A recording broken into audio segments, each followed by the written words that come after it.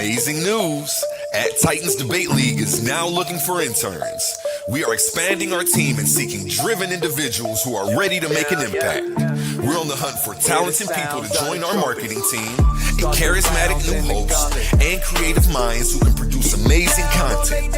If you have a positive attitude and are used to winning, because that's what we do here, then we want to hear from you. Join us and contribute to a culture of excellence and success here at Titans Debate League. Email us today, titansdebateleague@gmail.com. Looking forward to hearing from you. Where Infinity Gauntlet is a mere toy compared to the intellectual prowess build and destroy the cipher. Intellectual sword to slice you, or whatever device you recommend. Surgical precise pen, hand get heated, the room will spin. If man get treated, them goals gon' spin. Level heads with feet, paradigm the box you in. Got a pair of red dimes in the box you in. Don't matter, paradigms, your clock won't spin. Hear the sounds of the trumpets, start the rounds in the gauntlet. Get down or lay down when we're stopping. It's the clash of the tigers. Hear the sounds of the trumpets, start the rounds in the gauntlet. Get down or lay down when we storming. It's the clash of the titans. Hear the sounds of the trumpets, start the rounds in the gauntlet. Get down or lay down when we storming. It's the clash of the titans. It's the clash of the titans.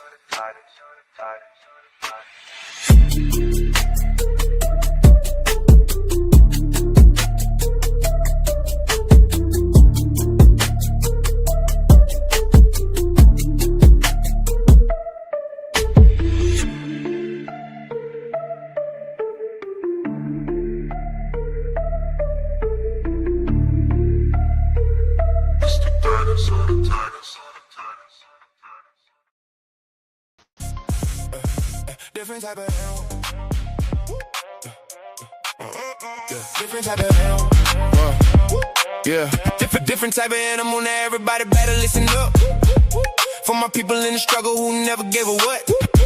Even when life try to press you down, turn your frown to a smile. I make styles just to lift you up. I'm a different type of animal. Way different type of animal. To the succeed, easy to see. I'm a different type of animal. Different type of animal. No fur, no scales, just feathers on me. Different type of animal.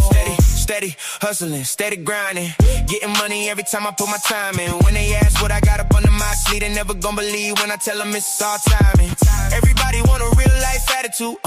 Incoherent, now they mad at you. Some people can't get it, now they laugh at you. Till they see the glow, now they copying the altitude. I never was a type, it was handed to. Had to put it together like mechanics do. Now you see I got the tools to succeed. Different mindset, different breed, different view every time I play or breathe. Quantum thoughts, I evolve every week. Young Al, been wild since a young child. Still fresh to the death, no funeral style. How could you walk in my shoes? We run the town, big shoes to fill. Never been a clown. I'm a different type of animal. Way different type of animal. To the succeed, easy to see. I'm a different type of animal. Different type of animal. No fur, no scales, just feathers on me. Different type of animal. Talking about the block, I've been around, fighting through the hard times till it spin around. Game tight, move smooth, never hear a sound. Big pressure every time we hit the town. Couldn't touch me with a yardstick. Running through the paper on that backyard business. Chasing dreams, chasing cream to the team. Rich 5'8", but I'm standing on that stand tall mindset. See these monkeys trying to pull me from the tree. Yeah, they pulled me down before that, just turned me to a beast. So I hopped into the streets, showed the hungry how to eat. Oklahoma on my back, now I'm bringing pressure to the beat. Cold hard world, colder in the streets. Money on my mind, barely get to sleep. Dreams feel close, still feel out of reach. Lights up ahead, I just want a little piece. Still a student of the game, don't qualify to teach. Learn lessons every day, so I evolve every week. I'm not an animal, life just got wild. So I did what I had to do, the other routes was foul. No copy, no paste, you can't get my style. Heart on my sleeve, still walk with a smile. Judge me by my past, take a look at me now. I ain't doing this for me, I just wanna make my mama proud. Quantum only is untrue, yeah, we bringing it out. Why they all watching me. Better watch the crowd. I'm a different type of animal. Way different type of animal. To the succeed, easy to see. I'm a different type of animal. Different type of animal. No fur, no scales, just feathers on me. Different type of animal. Different type of animal. Different type of animal.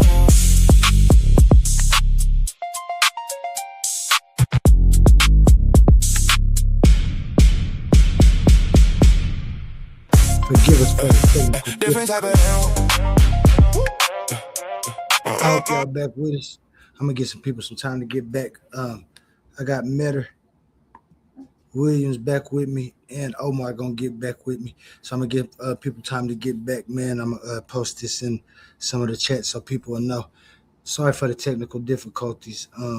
While Humble was leaving out and I was doing my thing, we might have got connected. We don't know who did it. It was either me or Humble. So I want y'all to know. I apologize for stopping that wonderful show. It ended with Tahuti posing a question to Omar about the double standard in speaking of the violence of Kemet, when at the same time not saying anything about the violence and the things that we live today and how we might push that narrative forward. And so we're gonna let Omar get a chance to get back and everybody to get back in their proper places.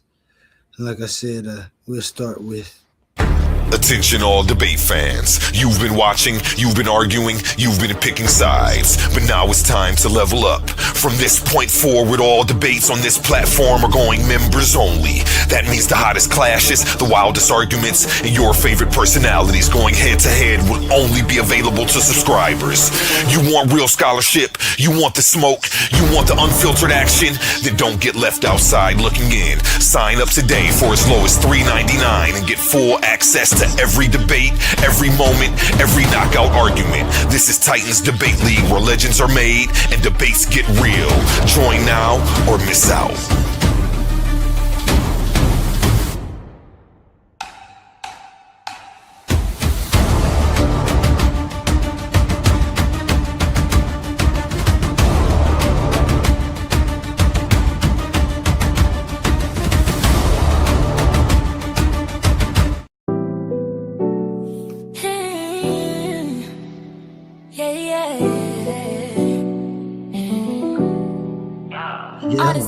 What up? I've been golden from the go. Let these pseudo scholars no. Baby, welcome to the show. Yeah, show you how to flex with a strong point. Wait. Show you where the facts and the stats and the proofs point. I've been grinding these in the late night. Wait, standing on the stage with the main light, enlightening. Philosophers, scientists, historians united. Warriors of logic who want the smoke, get excited. Bring your primary sources, don't get ignited. Slide on my prompts, look it up, read a book. Never going back to the dumb, take a look. Woke, not broke, we run the show, sport the glow. Titans in the league, watch the intellect grow. Coliseum arguments locked at the door. Welcome to the show, floor full of lore. I'm the GOAT. With the flow, there's knowledge on the flow. I've been goated from the go. Let these pseudo scholars flow. Baby, welcome to the flow.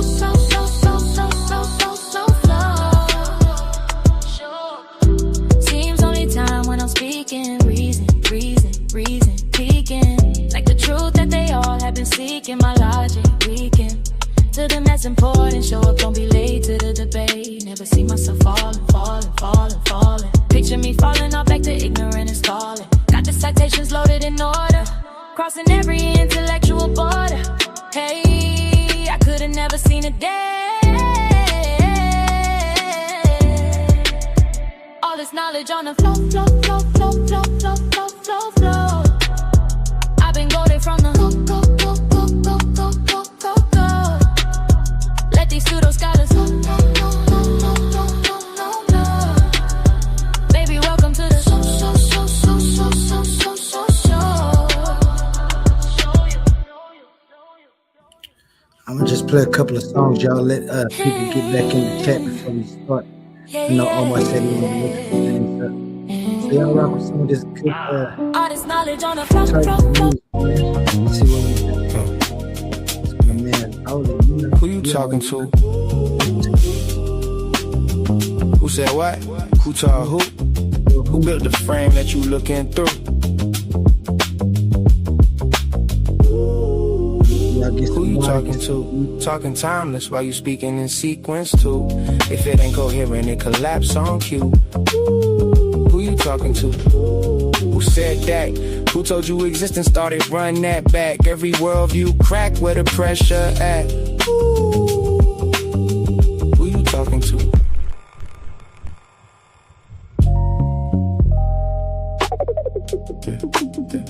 Who you talking to? Who said what? Who taught who? Who built the frame that you're looking through? Who you talking to? Talking timeless while you speaking in sequence too. If it ain't coherent, it collapse on cue. Who you talking to? Who said that? Who told you existence started? Run that back. Every worldview crack where the pressure at. Yeah. Who you talking to? Every line of treasure you only find in the mind, my mind. And you know I work in the mines. I don't charge a dime for you to stay out of mine. 2 times, we on time. Every line got another line, hide behind the line. You hearing bars, I'm hearing structure and design. You hear a punchline, I hear ontology align. Who said reality started? Talking outside existence while existing to argue. Smuggling sequence in your sentence unconsciously. Then call it timeless when I ask what the process be. Who you talking about? Half these worldviews fall when you walk them out. Everybody got answers till you chalk it out. Then coherence disappear when you map it out. I studied Heraclitus flowing rivers in motion. Parmenides froze it, I can see both in the ocean. Can't build a frame, but the frame still folded. Trying to define the world while the mind still holding it. Aristotle looking for causes and categories. Nietzsche killed guys, but couldn't kill reality. Heidegger staring into being and anxiety. I'm just asking what makes existence intelligibly. Who you talking to? Talking timeless while you speaking in sequence too. If it ain't coherent, it collapse on cue. Who you talking to? Who said what? Who built the worldview that you standing on? Everybody sounding deep to the ladder gone. And they looking real nervous when the pattern drawn. I slept these haters in they face with this one. Shh, wait, I missed one. 2 times, we on time. Every line of gem they only find in the mind, my mind. You know I work in the mines, digging through mines while I'm digging through mine. Blue collar, philosopher, coffee cup thinker, still plotting possible worlds while the clock getting thinner. Whole room talking loud, I just watch and consider. Cause the loudest in the room usually know the least in it. Who taught you that? Who said existence got a border where the proof at? Who talking outside reality and still attached? Using logic from existence just to move back. That's incoherent, I ain't even gotta raise my tone. I just let the contradiction sit there on its own. People wanna skip structure just to chase the throne. Till the worldview collapse and they standing there alone. They want a war record, I gave them world pressure. Every verse another hidden room in the architecture. Every line another layer underneath the texture. You hear rhythm, I hear systems trying to fit together. And I ain't culturally inappropriate, intellectually inappropriate. I'm coherently inappropriate, yeah.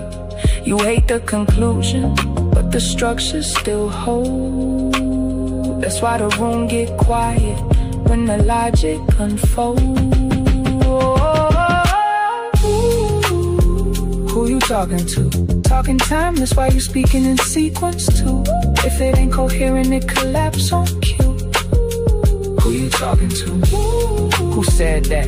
Who taught you existence started? Run that back. Every worldview crack where the pressure at.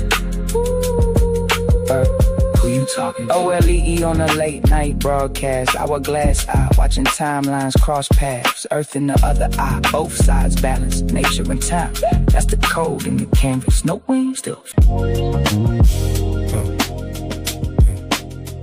Who you talking to? Operates through a relentless, undeniable rhythm. The river floods and recedes, harvests yield to barren earth, the sun cycles overhead with punishing regularity. For the inhabitants of Kemet, these natural movements proved that existence is a structured system.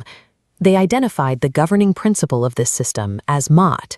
While often translated as balance, Ma'at represents the unified concept of truth, cosmic regularity, justice, and proper relationship that sustains all reality. The existence of Ma'at implied a constant threat, Isfet.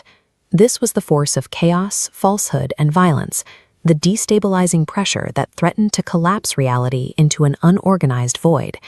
In Kemet, science, agriculture, religion, and politics functioned as a single combined technology. Every aspect of their civilization was specifically engineered to maintain Ma'at and hold back the encroachment of Isfet. This suggests that Kemetic civilization was a grand, integrated engine built to stave off cosmic collapse. To map the origins of this system, they looked to the primordial state known as Noon, an expanse of undifferentiated waters representing potential without structure. Within the Heliopolitan theology, ordered reality arises through differentiation. The primary source, Atum, brings forth a genealogical model of cosmic structure known as the Ennead, representing the separation of earth, sky, and atmosphere. The Memphite theology approaches formation differently. This golden statuette depicts Ptah, whose rigid, pillar-like form represents structural stability. In this model, the creator conceives order through the heart, or thought, and manifests it through the tongue, or speech. This close-up scan of hieroglyphic inscriptions illustrates the strict grid-like structure of the language itself. The Memphite creation story serves as an early philosophical meditation on how conceptualization and language provide the framework for physical order. Other traditions, like the Hermopolitan Ogdoad, focused on the underlying primordial conditions themselves, mapping existence through pairs representing water, darkness, and infinity. These creation stories functioned as overlapping philosophical models, each tracking the essential transition from indeterminacy to structured reality. The Kemetic pantheon reflected these functional realities. Thoth, for instance, personified the mechanics of knowledge, language, and precise measurement. The Osirian cycle provided a master narrative for the system's survival. It dealt with the fragmentation of death and the eventual restoration of inheritance, modeling how political order could be reclaimed from chaos. This bronze statue depicts Set. He personified the necessary forces of conflict, storms, and the unorganized desert, the untamed power required within a natural environment. Looking at the Luxor temple, massive, ordered columns stand against the flat, chaotic desert. The pharaoh served as the living mediator preventing Isfet, while temples functioned as the economic and ritual engines of cosmic maintenance. Even periods of warfare and foreign conquest were integrated into this worldview. By framing imperial expansion as the necessary restoration of Ma'at, the state justified political power as a requirement for cosmic order. Statecraft, ritual practice, and imperial power were viewed as identical tools for maintaining the structural integrity of the cosmos. The requirement for order extended to the human person, described as a complex mechanism of components, including the Ka, Ba, Ach, Ren, Shut, and the Ib, or heart. Within this continuous system, death marked a critical transition point, requiring strict evaluation and judgment. This papyrus illustration depicts the weighing of the heart ceremony, showing the scale used to measure alignment with Ma'at. To the right, Thoth records the precise measurement, framing morality as participation in the structural harmony of existence. Ethics were the micro-gears in the engine of reality. Human behavior was tied directly to the survival of existence itself. Individual conduct was therefore evaluated based on its coherence within the system. The legacy of Kemet is the recognition that reality is only intelligible through order. Their model relied on symbols and personified forces to navigate that order. But when we strip away the mythological narrative, we arrive at a different kind of problem. Kemet asked how order is maintained. To move forward, we must ask what makes order possible. The inquiry begins with a simple axiom. Nothing exists outside existence. If it exists, it must be part of existence. This shifts the focus from what created existence to what makes existence work, identifying the minimum necessary mechanics required for anything to be possible. If existence is self-contained, its foundation must be functional. For anything to exist as an identifiable, persistent thing, it requires the condition of structure. We call this condition nature, the part that gives things form, identity, and limits. But structure alone is frozen. For change, sequence, or movement to occur, we require the condition of time, the part that allows for duration and before and after. These are the two things that show up everywhere. You cannot have existence without the interaction of time and nature. This functional foundation is the core of quantum-onlyism. The path moves from the primordial potential of none, through cosmic differentiation, to the continuous balance of Ma'at. It connects the burden of human responsibility to a deeper philosophical question, landing on the mechanics of quantum-onlyism. Kemet asked how order could be maintained. Quantum-onlyism asks what must exist before order can occur at all.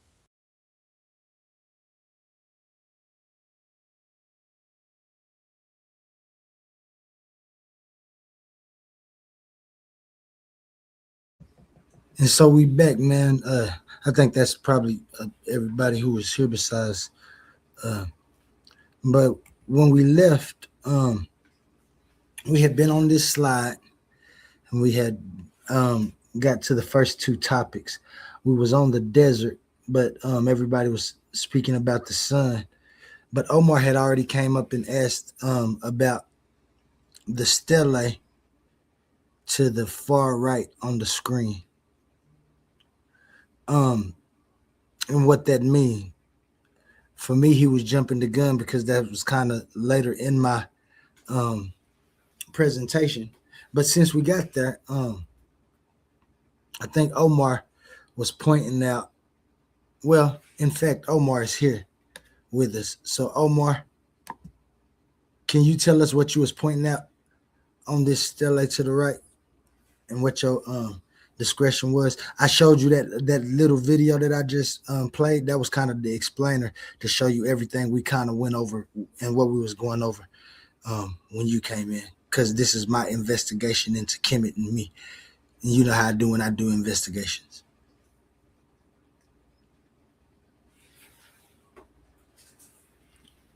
And if you're talking Omar, you muted. Okay, can you hear me? Loud and clear. All right. So let me address something real quick. Hey, Brother Oli, thanks for playing what you just played, because I don't know if everybody was listening, but I always got my listening ears on. So that lady, or probably it was an AI voice that was narrating, specifically said even periods of, hold on, because I got all my lights off in my room. I wrote it down. So there was a portion of it to where it said, even periods of warfare and foreign conquest. So there was loads of warfare that the Kemetic people did on, like I said, of their own neighboring peoples, of the same Kemetic stock, but just from the southern region. And then she also said, by framing imperial expansion. Hold on, let me get the light on for this. Yeah, so remember, this ain't me talking. And then she even said, by framing imperial expansion as the necessary restoration of Ma'at. So I thought my aunt was supposed to be peace, tranquility, brotherhood, love, hugs, and kisses. No, no. She specifically said by framing imperial expansion as a necessary restoration of Ma'at. So basically, what they saying is, oh, I was gonna say God, my bad. Let me be politically correct. Netters.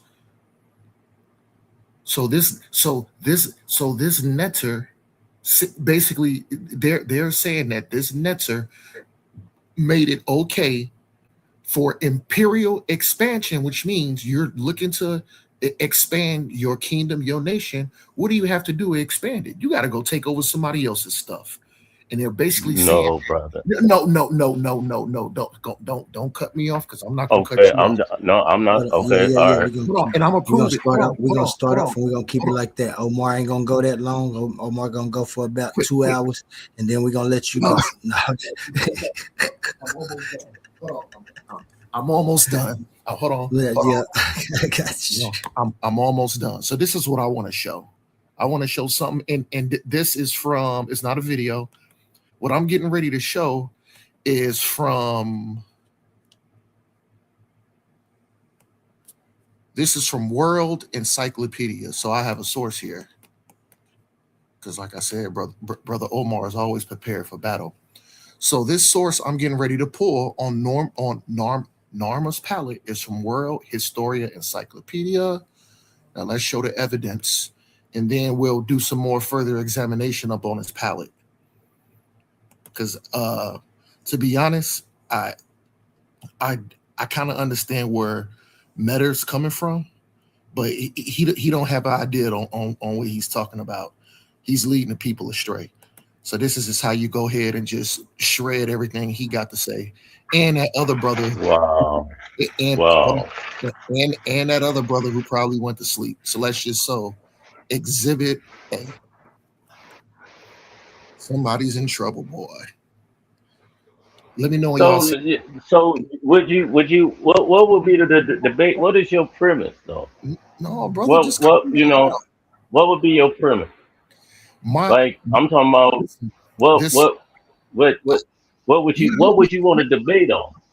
brother, it's not a Like, for debate. real? Listen, brother, you asked me a question, you got to let me answer it. I understand what you're saying. If you forgot what Oli's doing, Oli is approaching this from a non-biased standpoint. He's basically doing investigative work from an independent basis with no bias. So if he's doing investigating work, not only do we got to talk about the good, we got to talk about the bad, and it was a lot of bad, a lot of bad. So like I said, I mean, So we're gonna get into this video, Omar. So real quick, Omar, just one more don't. time. I think Meta was asking, like, what is the exact pushback? And I know that's what this gonna be, but can you give us a short premise? You know what a premise is. He want to know what it is. Once again, my premise is Oli is doing investigative. He's doing investigative work, dealing with the Kemetic people. So Oli's pulling up a lot of good things that they've done, but in order to give a full diagnosis in your investigation, and to fully be honest with the people, like I said, when you're doing investigative work and you're coming from a non-biased point, you have to be able to state the good and the bad because we have to address these things, all these different aspects that deal with the nation. That's my point. And Now, can I ask you something, good brother, before you do that? brother, I Is just it's just within what you can show within you what you can show is it time stamps on things that you can show as far as no, dynasties, so-called no, dynasties or no, whatever, brother. I'm finna or you address the just normal, or brother. we can go 28 dynasty or No, brother, come brother, on, man. brother. All I'm finna do, I'm finna show, something from, like I said, hold on, let me get this man. Hold on, close this From the message. encyclopedia. I'm All finna right. show something from the world history of the encyclopedia. I'm finna show what the breakdown of the Narma's palette is, because the I don't know if it was Meta, but I think it was the other dude. The other dude said that the people on Narma's palette came from the Caucasus Mountains. He's a liar, and I'm finna prove it. So can you please show World History Encyclopedia? He said it. He said they Yeah, were they were they were I, foreigners. He I want said and They I were want you to foreigners. know, no, and no, I want no, you to no, no, know, no. Omar. This is what I was trying to tell y'all. Dang, I'm gonna have to start letting y'all come up until my presentation's done, because we was gonna get into all of this. So, and that's what Meta was just asking me. Like, is that This only are you take gonna about be a minute. talking about the different? Hold on, Omar. Are you gonna be talking about the different dynasties and things? Because all of this does I am. I matter am. when we're I talking am. to it. So let's get into it. I Let's am. get that information. I am. I am. But I just want to show Gotcha. this right quick. So the other guy who was on here, he don't know what he's talking about. Meta tried to do damage control for him, but he can't. I heard him specifically say that they were foreign invaders from the Caucasus Mountains. That's what he said. So let's pull up this research, World History Encyclopedia. Pull that up. Because like I said, I don't run my mouth about things. I don't know what I'm talking about. I just Look don't like know. you got Expedia on the page. You trying to go on a trip or something? Nah, I'm not sure. I don't know why is it showing that. I got no, hold on. Let me do this. Hold on, brother. You got a Wikipedia source. No, it's not from okay, we'll see. We'll see. Hold on, let me stop it. Let me stop it. Yeah, that was Expedia. We already in Kemet. We just got here. We ain't leaving yet. No, my girl was planning I think planning like a trip for us or something like that early. You know you are. I'm You on know you I'm be on her when you be laptop. talking about Come on, when man. you be talking about going to work. You be going on trips and stuff. I got to go to work. I, Go ahead and get that here it together go for right us. here. That's we can get that. Here it go right here. Boom. Share. Okay, it should be shorter now.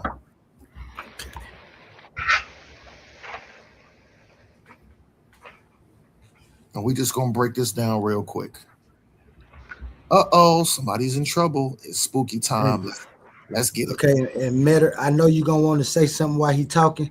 Omar, if you do ask a question while you showing this, let him answer it. Don't say you ain't through because you asked a question. So make sure while you presenting this, you keep your wording straight. And Meta, we're gonna let him finish this before you say something. Hopefully Fair he'll get enough. through quick. Fair enough. Uh-oh, so hold on. Hold on. Did somebody say Brother Omar had a wick a wick? Brother, I don't use Wikipedia. I go straight to experts. And this is from World History Encyclopedia. Somebody's in trouble. Let's push this information forward. Uh-oh, let's read this. As a matter of fact, I'll read it. Yeah. There go right there. So I'll read it. The Narma palette, also known as Narma's Victory palette, Victory palette, keep that in mind, and the Great Hermocropolis palette is an Egyptian ceremonial engraving a little over 2 feet tall and shaped like a chevron shield, depicting the first dynasty, King Narma, conquering his enemies and uniting Upper and Lower Egypt. So, if this is a depiction of him conquering enemies when Narma was from the upper region, conquering the lower region, was he fighting foreign invaders from Whoa, any That from was a question. That was a question. whoa. Matter First that's a was off, yes those or foreign no? invaders? No, no, That's Norma, no. yes or no. That's That's a a yes yes or or no no. question both though. of the That's both. not you asked the question, I don't Omar. want I him. told I you don't how want I him was to gonna do it. elaborate though. I told you how I was gonna The do it, the but it was a upper yes or no question. That's yes or no. So Who was he fighting? normal yes or no question. Was they? Were they? was they what? I'm trying Repeat to. the question, Okay, Omar. yeah. Repeat the question.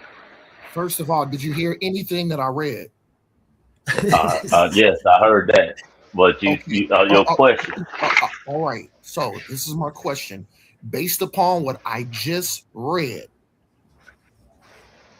in this palette, who are they fighting? And check it out too. Who are they fighting? Are there outside invaders not from that specific land, no matter if we declare it as northern and southern region, or was it some outside force, not of even people of that stock, from a whole different nation, whole different heritage, like your boy put words in the mouth, It was outside invaders from the Caucasus. That's what he said.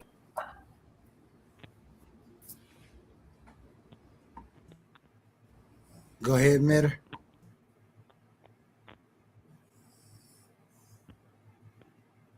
Oh, Matter, if you talking, we might can't hear him. Omar, can you hear me? I can hear you. Matter might need to leave and come. Oh, Derek, I just seen him come in. Come on, Matter, Meta. you there? Come on, Meta. Get to it. Get yeah. to it. Get to it, Meta. I I can want hear you you to now. address this. This is a valid source. Address it. You there, Matter? Hold on. Okay. Take your time. Whatever you need to do to answer the question. No, Omar, can you repeat it one more time for the people that's we everybody know what we're talking about. We're talking about this scene of smiting somebody, busting them open to the white meat as he's making them submit. So everybody see what my source says. So my question to Meta is, who is this that's getting their head bust open to their white meat?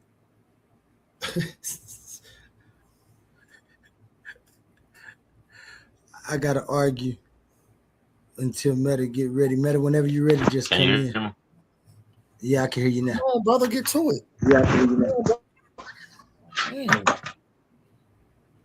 You did you did a whole lot of talking, and now I'm noticing you ain't you. Come on, brother, you did a whole lot of talking. Yeah. Go ahead, brother. No, I'm gonna do more talking, bro. What you talking about? That little, Bro- that's Brother, nothing. I got a simple question. Who is this? Who does this Oh, person represent on their knees, getting their head bust open to the white meat doing war? Who is it? foreigner. What kind of foreigner? From where? Um, shit. Lower Kim. No, but hold on. Wait, whoa. Because that was the whole concept of them bringing everything together. When Noma was trying to unite the whole, the lower and upper Kemet, that was the whole thing, and a lot of people was against that. So what you No, laughing at? no, no, no, no, They was no, no, foreigners.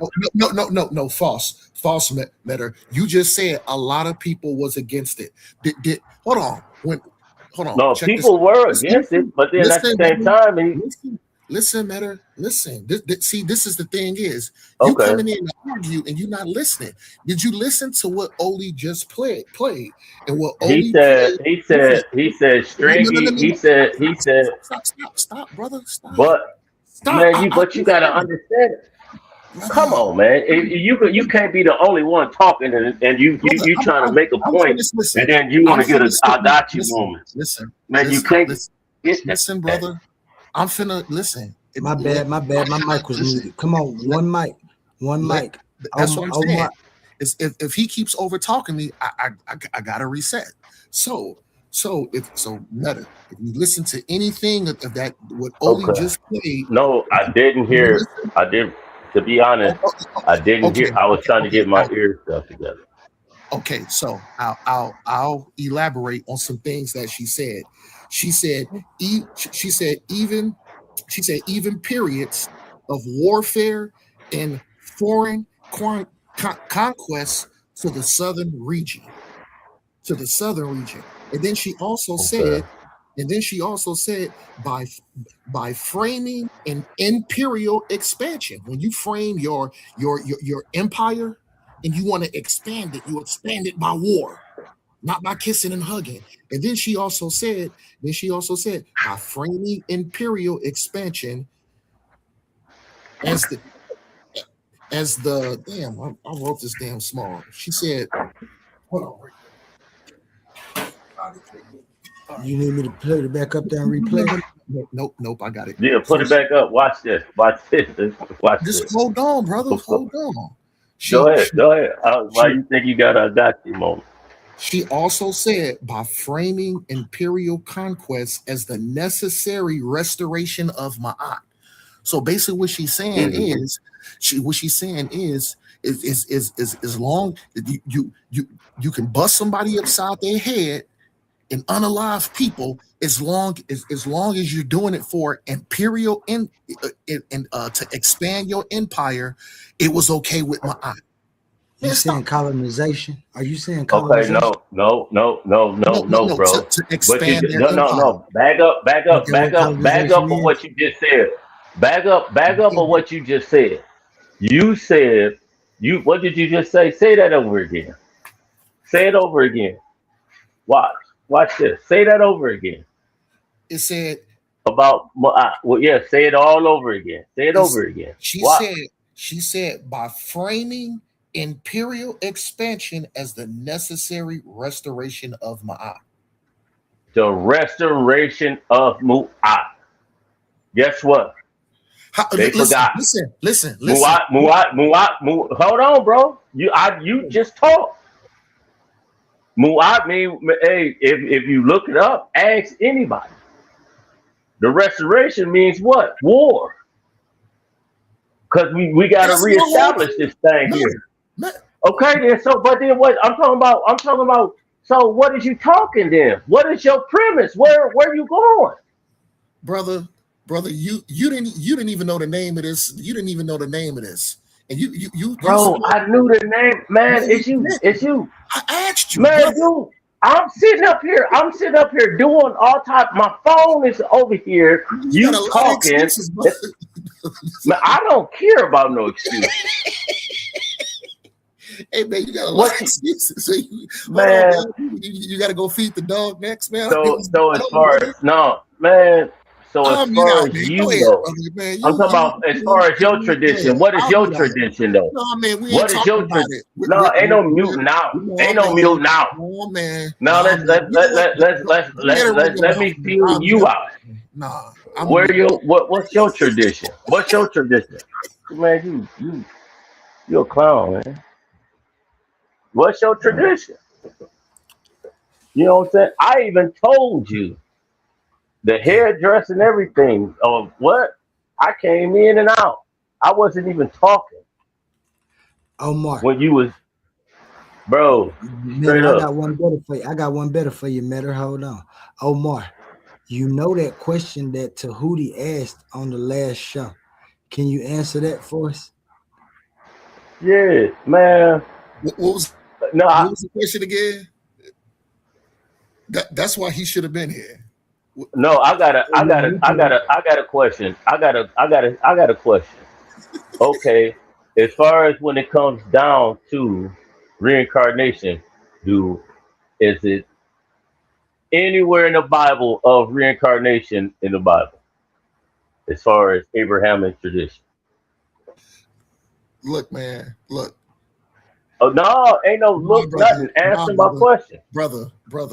Answer the question. Answer the question. Is there any reincarnation? Huh? I'm not answering that question, but because man, why not? This is not Bible. This is not Bible. Man, I'm asking you a question. I'm asking you a question. It has nothing to do with your question has nothing to do with what Oli's talking about. Man, dude, look, my question is, is there anything about reincarnation? I'm not going to answer. I'm not going to. I'll answer that in another show. I'll answer that in another show. Hey, what is it? This is the debate Coliseum, right? No, man. Listen. I like you up, dude. We are not. Is this that same nigga that I was talking to the last rep about Bible? No, it's not, brother. You don't want no smoke. Yo, you don't want no smoke.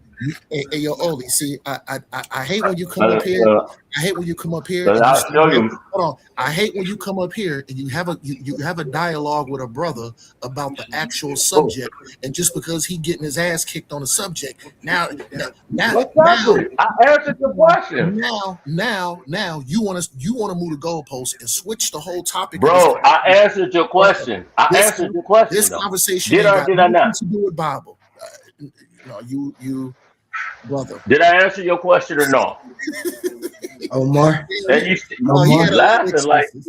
what the Omar, Omar, Well, answer I his mean, question because he did answer your man, question. It's this your has not time. Oli. answer my question Oli. then. I'm not Answer Answer going his to my answer your question, question. question. Omar. This has nothing to do with the Bible, brother. How you Answer my think? question Nope, then. because it's moving. Answer my question. It's moving the All goalposts. right then. Nope, No, nope. ain't no moving the You can goalpost. ask. He ain't Listen. said nothing. I But answered it, your question. You can ask me any question it about is this non subject. sequitur. It Listen, is non listen, sequitur and not listen, about what we're talking about. listen. That Man, is I for the answered Now your topic. listen. question. Answer Now my listen. question, Listen. dude. We could talk about anything that has to do with this whole presentation on Oli's investigative. But Answer we that. can't Answer put that no. We question. can't give no pushback. We can't give no pushback to you though. Hey, listen, Meta. Hey, Meta. If you watch any of my shows, I actually have a series where me and Omar are actually right now going over a challenge that Omar issued to me. Oli. Hey, Oli. Man, man. Hey, So Oli. you can Hey, always hey, come up on that Hey, show. Oli, I just saw something. hey, oh, hey, oh, No, hey, not oh, better. Go oh. ahead, Ask, brother. ask Omar. Ask Omar. Ask Omar is any type of anything about reincarnation in that Bible that he believes in. Brother, I'm not gonna He I'm said not he don't Yes want or to answer no? those questions. I'm not answering no He said he don't question. want to answer those I'm not questions. Man, answering But no question. I'm tomorrow afternoon, yeah. I'll be running my show. but You you can want come me to? on there. I gave you my answer. Well, I my gave you You can my come on answer. my. brother, to be We got. fair, to be fair, my question has to do with Oli's presentation. That's why my Oh, question is fair.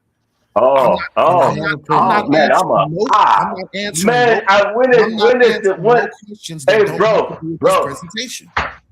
bro. Why Hey, you oh, mad, hey, man? oh, hey, Yeah, can you oh. hear me? Can you hear me? Start the please don't. Hey, bro, please don't start the channel. Please don't start the live Hold on. Hey until yo, like Oli. Hey. 8 Hey yo, Oli. Hey yo, 8 Oli. Hey yo, p.m. Oli. dog. Hey I yo, want to Oli. be front and center. Man, I'm gonna light this dude up. I'm Hey gonna yo, light Oli. you to Hey, shreds. I hey, yo, got you. Oli. Hey, yo, Oli. Check this out too. Because here's the thing here. Here's the thing here. Kemet was actually bloodthirsty. They was actually bloodthirsty. Some wanted to conquer everything that they could think of, and how they wanted to do it. They was actually bloodthirsty themselves. Hold on, look But this. Listen, you got listen, cannibal traditions though. Y'all listen. drink I'm gonna blood. let her. You Hold on, said a check point. this I You out. got want to let you him got Oli, let him cannibal make a you got point hey, real quick. cannibal Omar, listed. Oli, I'm gonna prove it. Hold on, Oli, I'm gonna prove it. Let me say this right quick. So, what is Brother Omar gonna do? I'm finna name I'm finna name all the wars that Upper Egypt had with Lower Egypt. Hold on, I don't even think I can name all of them. First, we got hold on, What? we got Sneferu's campaign. This is fourth dynasty, 2600 BEE, early kingdom. Now we got another one. Pepi the First expedition, sixth dynasty, 2300. These not even they not even what that's that those are invaders, dude. Quiet, man. They Multiple invaders. war campaigns to invade Nubia. Let's go to They another one. invaders, man. Quiet, brother. Invaders. No. Mitten Hotep II. Southern reassertion, 11th dynasty, 2000 BC, to regain control over Lower Nubia. We got another one. At, What about the cannibalistic traditions y'all pick up? hold on, brother. Hold on. What about the cannibal? Brother, What about the brother, cannibal brother, traditions that brother, y'all pick up? brother, brother, I know I can brother, lay everything brother, down on the brother, ground. What brother. man? All I'm doing But is just naming some wars, brother. Why you mad? Let me name off some more. no, I'm not mad. I'm just Hold on, telling you. hold on, hold on. You got man. I'm talking about as far as God killing kids, allowing kids to people to get raped and everything. Come on, man. Yo, brother. Don't bring up Deuteronomy. Brother. Don't bring up Deuteronomy. Brother, Don't bring up Deuteronomy. I just Don't want to bring name up none of I that. just want to name. Come on, man. Hold on, brother. You, I want to name Old Testament and New Testament. It's two different region. gods. I just want to name some. You got two different gods in the Old and New I'm gonna mute out Testament. till he's done there. Man, you got two different gods in the Old and New Testament, bro. Now, you can go back to where the tradition started when y'all do communion. Where did communion come from? Oh, I forgot you a Hebrew that never been in Kemet. Come on, man. Y'all were slaves to what? Come on, break it. We gonna break it all the way down. But your Bible is so great. Well, Look what God you worship. We don't like I said, Meta. You know, I got it. What God say? What God gonna put a lion spirit Can you hear and me, put Meta? it amongst us? Huh? Can you hear me? Yeah. Yeah. Hey, listen. Tomorrow, I told you tomorrow we got some. I got a show that I'm doing just like this. I'm doing investigative journalism on the Hebrew. So you can come over there and talk about that tomorrow. Today we're gonna stay on this and listen. All you got to do is tell Omar to answer that question that Tahuti proposed to him. And I know Tahuti probably gonna ask Omar tomorrow about it, and it'll be up to Omar to. So I kind of Hey, Oli, I'm almost done though. I'm almost done, brother. And then you can go back to the presentation. I just want to do this. I'm almost done. So just hold on. And this is specifically for Meta. So I want to hold on. So let's talk about some more bloodthirsty wars that upper region of Kemet did to their brothers of the lower region. What about Sensu Seret the First Nubian expansion war, 1920 BC? Hold on. What about Sunset Rue the Third major campaign of Lower Nubia, 1840 BC? Yo, it's like 250 of them. That is absolute. That is bloodthirsty.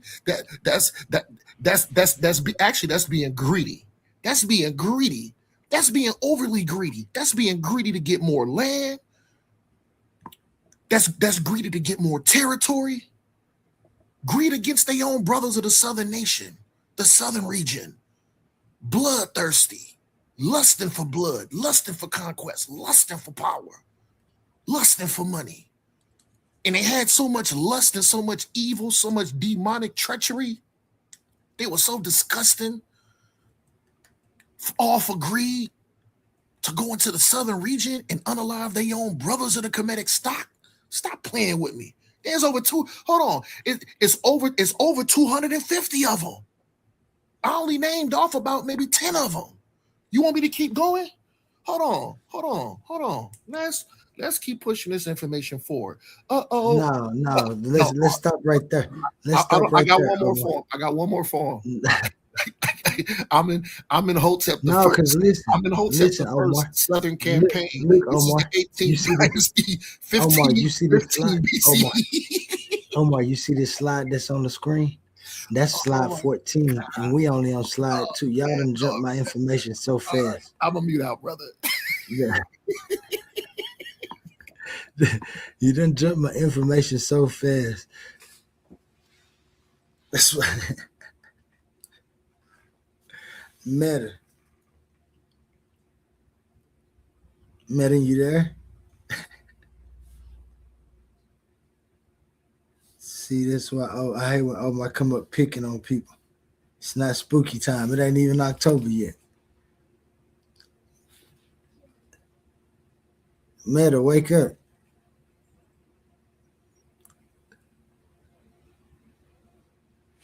Meta, can you say something to him, Omar? See if he can hear me.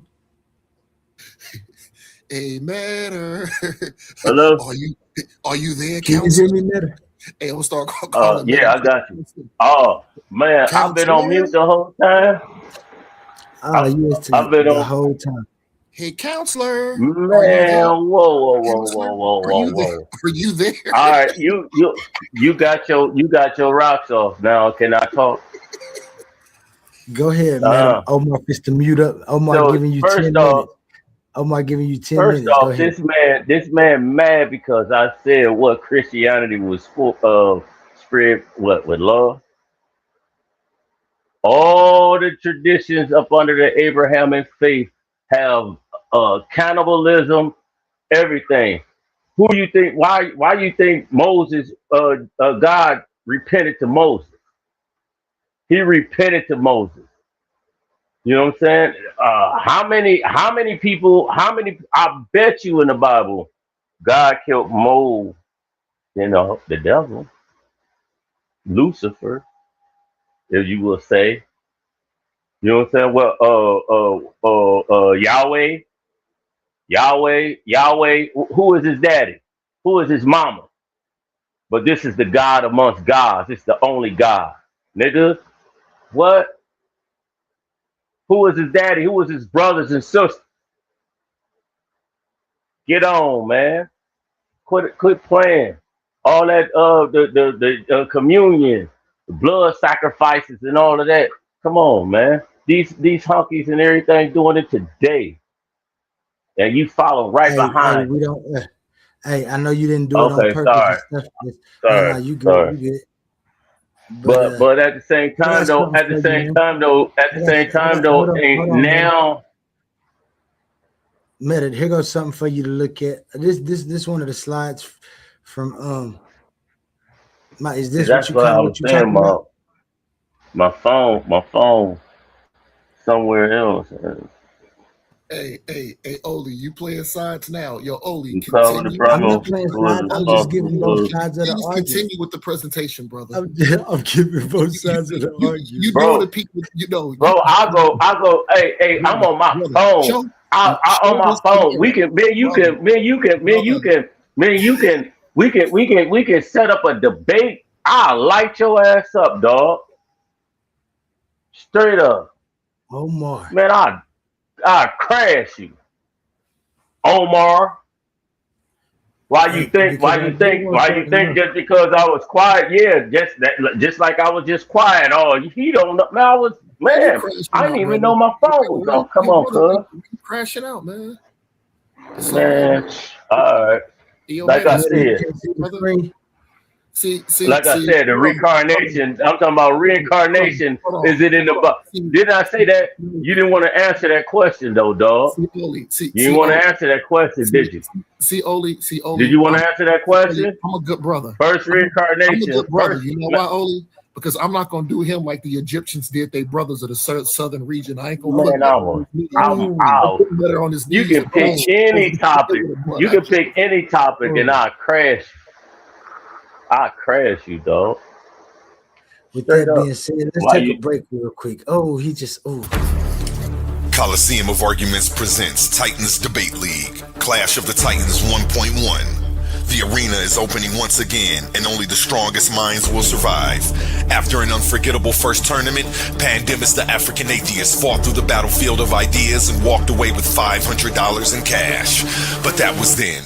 This time we're raising the stakes. $1,000, one champion, one title, one chance to prove you're the greatest debater in the league. This isn't social media arguing. This isn't trolling in the comments. This is intellectual warfare, where evidence is your weapon, logic is your shield, and every round is a fight for survival. New challengers are stepping into the arena. Veteran fan favorites are returning. Egos will fall, legends will rise. The question is, do you have what it takes to survive the Coliseum? We still have a few tournament spots available. Think you belong among the Titans? Message TitansDebateLeague@gmail.com and claim your place before the gates close. Coliseum of Arguments presents Titans Debate League, Clash of the Titans 1.1, where great minds don't just debate, they go to war. Are you not entertained? Coliseum of Arguments. Only the brave speak here.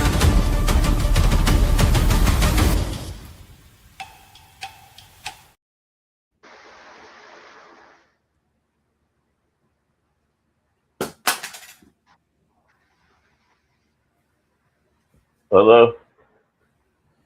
Yeah, man, hold on one second. So I've been getting to it, it don't stop. We stay ready to go. I'ma take my tires with me wherever I go. Don't forget about me, don't forget about me. I know. Y'all playing games, this ain't an arcade.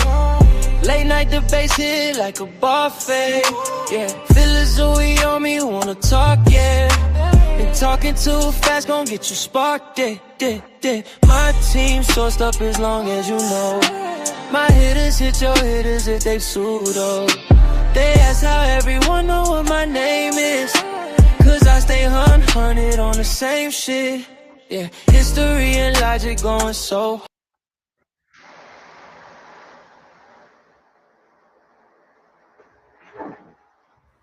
Yeah, man, y'all on that late night debate shit, man, huh? No, I'm just saying though, I tried to, I'm on. I I'm tried to just throw saying you if the oop. You seem like you don't see the oop that I keep throwing to you, because we was I talking can't. My phone is somewhere else. I'm on my about. earbud, and my phone is dying, so I got it on the charger. So when he was talking and stuff like that, I couldn't say nothing because I ain't Omar, know you my would say that phone was. that's I God ain't know I was blessing muted. you.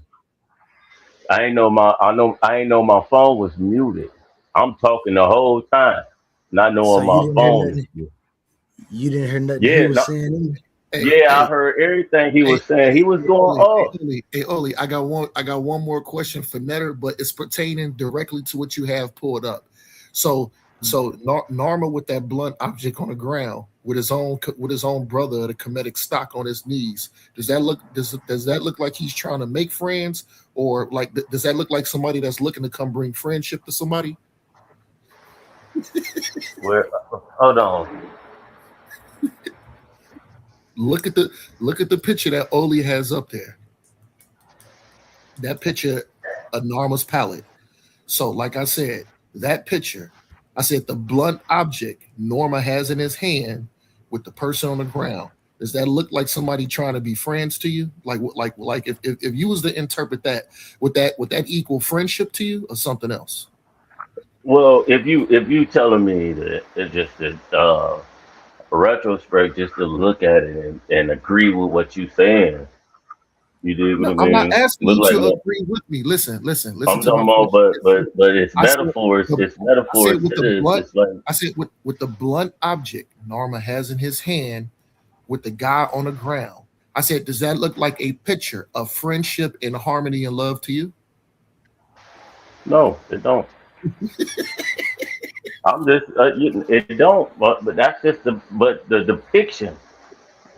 You know, you want a I got you moment. That's what you want, man. But what I'm trying to tell you is, man, I will Just let Oli, destroy let's you let Oli, please, on can we let any Oli, I whatever want you Oli, want it, however you want it whipped up, brother, I just want Oli to go finish the presentation out because man. I'm very intrigued to see what else does he has with his investigation work dealing with Kemet. Can we just please let Oli Okay. finish? Yeah. But just one more time because we got a couple of new people in the building. That picture of Norma holding that blunt object in his hand. Does this look like a picture of peace, tranquility, and friendship to you? Or discipline, I have No. to say, I said, does it look like a picture of peace, tranquility, and friendship? it does to me. discipline, correction, Norma looks like discipline, he has correction, his. He look like he has his discipline, hand. correction. My bad. Could, Go ahead. could, Was you Go ahead. finished? and how is he Yeah. demonstrating that correction? So I'm To me, talking it about, seems like okay, when you was a kid and you did something wrong, what did Yeah. was your mom belt in the air? Man, she never took a heavy blunt object to crack my head Man, open. well, I don't know about you, but Hey, mine did. I'm done, brother, because you know it doesn't. That picture does not demonstrate correction. It, dem- Okay, okay, it, okay, it, okay. it I demonstrates understand we speaking brother. on What? I'm on done. we I'm done. speaking on I that. want you to finish the presentation, please, brother.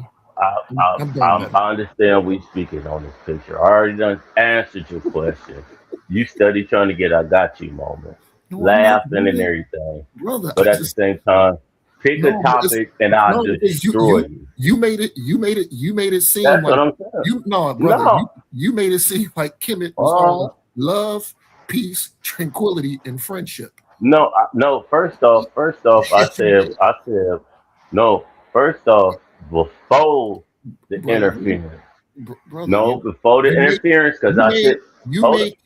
you made Kemet and No, Muhammad I all didn't. about No, peace, Okay. tranquility, love, All right, all Now, right, friendship, all right, all right. passion. now can I speak? Hold on, I don't see I don't see I nothing said, like that hold in on, Omar. listen Hold to on, what I said. hold on. I said, Meta, can I get y'all attention? Omar and Meta, can I get y'all attention real quick? Cause yeah. y'all getting kind of. We're gonna keep it in order. But we got Big Cause and Smashing Idol to the stage. If y'all want to say something for the night, man. I know I messed up the last one and started over, but I know Cause was in the building. So shout No, out Big Cause. You know, I was just letting y'all know peace, love, and light. I was just coming to kick it real quick. What's the word, Jelly Birds? what's man, going not too down, much, man. because what up though, my What's brother? going on? What's going on? What's going on, fella? Nothing much, Man, because chilling, good to What's see chilling. up? you up here, brother. Yeah, what y'all Yeah, arguing about? I kind of heard it. I hope the brother ain't saying that this is any other thing but Narm or conquering people. well, I said, disciplined, So that he ain't falls in helping that. line of, He ain't So helping is he that killing person them up. also? It looked like he helping that person up. He ain't helping that person up, Cosmo. No, he has a mace in his hand. It's called a smiter for a reason because you smite people. And if you turn so, and okay, not okay. only are there not only under his feet are there people drowning, right? That's water That's what under that there. They're is. I was drowning. looking at that. I was wondering if that was them supposed to be carrying that scene, No, but no, that's no. a drama. It's water and they're Okay, drowning. okay. And if you turn it on the other side, they got 10 men with their heads chopped off and their genitalia chopped off, sitting in between their legs. I think that's what Omar had on his. See Let me see if I can't pull it. what they now I'm not up here to bash nobody, but you dig what I'm saying. Let's just call a spade a spade. They call it the consolidation of Egypt or founding of Egypt because their narrative is that he went in and conquered.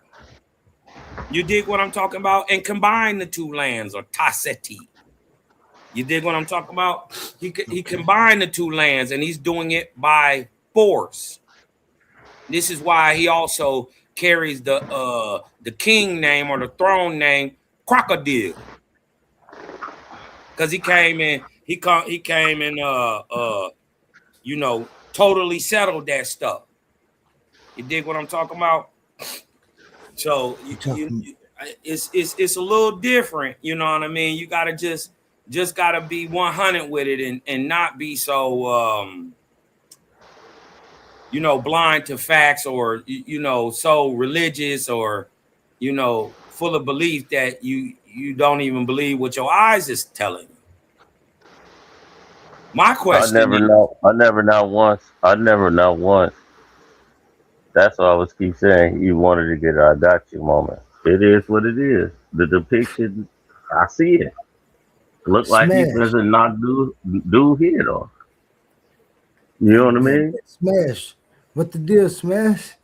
Yeah, hey, Shalom, y'all. What kind of top of the morning to y'all, man?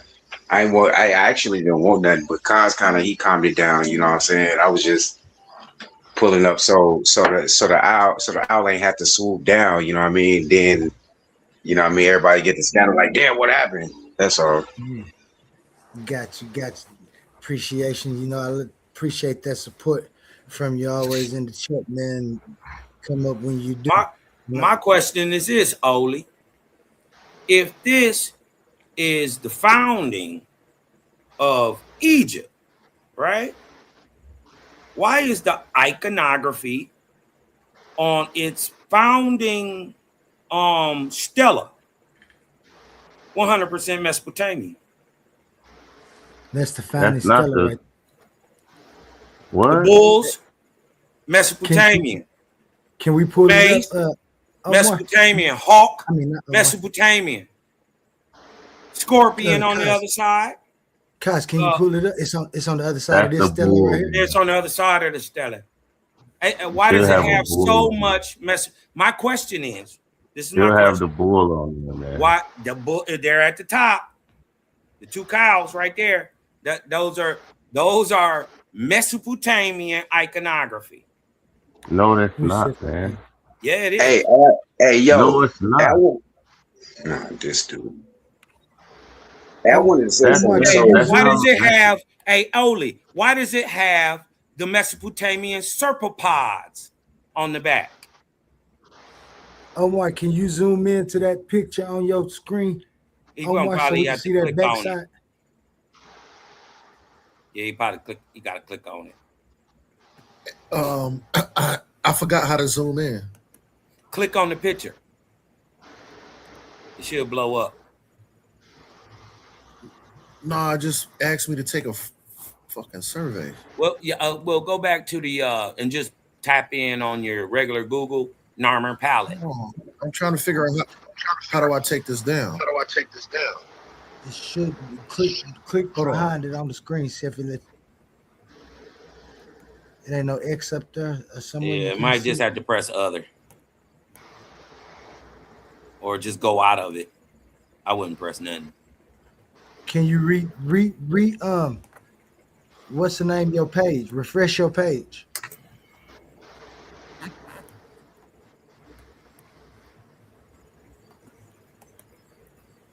Oh yeah, okay. Hold on. I forgot how to do it.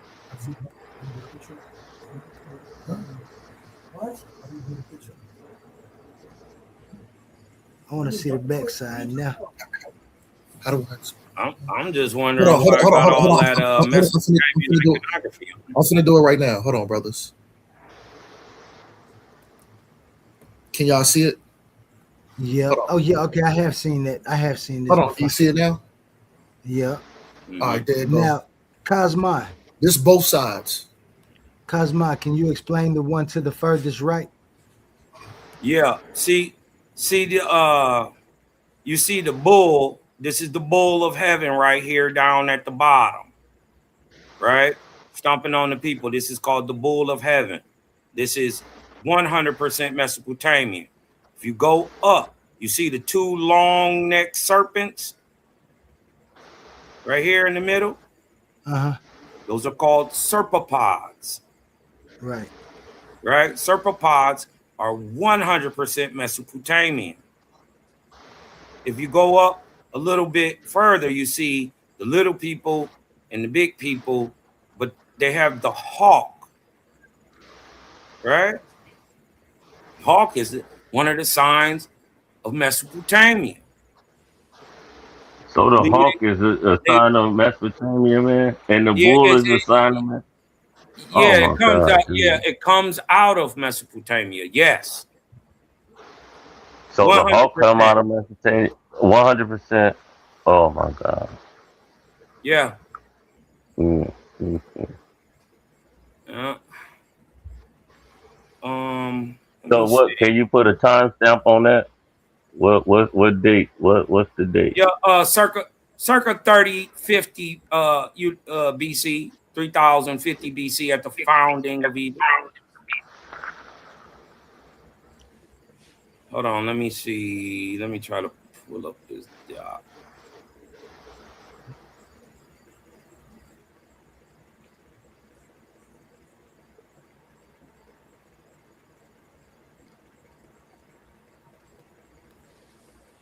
Hey, yo, Kaz, what is you trying to pull up? He asked you to pull up when was the stele created, or is he talking about something as far as Mesopotamia? Yeah. Well, all of it Mesopotamia. Well, let him. Yeah, I mean, I'm just saying. All I'm of it saying is. even the kingship of Egypt is sourced from Mesopotamia. I mean, this is well known. You dig what I'm talking But about? bro, Those who hey, are not bro, stuck, that's hold on 1 second. For those who are not stuck in 1989, 1990 regurgitated science, you dig what I'm talking about? It is well known that it is a one-way interaction between Egypt and Sumer or Mesopotamia, and it's primarily from Mesopotamia to Egypt, not the other way around. We got to understand Mesopotamia is 2,000 plus years older than you know, we got the founding of Uruk 5400 BC. You dig what I'm talking about? So ain't nobody making this up. You dig what I'm saying? I'm just letting y'all know there's some things you may not be aware of, cousin. I'm saying I'll go as far as to say that the first depiction of an Egyptian king or ruler, period, is in 100% the style of the Mesopotamian Sumerian kingship. 100%. Pre-Narmer. I'm talking hundreds of years before Narmer.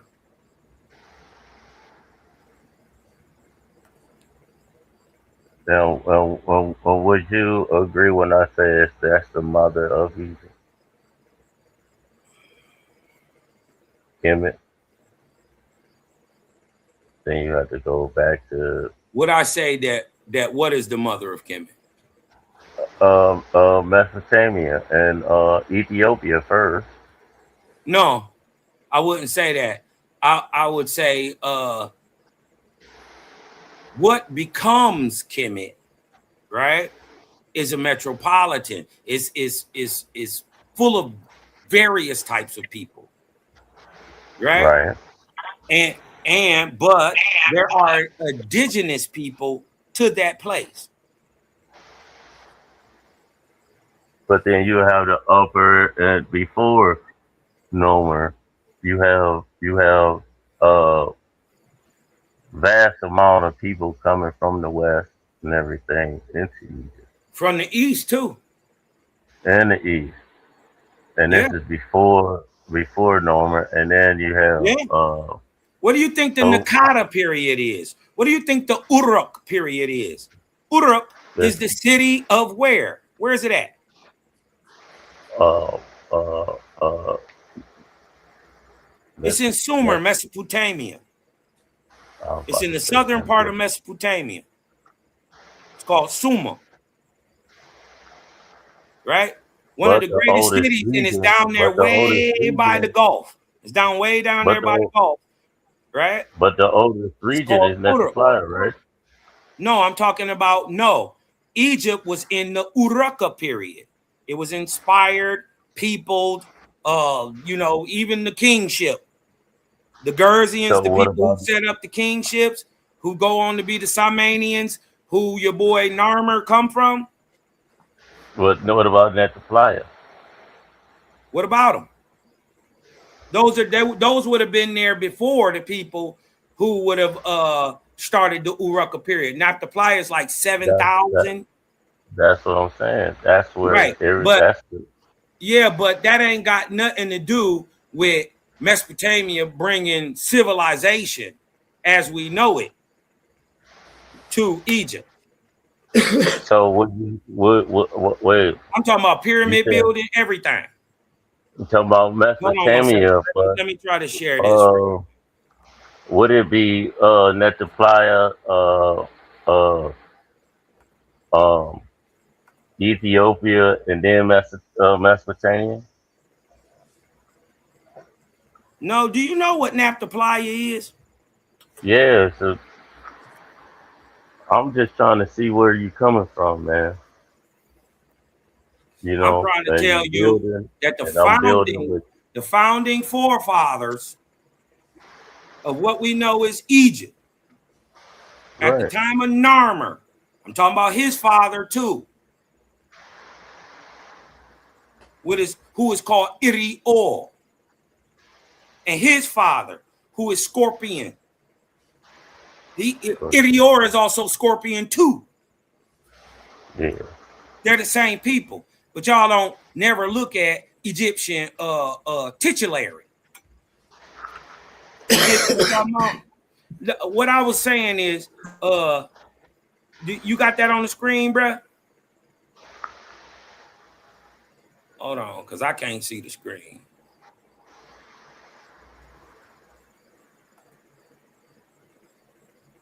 Yeah, can you see my screen, family? Yep, I got you. Okay. I just want to show y'all the work your cousin Cosmon be on. Because I'm not hating on Kemet. I got a little thing for Kemet. Right? But we gotta keep it 100. You dig what I'm talking about? And I'm just not. There you go, Kaz. There you go, Kaz. I just had to. I had to stop sharing my screen. I stopped sharing my screen. Oh, okay. You good, Thanks, though. bro. You good. Thanks. You good, bro.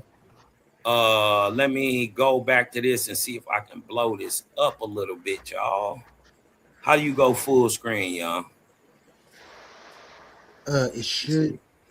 Where you at? Let me see if I can go. Oh, you on the Yeah, I want to see if I slide? can blow that up a little bit. Let me see. I don't think you can from that. Yeah, I don't think I can do it. Hold on. Go to slideshow. You see where it say slideshow up there? Slideshow. Click that. Click that arrow. Slide right here. No, slideshow. Go more to the right. Keep going to the right. Right. Keep Oh, going. okay. Right there. Ah. All right. Do that look better, y'all? Yeah. Look, the earliest depictions of a king in Egypt's pre-dynastic period are those of Mesopotamian priest kings. The priest king and his acolyte feeding the sacred herd, Uruk period, circa 3200 BC. This is 100 years way before them. We see Sumerian kings in Egypt. Right? Hold on. But let's get into this motif to show you that the hawk, all of it, is been influenced. But that don't take what. See, people play this, oh, I'm first game. You dig what I'm talking about? Or that makes me big and bad. No. You dig what I'm talking about? Egypt is its own thing. But people got to understand it is more complex, right? Than modern Egyptology allows you to believe. Because they pigeonhole their belief just like anybody else does with a scientific view, right? Oh, it can't be this. Why can't it? It's not possible that people migrated from the Middle East into a land that was burgeoning with life and water and all that. That just makes sense, especially if they're running from a climate event. Look at all the Mesopotamian motifs found in pre-dynastic Egypt. The priest king with his tunic and his brimmed hat, 100% Mesopotamian. The master of animals picture where you see the man holding the two lions. Hold on, let me show y'all 1 second. This is the This is the Gabat.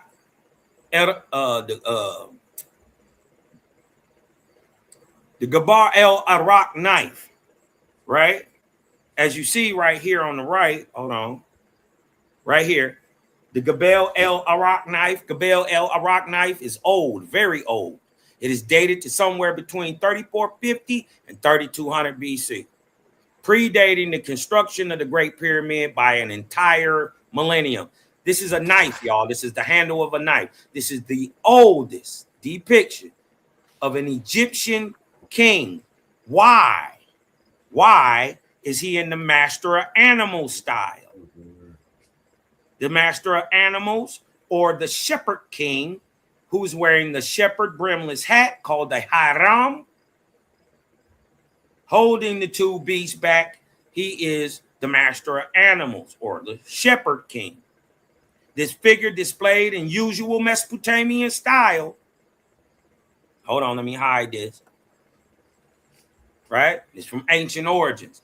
The figure is displayed in usual Mesopotamian style clothing, flanked by 2 prancing lions and a variety of different animals. While it is correct to use the term Mesopotamian, a more precise description of the style is Sumerian. It is likely the figure is not actually El, who they try to tell y'all that is, but the Sumerian king of Uruk, wearing a traditional symbol of his kingship. How do we know? How do we know? Right? Not only does the whole entire concept of a king come from Sumer, right? But not only that, but this is from the French Egyptologist Aaron Benedete, or a Frenchman, who obviously realized the importance of his find, right? What happened was he was looking for stuff in the Middle East. He goes to the Levant, right? And a guy who I guess was tomb raiding or whatever, you did what I'm talking about, got into a tomb in Egypt. And this is one of the things he sold him. And it's the Gabel El Arak knife. But even then, Aaron Benedite knew that this is what's called a lugal. A lugal is a king or a big man in Sumeria, right? But also the Sumerian, Akkadian, all that. They still call them lugal, right? Now it shows you on one side is a hunting scene and on the other a scene of a war raid, right? At the top of the hunting scene, the hunter wears a large Chaldean garment. Where is the Chaldean land? Sumer, Mesopotamia. Right? Don't get it twisted that these are somehow pale faces. They're not. They just niggas, but they're not Africans. They're called Persian or Chaldi or Medi. Right? His head is covered by a hat like that of our who? Hold on. Of our who? Lugal or King Gudia. I call it. Right? And he grasped the 2 lions standing against him. You can judge the importance of this Asiatic representation. This is the oldest depiction. Right? Okay, so let's go back down. I just wanted to show y'all that even the oldest depiction of a ruler, 200-300 years before, 400 years before Narmer, is a picture of a nigga from more east than Egypt. They brown skinned, they just not Africans. Right? I think a lot of people is trying to say or mix Sumer with pale facers, and because they get a picture of the Gudian, right? Because when you pull up Sumer, they pull up this bald head, pointy nose, German-looking people, right? But that's not, in fact, what a Sumerian or an Akkadian is. And they are the people who came in from out even further east, out of the Altai mountain region, Mongolia, way up there. Right? But look, all this is Mesopotamian. The priest king, tunic and brim hat, Mesopotamian. The master of animals, the oldest depiction of a king in Egypt, Mesopotamian. The serpopods, see the twisted necks right here again. Yeah. See the twisted neck? Those are called serpopods. why does Narmer, if he just this blackity black, you dig what I'm talking about? Bantu nigga from Africa. Why does he have the iconography of a Sumerian ruler? He even wearing the clothes, the tunic and all that. I mean, your little, what is that? Sumerian. It's Chaldee or Persian, however you want to call it. But it's from niggas from more east. So one thing is, we never see a Chinese ruler depicted with African iconography or Algonquin iconography or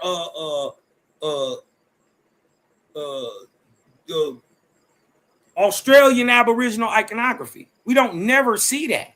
We never see a Chinese ruler, right? We see him with Chinese, Asian, Mongolian, Southeast Asian. You dig what I'm saying? When we see African rulers, you should see, especially at their foundation, African iconography. We don't see it. Everything we see on Narmer's palette is Mesopotamian. Huh? We got the serpopods and the serpofelines. And Narmer's palette is the earliest palette you said? It's the earliest palette or for the founding of what we would call Egypt. It is before the pharaohs. That's why my founding. Yes, Narmer is the last of the pre-dynastic kings and the first of the dynastic kings. You see what I'm saying? At him, he starts and stops a dynasty. So really what they don't understand is, Oli, and why Cosma really come out and tell the history of really what's going on without interference of people who are not us, right? We give it from a melanated point of view is because why Narmer is so remembered through history, because what's being documented, y'all, in the Narmer palette is the very first coup.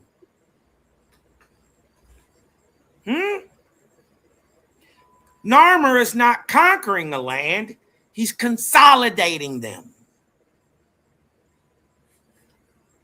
This is why the people we going against, they keep calling Asian, because that's where him daddy and them was from. That's who he getting away from.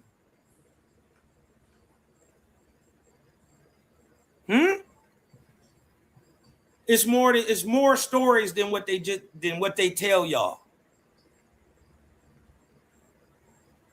Hey, yo, Kaz, really quick. Thank you, brother, for bringing that out. The reason being, I went so hard at Meta is because it was another guy up here, and he was like, when I addressed Narmer's palette, he said, "You don't know what you're talking about, Omar. That wasn't people of the southern land being smited." You know what this brother said? This brother said he specifically said, "Omar, you're wrong." He said those are outside invading people. The dude that was on his knees being smited with the mace, which you clearly showed was Mesopotamia, but that's a whole different subject.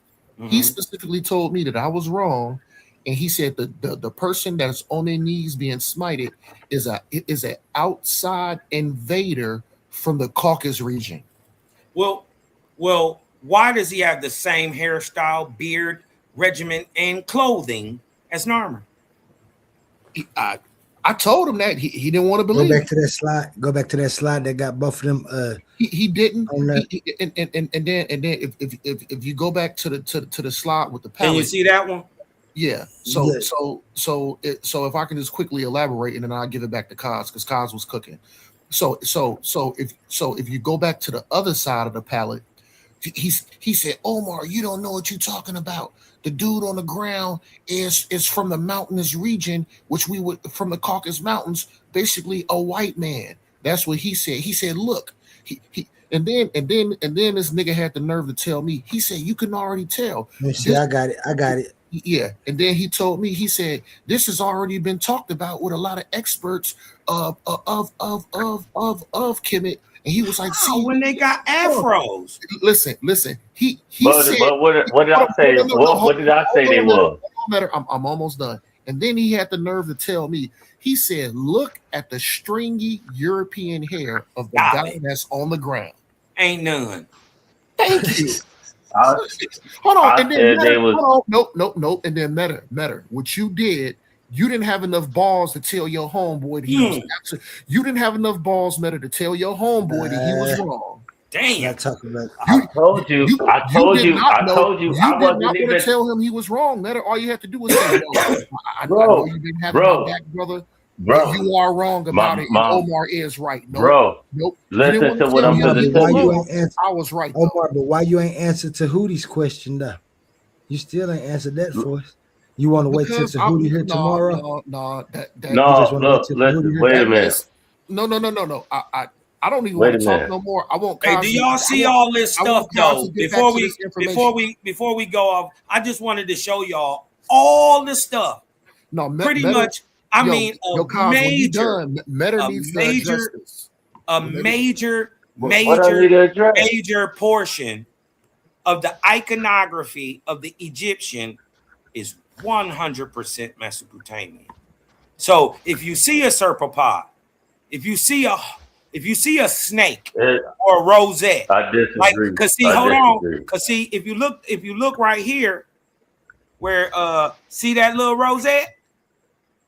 Oh, yeah. See that? Right there? What y'all need to know is that ain't Egyptian. It was given to them through cultural exchange. Also, genetic exchange, and I agree with that. And had been giving them genetics, civilization of all sorts for over 2,000 years.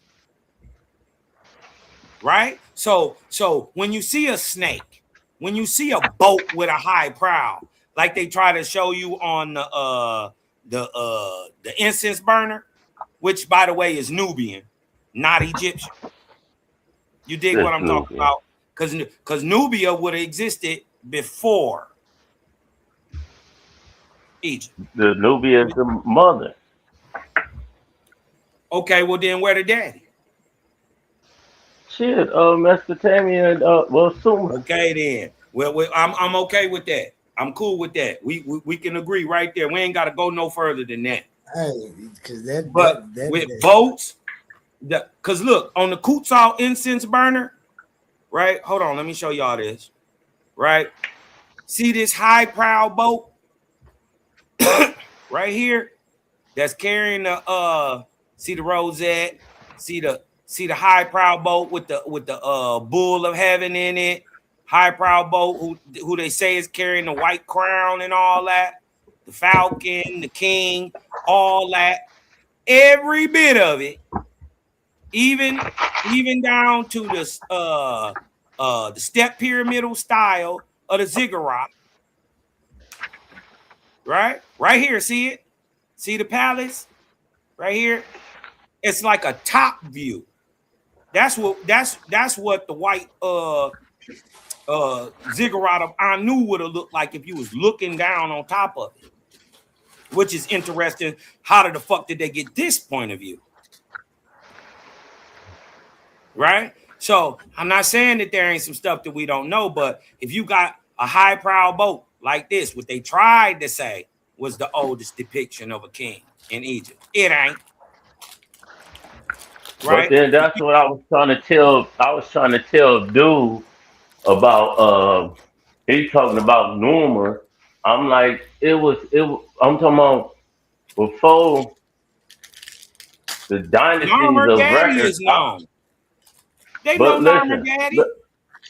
But I'm just saying though, before like, okay, you get the dynasties and pharaohs. Our Yeah. people didn't take records into that. You know, Um, that's where. Hold on, bro. Hold on. I'm with you. Come That's on. where you know.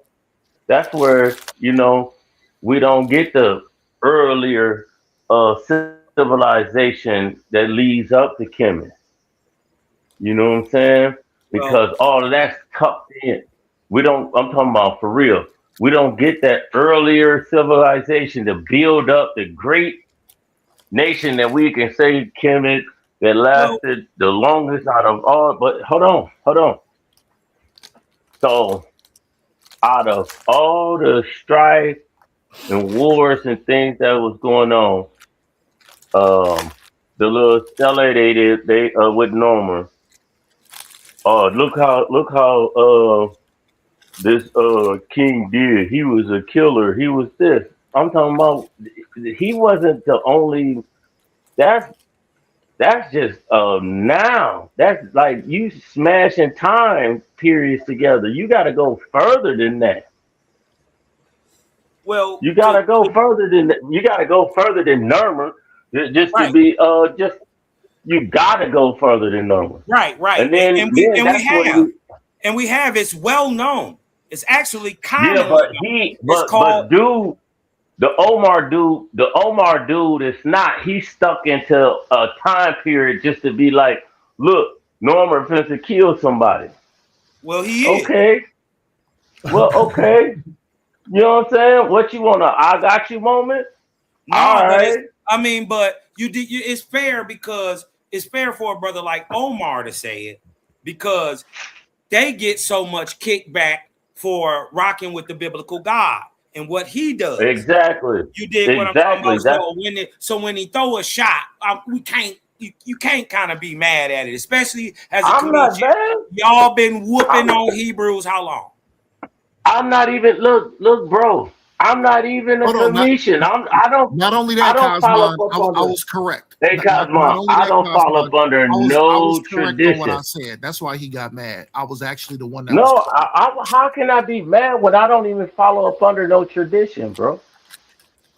I Yeah, don't you follow up stand on, under man. Who's dick riding that What do other you guy that stand was on on? here? Come on, Omar. what you Come on, mean. come I'm on, brother. talking about when it come down to our African our history. I'm well in tune, and I want to learn, and I want to know. I'm saying, but what Either are if you it's standing on? from What do you stand on? We know what you don't. You don't stand on Egypt. What do you stand on? I don't know. I don't stand on no tradition. All I know is I have ancestors that I know. I have a sister that died a few years ago. Mm-hmm. She's with the ancestors. I love her to death. You know what I'm saying? I know how to stand strong, My be right, condolences and too, then bro. I take look, listen. Take out of all the traditions as far as the 10 Commandments, the 42 law, the 42 confessions, all of it is talking about you. Well, And how I said, I'm a man first before anything. You dig what I I mean? Yeah, I I believe totally in agree, the. and you more like a faithist than you even know. We I'm don't not a turn faith. down nothing but our collar either. We don't turn I'm down not a nothing but our faithist. collar, I don't. Man, I'm not no and my faithist. shit I be know that blunt half the time. I'm talking about. I know. I don't believe in nothing. Oh, I know. I me gotta know. either. Me either. I don't believe in Yeah. anything either. Man, what is I'm talking about? But then at the same time, is I that's know. it. You know what I'm saying? And then guess what? I say to myself, I do what I have to do as a man with my children. I go on about my day and I learn and I do research and things like that, and that's it. You know what I'm saying? Yeah, What I'm I gonna mean do? Go to hell? that would Yo, be What I'm gonna go nice to if that hell? was really it. hey, Cos, hey, What if That, it Cos, that was I'm talking bigger about. hey, stuff? Cos, Hey, hey, yo, bro, Cos. bro, If that's it's no, it. That's you gotta totally just it, bro. All Cosmon right. Well adjusted then you. Cosmon you're adjusted fine you. being where No, you at. no, he's singing a different tune, Cosmon, Cosmon. that's totally it. Don't let him That's fool All you, it. right, brother. Period. Cosmon. Brother, I'm not He's gonna argue with you, bro. he's singing a different tune now. It's your opinion. I Man, won't argue your I opinion. promise, I stand firm. I'm talking No, about when it come down to Kemet, you I singing a love different Kemet. tune. What? Well, You how am I singing singing a different tune? You never asked me, hey, bro, When what that is other your, guy, what is, when that other Kemet guy was on a panel talking before I even hit the panel, you was agreeing with everything this nigga was saying. I was agreeing on the information, bro. So So what part of that don't you understand? So when I came on stage and I told the brother he's wrong and I addressed Norma's palate, and then the dude told me And that's I when was my, that's listen, when, and then once the guy told me I was wrong and that the person on their knees was a European Caucasian, Like it makes it better. It don't make it better. from the Caucasus Mountains so in Metter. It don't make it better. He's still a murderer. You did not correct him and say, you know what, brother? but did I say anything? Y'all talking about, did I say anything prior though? Brother, you never said I'm trying to tell you, I had, Metter. You never told that brother he was wrong and I was correct though. You didn't have enough balls to say I'm that. talking about, You didn't have look, enough hey, heart to say that. bro. I had difficulties with my earbuds, just like I did earlier, Man, just you like said I you did a need to go couple take times. out the trash, and then you Man, said it don't matter, man. It don't matter. I don't have to lie to you, dog. I don't have to lie to you, man. Man, dude, this guy is like, man, this I don't gotta lie to you, dude. Like I said, Cosmo, tell him to pick a topic of anything, and I'll smash. That nigga said he had to go take his dog had to use the bathroom. Like he went from one Pick a extreme topic. to another. Man, I said what I said, dude. I'm Brother, not bagging up. I'm not running from nothing. We not moving. We are not moving off of this topic, off of things that Oli presented in his presentation. That's cool and all. He said Caucasian. One of the things that Oli presented in his presentation was Narma's palette. So let's not run from the palette. Let's not run from Cosmon. Showing all these transparent things that a lot of people get confused that Kemet started it. Kemet was the first to do that. So Cosmon's whole point is when, like he said, when you look at the mace, the earliest representations and origins of it, where Mesopotamia. Ethiopia. Listen, it's all the same. When you look at the Ethiopia bull, is not the same place, but Sumer. Yeah, when Sumer Cosmo is brought out the bull, Mesopotamia, is Phoenicia. Thank you. It's all the Middle East. All those are the serpopods, also called Canaan land. The serpopods. Okay. The snakes. So this is where y'all try to get. Y'all try to get to the biblical. Take what? Okay, finish that. The fact of the matter, I was just Let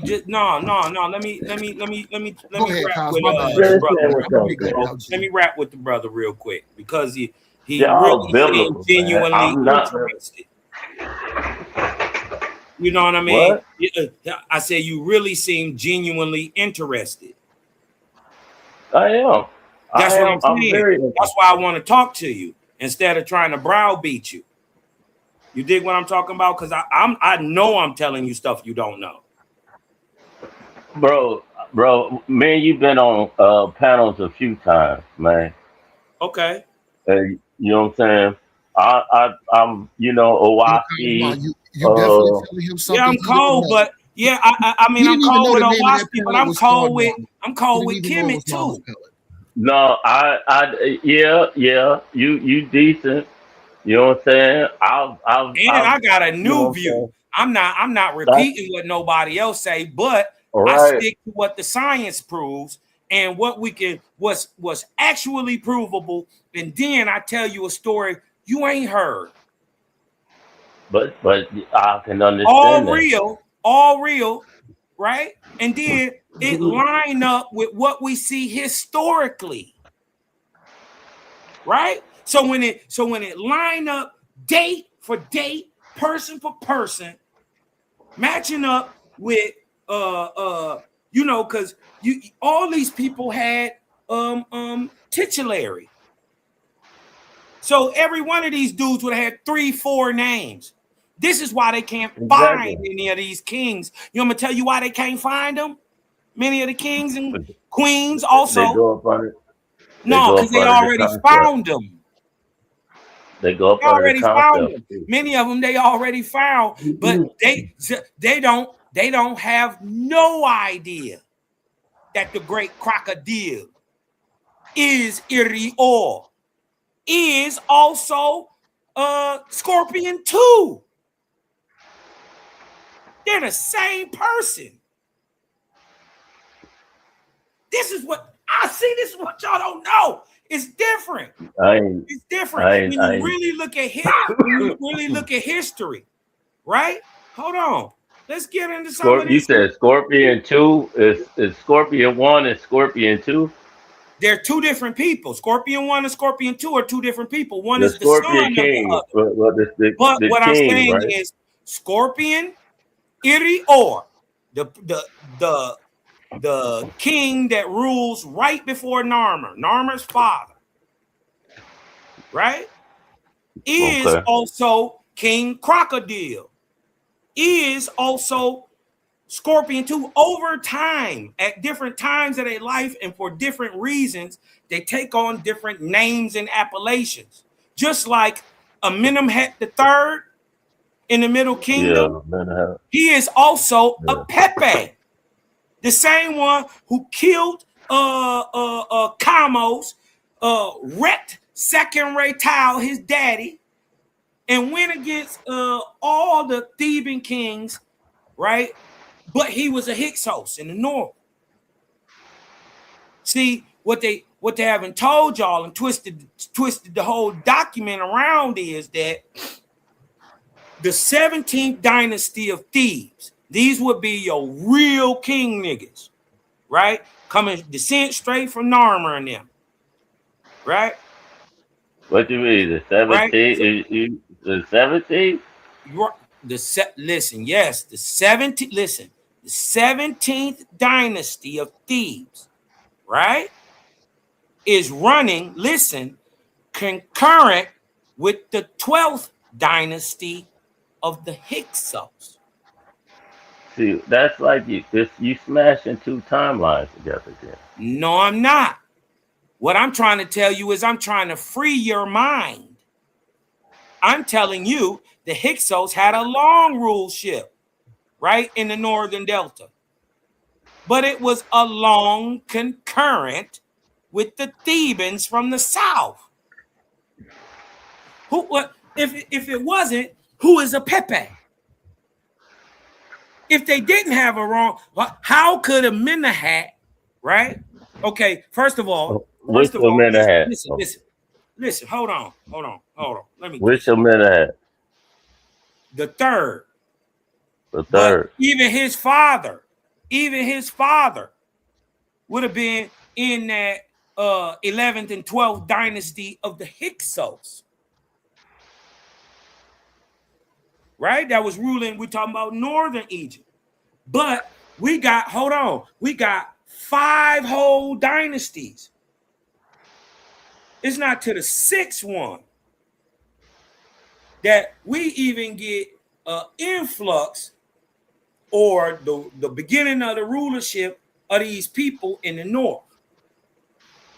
So you saying okay? And so pause for a second. I just want to ask a question. I'm not, So you saying, okay, we're gonna start with the 6th dynasty, right? So it'll be what happens? What happens at the beginning of the 6th dynasty?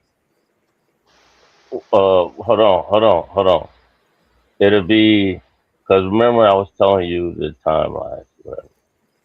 Because I'm trying to calculate. Mm-hmm. You saying the 6th. So I'm saying like, about the 1900s BC. I'm talking about 1900s to 2000 BC-ish, right? That would have been the beginning of your 6th dynasty. But what happens at the beginning of it? And what has been going on for the last 100 years? War. By who? Was it shit, damn.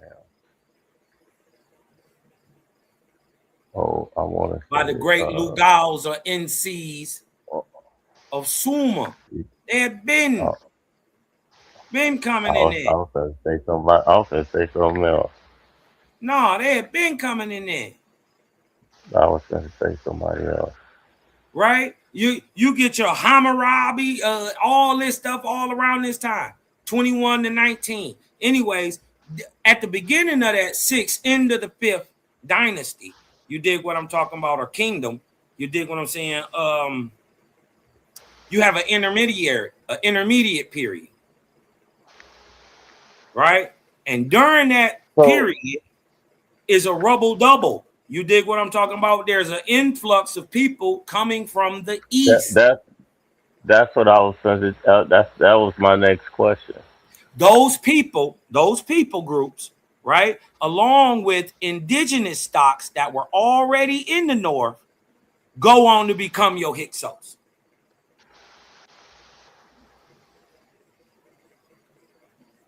But man, that's crazy because The timeline is, listen, they don't teach y'all how to tell time in Egypt. They say it's always going to the Nile. Wrong. That's on your planting seasons, right? How you gonna plant? How do you tell time galactically? We use the moon and the sun, right? And it has, listen, roughly how long would you say the Hyksos was in Kemet? ruling about 250 years. Two, 300 years. Two, No, they was three, there two. before that. They was there But before that, but they were vassals. They didn't come in dominating. Remember, Amenemhat the they was first gas. overthrows Yeah, they was his gas. ruler in the north in around 1750. They try to say that that's way earlier in the 1900s, but it's not. This around 1770ish, 1750ish. Amenemhat overthrows the ruler that would have been of that Theban line in the north. They overthrew them. And out of that time, out of that 250 plus, I'd say 250-ish year run, because it ends in 1550. And we know why. We know why. So, The beginning of with the the new Hyksos, kingdom and that bad boy, bad man called Amos the First. Him and his so mama wasn't no joke. the Hyksos, yeah, because almost had his mom. It was dope, but he had to cut out though, right? No, he had to No, he was take over. no. Because listen, a Pepe, right?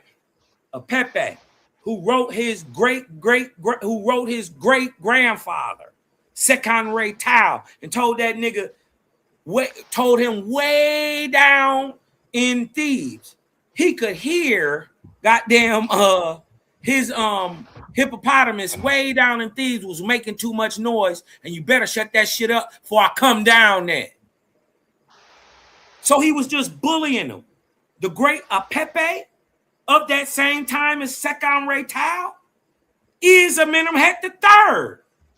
Or But his sorry, mom, the his same one. mom, No, listen, no, nigga, his I'm mom talking was about the the nigga. two. Listen, wait, you too far ahead. If you got to Amos yet, you too far ahead. Amos was a baby, he was a child when Amenemhat killed his brother. He was a baby, a child. He wasn't even born. He wasn't even born when he killed his daddy. He wasn't even born when Amenemhat III killed his great granddaddy and his granddaddy. This nigga Amenemhat was ruler 46 straight years and 19 as a co-regent with his daddy. Them niggas was monsters. This is what they not telling y'all. Them niggas wasn't no hoes. None of them, neither side. But let's look at it for what it is.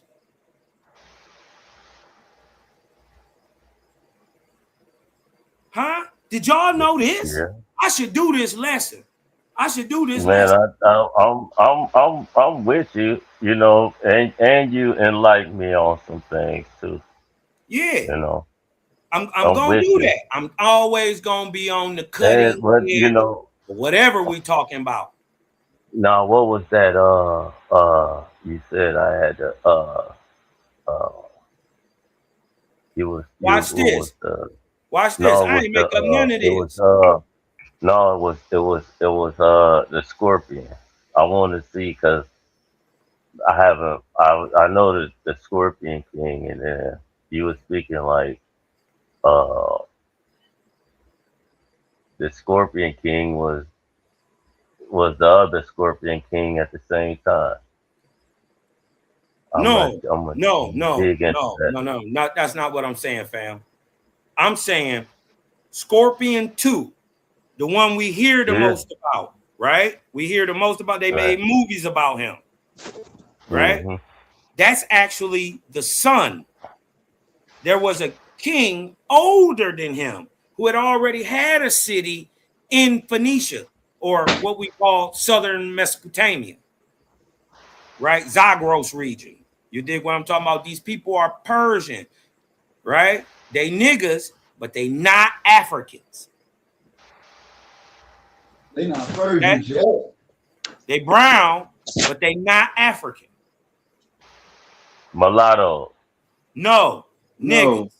they niggas. Being they Asiatics. They call dark them skinned.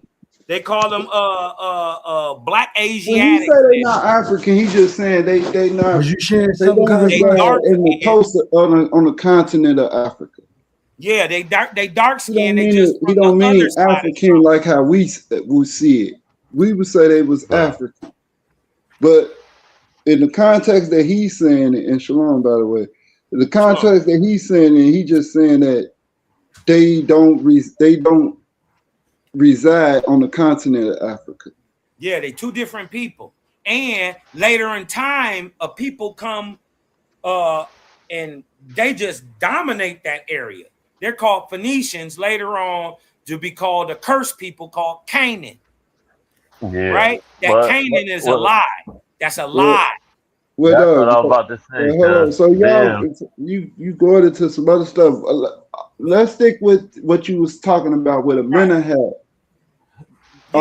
Amenhotep You the saying third. Amenhotep is the king that killed? He's also the king that killed Sennacherib the Second third, reptile. second. Yes. Yes, He also killed Sennacherib. Kamos. Okay, the one that killed Sennacherib was Apophis. Listen, Apophis or Apepe, right, is Amenemhet the third. That's So I know. Hold on. But I gotta explain this to you. Because if I just get to talking about it, you'll never understand. No. We can touch on it. So they do have a statue of Amenhotep, who they say is Amenhotep the third, and they say that his beard is different from how the Egyptians had the Egyptian kings were how they beard. So they saying that this is a foreign king, that he's a foreign king. Hyksos. Right. He a Hyksos, but I don't know if they that don't know is reliable or not. But from the statue of Amenhotep, he got the full stash like the Hyksos statues, like with the lion mane. Here's the Hyksos. This is what I remember. keep If y'all want to share anything, just let me know. Hey, I put it can up you there. see my screen? Just pull up Amenhotep the third. So I thought you can't see my screen. Hey, No, you Cosmo. showing Kemetic. No, I think this only presentation. No, can y'all see that? Y'all see where it say Thutmose the third? Can you share my screen, Oli? Or how do I get up out of here? Hey, Cosmo. Yo, sir. For example, the Hyksos, right? My bad. You up there now, Cosmo. My bad. You wasn't up there. Do that screen. If we do go, that slideshow again like you did last time, Cosmo. Okay. If we go into biblical. Why we gotta So go into would you say? No, we ain't going to the bill. I'm talking about because Y'all This do is that all the look. time, even The on Hyksos, West We the shows. don't gotta Hyksos listen. was We don't gotta go that way. I can okay. tie the All right. story in. Listen, I I can can't tie the even tell you. story All in right, bro. for hold on. I can tie the story in with Bible for my man GDN No, no, and no, never no, have no. to I already disrespect. just studied it extensively. You don't have to. I just want to understand what you when you saying that Right. a Well, if you prophet don't understand is a this, Pepe. you ain't studied really extensively. Now, I let me show no, you I what have a study. I have. So listen, what I'm saying who told is what did they teach you about? Egyptian titulary? no. Why are you going into some? Listen, what I'm saying is you Understand said what that a Amenhotep the third is yeah, a prophet.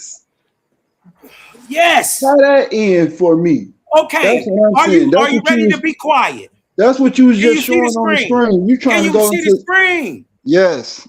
Well, be quiet then. Let me teach you. You keep asking how, I Cosmo, just said tie how. it in, bro. All I right, just well, said be tie it quiet. in. Be That's it. quiet for a second, and I'll teach you how. You don't It's have to teach me. how, Just show me how you brother. your I'm teaching you. methodology of how I'm you teaching came you up with because I'm that. telling you something you don't know. I'm How I teaching you. just said, Man, you gotta show I a just You don't source, told know. you that man. they. Hold on, You wait, don't hold need on, none of this info. Then Cosmo, I'm gonna you let don't you need go. none of Listen, this info. You Cosmo, got it. let's not spin the No, you got narrative it, fam. because when I I'm got not up about to here, argue I with you. just said You got it, fam. there is on some sites where they show a Amenhotep the third, and they basically saying that he's a foreign king, which I agree with. It's been known that. The So whole point is that I it's been already stated. Hold on, I already agree with you on that. But so I'm what are you saying talking about? tie it in with what you No, talking about nigga, of you got it. prophets. No, you got it. Since you knew this and you knew this already, don't worry about it. Bro, show your You will see it when I do the lesson. do your presentation. I'm just saying, don't No, spin a I'm narrative straight. saying No, it's you something got that it. I didn't You know. got it. That's No, what you I'm know saying. everything. You got it. But you don't know how it happened. Anyway, we know that those You two don't know. dynasties, the Hyksos dynasty, in the second intermediate period, and the 17th dynasty of Thebes was running concurrent because when if you read Kamos, Carnarvon, he said it's either Kamos or Kamos wrote the Carnarvon. Almost he had the expulsion of the Hyksos. So when you read their thing, because it's no matter of fact, it's both on the Carnarvon. It's 1 and 2. So the Carnarvon tablet is almost says he got to share his throne with the Amu, with the Asiatics. So we know that those two, from that context, we know that they was running concurrent. Go ahead.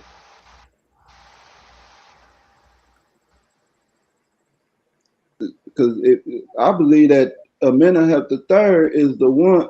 I think it's the third. He's the one that gave Joseph his Egyptian name, which was Zephaniah Paneth, and his daughter his daughter was Aneth, venerating the goddess Neith. So the reason why I say that is because that's when they build the dam under Amenhotep the third. They build the dam where they run from because the Nile was flooding, so they built the dam from that. They started on that construction then. The Arabs call it it's something with an F.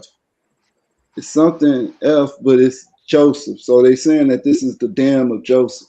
But I'll get the correct terminology of what I'm talking about in a second. But yeah. And also when you go into the tomb of it ain't Khnum-Hotep. It's the other one. They got the famine. The famine. It talks about the famine. I think it's of Amenhotep the third.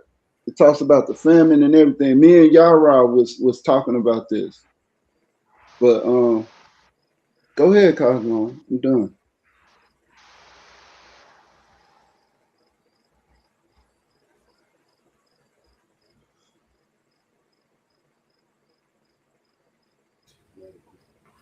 Yeah, man.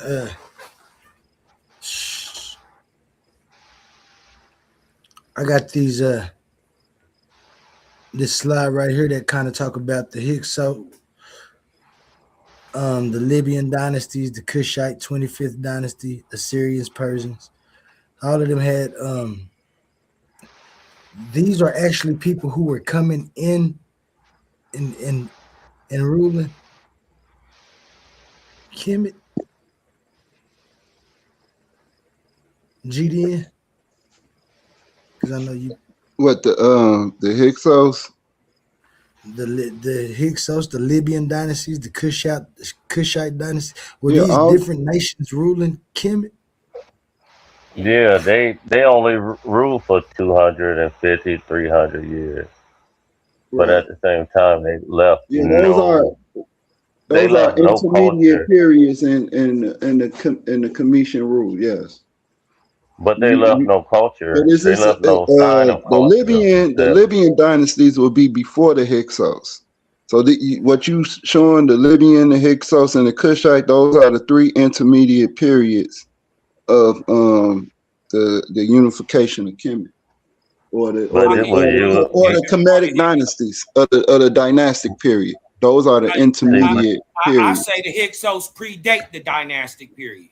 but That's what when I did my you research. gotta That's think what I about found it out that about the Hyksos. Why would they the predate the dynastic period? whoa whoa whoa whoa When we're whoa talking whoa about they Amenemhat don't Before predate. Egypt was, and Apophis. because they No, were a people no, before, because they were a people before Egypt come existed. on, Cosmo. Come The on, Hyksos are Cosmo, not, man. they're not a No, I'm people just though. saying. no, man. Yeah. Come They was on, man. classified as Hakakasus because that was a term that was used By for who? in the eighth dynasty. It was used for the eighth dynasty for the Yeah, rulers of Cush, that's too late. of Nahasi. It's too late. That's the eighth. That was eighth Yeah, dynasty. eighth dynasty So, is too late. and then when you get into the You got to be before the is it first. 15? No, the 12th dynasty. I think it's the 12th dynasty. It's the second intermediate period. So when you get into the second intermediate period, then you have these people, these Amu being classified, the chieftains of the Amus being classified as Hekakasus. Anyways, share my screen real quick. You know what? I'm a hook the people up. You dig what I'm talking Thank about? you and Just appreciate you you. Let dig me what I'm get talking you up about? there. Because you dig what I'm talking about. It's a lot of flammery going on up here, but they don't really Fayum. know what That's they what it's talking. called. The Fayum of Joseph. That's what the dam is called. And it's still there today. You ain't sharing that, Cosmo. When you got it, let me know. Fayum. Is it Fayum sharing? of Joseph. No, It's not. Hold on one no. second. That's what the Arabics call it. That dam that they built right there in Lower Egypt, they call it the Fayum of Yosef.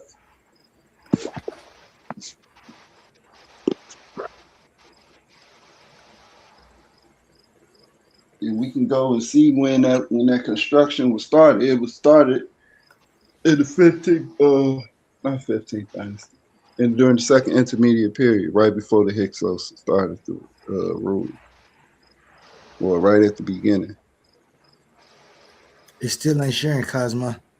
Hold on one second, brother. Okay.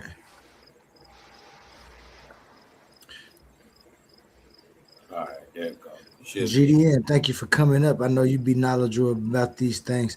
I'm doing an investigative journey. I'm trying to just figure out things that I know and things I don't know. So I appreciate you with the history.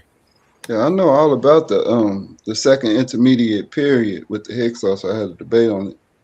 I can give you all the kings from let's start at from the Hyksos rule. We got the whole king list from the Hyksos rule all the way to Thutmose the first, and going to Akhenaten. Bet we'll get into that right in just a little bit if you still here.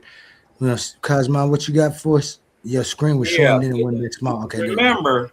Remember, I'm teaching the brother. He just can't humble himself to let me teach him. Right? He think that it's bad if Cosmo telling him something he don't know. Right? Because I'm younger than him, probably. I don't know why he feels that way. Right? It's something that irks him that me teaching him something he knows nothing about. But he asked the question, how is it done? By the way, this whole document, which is it's massive, right? Is about the source for the kingship of pre-dynastic Egypt. That's what this document is about. The source. Can you get into it, Cosmo? Can you read it? Can you read it for us? Yeah, Egyptian. He asked, how was it done? How is Apepe, also Amenemhat, also Apophis, also Sekhemre, also Akenre. How is he all these people? Well, he can't be It's called Egyptian titulary. See? You ain't know that, y'all. So I'm talking something different than what he talking. He won't let me get it out to y'all, though. Titulary.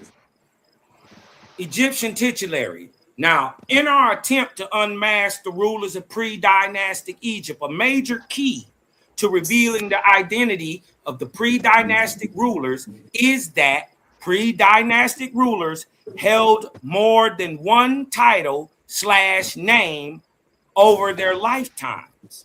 That process is called titulary. The royal titulary or royal protocol is the standard. Go ahead. You can read it, bro. You got it.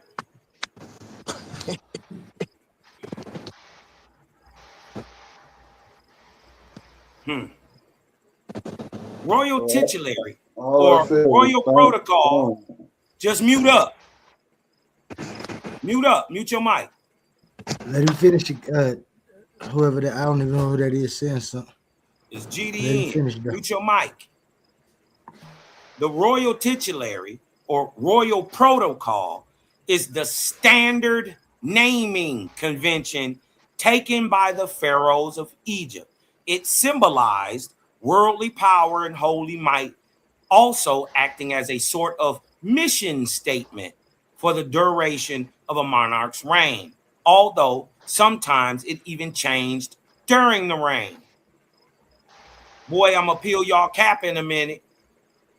In order that the pharaoh who held divine office could be linked to the people and the gods, special epithets were created for them at their ascension to the throne. These titles also serve to demonstrate one's qualities and link them to the terrestrial realm. There are 5 royal names. One is called a Horus name, a Nepti name, a Horus of Gold name, a throne name or prenomen, and a personal name or a nomen, right? A prenomen and a nomen, right? Or a king name and a personal name, right? Now, here is Thutmose, and I show you how this is done in real time, how it's written and everything. But let's go down to what we want to talk about, right? Right. Now, in order that the pharaoh who held divine office could be linked to the people and the gods, special epithets were created to them at their ascension to the throne. These titles also serve to demonstrate one's qualities, link them to the terrestrial realm. The 5 names were developed over the centuries, beginning with the Horus name, right? So we see the names of Thutmose and all them. But the use of Egyptian-style titulary is not a leap in logic, right? The phenomena or taking different titles during a king's reign is common in not only the first dynasty, but all subsequent dynasties. For instance, let's take the great king Amenemhat III, right? Of the 12th dynasty of Avaris, or of the Hyksos, being ran by the Hyksos. Amenemhat III is a Hyksos, right? So we ain't never got to say that again. We ain't never got to say he foreign. We know that, right? But his people been whooping ass in Egypt 200 and some years, right? So, for instance, let's take Amenemhat III of the 12th dynasty of Avaris. Is also called at the same period of time Apepe the First by the rulership of Thebes. Here are examples of Amenemhat / Apepe the First, right? Here go some of his names. This is Amenemhat Nebkepsharet. His second prenomen is Akenre, or great is the source of Ra, and Ra is the Lord of strength. But here we go, right here. Let's break it down. The prenomina Apepe, right? Nebkeshre, right? Akenre, and Usare are three prenominum throne names used by this same ruler during various parts of his reign. Huh? I ain't making up none of this. It's commonly known. While some Egyptologists once believed that there were two separate kings who bore the name Apepe, I agree that there were. There was an Apepe II who disappeared, the same way that Amenemhat IV disappeared.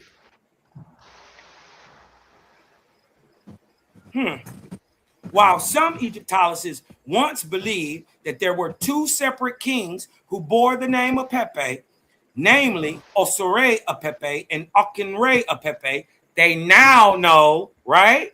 They thought that they were different people, right? But they now know, listen, namely Osure Apepe and Akenre Apepe, it is now recognized that Kamudi succeeded Apepe at Avaris, and that there was only one king named Apepe or Apophis, Amenemhat III. Huh? Nebkeship Ray, or Ray is the Lord of Strength, was Apepe's first prenom. Huh? Apepe is Amenemhat. Throw them out. Nebkeship Ray for also Ray Apepe, also Ray Akenre Apepe, also Ray, Nebkesh Ray, all Apepe, all Apophis, just depending on who's speaking. Right? The same name is Apophis, is Apepe, is Amenemhat. Same person. Different title. Nebkeshep Ray, the Ray is Lord of Strength, was Apepe's first prenom. That was his first little throne name. Apepe, right? Nebkesh Ray, right? Is Amenemhat. That's how. Right? This Hyksos, listen, towards the middle, it was Apepe's first prenom. Towards the middle of Amenemhat III's reign, who is Asare Apepe, Akenre Apepe, also Apophis, also Nebkeshep Ray, Akenre, and also Ray. It's all one man. Right? This Hyksos ruler adopted a new prenom, right? Called Akenre. The strength of Ray is great. In the final decade or so of his reign, Apepe, Amenemhat III, chose Osore as his last prenom. While the prenomen was altered, there is no difference in the translation of both Akenre and Osore. His horse name, Sheptawe, right? Didn't we just show Sheptawe? Hold on. Hey, Kaz, you got to chill, man. No, man, because I be on so much stuff, I don't even have time to do this stuff. Man, I got shit. Man, this bitch is probably like 100 pages. 150 pages. Man, bro, I got so much information. Tired of climbing in just to prove who these niggas was before we knew who they were. Somebody knew. I sure appreciate you for coming with it. Black Viking came to the stage while you was going in. You was going in for a minute. Let me see if he got anything to say. Thank you for coming, Black Viking. This is my first time seeing you on the panel. I think I done seen you in the chat before, so I appreciate the support. You got anything you want to say about what you're seeing or hearing? No, I don't know if you see me in the chat. I just be trolling with my names and pictures and shit. It's Copper Draco, man. I fucks with Kyle. I already know how he get down. I done pulled up plenty times. But I'm just vibing right now. You know, as soon as I'm able to add value, I'll chime in. All right, thanks, Draco. Okay, she's just another one of your. Oh, I got you. All right, Cosmo. Right. I would just wanted to finish this up, and I'll just be quiet. His horse name, right, is also Sheptawe. Is attested only twice, once together with Akunre. It appears on an offering table and on blocks at Bobastis, one of the biggest cities. Right. Now, this demonstration of Egyptian titulary being used in real time is objective proof that various names were used at different times of a ruler's kingship as a natural cultural adaptation or expression in kingship. This also is proof of how easy it would be for someone, aka Egyptologists, to assume each different name is actually a different person. Egyptian titulary, by necessity, could also muddy the origin of any true ruler of Egypt. With Egyptian titulary being put into new context, we must now apply this new point of view to what is commonly understood and what can be proved. And then I go, right? And there's a reason this revelation is so important. Why? It's because it clarifies a lot of the historical mistakes created by Egyptology when it comes to chronology of Egypt. The revelation of Amenemhat III as Apepe I and Apophis is historical and archaeological proof that the 12th Hyksos dynasty of Avaris ran concurrent with the 17th Southern dynasty of Thebes. This, my friends, is what's called the game changer. This is what y'all can't do. They be trying to hate on Cosmon, but Cosmon the coldest. I'm the coldest to ever do this shit. Thanks to the creator. I'm a fucking fool. Yeah, but you didn't show that he was Sensoret. So who you saying killed Sensoret Tau? Nigga, I'm telling you, at the time Sekonre Tau, that's how you say it. Sekonre Tau was on the throne, so was Amenemhat. Right. So who killed them? So who killed them? Amenemhat III. Okay, but at first you said that they was the same. No. Sekonre Tau. Play it back. Play the playback back only. You said that Amenemhat was a Pepe, he's a Apophis, that's just Greek, that's just a transliteration, so that's true. But you said he's also Sensoret Tau. He said that was his horse name. I could have sworn he said that. That's why I asked you how so. No, he killed him. Amenemhat III. Right, he killed. Amenemhat III, the nigga who killed him. So how he gonna be him and he killed him? But that's what you said. You must have misspoke. That's not what I said. I would never make a silly No, mistake. I think you missed the part. I think you just misspoke. That's all. I didn't No, misspeak nothing. no, you didn't. You missed the part, GDN. No, I'm finna play it for you. Watch this. I'm play it for Watch you. this. Because he showed the separation of it. What I said was Amenemhat is Apophis. He is a Pepe. He is Nebkeshep Ray, Aken Ray, and Osar Ray. Listen. Yeah, I didn't make no mistake. I said he killed him. He Hold on, killed let's do Amos it. too. One ruler did that.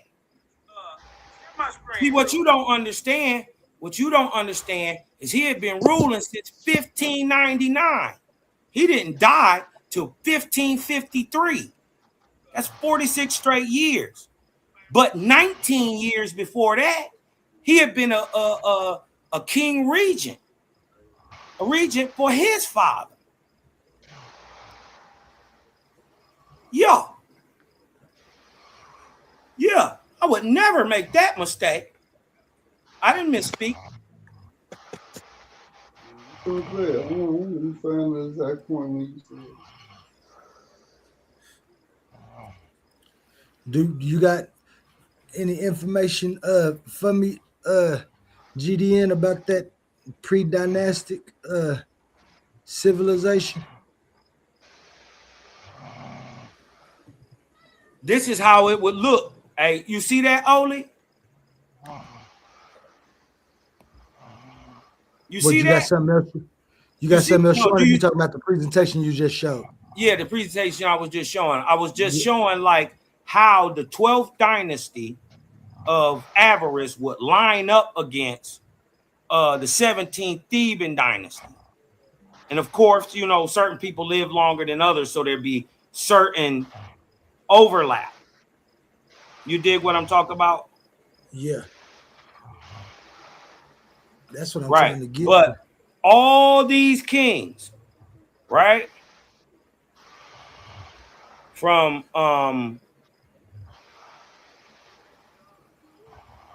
Sunsaret. Here you go, right here. Can you see that? Am I tripping? Or can y'all see that? It said a side-by-side ruler comparison. Oh no, you put something else back up there? Hold on. You didn't put it back up. I didn't put it back up. My bad. Hold on. I thought it was up there. Right. Of course, there's, you know, overlap in some of the ages of the people. But I wanted to show y'all for the 65 years that this man ruled consecutive, he would have been contemporary with all these people that he ended up dominating over. Because they was in the north running shit in the Delta. You dig what I'm talking about? Thebes was still doing its thing. But right, we talking about way up here compared to way down here.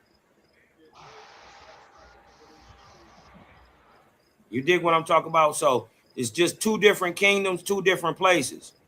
But big boss dog, Amenemhat up here told them niggas keep that shit down. I can hear your hippopotamuses making too much noise up there, and don't make me come down there. What he was in Thebes, and they was where? He's Apophis. There's a great letter, a letter sent from Apepe, who is Apophis, to Sekan Tao, the father of Amos and all them. Where was they located at again? Can you see this one right here? Yeah. Okay, it's a side-by-side ruler comparison. This is the 12th dynasty of the Hyksos. It's younger than the Theban one, the one that they would say was true Egyptian. Right? We got Amenemhat III way down here. Now, look, we got Amenemhat IV, who I say is Moses. right? And Sobek Nefru, his adopted mother and sister, right? Because Amenemhat III had no sons. Well, who the fuck is Amenemhat IV then? Well, anyways, we ain't gonna go there. What we're showing you is that in the 65 years of the rulership of Amenemhat, he was contemporary with Sekamre Wimpat in Tef the fifth, Nu Kepere in Tef the sixth, Sekamre Heru Ma'at. He's also contemporary with Senaktinre Amos, who is the father of Sekanre Tao. Right? Roughly, Sun Saret and Sekanre Tao are the same age. They're contemporaries. They would have been the kings at the time, right? But in 1599, when Amenemhat takes over, Sekanre Tao is still on the throne. Amenemhat, get him out the way. He already got Amos out the way. He got the business too. Amenemhat did that, got him up out the way. Right? Got Sekamre Tao up out of there. Did Kamos bad. All that in these 65 years. Everybody he got right here. He was warned against all these people. So then almost kill Apophis. Huh? Didn't almost kill Apophis? No. What? No. So almost didn't kill Apophis? No. So Senare Tao, right? He comes, Apophis kills him. We got his body, he got a fatal X wound to the head. On if you go to what we talking about? Almost, I think it's almost the first. That he has a stele where he in the rims he posed, and it's Apophis on the floor that they hold on, I'm pulling it up. Well, Apophis would have already, but like I'm telling you, Apophis would have already been dead before Amos ever found the new kingdom in the 18th dynasty. No. Yes. Hold on, listen. If Amos killed Senare Tao. He didn't. So how could Amos kill Sekamre Tao? Apophis kills Senare Tao. My bad, I misspoke. Right. Apophis is Amenemhat. Okay. Then Amos is the next king to rule. He's his son. No, it's not. What? You ain't even looking at the screen. I am looking at the screen. Well, what's after Sekamre Tao? That king's list is wrong. Oh my God. Listen, y'all. Listen. My bad. You right. No. Kamos is almost their brothers. No. Listen, bro. I said, listen, I led. But hold on, Cosmo, you gotta stop doing that, bro. No, I'm a bug on you, nigga, man. Could you jump to conclusions, bro? Amos and Kamos. Fuck running your mouth, don't know what you're talking about. Bro, I do know what I'm talking about, bro. I misspoke. Kamos, I talked about Kamos. Listen, bro. I get almost Come on, man, we supposed to be brothers. Come on, man, we supposed to be brothers. Come on, man, we supposed to be brothers. I ain't got to deal with this. Hold on. Listen, bro. I get Amos and Kamos mixed up sometimes. Because they. So when I said Amos, okay. I don't care what you said. It's Kamos. I said Kamos is the one that wrote on the thing. On the Carnarvon tablet. It was wrong when you said on the back of the Carnarvon tablet, it's almost but on the back of the Carnarvon tablet, it's almost succeeding Kamos. Duh, that's his brother. Okay, I mentioned that. So So when what? I'm You talking, still but that wrong. don't get away. But It you're don't not matter. finna Just run. because Hold on. you say a person's name and you mention it totally wrong and using it totally wrong, but you mention his name, don't mean you was right, nigga. Bro, I didn't Just be listen. quiet I for a minute. didn't mention nothing was I Well, didn't just shut mention up. You don't even know no. you don't know the order. Be quiet. Bro, I just gave y'all the No, you order. What didn't. did You you didn't give a mean? shit. I gave you the order. I did give you the order. Just be quiet, bro. You know What are what? you Fuck. talking about? You got I it. gave you the order. Like I said, You don't know shit. Apophis killed Santa Ray Tao. After Santa Ray Tao, his son ruled. Kamos Amos is one of them. It doesn't matter. His son kills Apophis. No, it didn't, dumbass. He killed Kamos. Oh man. No, he didn't. Kamos is the one that stupid. You didn't even know he existed. How Oh you my gonna God. argue about a nigga you didn't know existed? Who didn't know who? How I didn't know Kamos didn't exist? Nigga, because you didn't know that he got killed by Nigga, I've been saying Amos and Kamos the whole time. No, you weren't. No, you weren't. Let's calm down. Let's calm down a little bit, man. All right, listen, bro. This is what I'm talking about, bro. You think I'm trying to attack? I'm not attacking you, bro. No, You don't know because what I'm gonna you're say what I gotta say, bro. I'm gonna say what I gotta say. And you keep trying to say like you teaching me something. I told you I knew about this already. And I gave you the full King's list. Sandra Reptile and then his sons ruled out. I told you, Apophis kills Santa Reptile. He got an X wound to the head. After that, their mother, they had a thing, and Kamos ruled. Kamos goes up to Avaris and expels the Hyksos. After he kills the last ruler of the Hyksos, being Apophis. And after Kamos wrote about it. That's what I'm trying. That's how I know, because you can read the Carnarvon tablet. It's my third time mentioning it. The Carnarvon tablet. He said he expelled the Asiatics, right? And after he says, and then almost succeeds him. After that.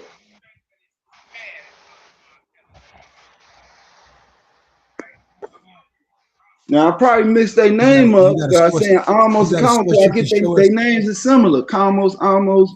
All I know, they brothers. Some people say that that's his son. It get mixed up with the Egyptian stuff. They never clear. It's what they call it. Because the word for son could also mean brother. You know what I'm saying?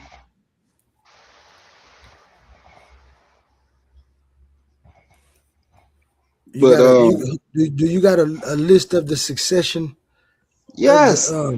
Yes. Is the can you yes. share that with us, please? I'm not on the laptop, bro. Let me see if the list is in the list is in Manito writing, which is in Josephus. They give you the full King's list, and also it's in the Turin Papyrus, the Turin King's list, and it shows you that when it shows you the full King's list from Dynasty 1 all the way to the 25th dynasty. And in that you have in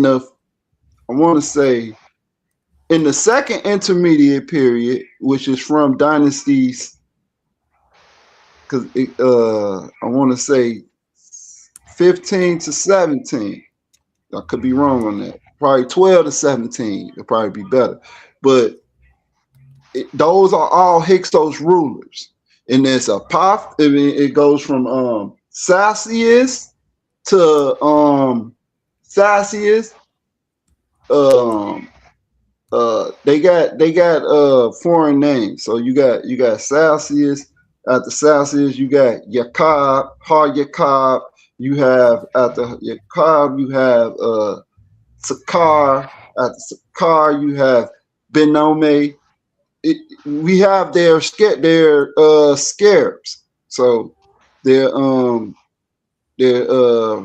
king, they royal scarabs. They found those. and those are the names that's listed. And they say those names matches the names that's listed in Maneto's Kings list, and also I think it's the Tauran Kings list. Okay. Damn, Kaz left. Keep saying I'm saying something wrong, bro. I've been saying the same thing he been saying the whole damn time. You misspoke, didn't you? I misspoke the second time. At first, I said like I told you, I always get their names mixed up. Kamos, Amos, because it's another Amos, right? It's Amos who wasn't a king, but he was a vizier or a military general of Thutmose the first. So okay, go down. That's the first intermediate. Go down. Now, okay, I'm gonna go down. But we in the second intermediate. You see this pre-dynastic part right here? I want you, if you can you talk to me about that here in a little bit, if you know anything about that, because that's I need to clean up on that a little bit, because those people right there, when people start coming in and these rulerships right here start happening, was all of these was they were they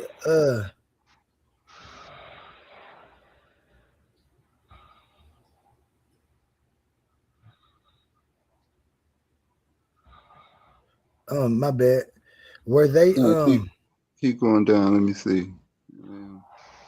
See, they just put anything. We'll get into that because that all of that say that, but those names side by side, I believe, are the same person, right? But are all of those different dynasties, are those different foreign nations coming in and ruling? Which ones?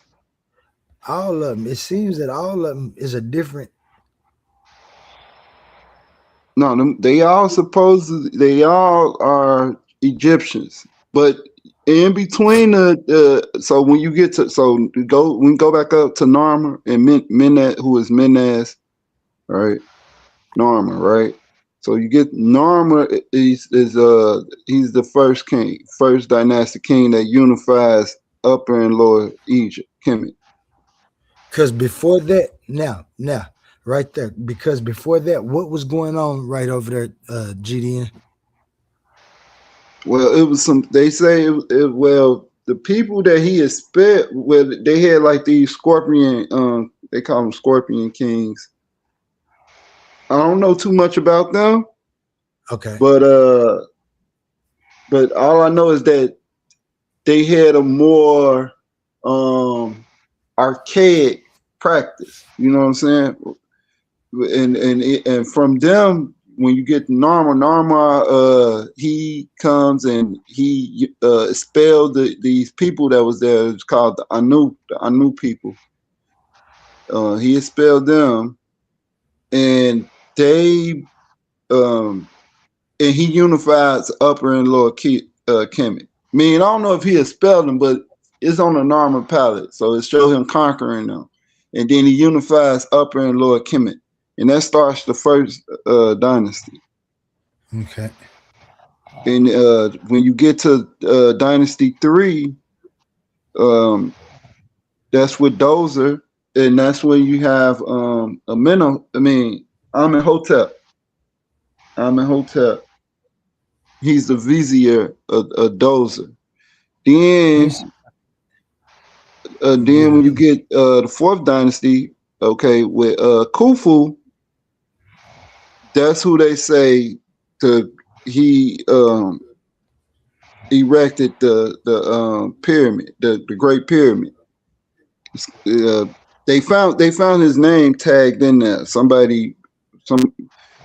What they saying now is that he well, I ain't gonna say that, but Khufu name is found in the Great Pyramid. So you have Khufu. In which dynasty? Khufu was in Dynasty 4. Right, so then when you get to Khufu had a son, and his name was Khafre. That's the second period. I think Khafre pyramid is the one to the right of the Great Pyramid, and then the one on the left is Met Khafre, which is Khafre's son. So you'll see him when you read it. When you just scroll down there, show it to you. So that's supposed to be Khufu, Khafre, and Met Khafre. But in my study, but I was wrong about this. I thought I was saying Khufu and Khafre was the same person, but no. So Khufu, then you had Khafre being successor, and then you got his son, which is it started with an M. I think it's Met Khafre or something like that.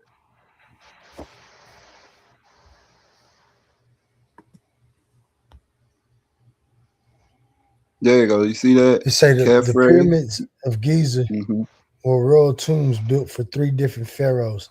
The northernmost and the oldest pyramid of the group was built for Khufu, Greek Cheops. Then why he got a Greek? Why they got him as a Greek name? Cause so what happens is when the Greek developed their language, they transliterated the Egyptian deities into their language. So that's the Greek rendering of the word Khufu, which is it's kind of the same. Kafats, you see what I'm saying? Khufu, Kafats, kind of the same. It's not that it's not that different. It's just the Greek incorporated different symbols, what we call letters, into their Greek alphabet. You know. Yeah. And then to express phonetic sounds. So the second king of the 4th dynasty, that's Khufu, the second king of the 4th dynasty. Who was the first king? Oh wait, let me just read this because it'll probably tell me. Called the Great Pyramid. It is the largest of the 3. The middle pyramid was built for Khafre or Khafre. The 4th of the 8th. See, it's the same. You see, their name is kind of the same. When it goes to the Greek, they name it's kind of the same. It's just like saying your name in Spanish. You know what I'm saying? Got you. The And transliteration. then it got, how you say that last one? The southernmost and last pyramid to be built was that of Menkaure, right? Menkaure, or Mycerinus. Now that one sounds Greek for real. Mycerinus. So Menkaure, yeah. So now what you getting? So the Greek language it developed, it evolves, and it gets more developed. So you probably have different renderings over time. And this is coming from Britannica. If y'all wondering what this put in the Hyksos. Let's go through the Hyksos king. Okay, let me see. Let me get back to. Damn, I went too far. Oh no, I didn't. Okay. Which dynasty?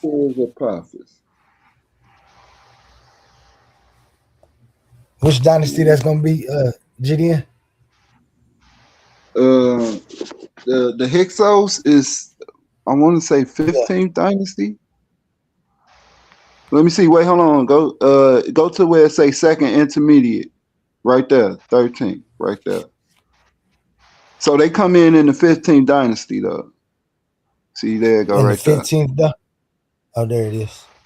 I'm gonna just click on the big one there. The Hyksos. That's Apophis. What's it called? Seal.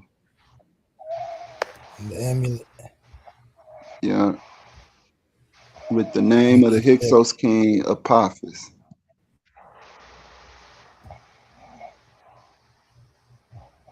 Does that say something on the seal? Oh wait, yeah. Yeah, that one I Cause can't I really see. make that one out, but it's other ones that's better where you can make out where it say Hekakasus. I don't see it on this one, but they saying that inside the shin, inside the little circle part, uh that's or the sinew, that's saying Apophis.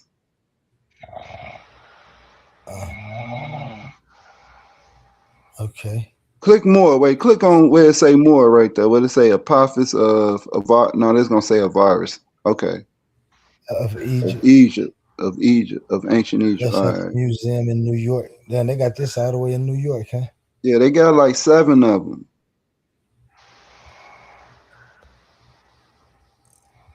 Bet. So go down, let's All see. right. Then it say, who are the Hyksos?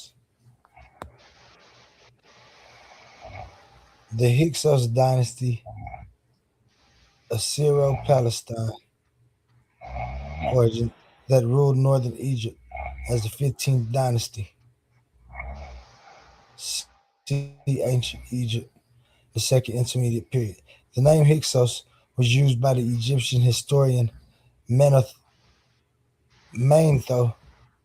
who, according to the Jewish historian Flavius Josephus, flourished the first century CE, translated the word as king shepherds or captive shepherds. Josephus himself wished to demonstrate the great antiquity of the Jews and thus identified the Hyksos with the Hebrews of the Bible. So now right there, right? So that's misleading right there. So what he did was show that Joseph married into this ruling class that was in Egypt, these Hyksos. I can get you when he talk about it because he talks about the Hyksos. He breaks down the name and he say, I'm paraphrasing, but he say, indeed, this is the truth because our forefather Joseph, he said, because our forefathers had dominion in Egypt, right?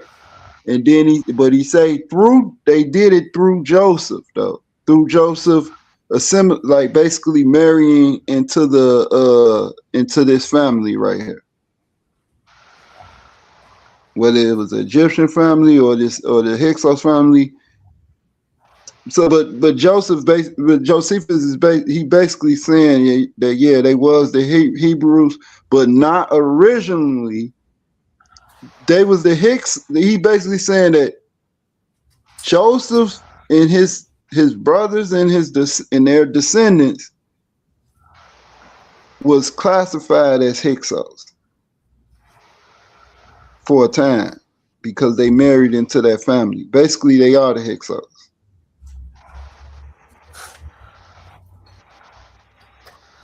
I can get the exact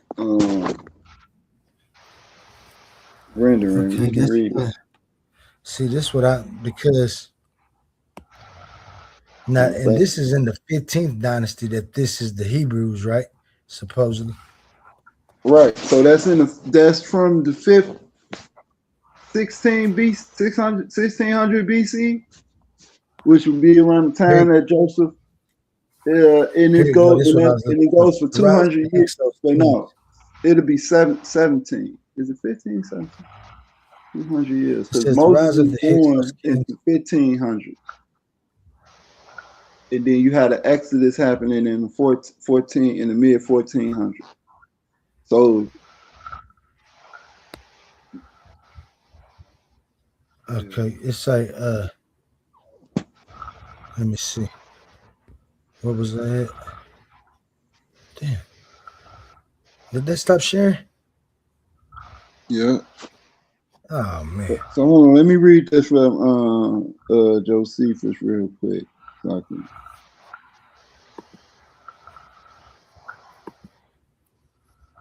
Crazy part. That part that you just read from the Britannica, I had that on one of my slides. That's one. Oh yeah.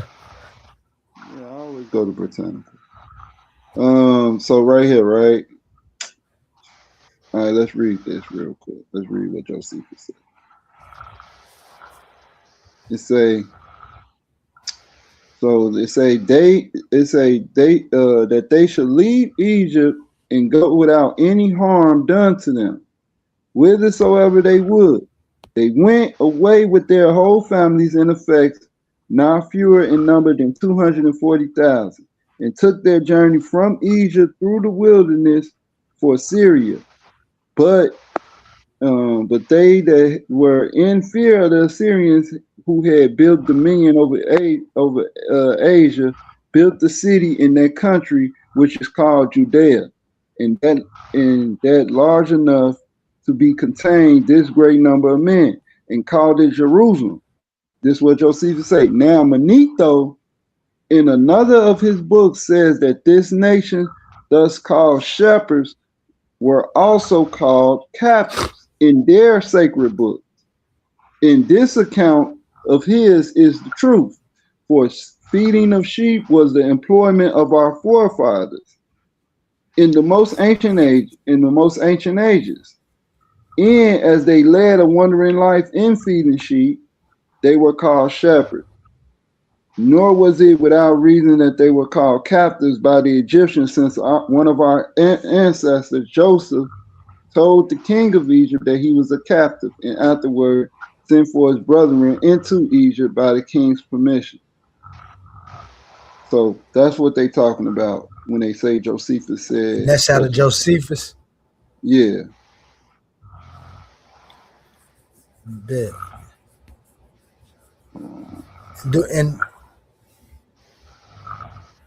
And do it tell why he made that conclusion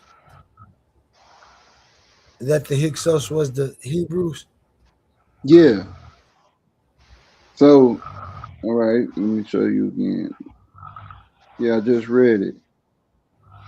Let me get my speaker close. Let me see. Okay, here go another part right here. I should have read this part first. It say, now the Egyptians was the first to cast reproaches upon us, in order to please which nation some others undertook to pervert the truth. So what he's saying is the Egyptians is trying to erase the Egyptians, and other nations are trying to erase them, right? He said he's trying to pervert the truth, while they would neither own that our forefathers came into Egypt from another country. These are the only people that came into Egypt, as the fact was, nor give a true account of our departure. It says, and indeed the Egyptians took many occasions to hate us and envy us in the first place, because our ancestors had dominion over their country. And when they were delivered from them and gone into their own country again, they lived there in prosperity. So this is what Josephus is saying. Okay, so now this is just something I'm just thinking about while I'm listening to you. And this what remember I asked you, was the different dynasties just different countries coming in and taking over Egypt and how they took over? And we're gonna read a little bit deeper, but like you talking about the Hyksos, they left because they wanted to leave. Did they just take their rulership and say fuck Egypt and leave? No, they got expelled. Because what, people start going against the government of them, basically. We don't get so that story. What happens is that ain't how the Bible tell the story, though, is it? Yeah. So okay, pull up what's it called? Pull up Exodus 1. Okay. This the part everybody forgets. And this is what I saw. When I was researching this, I'm like, yo, this is not because in Exodus and in the Bible, to me, the Jews, the Hebrews go there, and they don't necessarily rule there. They just there, and then when they leaving because the Egyptians it's basically No, look, not go to met. you missing something. I'm telling you, you missing it. Go to Exodus 1. I'm finna show you. Everybody missed this. It is right there in the Bible. And then, so what I did when I read this, I went to study the Egyptian shit around the time that these people would have been there. And I found this. And I'm like, yo, they saying this is not the Exodus. You know what I'm saying? So when you read it, right, when you get there, We hear you see it. Which one you want? Is this the right version? No, you still on the Cyclo Britannica. Gotcha. All right, Exodus 1, right? So you see, Joseph was already in Egypt, right? Now right here, so let's read 6. Now Joseph and all his brothers and all that generation died. See that? So Joseph and all his brothers and everybody that lived during their time, they died out. So this is some time. That takes time, like at least 10, 20 years. You say the whole generation. You know what I'm saying? Right. So it says, but the Israelites, so now these are the descendants of them. The Israelites were exceedingly fruitful, and they multiplied greatly and increased in number and became numerous, that the land was filled with them. Now watch this, verse 8. So now they filled with the land. These are the descendants of Joseph. It was 70 of them that came in. Joseph had 3 sons already, and he was already had a high status in Egypt next to the king. So they'll come in, his brothers will come in, and he'll set them up as well. But nevertheless, right? So verse 8 say, then a king to whom Joseph meant nothing came into power. This is in quotes. So that's what he said to his people, the Israelites become far too numerous for us. Come, let us deal surely with them, or they will become even more numerous. If war break out, we'll join our enemies, fight against us, and lead the country, right? Right. Go down. Wait, hold on. Wait, this go up real quick. Go all the way up to the top. You got to get a different version. This version is bad. Just go to New King James or something, or King James, because they putting it in modern language. Or you go to Revised Version or whatever. But I really want the best of the oldest edition. Right. Go to the New King. Go to the King James. Okay. Real quick, just so we can get this part right there. KJV. Right. Now go back down. Now go down to verse 8. Now watch this. All right, right here, verse 10. Right. It say, come, let us deal wisely with them, lest they multiply. And it come to pass that when they're falling out any war, they join with our enemies and fight against us. So get them out of the land. You see that? Mm-hmm. So right there, that's an expulsion. They that's a decree. Look, that's a king talking to his people, to his royal house. Right. And that's a decree that the Israelites is grown numerous, and if a war break out, they're gonna join with their enemies. So let's get them up out of the land. You see that? Right. Now let's get back to that's Josephus. an expulsion right there. That's the expulsion of the Hyksos. Okay, now let's get back to Josephus and just what you just said. That's right. The Hyksos.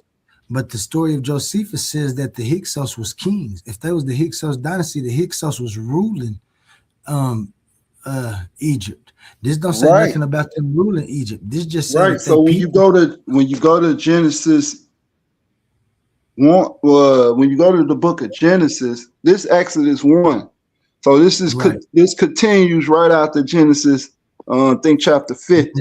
This Leviticus. Yep. Yep. Yeah. So when you go to Genesis, and they start talking about Joseph, it's like in 42, right? You find out that Joseph, he tells the king he is a captive in Egypt, right? His brother sell him into slavery or whatever. He become a captive. He become a slave or whatever, and they his masters, Egyptian woman or whatever, they frame him. Then he go to jail. He's in jail for like 2 years, and then he told the Pharaoh, he interpreted Pharaoh. The Pharaoh is having a dream. You know, he's waking, he's seeing this dream. He don't know what it means. Nobody can tell him what it means. He started killing people that couldn't tell him. So Joseph, whole time, Joseph in jail, and he's telling all the people, he interpreting their dreams. You know what I'm saying? So one dude was he was a cupbearer. I get them mixed up. It's a cupbearer, and the other one was like a baker, right? For the Pharaoh. And one of the dude dreams, he was like, man, what this mean? Joseph was like, man, you gonna be you finna get your job back, right? And then the other dude like, what his dream mean? And then he was like, well, your dream mean that the Pharaoh gonna hire your head. So the dude that he said that's gonna die, that he gonna get decapitated, that comes to pass. So the other dude comes like, man, what about me? Then he's like, man, in 3 days you're gonna be in front of Pharaoh, you're gonna have your job back. So then Joseph was like, man, don't forget to tell him about me or something like that, right? So I mean, dude said he gonna remember him or something like that, right? So now the dude get his job back, and now the Pharaoh still having these dreams, was keeping him up all night, and so he want to know what it means. So the guy tell him like, look, it's a guy in prison, it's a Hebrew in prison that's locked up that he can interpret the dreams. So he's like, man, bring him to me. And then Joseph interpreted the dream. The dream was that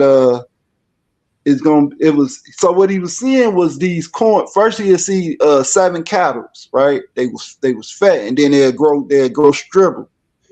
Mean that no, it was 7 cattle and they grew fat, right?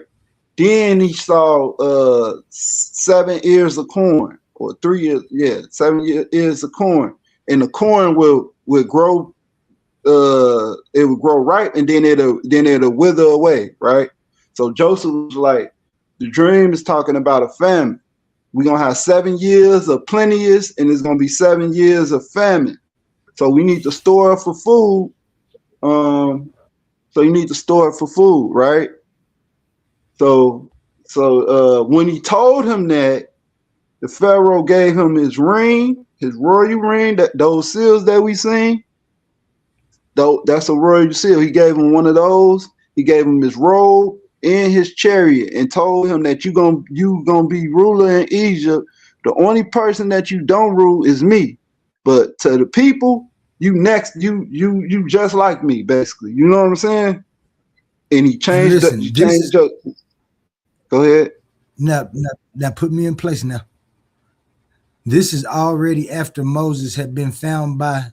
No. This before Moses. Oh no, this is Joseph. We talking about 200 years before Moses. This we talking about Joseph. I'm tripping. Never mind. That's my bad. That's Joseph's brother sold him into Egypt. Right. So this like 200 years before Moses. So bam, right? So now Joseph is he become like a vizier. Some people say vizier. I say because the word in Greek is salasis, right? And it means governor or ruler, right? So under the king, a ruler under the king, right? But to the people, he basically like a middleman. You know what I'm saying? Right. So, like you but said, Pharaoh, he say the only person in the Bible it say the only person you won't be over is me and my house, but all of Egypt is yours. This is what he said. This is what the text says. So what Joseph do, first he build a storage. He say, look, we gotta, whatever we have, we gotta plant it, we gotta store the grain in the and they built the store or whatever, a storehouse for the grain, you know what I'm saying, that they was growing. So they do that. He said, we're gonna do this for 7 years, and the people they come and also he made all of them, all the priests, because all the priests had land. The Pharaoh and everybody, they had their own lands. They had own ownership of land. So what he did, he said, sell all your stuff to the Pharaoh, and he'll give it out in a portion. You know what I'm saying? But only the priests kept the land. They the only ones that kept the land, kept their ownership. Them and the Pharaoh. So the Pharaoh became the landlord of all of Egypt, right? And they did this for like 7 years. So then when the famine came, they started to sell the grain, the stuff that they stored up, right? This is where the stores come from. So they started to like give it to the people based on through their family names, right? But Joseph made it clear because he was looking for his brother. So he was like, if someone comes, they have to tell you their name and their father's name. You know what I'm saying? Like who they come from. So we can have it in record. Bam. So that's when his brothers end up coming, you know, and you know that story about his brothers coming to Egypt, and he revealed unto himself. They thought he was an Egyptian king, and he revealed to them that he was their brother and that stuff, right? Mm-hmm. See, that's the part about the cupbaker. See, look, go back to that last part. You see, he say he won't forget him.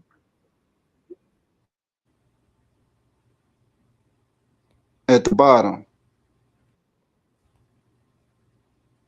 At the bottom it said something, he won't forget him or something. Right there. Yet did not the chief did not forget him. Yeah, it say, yet did not the chief butler remember Joseph, but forgot him. See, that's the baker. But the cupbearer, let me see. He forgot about Joseph. Yeah. So he the one that's gonna die. The one that forgot about him is the one that died. And then when you keep reading the story, it tells you that it was the baker, the butler, and the cupbearer. And the cupbearer is the one that remembered Joseph. And he told Pharaoh, he told him about the see that? I mean the chief baker. There you go. The butler and the chief baker. You see that? Mm-hmm. But listen to me though, GDN. Now Josephus says that this story right here talks about the Hyksos. The Hyksos was an actual dynasty that ruled Egypt. These people ain't ruling nothing. Joseph ain't ruling nothing. Well, not yet. Yeah, go ahead. My bad. Even if Joseph a governor, even if Joseph is a governor over a certain people, he's not a pharaoh or a king as the Hyksos in that dynasty. Right. So the word that Josephus used when I read the Josephus is dominion. He said, my people my ancestors had dominion. So it's like ruling, but it's just saying that they was running shit. You know what I'm saying? And the king said they was large in numbers, so we can understand what he's saying. If even though he the pharaoh, he see a threat because there's so many of them, and maybe they were saying since Joseph was the one that was leading so many of them at the time, that's the Hyksos kingship. But they ain't no, because So what I'm saying is what happened. So when the Hyksos get expelled, right? They slaughter the kings and the church, because it was a battle, and the children, they take the children captive. Oh, And wait, those captives time out for become a second. You said they slaughtered the king. Whose king? the Hicks. They slaughtered the Hyksos king, They Apophis. slaughtered their own king.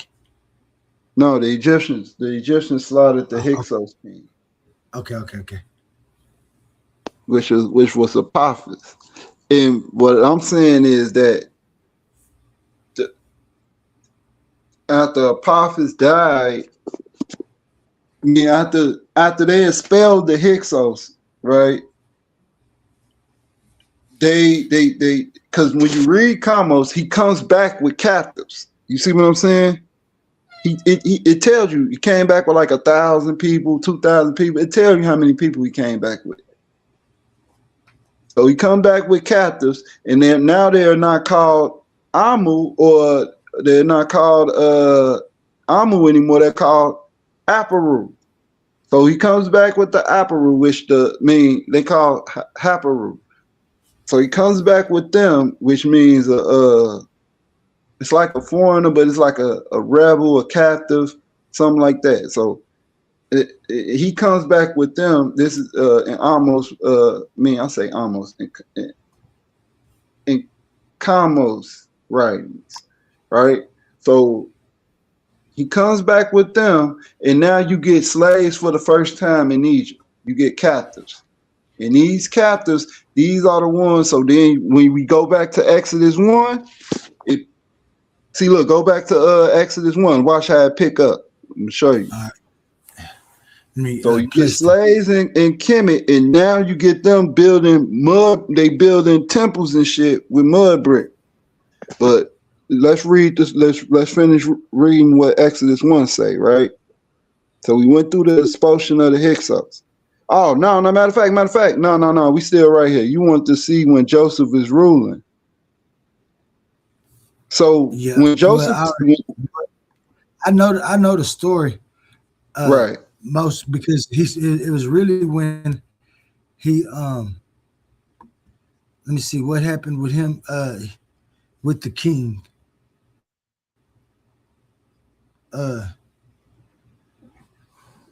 So this let me see. See, look right there. You see it? Go back up. See it say governor. Wait, hold on. Where you go? All right, but Benjamin. And the sons of Israel came. No, verse 7. Verse 7. You see that? And Joseph was the governor. You see that? Go up. He was the one that was buying all of the stuff from his daddy and brothers, right? For Egypt. No, so he the one. So wait, go back a chapter. We can just read, because I want to show you the policy that they put forth. But you see that say Joseph was the governor over the land, and he sold. Oh, here you go right here. Look, watch this. Go down. Go back up. Right there. And Joseph, you see that it say, and Joseph was the governor over the land, and it was sold to all the people of the land. And Joseph's brethren came and bowed down themselves before him in their faces to the earth. You see that? Yeah, that's what I'm saying. Joseph was, and it was that sold to all the people of the land. Okay, so the grain houses and all of the things in Egypt, Joseph was over all of that, right? Right. And so the people of Canaan used to come and buy food from Egypt, not just buy food, but they used to trade with Egypt, right? Right. That's how they was getting from Egypt. That was trading. Well, it was a famine. So they hear that Egypt, they storing grain in Egypt. So they went down there like, man, it's a store in Egypt. You know what I'm saying? Right. So they go down now. Yeah. Okay. Now, at this time, when they say Joseph is the governor over Lynn, I want to say, if I remember my Sunday school and church Christian, remember this is Christian. When I remember this lesson, because I remember asking about this, about the Pharaoh and the governor. And it's like Joseph was over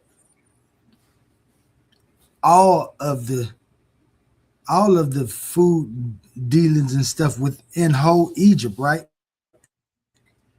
Right. So Didn't the king when they say he was the hold on. governor? So Joseph is going go. Need to I go. want you to go back because I want to show you something. Go over one chapter. Go over one chapter real quick. Because I want to show you when he give him the ring and everything. 41 or 43. So look, this when he telling him the dream. So go down. Go down. And behold, there came a river, 7 K9, and he slept in the dream the second time. Behold, 7 ears of corn came up with one stalk. And that 7, 9, he spake to the chief butler and to Pharaoh, saying, I do remember my faults this day. 10, Pharaoh was wrought with his servants and put me in the ward and the captain in the guard's house, both me and the baker. And we dreamed right here. dream in one night. And there was start at 13. Start at 13. He was okay. And it came to pass as he interpreted to us, so it was me he restored into mine office, and him he hanged. Talking about the baker, so stop right there. So that's the butler telling Pharaoh about Joseph. Yeah. Okay. Then Pharaoh sent and called Joseph, and they brought him hastily out the dungeon, and he shaved himself and changed his raiment. That's his clothes. And came unto the Pharaoh. Yep. And Pharaoh said unto Joseph, I have dreamed a dream, and there is none that can interpret it, and have heard say of thee that they can't understand the dream to interpret it. And Joseph answered Pharaoh, saying, it is not in me. God should give Pharaoh an answer of peace. And Pharaoh said unto Joseph, in my dreams, behold, I stood upon the river bank, the bank of the river, and behold, there came out of the river 7 kind, fat flesh, that's the dream. Well favored, and they fed in a meadow. You say what now? I said that's the dream right there. That's the dream. Okay. When he say 7 kind, he talking about fish. No, flesh, he talking about damn, I looked this up. The kind is so you got ears of corn. Let me see where you at. Right there, the bank of the river. I forgot what it is though. But I forgot what it is though. Oh no, it say right here, and they was lean and ill-favored kind. Did eat up the first 7 fat kind. Yeah. Fat kind. I wonder what kind is. What the kind they is. They like cattle. It's like cattle. Okay. I believe that these are cattle. I looked it up before. I do. Yeah, I remember that too, and that's what it is. Yeah, I think it's like some type of cattle. Yeah, one cat looked like that. I remember talking about this in church too. One cattle, they said looked like they was sick. The other one was I guess when they say lean flesh, that mean they was or fat flesh mean they was healthy. Yeah, lean and healthy. Yeah, lean, and then the ones that was fat they was just they was. You got to think of cattle. You know what I'm saying? Yeah. So the lean is they was more. Think of it like a dog. Like a lean dog would be like a pit bull.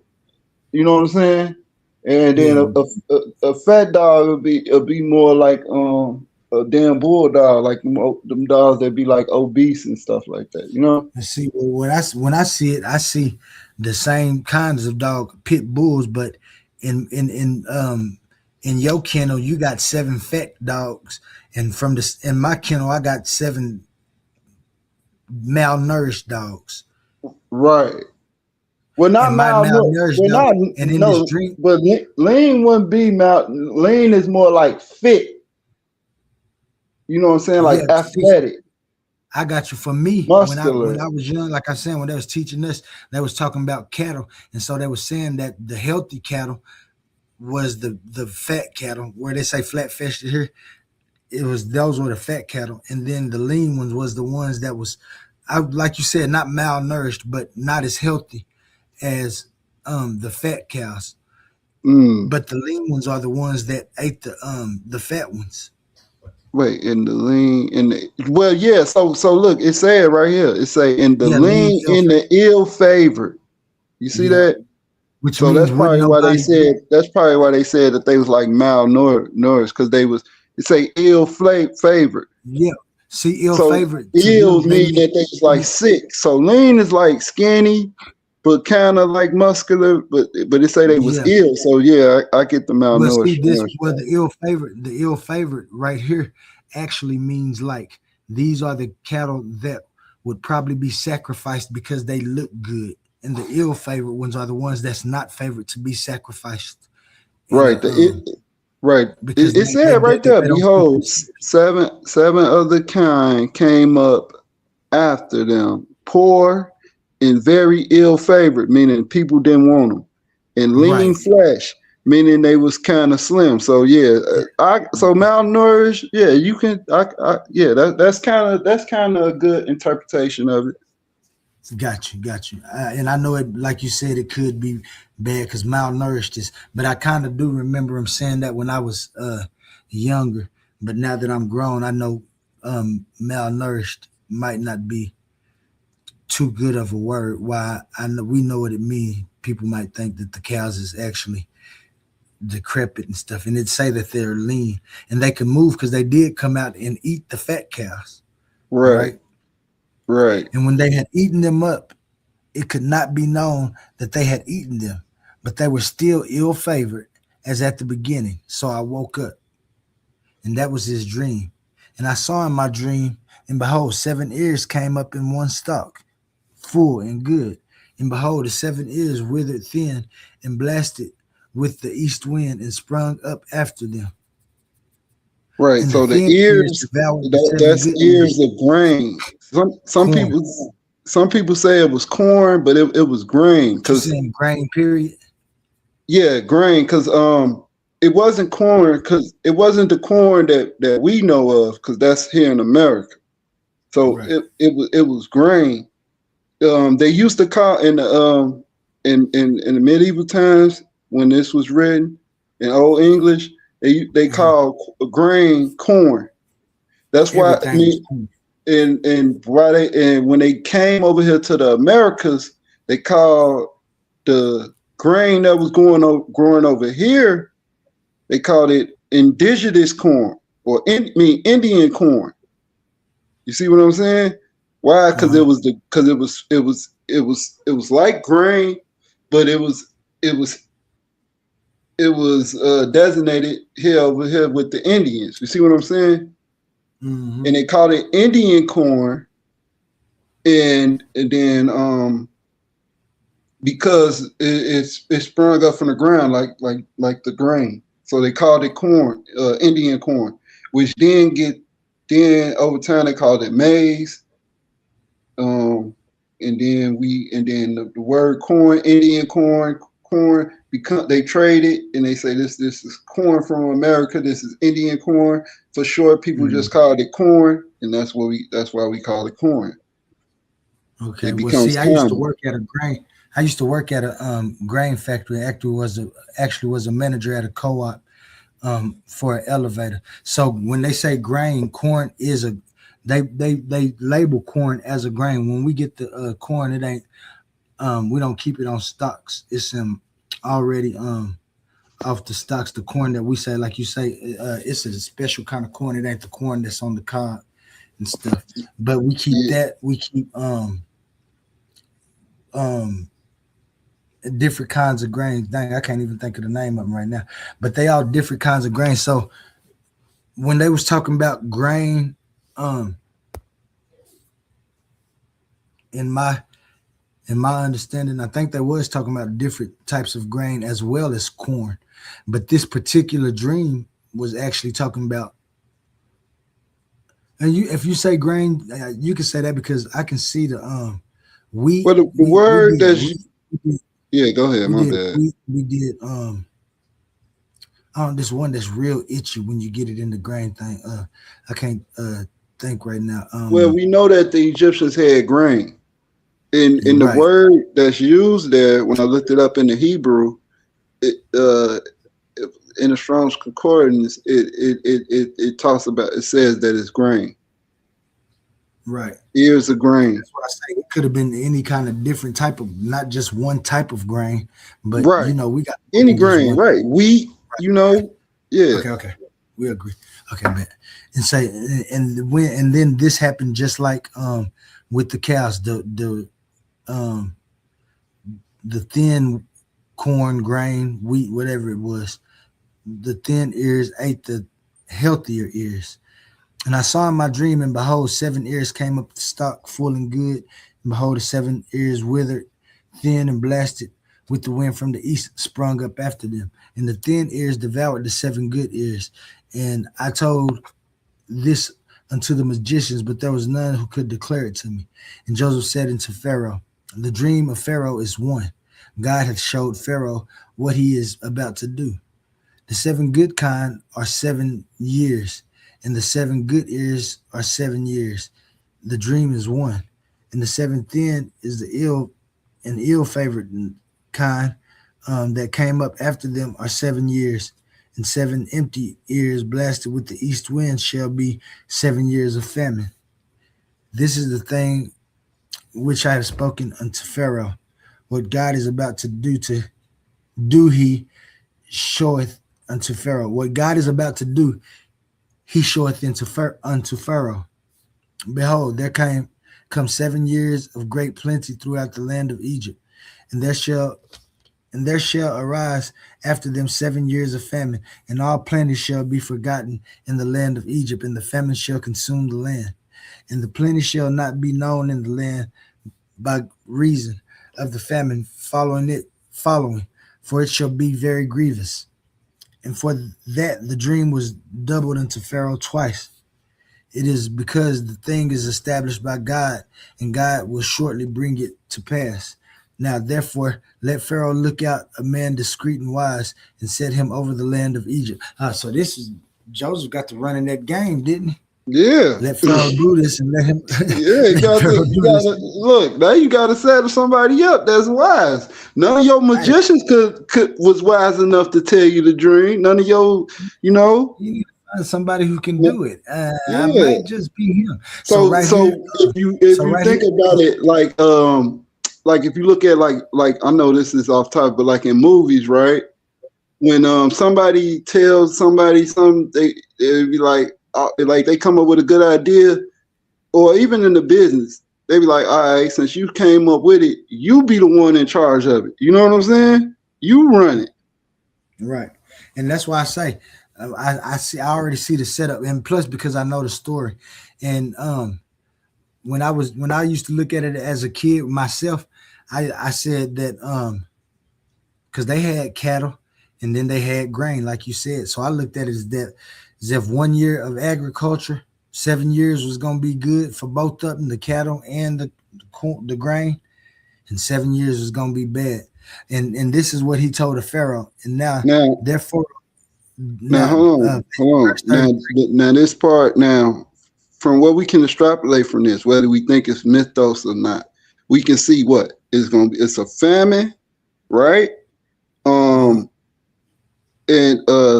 So what we do now, we go look in Egypt during the time where they saying that these people could possibly live, right? Because we got Joseph lineage. We know when the Exodus happened, and so you just backdate it. You know what I'm saying? But but listen to me now. Hold on, let me say this real quick. So what I did, I just went and looked to find a famine. It's two famines. There's one during Imhotep time, and there's one during the second intermediate period. You see what I'm saying? And that's why I say this is historical, because it's going to tell you the policy that Joseph put in place through with Pharaoh's permission, by the way. So go ahead. Go ahead and say what you're saying, and let's get back to it. And that was my main point. Somebody just came in. Let me see who that is. Oh, that's Gideon. Let me go ahead and bring him to the stage real quick. I know he probably gonna bring some clarification. So what up, Gideon? Shalom. What's going on, fellas? How y'all doing? Fine. Thank you for joining us this morning. I know it's early, but I know people still move around at this time, and this is actually when the time is more active. Yeah, man, definitely. But yeah, man, I'm just checking y'all out, man. I want to give all praises to the Most High, the name of Yeshua. I wanted to ask you, and specifically GDN. I don't know if Omar is on, but yeah, man, it's interesting how you breaking that down.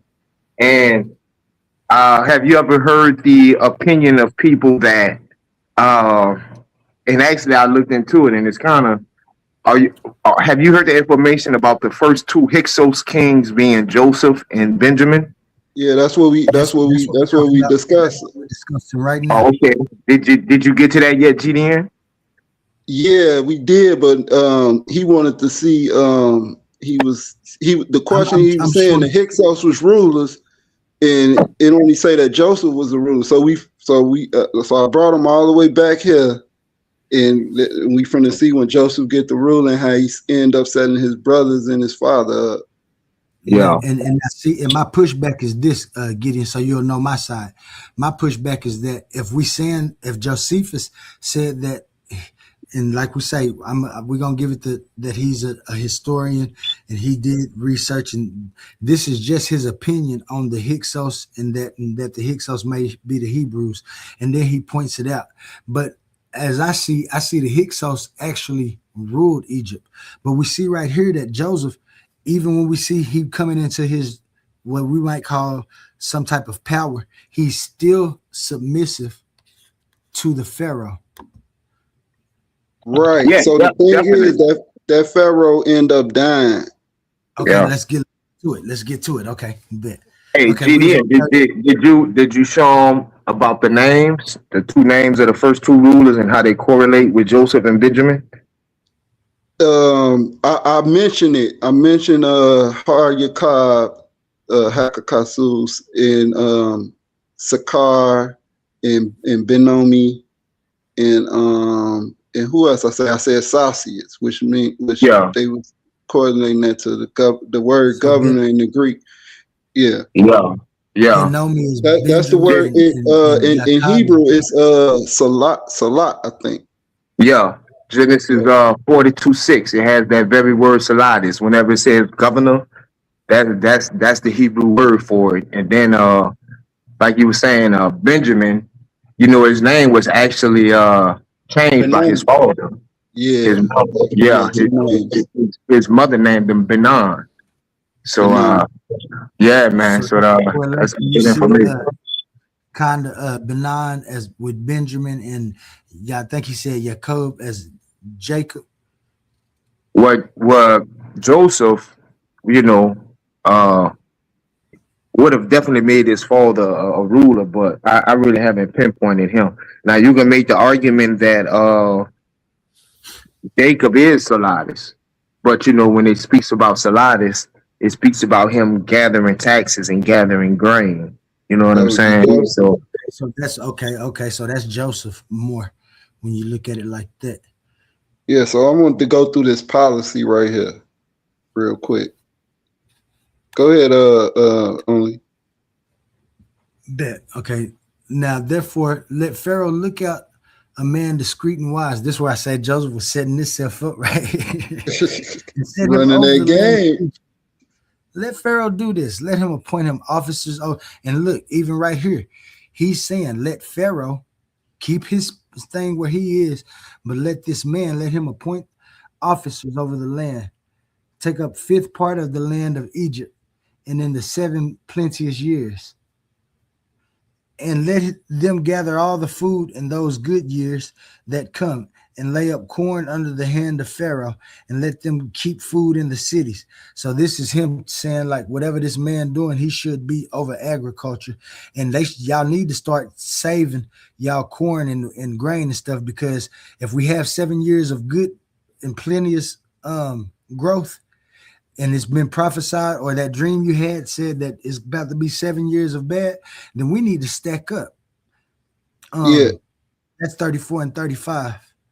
And then Yeah. he telling in that food, go ahead, GD, my bad. No. Go ahead and finish, bro. And that food shall be Oh, for no. store. You was trying to read. Hey, look. So right here, my bad. Yep, So I see it. that's the word corn right there. That We word must have a little corn. delay. We must got a little delay, GD. All right, I'll come back on the other. But that word corn right there, that's what I was talking about. That when you go into the Hebrew, that word it's talking about grain. And like I said, what I did, I saw that before they came to America, they called wheat or anything, they called grain corn, basically. Okay.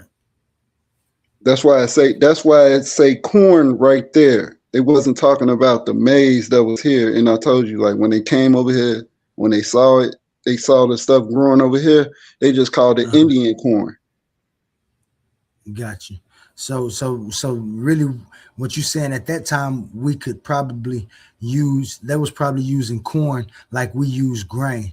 And we know that there's different types of grain. They understood that it was different types of corn. Yeah, wheat, barley, yep. Okay. Bet. Got you. Okay. I can see that. And that food shall, verse 36, and that food shall be stored to the land against the 7 years of famine. Oh, yeah, that's what he's saying right there. Which shall be in the land of Egypt, that the land perish not through the famine. So 36 right there, he's saying, yeah, man, we need to stack up some, we need to stack our money. Rich food is really. And the thing was good in the eyes of Pharaoh and in the eyes of all his servants. And Pharaoh said unto his servants, can we find one man as this is, a man in whom the Spirit of God is? And the Pharaoh said unto Joseph, for as much as God hath showed thee all this, there is none so discreet and wise as thou art. As you. It worked. And you know what, Joseph? Thou shalt be over my house, and according to thy words shall all my people be ruled. Only in the throne will I be greater than you. So that do really mean that if we do get that Hyksos story, we'll be hearing the story of Joseph maybe as the Pharaoh, because the Pharaoh then could really just lay off and let him do everything and still benefit everything without having to say a word. So maybe this was the first smart Pharaoh. And that's why we get the Hyksos out of it and don't get the story of the Pharaoh, because the Pharaoh was smart enough to get himself up out of it. Right. So what you, and I'm not saying that's what happened, but I see what Josephus might have been pointing at, like you say. So what Josephus says that the whole tribe was called Hyksos. Not so that because they was foreign people, they distinguished them from the rulers was the Hyksos, but they called the whole population Hyksos. You see what I'm saying? Mm-hmm. But it was a word that was given to the foreign kings, though. You see what I'm saying? Hyksos in the Greek. And yeah, that's what he said. This whole tribe was in Manetho. What Josephus quotes from Manetho, he said this whole tribe was called Hyksos. Got you. Now let's go back. But hold on. Yeah, go ahead. Where we at? We at 40. Because I was about to go back to Britannica. I was about to go back over here to the Hyksos story real quick. Go ahead. And ahead. Look at something. Because you was talking about the famine and stuff, and so because we're trying to compare it and see if we can't get some of the inconsistencies hashed out. Before we go on though, A1 came to the stage. I don't know if he wanted to say nothing. What up, A? Did he smash already? Is he? Yeah, A1, you must have been freed up and ready to get going. I know you had something you wanted to do early. You talked about early, or is you just on the panel? A1, you there? All right, well, we're gonna continue. He might be stepped out, but he is on the panel. What I was talking about, Now, what I real wanted to quick, see, only real quick. Now, when go for it. Cosmon was saying that Amenemhotep III was Apophis, that was the only pushback I had. But he clarified that he showed the source and everything. So I already knew that a Pappy and Apophis is the same.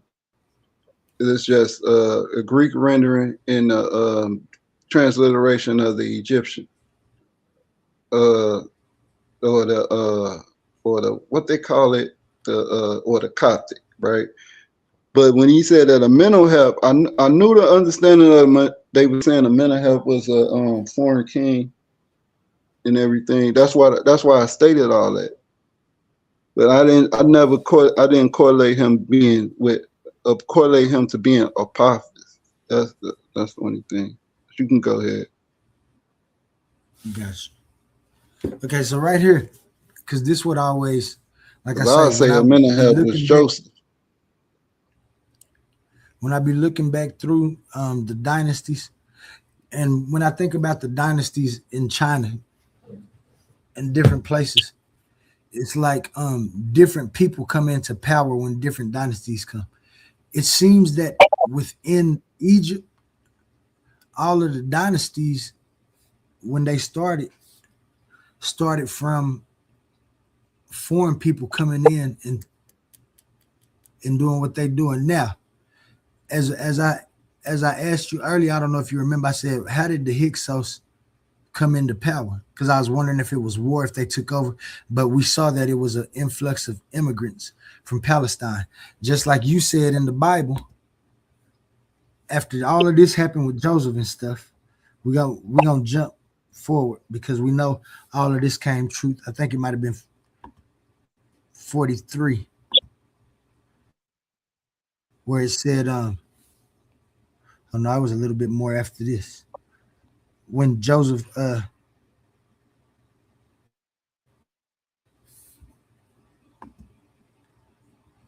when the Pharaoh that Joseph was under died, and the new Pharaoh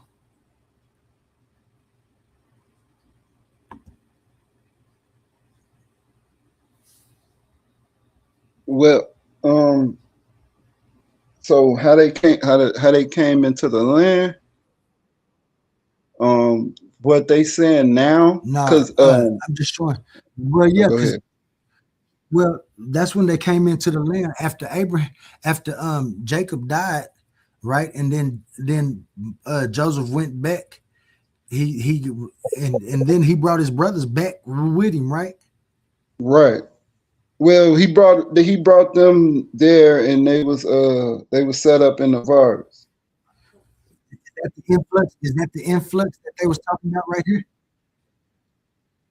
Is this the influx from Yeah, Palestine into Egypt? it could possibly be. Yeah. One thing I would say is that so at first they thought That's that what the we're doing Hyksos for the longest through Manetho, that's written in Josephus, the Egyptologists would take Manetho's exaltation, right, and say that because the Manetho gave the Hyksos a bad name, you know what I'm saying, among the Egyptians, only because you gotta understand Manetho was writing in the 3rd century BC, only because what ended up happening. So these would be, you know what I'm saying, they wouldn't be favored in Egypt.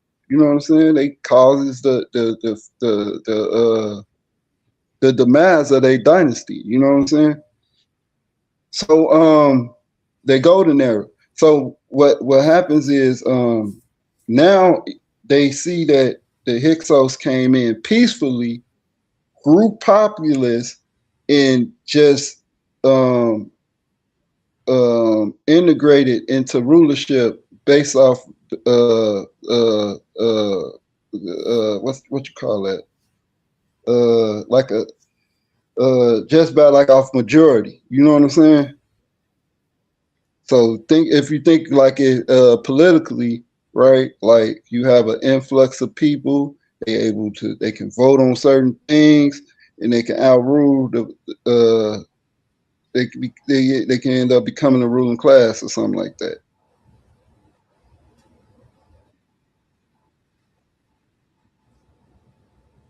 Now, right here it says the sequence of events that brought the Hyksos kings to power in Lower Egypt is not entirely clear.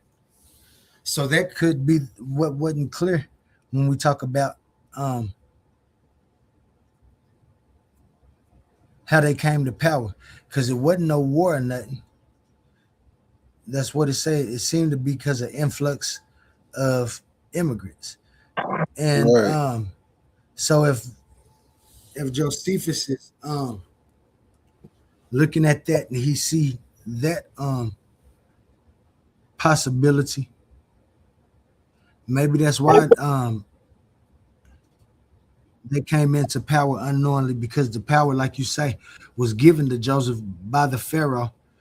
And it does say that he was over all the land, and everybody except the Pharaoh he was over.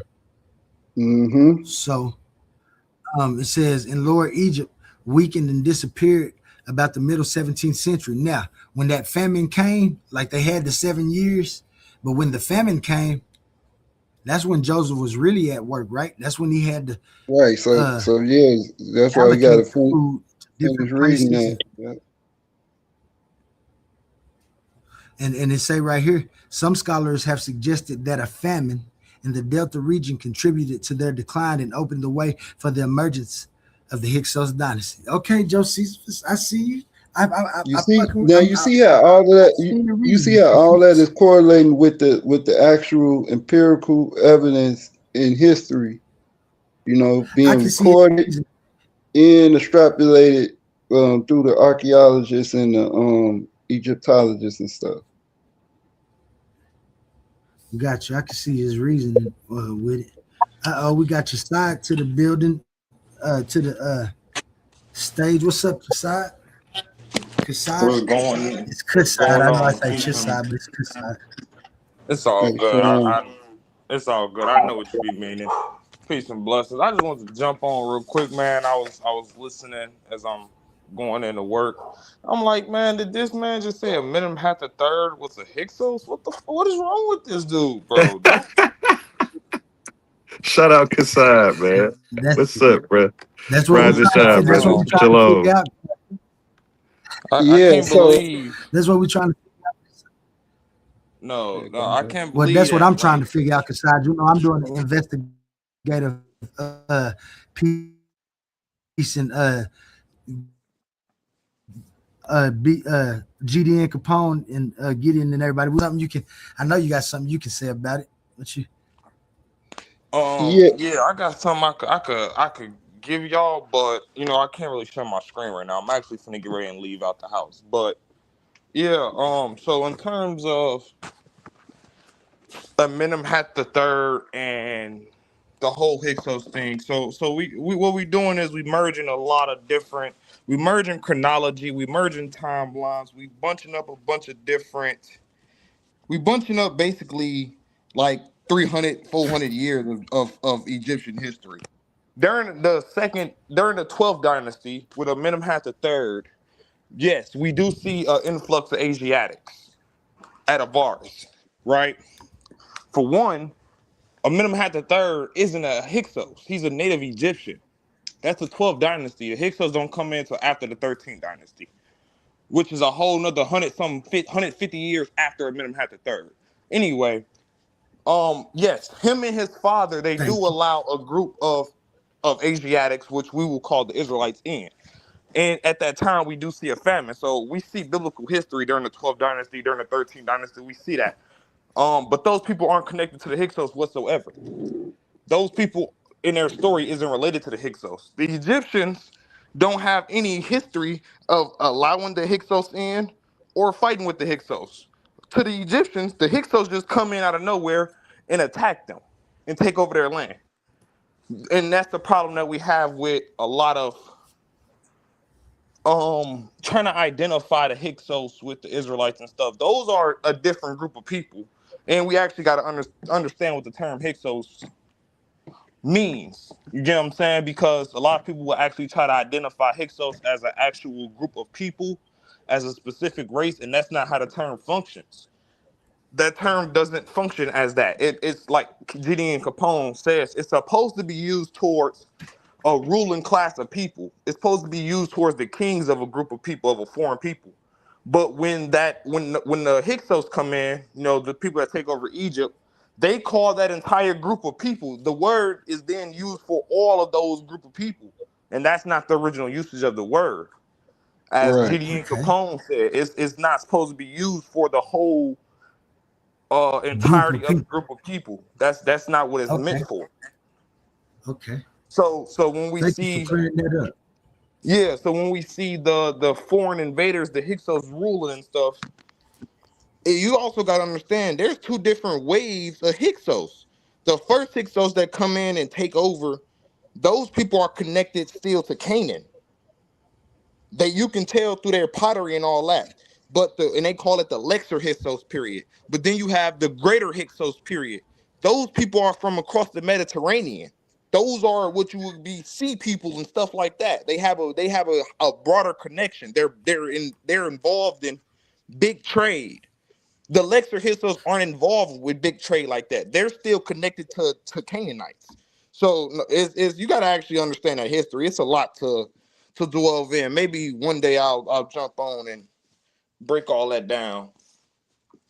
Yeah, man. I wish you had a little bit more time this morning. I know you're a busy man, and what you do is very important. So I appreciate that. But I also love your information. So if you ever do, what I'm saying, get into touch with A1 me or Humble, and we definitely like to hear your perspective. I would, because like I said, I'm still learning about all these, because when I came looking at views in the conscious community, I was looking through a different lens.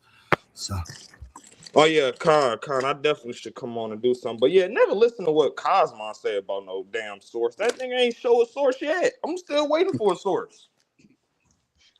Well, he was sure that it was some that he did, but he was saying that so let me tell you. So I already knew that mental health. I remember coming across a site, and they were saying they had a statue of mental health, and they were saying like how his beard is and how his hair is different from a regular Egyptian. So they were saying that he was a foreign king. They didn't say that he was a Hyksos, but they did mention that he was. They were saying that he was a foreign king. Now I don't know if that source was credible or not, but so I mentioned that to Cosma, and Cosma, he had a whole presentation, slideshow or whatever, a PowerPoint, and he read off of it, and it was saying that how the 12th, what did he say, the 12th dynasty and the 17th dynasty, I could be mistaken, but he said they was ran concurrent.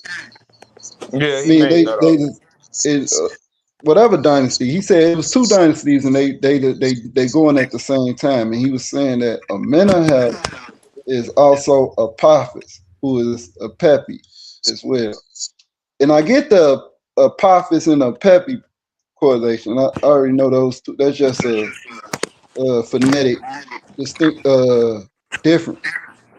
But with the Menahep thing being Apophis, I had pushback against that, and I told him he got to show that, and he did present some, but we still got to research that more. Yeah, hey, he presented some. He presented the source, right? So tell me, what's the PhD author that wrote that source, or what's the Egyptologist that wrote that source? Man, he had something that said Wikipedia, something he had from That's Wikipedia, and I because was that nigga trying to don't got no find it. sources, bro. I was That trying man to, pull up any website that he find off of Google search. yeah, I was That's trying not to an find actual it. source. Right. yeah, Yeah, we you got have a to be real presentation. careful because somebody will pull up a source and they think just because they pulled up a source is correct. Like, uh, I was talking to King J, and he was trying to say that the Tariq El Fatah is a forgery. And All that's based on one scholar, like literally one scholar that wrote a book in 2019 who said that because that's what he thinks. So, you gotta vet the sources, you know what I'm saying? That's why I like to look at the primary and just make my own conclusion. Like I haven't been I never had a PhD or a master, but I mean you don't gotta be that smart to do that stuff. And this the last thing I'm gonna say on the Amenemhat the third thing. We know his father. That's the crazy part. We know his parents. He's a native Egyptian. We know the dynasties and stuff that come after him. So He he's like not a like what are we prophet. talking about? And then he mentioned this is the last thing I'm gonna say because I'm finna get up off here. He mentioned him having a palace and stuff at Avaris. This is how much he don't know Egyptian history. At the time of the 12th and 13th dynasty, the Egyptians was living with next to the Semitics in Avaris, bro. They had an Egyptian summer palace. At least during parts of the year, the Egyptians would move up into Avaris and live there. They had literally palaces built there, native palaces, all the way up until the 19th in New Kingdom period. So that's nothing new. He don't know what he's talking about when it comes to Egyptian history. Amenemhat the third living in Avaris has nothing to do that proves he's a Hyksos. What in that actually proves he's a Hyksos? We know his father. We know his father's father. We actually know the people that come before and after him. So yeah, we gotta stop calling anything we pull up on the internet a source. That's not what he showed. Wasn't a source. He You got showed to. you And some if you want to, website, some whatever, and he said, "Yeah, you didn't know about this, bro." We know kings have several different names. If I asked you what's Ramesses' actually full name, you probably wouldn't be able to tell me. And Messi something. Ramin or Ramesses' something. full name is Wash Maria Shetem Naria Ria Mashesha Maria Moon. That's his full Yeah, name. Mary Moon. That's the one I was talking about. Yeah. And the Ramesses part is only the Ria Mashesha part. So everybody always talking about, oh, we know Ramesses' name. Bro, if I ask you what's Ramesses' name and which part is Ramesses, he wouldn't be able to tell me. Because the nigga Yeah. got like 4 names. And we know what Yeah. they are. So you trying to make a Amenemhat the third this Apophis or a Pepi, you don't know what you're talking about. You know we actually know these kings lists and stuff. Like it's nothing to play with. That's what I oh, was okay. So telling him, bro. That's why I he was told him trying to that, bro. say. You gotta I show didn't know. that. I, I'm glad that you knew exactly what he was talking about. 'Cause I was wondering if you had missed what he was saying tonight. So you dead on. No, we know kings that have 4 names, and we know when kings are named after other kings. We know that. We know when kings share the same name. Just like there's 100 different Ramesses. But if I ask you who's Ramesses the Great or who's Ramesses the Second, there's only one person named Watch Maria Ria Mashesha Shata Naria Maria Moon. That's the only nigga named that. Yeah, he wrote his name on everything. So if I say that name, you can't turn around and say, "Oh, that's Ramesses the third." That's not how naming work. And on top of that, they gave what's called hypoaristocons, which means they shortened the form of the name. So not only that, we also got Ramesses' short form of his name. So we know they reuse certain parts of names and reuse names and stuff, but they still know how to identify which Ramesses and which person this is talking about. That's what I mean. Dude don't got no sources. That's pure foolishness, man. Stop calling that shit sources. That's dude getting up here running his mouth like he always do. He got frustrated and left. I said, "Say, bro, I wasn't disagreeing with you. I just said you got to show that because he Gotta was saying a show it. lot of That's You it. stuff actually, right." you No, matter actually, of fact, I asked him. I said, I tie that gotta give in it to to. me. If y'all go back and look, I said, Amenemhat being Yeah, that's what I was Apophis, about to say. tie that in for me. And he was like, all right, I'm gonna teach it to you. I'm like, no, you don't gotta teach it to me because I already done told you what I know about it. I'm saying, but this Amenemhat being Apophis, tie that in. Like, where you getting that from? And you And then had he went into accidentally misspoke. peculiar You had names and stuff and all this other stuff. Yeah. you had accidentally misspoke about something, but you actually said when you seen where you had messed up, you went back that you had messed up. But when you make little slips like that, That's when he tried to Yeah, pounce I on him. messed up with Comos and Amos, and I say I get them mixed up sometimes. They both name is Most. I got Comos, Amos. And when you read about it, they say, oh, it could have been his brother, it could have been his son, because the word is the same. Like, you know what I'm saying? So you get them mixed up. Then I mentioned that it's another Amos that's a general under Thutmose the first, which is what 300 years after or something like that, 200 years after. So, But GDN, what you got to realize, and you probably do that. Like, to be real, I think you talking pe- about pe- almost the son of people who Oh, my bad. I'm talking people. about somebody else talking. I'm gonna jump Nah, down. nah, you good, Katai. I'm about to just people who believe in something like the or wise people or something is a disconnect somewhere. You feel what I'm saying? Like, for real. If you really think the events in your WASP happened, it's a real disconnect. Like, for real, for real. So yeah, man, just like you say, just show it to me. But go ahead, Kashan. yeah, drop.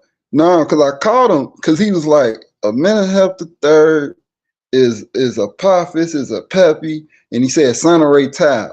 So I'm like, nah, you got to show that. So then when he go into his little presentation, and then he started talking about son of Ray Tao, and then I'm like, I thought you said he was Apophis. So then he changed it up, and then I'm like, all right, who killed Apophis? I mean, yeah, that's why I asked him. I said, who killed Apophis? And then he was saying, who he say? He said, Amenhotep the third or something. He said something crazy.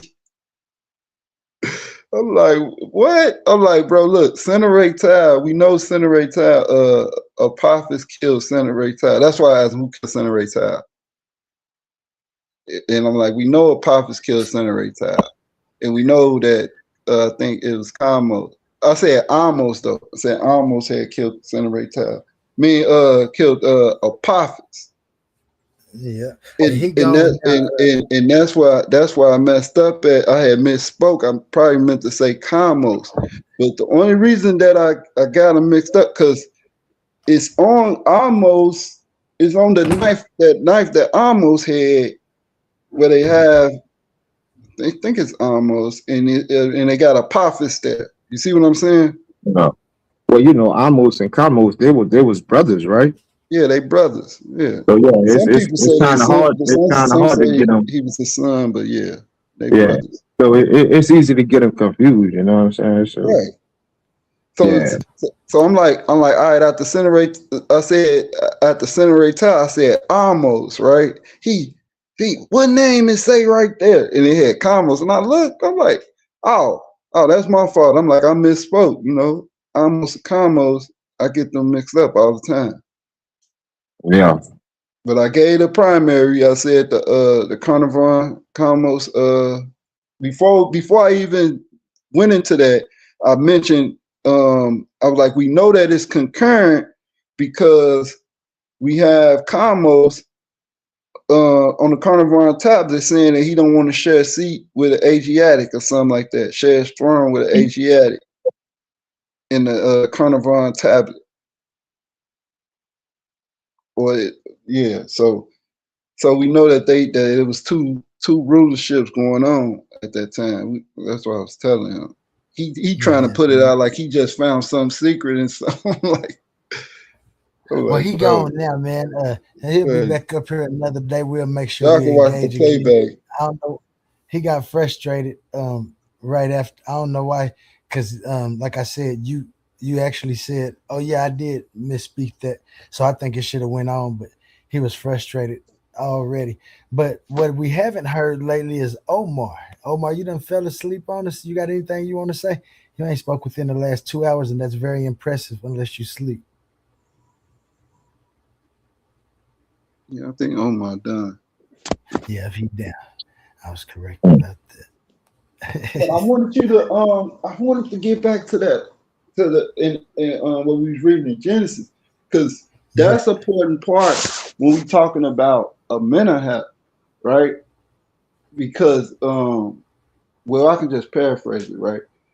So when the Pharaoh set up Joseph, he gonna end up appointing him to be over the grain project, that storage project, and also is gonna say that Joseph told all the people to give their land to Pharaoh.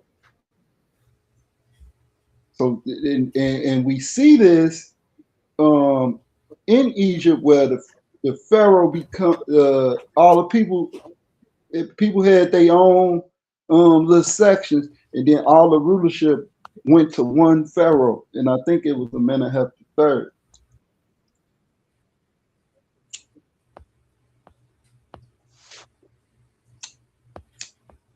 And also you see I talked about the Fayum. The Fayum is constructed, I think, under Amenhotep III. The Fayum, which is like right below Varus, is still there today. Where they like redirected, like they built it's like a dam. They call it a Fayum. It's like an oasis or something like that. But they redirected the water to come to be in a Pacific place or whatever. And we got that construction. I mean, they found that construction and we got the primary for that. It's authorized by Amenhotep. So that's why I was saying that he was the Pharaoh that gave Joseph his name. But that's my embellish right there. That's my theory on that part about him being Pharaoh. We should have an Israelite conference on the Exodus. Yeah, so I'm going with I'm going with the 1446 date.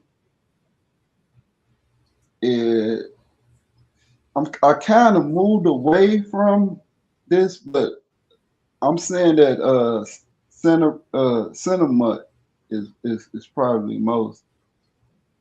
Yeah. I'm of the 1446 date as well. I also say Cinnamut, but some of the things they say against Cinnamut, they say that he was born in Upper Egypt. You know what I'm saying? And they actually have records of his father.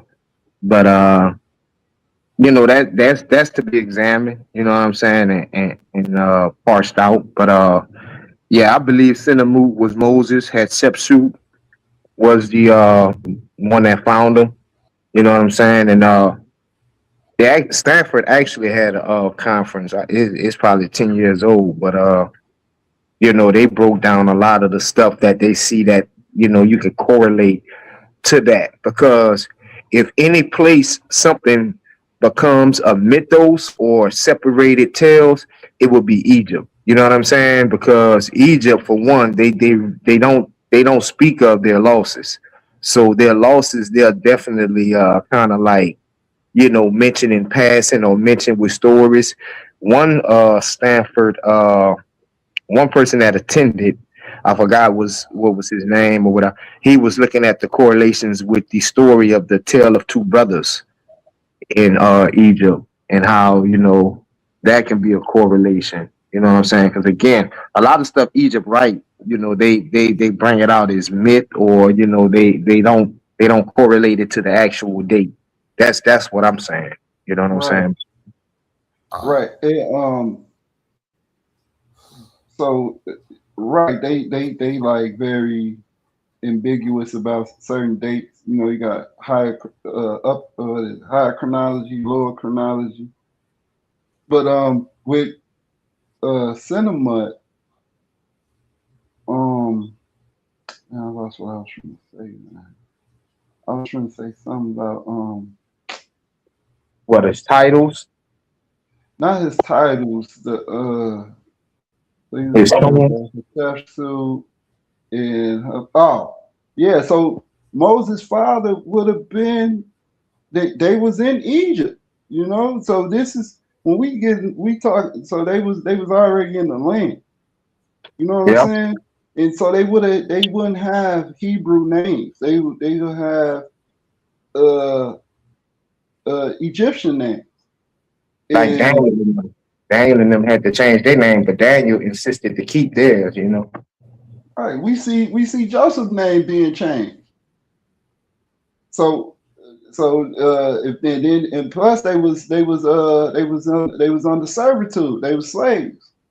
They was captives. So they could have easily changed their names and stuff like that. Yeah, they could have been transported somewhere. You know what I'm saying? That's like the DNA argument. Like you can't exclude like one person. Speaking of like Abraham coming into an area of different genetics. You know what I'm saying? So yeah, I would agree with you, man. There's no telling where Moses' father was. You know what I'm saying? He could have been anywhere in the region. And I will go on the limb and say, I'm gonna say two things real quick. That the Hebrew is describing these people. They say that these are names, but how the Hebrew is, it's a descriptive language. You know what I'm saying? Moses' name means drawn from the water. It's describing someone being drawn from the water. You get what I'm saying? Right.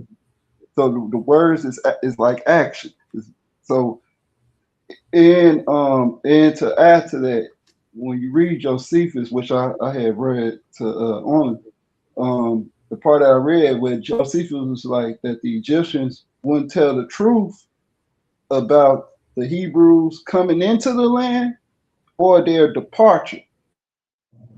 So just that little notion let me Right. know. So when I go through the historical record and now I see these little gaps and them not really want to mention about the Hyksos or about this king, that king, or even about the Hebrews being there. You know what I'm saying? Or the Egyptologists even saying going on the limb saying things, which now they even retracted a lot. Yeah. I can see that Josephus was telling the truth. He was telling the truth about that. He was recording the history correctly. Yeah. And I think what Manetho did, he tried to disparage us, and also he just kind of, by mentioning Hikasu, he kind of just lumped every Asiatic ruler in one class. You know what I'm saying? And they probably did. You know what I'm saying? Coalesce in communities together, but there definitely was different parts and different people groups within the Hyksos, even in the ruling class. Because when you was mentioning, I forgot his name, but he was the 12th. He was the 12th dynasty ruler, the first 12th dynasty ruler. He wasn't a native Egyptian, if I'm not mistaken. So Wow. yeah. But yeah, man, it's interesting. It's been a while I looked at it, Right. but it's definitely some interesting information that you can link up. Yeah, I haven't got back into that Hyksos bag in a minute. But in another thing, real quick, damn man, I keep getting my train of thought. But about the Hyksos, like I said with Josephus, um, damn, man, shit, I lost it. It'll come back to me. Yeah, but a lot of people like to quote Josephus as saying we the Hyksos, but he was actually just repeating what Manetho said, and that'd be killing me when people can't understand that. Like, What? Oh, now I remember what I was saying. All right. So what Kasai was talking about, right? When Kasai, and I'm gonna look into that when he was saying that it's two portions of Hyksos. I didn't know that. Now, because they kind of lump them all together. They right, talk about the military expansion and now them coming in peacefully and growing and and stuff like that. So that would make sense about the chariots. If it was another group of people that end up coming ruling. But what now to get to the part that you said about Josephus, in which I showed that he basically do identify them with being Hyksos, but through the assimilation of Joseph marrying into the Egyptian family. I mean, into that Hyksos tribe or whatever. Right, First, right. and Kasai was saying that that's a span of 200 years. So that's why I had only to go back and read Exodus 1, because that's a span. It says Joseph and that whole generation died. And then right there, it said after that, it say, so get them up out of the land. That was the expulsion of the Hyksos. So you think the Joseph rule was only what, one ruler deep, like meaning like after him we was in the we was being oppressed? No, I think Joseph ruled. And during his rule, he set his brothers up, because who else you gonna put in charge? You know what I'm saying? So great power comes responsibility. So I think he set his brothers them up in the Varis and probably other parts of Egypt. But he set them up, and after they once they got everything, once they've been chilling for a minute, you know what I'm saying, as kings or whatever, because Josephus said they had dominion, meaning they ruled. Other kings end up coming into power, you know what I'm saying, over time. Yeah. Like And one thing we got to understand about Egypt or Kemet, Taneti Taseti, like a lot of times, and I heard y'all mention that earlier, a lot of kings rule contemporaneous with other kings. You know what I'm saying? And me personally, from the evidence I've seen, the Semitics, or rather the Hyksos, they were more in league with the rulers in Upper Egypt. You know what I'm saying? And when right, we see Amos and Kamos, they're rebelling against the system because, like you said, I think that was you that quoted it. He don't want to, share his rule or give his land with an Asiatic. You know what I'm yeah, saying? he's But fine. the Upper Egyptians, I think they had a close bond, and it spread all the way to Sumer with the Chaldeans. You know what I'm saying? So Right. you know, it shows itself throughout history, in my opinion. And we need more people to look into it like that because, we don't have people looking at that, especially from the paradigm of truth.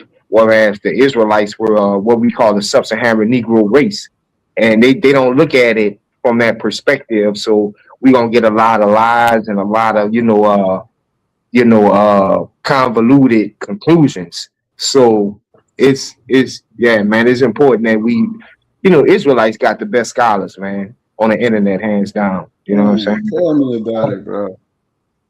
Look, hey, so yeah, so look, when you get to the about the Hyksos again, right?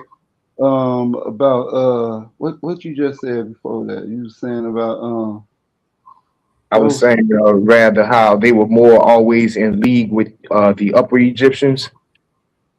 Oh, that's what you're talking about. The quote. So the exact quote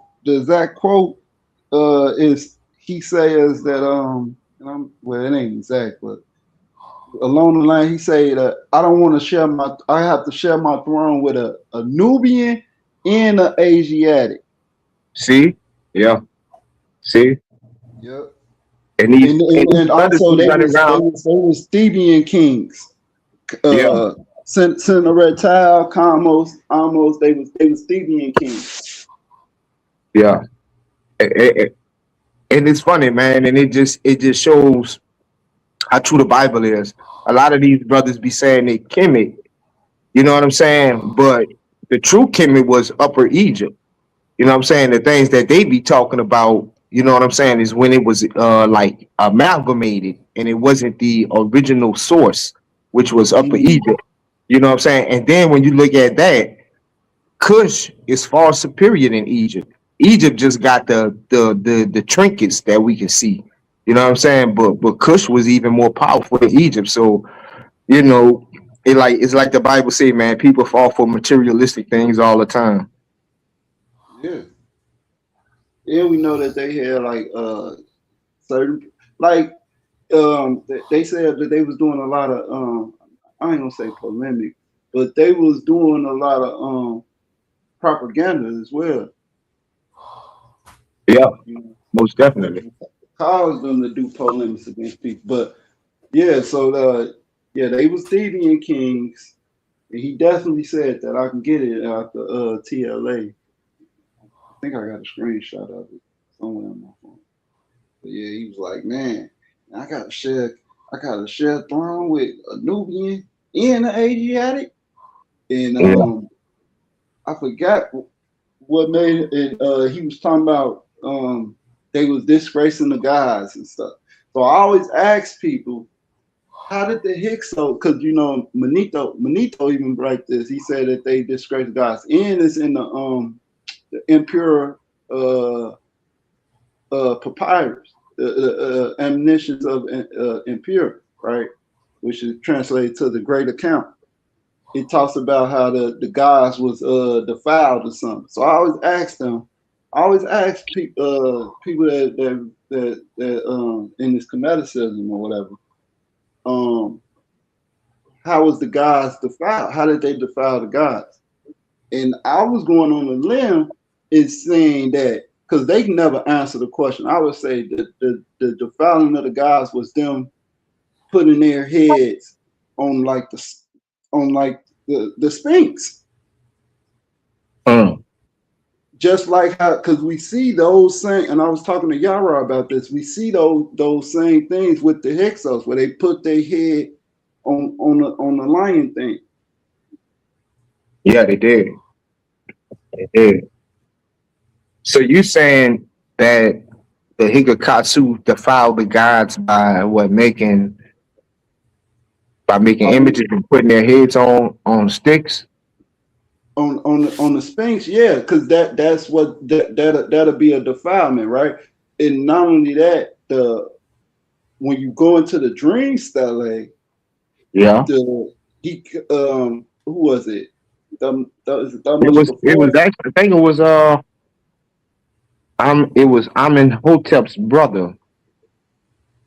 I forgot which one, but yeah, I know what you're talking about. Amenhotep dies, and then his brothers. I think it's Thutmose the third. I mean the fourth. Thutmose the fourth. Yeah.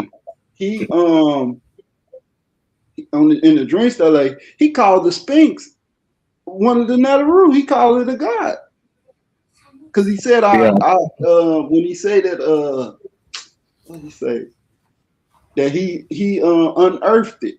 He unearthed the the Sphinx. He freed it from the sands of time or something like that. It was only the head was sticking out or something like that, and So are you saying the uncovered. Hyksos built the Sphinx? Not Or they that they carved the built head, it. they carved the man head onto it? I think that they carved the head onto it. Yeah, I heard people say that the carving was a later addition. And I I think did hear that. Ramses, because we know Ramses rebuild over cities. He touched his name and everything, and I think what they saying that is Ramses' head now, right? I forgot which one they said it is. And or a later pharaoh ended up recarving it again or something like that to make it them or something like that, or they Yeah. attached a name to it or something. Yeah. But I think that was the defile. That was the gods being. That was the defilement. Because Manito said that they just. I don't know if he said they defile. I know it say defile the god. The gods are defiled in the impure papyrus, right? But Manito said that they was. I think he said they disgraced the gods or they defiled them. Some of them. I got to look into Josephus. And to be honest, peace to the panelists, peace to everyone, peace to everyone. I'm glad you brought up the papyrus because honestly, when I hear the Kemetics, the people that don't even have no ancestry tracing to Kemet, or the Hebrew Israelites, not even having any DNA ancestry tracing to the Levant. When I hear y'all speak about the Bible and the papyruses of Egypt, it's the equivalent of us, I don't know how old y'all are, but I was raised on the Power Rangers. That's like me telling y'all that, hey, when I was watching the Power Rangers, you feel me? I saw them going to war against Ivan Ooze, and I could relate to that because my people, we had to stand up against the white man. So really, I'm descended from the Power Rangers. It's like, come on, G. Well, Grown Nah, men gotta be grown up, man. well, a I was lot of off the people I was did off the that. porch when Power Rangers was playing. A lot of That stuff ain't make no sense to me. Or well, a just lot of translate that to He-Man or Superman, Batman, well, whatever, a lot of whatever indigenous folklore, people did that though. A lot of African people did that. They and they were saw things crazy, as right? social political. I And they mean, were crazy, no, right? no, not social political. Yeah, social political. So they would breed things Exactly, and identify with it, and then take on exactly. that persona. And they were crazy, really. They were Well, they that had a happened free. Well, we did that. We did that here in America too. So that also gave our people what we well. call freedom. Let's condense Gave us the courage to go against our oppressors. no. Hear me That's out. Let's condense the dialogue. What I'm saying is, you personally, if you met a person that said he's descended from Batman, wouldn't you say that, hey, brother, you're a little off? but that's Let's be not far. honest, That's not too far fetched. It's the cities that is. brother. Did you hear the So question? hold on. Yeah. I heard what you're saying. All But right, listen. so if you met a person that said that they was descended from Batman, you wouldn't make the honest assessment that they are a little off. Well, come on, man. All right, so that's We that, we take apply that things same more. Our logic. stuff is more Apply that same common. logic. It's I'm more not trying to common argue with you, bro. and watered down today. So that's my Now point. So you so do don't. have hold on. You do have historical ancient tales about cities being originated by what people would call deities or demigods.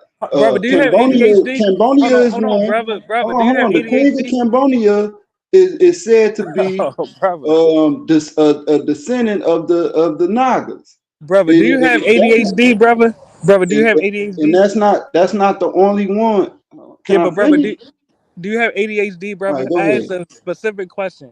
I'm asking just as you would come to the honest assessment that a person claiming to be descended from Batman is illogical, we have to make the same assessment about these African Americans who claim to be Hebrew Israelites but have no Hebrew DNA. That's my point, brother. What is Hebrew DNA? Yes, I'm glad you asked that. And the fact that you asked me that showed that you have no verifiable genetic attachment to the Levant by asking me that question. Now I'm gonna answer the J marker. Even if you dispute that, you're proving that you have no genetic evidence of Hebrew DNA. Do you realize that, brother? Do the No, Hebrews? what you just said shows that not only do you not have the evidence of what's an Israelite haplogroup, you have no idea of the literal history of the people that you're conceding the Israelite gene to, which is quite laughable, actually, bro. So let's have a dialogue. What is the Hebrew marker? I'm listening. It's unknown. Exactly. So you just proved my point. You have no genetic evidence of Hebrew So ancestry. so Checkmate. so if we don't have the DNA haplogroup of Jacob, then we can't go by genetic evidence either No, way. it means you're So speculating. It means you're if we speculating, brother. no, It means you're listen. speculating. So what you do, you go with other forms of information and forms of data, which is the historical accounts, the linguistic accounts, the migration accounts, the historical accounts from not only East but Central, West, North No, I Africa, hate meaning you're Spain. speculating that you're those So you people, gotta go, you gotta look at all fields of discipline to make that conclusion, right? and you're like speculating. like you call yourself voodoo and hoodoo, Yes. we can actually see a transference of that from the Levant, specifically Israel, to West Africa to Louisiana. I can literally show you that. You can't show that genetically, though.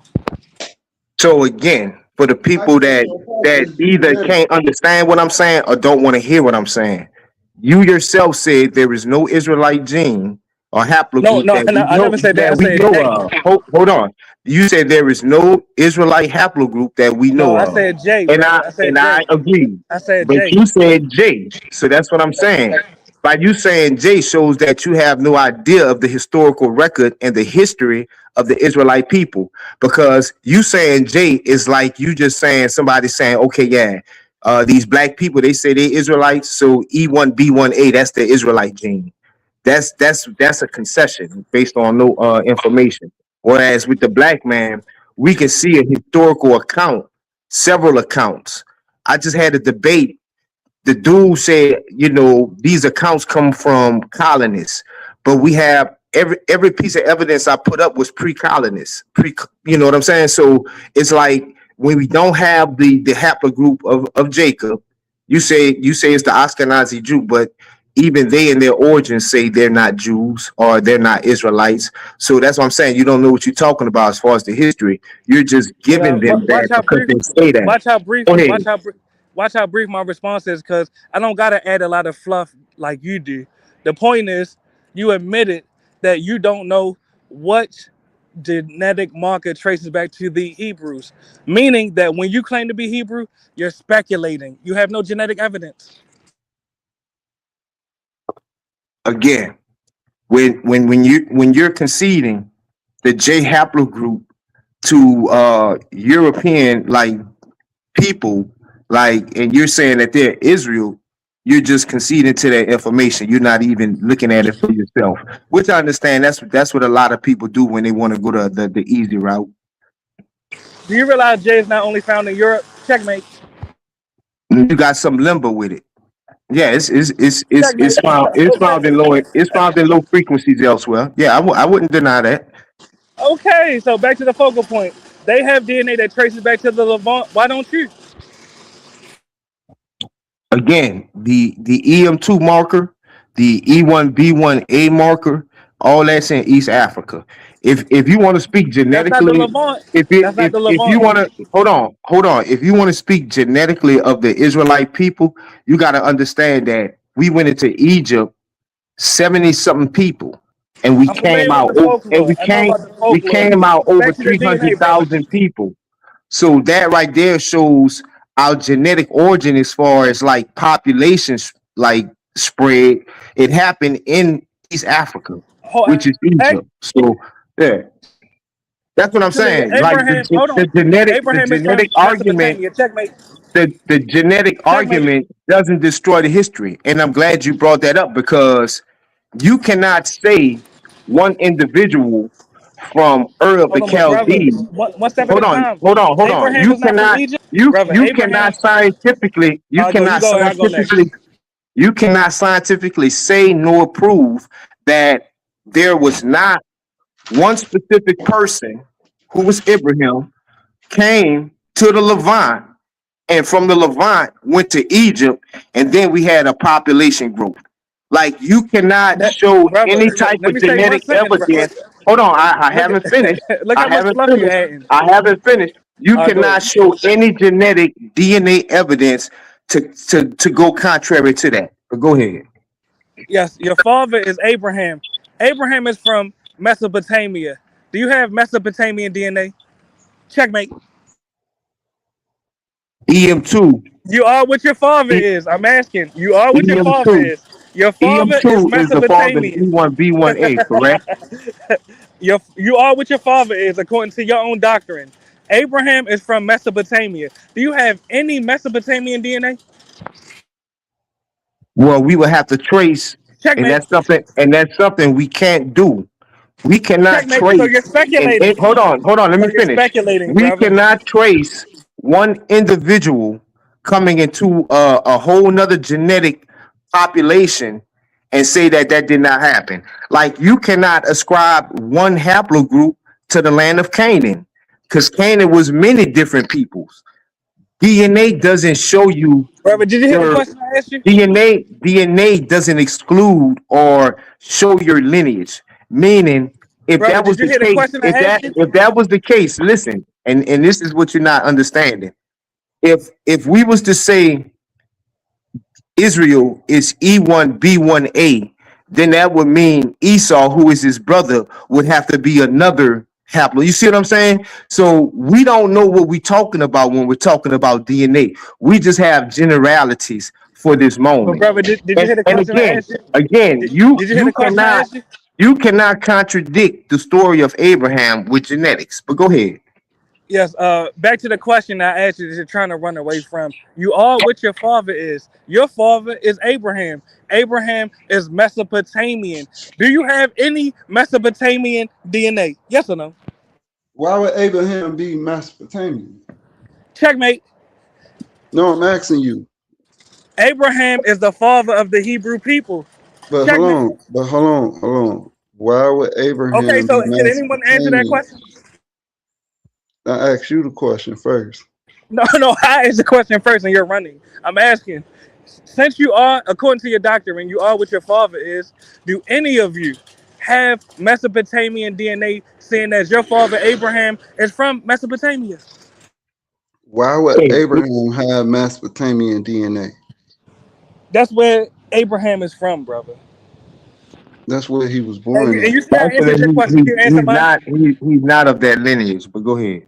That's where he was born at, What lineage is he from?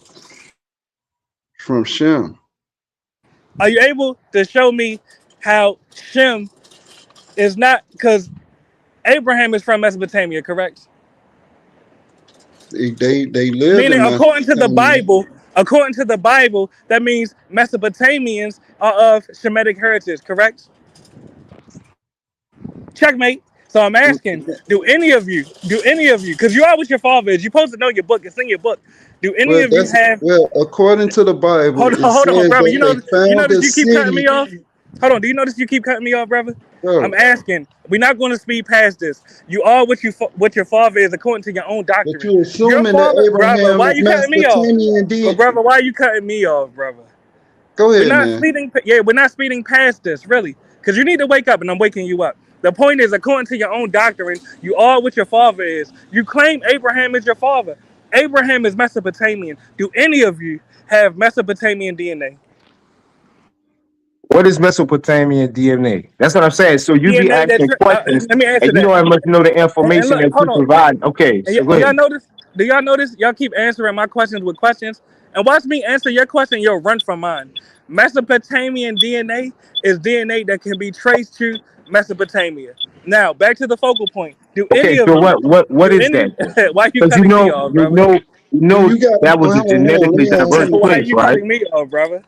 No, The I'm question asking. is, and we're not running. We're not running. Yeah, I'm not letting y'all run from this. I'm asking, since you claim to be what your father is according to your own doctrine, Abraham is from Mesopotamia. Do any of you have Mesopotamian DNA? So from the Checkmate. evidence that we have, hold on. From the evidence we have, we E1B1A, right? What's the father of E1B1A? E1B1A is not from Mesopotamia. No, E1 do you checkmate. know that? E1B1A is not from Do you know Mesopotamia. that? Checkmate. Checkmate. Do you know that? What's the father E1B1A of is from Africa. E1B1A? Checkmate. It's from Africa, brother. It's from Africa. And look, y'all running from my That's question, and you say I actually don't run from y'all. I'm asking. that's actually false. Say that. What part of Africa? What part of Africa? It comes from East Africa, Northeast Africa, not Mesopotamia. Checkmate. Okay, Mesopotamia is so Iraq and Iran. okay, Checkmate. so hold Mesopotamia on. is Iraq and Iran. Do any of y'all have Iraqi DNA? Since y'all claim to be So, what your father is, your father so, Iraqi, Saddam Hussein. Is y'all Iraqi? Y'all descendants of Hussein? Checkmate. You're well, you just laughable, ram, brother. And look, look. you just All right, this is the last rambling, time I'm bro. gonna ask the question. If y'all don't No, answer, I'm hold dropping on. off You because I not cooked y'all only are enough. you rambling, but you get All right, go scabbling ahead. because you don't want to engage in information. So EM2, right? So are you saying that EM2 was not in Mesopotamia at all? I'm saying EM2 did No, not I'm saying originate. I'm yes or answering your no. question. I Can I never answer your said it question? originated. I never said it Checkmate. Okay, originated. so back to the focal point. Abraham So originated are in you saying? Hold Mesopotamia. on. So it's your understanding. All right, So go ahead. it's your understanding that Abraham is the indigenous haplotype to the Mesopotamians, because that's how you keep labeling it. But what you don't understand is that Mesopotamia was Well, watch genetically this. Let diverse. me So respond. with Let me that being respond the to you. case, Allow me to respond. again, I'm asking Oh, you. go ahead. So EM2, it was not possible. Are you saying that it was no way that EM2 was present in Mesopotamia? When did I say that? What I said was Yeah, EM2 did not that's what you're originate in saying. Mesopotamia. Because No, I what know I'm saying, I'm telling you what I'm we saying, would bro. never say I'm that. telling We you would what I'm never say saying, it brother. originated. We would never say it originated in Okay, so Mesopotamia. checkmate. And Exactly. and Abraham. again, Go ahead. this shows how haplogroups do not determine or uncover a person's nationality, ethnicity, nor their lineage, because what you just said out your mouth was that we are what our father is, and that's correct. And if we go back far enough, everybody is who their father is. So if you trying to use the genetic haplotypes to determine that, then you're off. You cannot do that, which is what I've been telling you since you came on. You cannot take haplotypes and determine who's a person lineage is. You just can't, because EM2 have thousands of lineages in it. That's what you're not understanding. And like I And told you you, notice I you never can't. cut y'all off because I'm not afraid of what. No, You yeah, notice I right, never. right, Oh, you still going? right. Go ahead. So you don't understand that, or you do, and you just continue to come and ask that crazy question. Like scientifically, that's a crazy question to ask. But go ahead. Yes, and watch how brief my response is because I'm not letting y'all out of this headlock. According to your own doctrine, you are what your father is. Abraham is Mesopotamian. Do any one of you on the panel have any Mesopotamian DNA genetically? Again, I'm gonna say it real slow. Checkmate. Genetically speaking, All right. Abraham Well, was look. not a Much love to y'all. Mesopotamian. I'm You waking don't y'all up understand slowly but that? surely.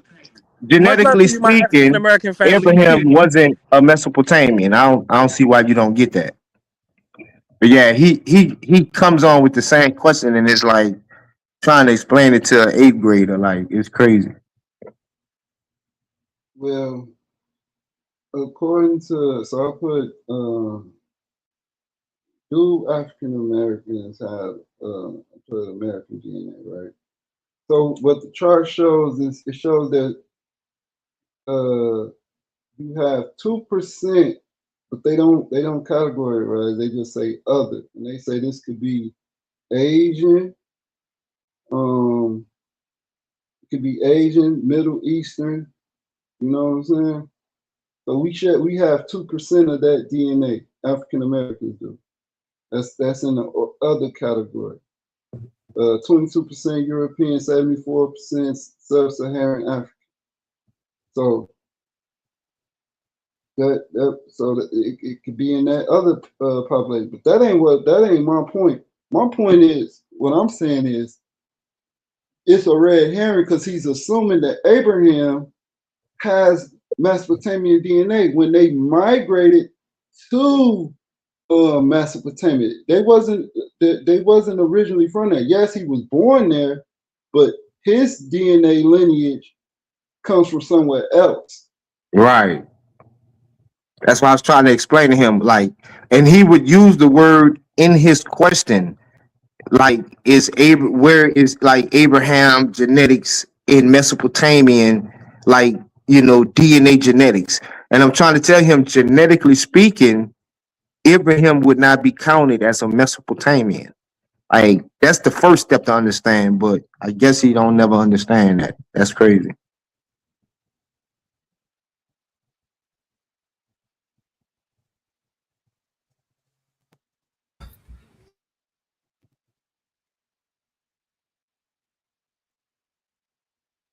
Because all the ancient records show that Mesopotamia was founded by Nubians, Cushites.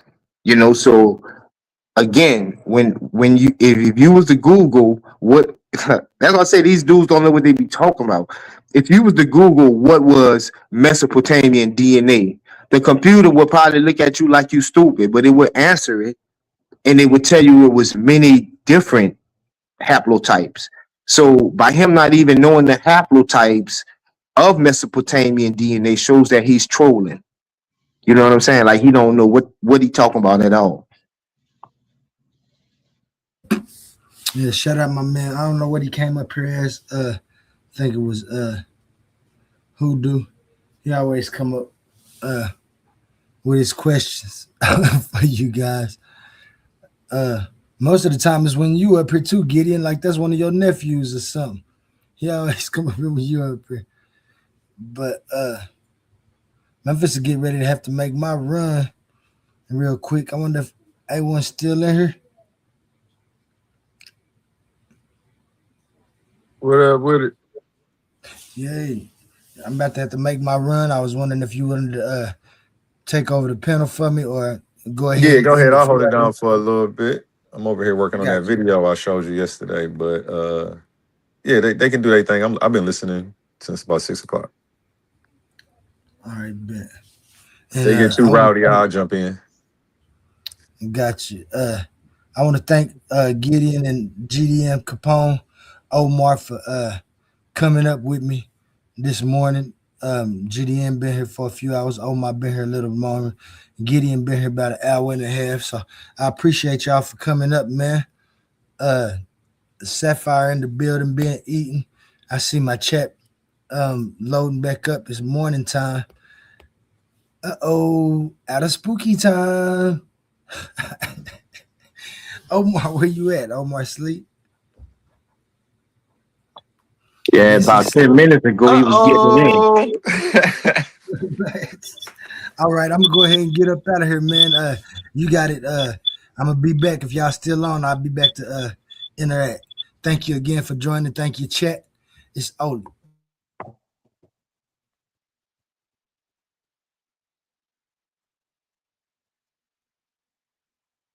y'all got the floor, gentlemen. Yeah, for sure. But yeah, man, that's their last bastion of hope, man, that DNA argument. But you know, once once we beat them in the head with every other field of discipline, then we gonna have to sit down and listen to what I call asbestos, formulas that they spitting out. They think it's gold, but it's really not.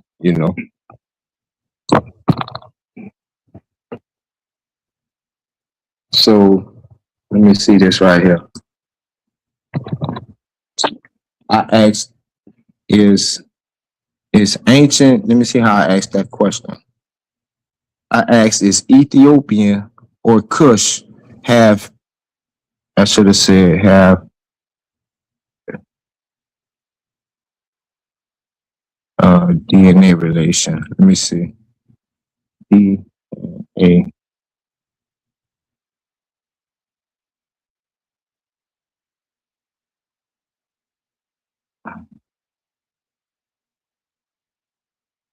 And it says ancient Ethiopia, Kush.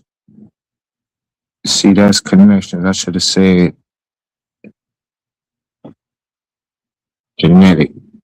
Genetics wise, are they related? And I'm quite sure it's going to say yes.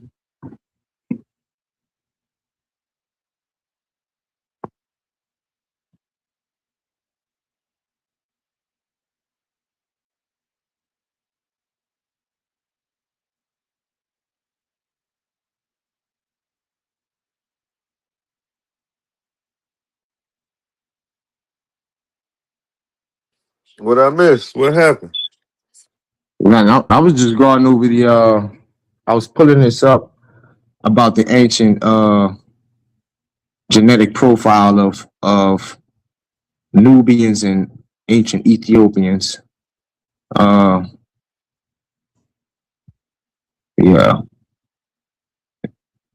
from what I see, they actually say they don't.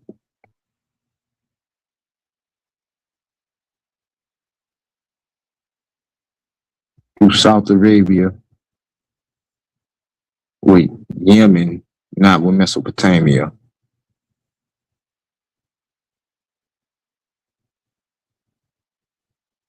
Yeah,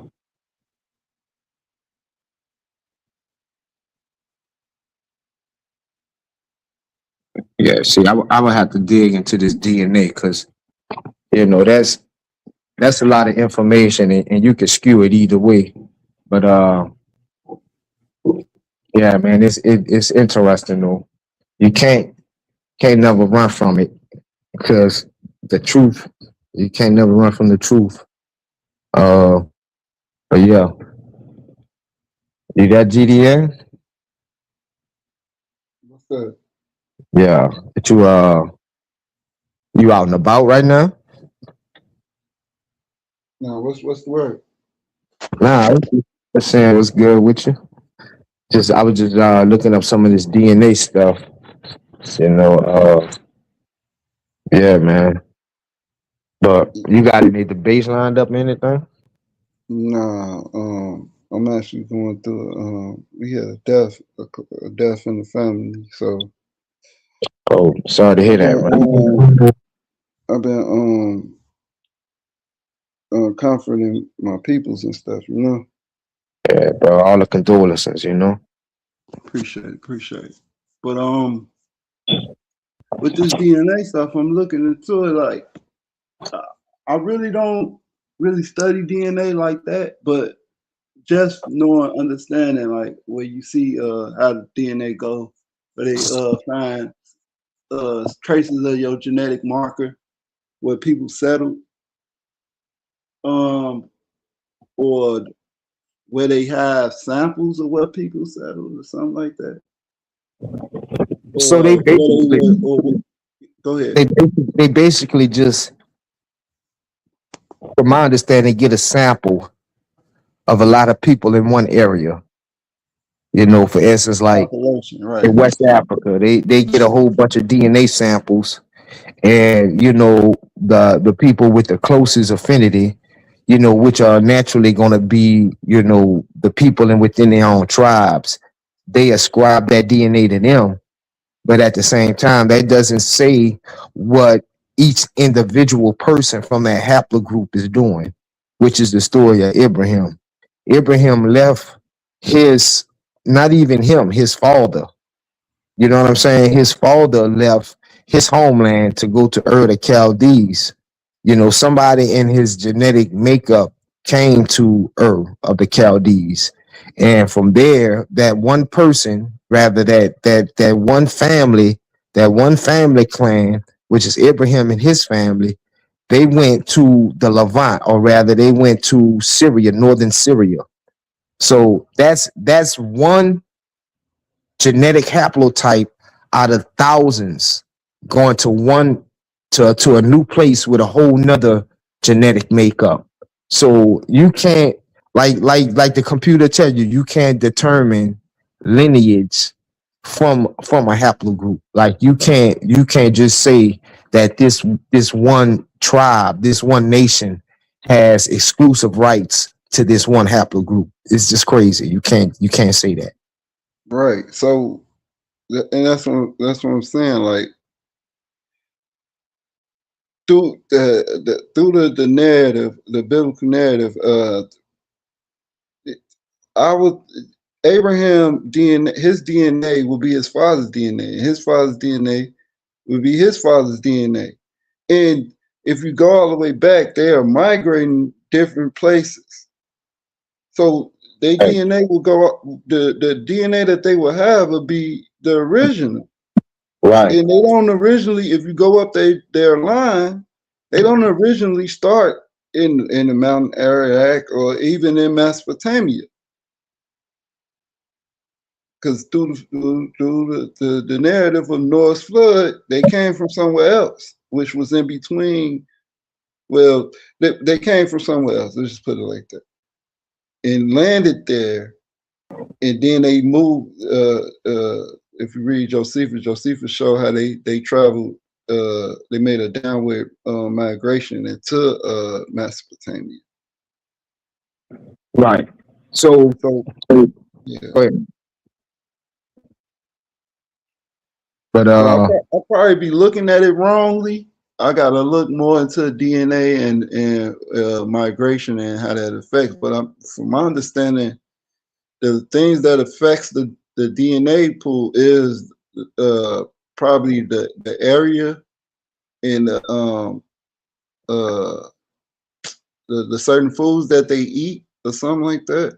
I'm not yeah. sure, but I don't see why we'd be looking for Levantine or Mesopotamian DNA when it clearly showed that they migrated into that land, meaning their DNA will be something else. Right.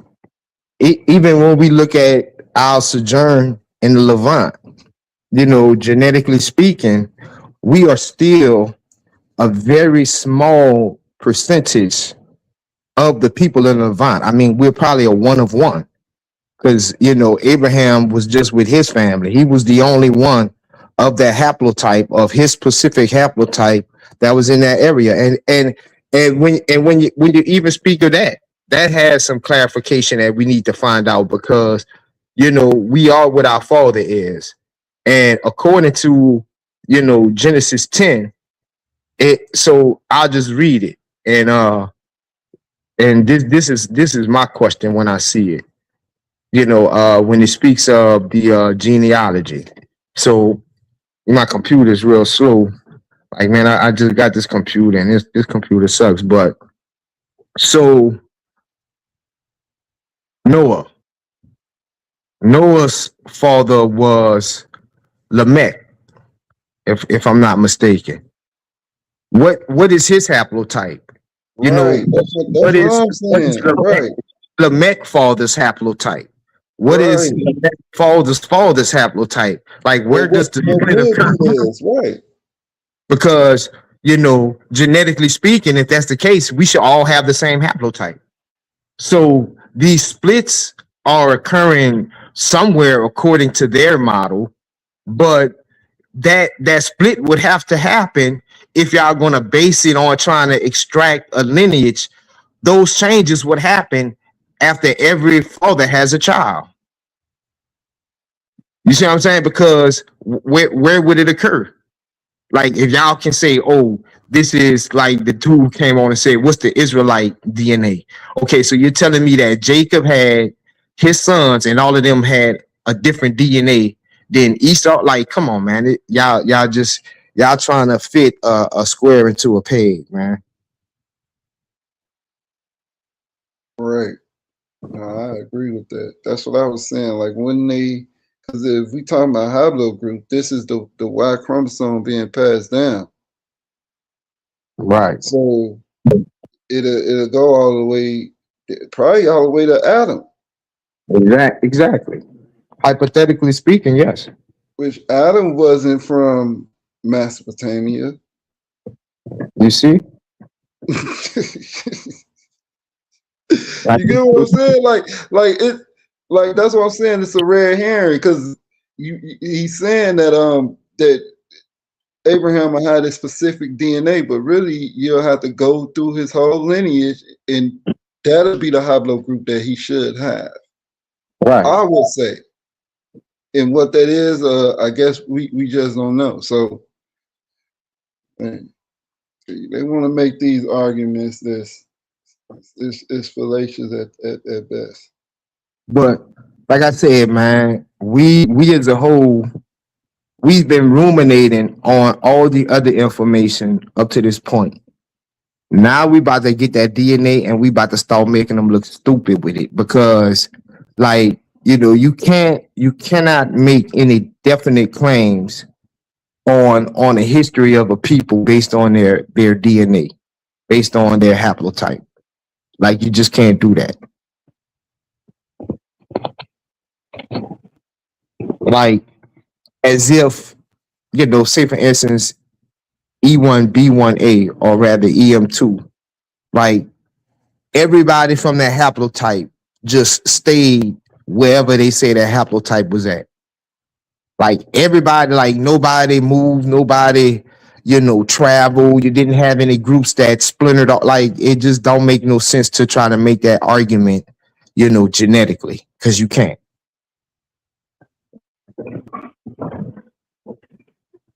All you do is showing that you good at regurgitating non sequitur information. Like, I actually had a debate where a dude was talking about pearl millet and the discovery of pearl millet. Like, what does that have to do with a people that has the same genetics of whatever information you're talking about? like a haplogroup doesn't stay stagnant, man. People move, people, migrate. Like it's Right, crazy. right, and that's what I'm saying. Like, do we have? I don't know. I'm gonna have to do some research on this DNA stuff, but we only been studying it for a couple of hundred years. I think like 200 years. And yeah, and They with, still with don't. There's certain genes that they still don't even know what's their function or why we even have them, especially in the Y chromosome. So there's and certain things that they discovered.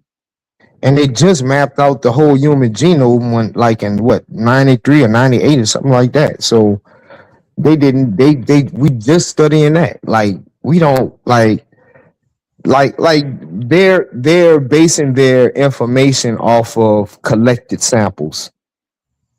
And I guess the collected samples, like say for instance, like a Yoruba, whatever they're, E1B1A, and since 80% or 90% of the Yoruba E1B1A is in West Africa, they're gonna say that's where it started, and that's where it's like, and the DNA evidence don't even say it's not possible that that could have been somewhere else at another time, but the people frame it like that.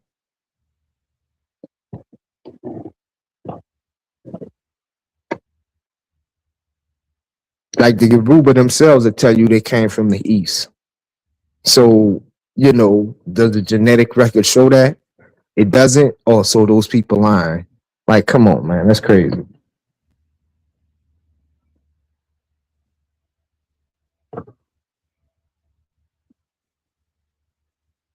Right.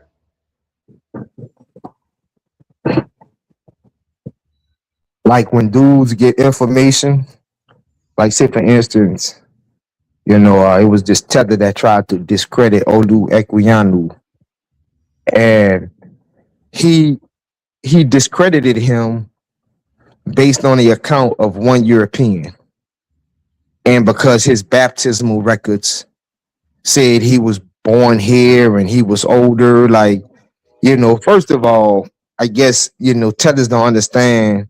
And when I say tethers, because I have a lot of brothers from the Caribbean, and I'm talking about the ones that try to distort the message. I would call in America, I would call them coons.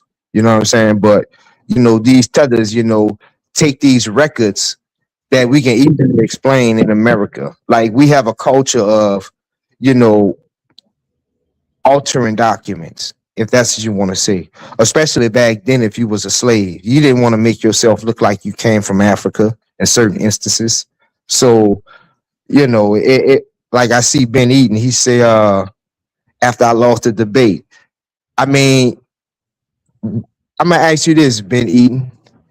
Besides him going on his DNA rant, like what did he prove or disprove? Because in a debate, you have to not only prove your stance, but you have to discredit your opponent's stance. And he did none of that. But that's neither here nor there. Now, now listen to this, bro. So I put this is hypothetical. So hold on. I put hypothetically, if Noah was from Africa or the Americas, right? What DNA would Abraham have? And would it still be Mesopotamian, right? So say if hypothetically, if Noah was from Africa, Abraham would not carry haplogroup J. Instead, he would carry an ancient African parental lineage, most likely haplogroup E, specifically E1, B1B, or other branches, or haplogroup AB. This lineage would pass down perfectly intact from Noah to Abraham. Yeah. Now that's just a hypothetical, though. So Right. I'm wondering, like, why would why is they looking for Mesopotamian DNA? That's the But I guess. Look, and it say it even goes further, like with the mixing and the lineage and everything. Uh, he'll have at least 1%. I guess African DNA, Right. right? Which when I go back to what I was originally talking about with the when I did the thing about the African American DNA, we had 2% of DNA, and they just listed as other. And when you go into the bracket of what that other can be, that can be from basically anywhere. Right. Exactly. So So so I'm saying, like, come on now. Now that's just a hypothetical. I'm not pushing the pen right or left, but I'm just saying this is DNA. It doesn't give you everything. It gives you a inference of where you probably could have came from due to the populations that was there. right. Like it was like it's just the first step. Like say for instance, your Now, first step. now it can help my bad, but it can help like um the first couple of probably generations, yeah, because that's more closely to it, but the line gets diluted and it's smaller percentages every time. But go ahead. Yeah. Like you say, it's a good first step to your methodology of finding something out. Because like the brother Hoodoo Voodoo, if he was like I said, he's just trolling because he could have clearly seen the J haplotype just from a simple Google search will show you it would not connect to Noah. You see what I'm saying? So, we know that all people come from Noah, including the European, but the genetic evidence, the way they reading it, it will cut out a lot of things that will make them look contrary to the evidence. Like, he like based on what you just read, he couldn't even say the J haplogroup is an ancient Israelite haplogroup. Like he couldn't make that argument. So Right. Even like DNA, it's if your DNA it go back, it's gonna say West African Sub-Saharan, but what tribe? You know what I'm saying? What what country? What tribe? You know what I'm saying? It give you a blanket where you can start at. So what you'll have to do once you find out, oh, say you from Senegal or whatever. Well, how many tribes? It probably be what, probably 10 different tribes in Senegal or something like that. That has a tradition, that has customs and all that. So then you will have to go into those things, find out that lineage.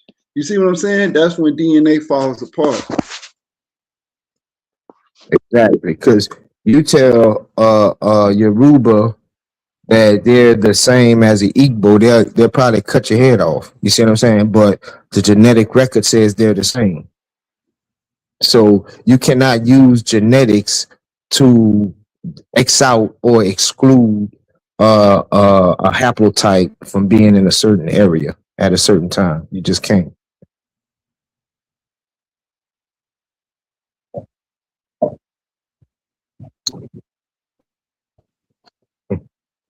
But one thing I noticed about it that's crazy is that you know it like I say, man, this DNA is like asbestos.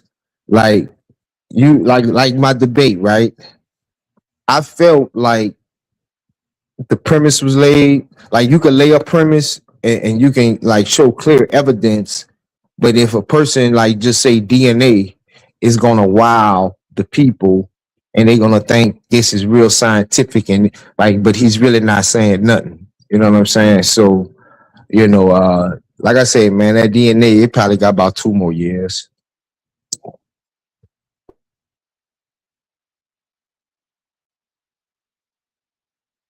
Yeah, man. Man, we was touching on something, man. Look, and when we was But going through that. and the E1B1A is not even indigenous to West Africa. But go ahead. Oh yeah, no, E1, what is it? Is it E1B1A or B with the Natufians? The Natufians in the Levant, I think they was in the Levant. I think they got E1B1. Matter of fact, let me look it up and make sure. Natufians. I think I read that the Natufians had African DNA or E1B1.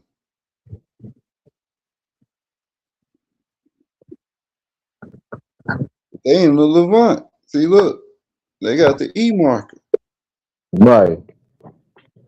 but they in the Levant. Like, bro, when I first started compiling information about Israelites, I started that DNA, but then I asked myself, well, what would be Esau DNA? You know what I'm saying?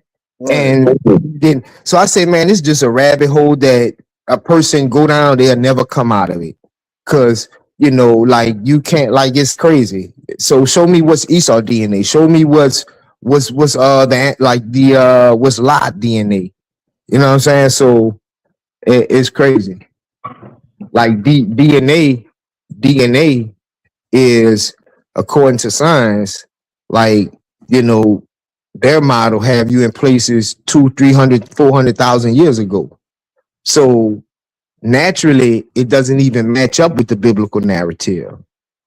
So even if we're gonna play that game with your misunderstood science, the world has been here 300, 400,000 years. Okay, so you're telling me that 4,000, 5,000 years ago, a single haplotype could not enter into an area and be foreign to the indigenous haplotype there.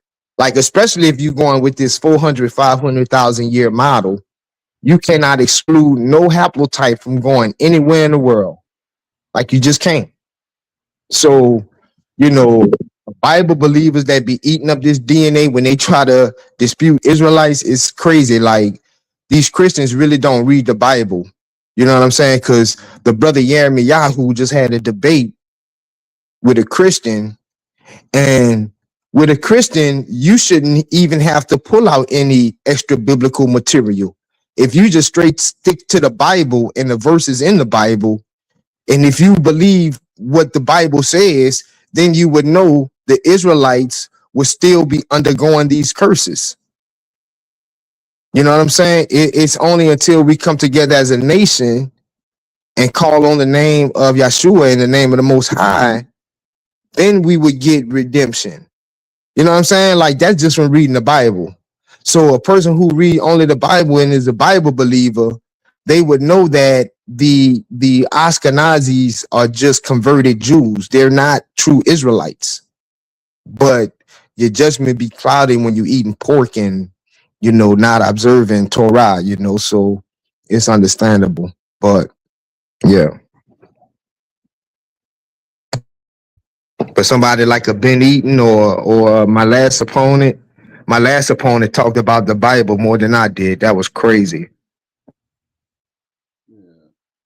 Nah, you did good in that debate. I was actually telling somebody. I was saying that in your first round, how you laid it out was powerful because you laid out all the classical and historical records of Jews being in different parts of West Africa. But then what he did, he showed the DNA evidence of them being in those same areas. Right. I was like, bro, that's a body bag. Right.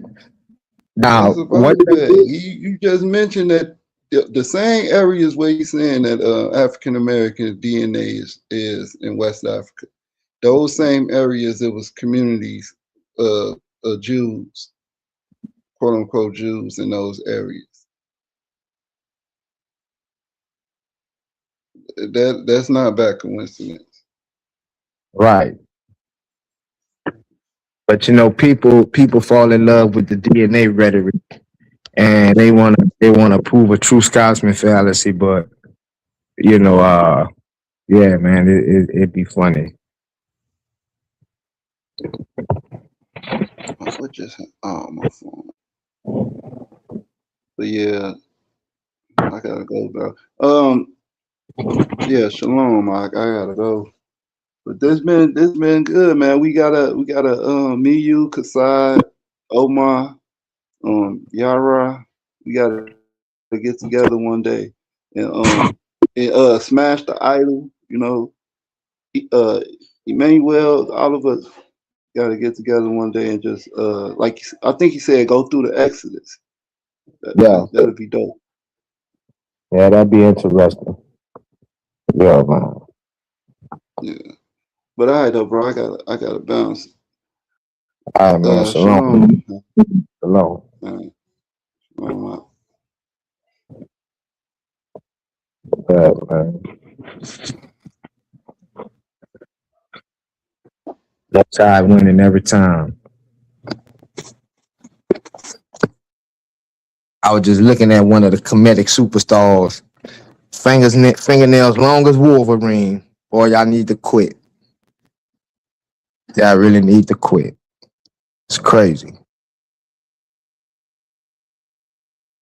Then you know he was confident because one video had him clear. So he walked around with him clear for like a couple of hours and then said he gonna go throw some gold paint on it. So he was really convinced. He was really like confirmed in it. And you know, that be y'all stalwarts, man. That's crazy, man. Give me the Bible any day.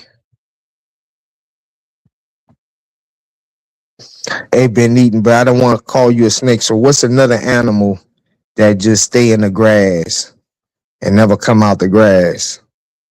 Cause I wouldn't call you a snake. Snake have other you know, other things attached to it. But you definitely be in the grass. You never come out the grass, but I tell you that. That's crazy, man. Don't make me wake Omar up and beat mud down your leg.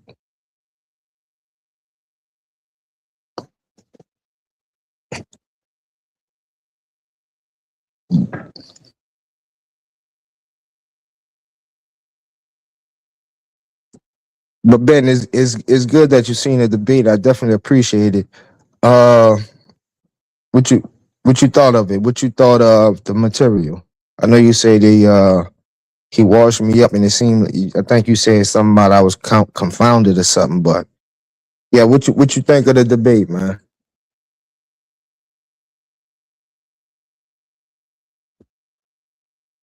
I can't drop the link. I don't have those powers, you know.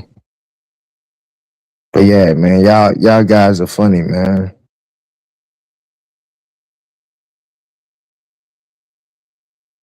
It's like y'all always been here for the history of Israel. You know what I'm saying? From the dude on the sideline cursing David, saying everything he do won't prosper, to us being jammed up in the inquisitions. Y'all got us on trial, having debates that y'all know we gonna lose for we must start, but we still here, man. We still here. We ain't going nowhere. Y'all come and go, man.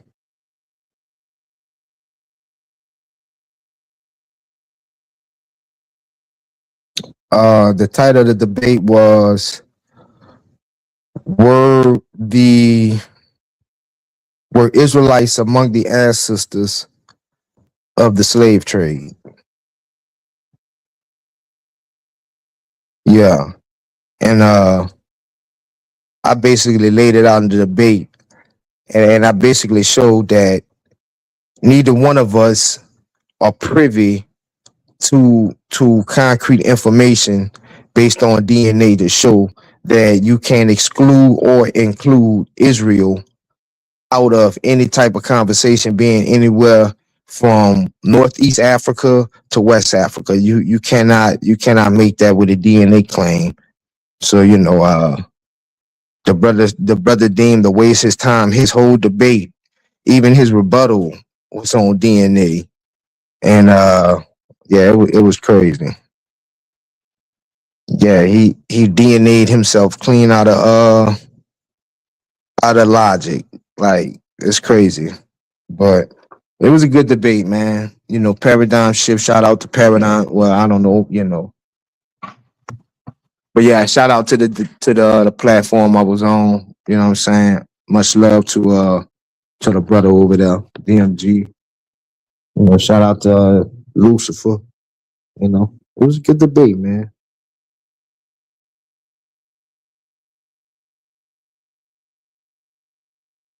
You must have won because I see you on more flyers already. I don't see Lucifer on no more flyers. Nah, it was two judges. It was unanimous, I guess. You know, they say I lost, so. But yeah, man, the proof is in the pudding, man. I beat mud down that dude leg, man. Shout out Kazak. I think I called you from my new number, Kazak. It's a 440 number. I called you like a day or two ago. So my new number should be in your messages. I mean, or in your recent calls at least. That Ohio number. That's me. If you still listening, Kazak. Yeah, what's good, A1? Chilling, man. Just got back from the store. Running around. You know, I work third shift, so I've been up all night. Yeah, I've been on that third shift before. That shit crazy. It's good and it's got like good and bad. You know what I'm saying? I like third shift, man. I don't like being up with the rest of the population, man. Too many people. People everywhere when you go outside. I'm cold. Look, you know, it's crazy. I used to say I said the same thing when I was working third shift, but I had seen a meme where they had like a zombie looking person saying, "Oh, I love the third shift," and I was like, "Damn, was that me?" Like, cause I really liked it. The hardest thing is like from like 2 to 4. After that, you good. I'll be working out in the morning. So like I get really good sleep and then I'll be up, you know. I used to like be drowsy and shit, but that I don't know. I think that be because people be fighting sleep. They don't get their full 8 hours they supposed to have. They not getting Yeah. the proper sunlight. You got to make sure when you on third shift too, you got to balance things out. You got to make sure you getting your proper sunlight. There is something called third shift syndrome that you got to make sure that you don't slip and fall into. Yeah. Um, Yeah. Well, I would get off of work and like if I had anything to do, I would do it, like right there. And then after that, I'll come home and I like crash. You know what I'm saying? I done went and did my workout. I just got some bag. I'm about to roll up. But I had a pretty monotonous job too. You know, I used to I worked in a manufacturing plant. I used to mix like ingredients, like make pancakes and shit. Oh, okay. So it was just like a lot of large scale mixing and running it in the batch, and you know what I'm saying. Just back in the day that was crazy. That was a long time ago. Yeah, material. I just applied. I was at my job applying for new jobs last night. And I Hey, was bro. applying for that position. They call it a material handler at some of the spots out here. Yeah. So Just I don't was do like applying to submit up. we was at a job and he went on their computer on their like internet and did like job searching, filling out applications. Do it on your own computer. Like I know you that at you ain't Yeah, I that. did. I used my phone. That's I was crazy. definitely on the clock looking for new jobs. My job easy though. It's sweet. Yes. Like I took a pay cut because it was so easy. But I wasn't tripping. Like it's just gonna take me a month or two longer to achieve the goals I wanted. Which Yeah. I'm thinking I might just chill. Cause my job, I don't do shit all night, bro. All night I'll be on here listening to y'all, studying. All night I'm studying. That's all I do all night is just study. Well, see, Listening. Yeah. I do my homeschool lessons and all that shit, my little college courses and shit. I just be listening to that shit over and over. Like you got a sweet little gig there. But Yeah, that sometimes shit's sweet. That's why I was like, I don't wanna go get another job for 2 to 5 more an hour, and then they actually work my ass. that's what I'm saying. Like, all money ain't good money. That's one Yeah, example. you're right. That's what I was saying. Maybe I should just. But see, I'm in this mood where I want shit now, and I really do need to learn patience. So I think I'm gonna stick it out, man, because that's the You- lesson I'm learning here is Now you can't get that patience. because work take up a lot of your time, and it doesn't provide a lot of time for you to be creative with your own activities. So you Hmm. can't get stagnant in it, and then it can't limit you from like freeing yourself from it. But if you have a plan with it, you know what I'm That's saying. how I felt too. I felt like, am I trapping myself? Am I getting too comfortable right now? You know what I'm saying? But I don't know. I like being able to study for my whatever the fuck I want to do. Study for these presentations. Study for the debates. Yeah. Go over film. Listen. Just be kicking it on here with y'all all night while I'm working. Yeah. So I think that's a blessing. I ain't gonna trip. I ain't gonna trip. Yeah, I got a bunch of hustles on the side anyway. I ain't tripping.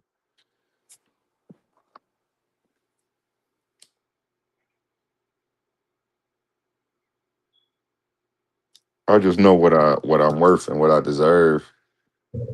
But Yeah. I do deserve an easy ass job. I deserve that. I done worked my ass off out here. I done Amen. worked like a slave at some of these spots, man. Yeah, man. And then they'll forget about you and wouldn't even much care about you once you're gone. You know what I'm saying? Yeah, yeah, yeah. And I'm just trying to get these. I got to get these permits pulled and get these sinks installed and shit at my shit. And it's just a lot. I don't know. It's Yeah. not a lot. It's just that's all I'm waiting on. I don't usually work for nobody else, but it's a means to an end. So, and the good thing about a job is it's always gonna be there. It's always gonna be a plantation looking for slaves. I don't never got to worry about that. The temp spot to send me out ASAP. You know. Especially if you got a skill. Yeah. I mean, it's skill or experience, either or. Like you said, Yeah. if you got factory experience, you in there. Right. You know. Some temp jobs I've been to somewhere you a consultant, and I've been to somewhere you a damn trash consultant. So Yeah. depends on which one you go to. Yeah. And Yeah. like the Lord, because I've been the ones where you get paid daily, and at Mm. them, it's like everybody's story is different. But some people you could just see why they come into a temp service because them niggas don't have no type of understanding. Yeah. Like they come to the window with the weed blunt all in their ear, and I'm Mhm. like, that's why you can't get a job and move up. Yeah. Like it's crazy, bro. Be damn near 40 with 3 kids moving like that. Like, what is going on? What are the Yeah, kids learning?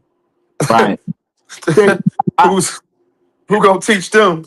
Hey, yeah, shout out my dad, man. I ain't gonna lie. My dad, man, I'm blessed, man, because everybody ain't had that experience to have a father in their life. And I was telling Oli why I don't let people bullshit me or make excuses with me. And I don't give a fuck about their excuses. Because yeah, my dad didn't give a fuck about my excuses. And I was telling him a story about when I was 18, I had went to go stay with my dad. Normally I had stayed with my mom my whole life. I got kicked out when I was 16. I was on the streets for 2 years. Then at 18, I tried to reconcile. I was trying to get my life together. My dad let me come stay with him. When he would go to work, everything was cool for like the first week. Then he came up with a new rule. When he go to work, I gotta leave. Like, he's like, you ain't about to be in here using up all my water and electricity, nigga, and you ain't got nothing on the bill. He was like, so you need to leave and make it your job. Go look for jobs. He's like, make it your job to get a job. yeah. And And then I was bullshitting, of course. So I'm bullshitting him. A month goes by. I'm going to my homie house every day, smoking weed, playing video games. I ain't doing shit. And I'm bullshitting him. He like, you get a job? I'm like, no, ain't nobody call me back yet. Nobody call me back yet. Then eventually he just called me on my shit. He was like, bro, you bullshitting. Stop playing with me. I'm like, well, I'm serious, Dad. Nobody's calling me back. I don't even think I put in no applications. I think I mentally psyched myself out and told myself I couldn't get a job, Right, and I right. thought I couldn't, so I didn't try. But anyway, he was like, yeah, make it your job to find a job. He's like, you need to put in one application a day for 8 hours. I mean, one application an hour for 8 hours a day. That's 8 applications times 5 days. That's 40 applications. He's like, you mean to tell me out of 40 people, you can't find one motherfucker that like you? Right, He's like, you right. bullshitting. You bullshitting. I ain't trying to hear it. And just walked off on me. And I was like, dang, I can't run game on this nigga. Like he already knew. But that's why I don't let people run like, oh, you doing bad? Nigga, that's because you want to do bad. You're making excuses for yourself, or your mind is kicking your own ass. What are you telling yourself in your head? And see, Marcion would have called your father the devil. But see, that's just the manifestation of, Yahweh the Father. And I'm not trying to preach. I'm saying that's how we look at it. Because like your father, he has no time for the BS. He lay out food. He don't care. Like I have a father like that. You know what I'm saying? Like he will literally like put you out. You see what I'm saying? But your mother is your mother, that wisdom, that she's gonna be the nurturing and all that. But as the child, we gotta have understanding. But yeah, man, like You right man, though. That is dope to have that balance. yeah, Like for to sure. actually have the nurturing and then have the challenging father, or you would call him the Marcion. Well, that's the Yeah. devil. That's the devil's name. Well, I see, don't. Mark, yeah, I mean, he called him the demiurge. You know what I'm saying? He was saying it was two different gods. Like the New Testament God is different than the Old Testament, but that's not the case. It's just that Oh, okay, okay. it's just Yahweh. He's like he's the father. So he's like my father. And from what I hear, he's like your father. He has a rule. He if you break it, you just done. You know what I'm saying? Yeah, But hey, we don't do excuses over here. right, Nigga, so but I it's tell the one nigga, I ain't gonna say his name. I told dude the one day, nigga, fuck your apologies, nigga. I don't give a fuck about you being sorry, nigga. I'm about to, because you just gonna keep saying that shit. Like, right. go ahead, though. I'm sorry. But yeah, man, it's just yeah, man. It's I don't like how you compared that to the God the Father, though, because but not that's I'm leaving you alone today, man. I ain't messing with no Hebrews today, man. Y'all got it. Y'all won. I don't want no smoke with y'all today. but we hell, man, from the last I know I lost my debate. Sister E lost her debate, and Jeremiah he lost his debate. So Israelites been losing, man. It's like the Inquisition all over again.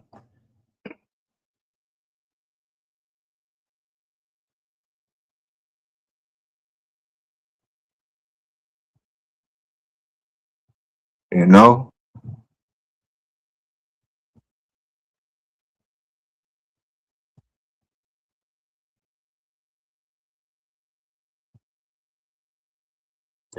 I don't know if you're talking or not, but you don't we can't hear you. But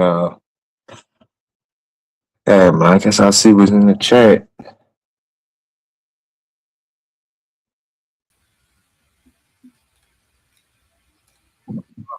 He was switching. Okay, I think I'm back. There I go. Shout out Mika to the chat. In the chat. How you feeling today? Rise and shine. Rise and shine. Tell Sean P that I need him to come over here and redo that episode on my channel live, man. I want Sean P over here. I want him to bully me on my own channel live. I'm gonna sit in the crowd and watch. I'm not gonna mess with him. I want him to do his thing uninterrupted, just to show people how fair and unbiased of a host I am. And I love that guy's Hey, energy one. and what Hey, he no, no, I'm does. here. I'm here, Gideon. Hey, one.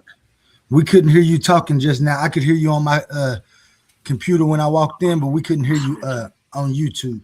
Yeah, my phone had died. I got to plug it back up, and then I hopped on the computer after it died.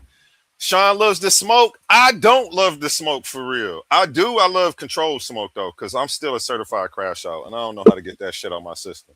So like, I never really was good in the back chats. I'm only good under the clock because I know the refs is there. Can't nobody get the popping too crazy at me. You know what I'm saying? Other than that, I really don't even go to other channels. I stay in my own little comfort zone. Cause I'll be in a crash out on one of these people. Like I ain't, and I don't want to do that. It's not a good. It's not a good look. It's not a good look. You run across any Christian, bro, I'm ready for them. That's what they policy is. So let them know that's what I'm on, bro. I gotta show it to them to they're blind right now. And then you said you lost to Lucifer. Yeah. That's not even a bad L to take because I don't know. I underestimated him, but apparently he's got a good record. But the debate I saw from him, I didn't like, and I judged him on that.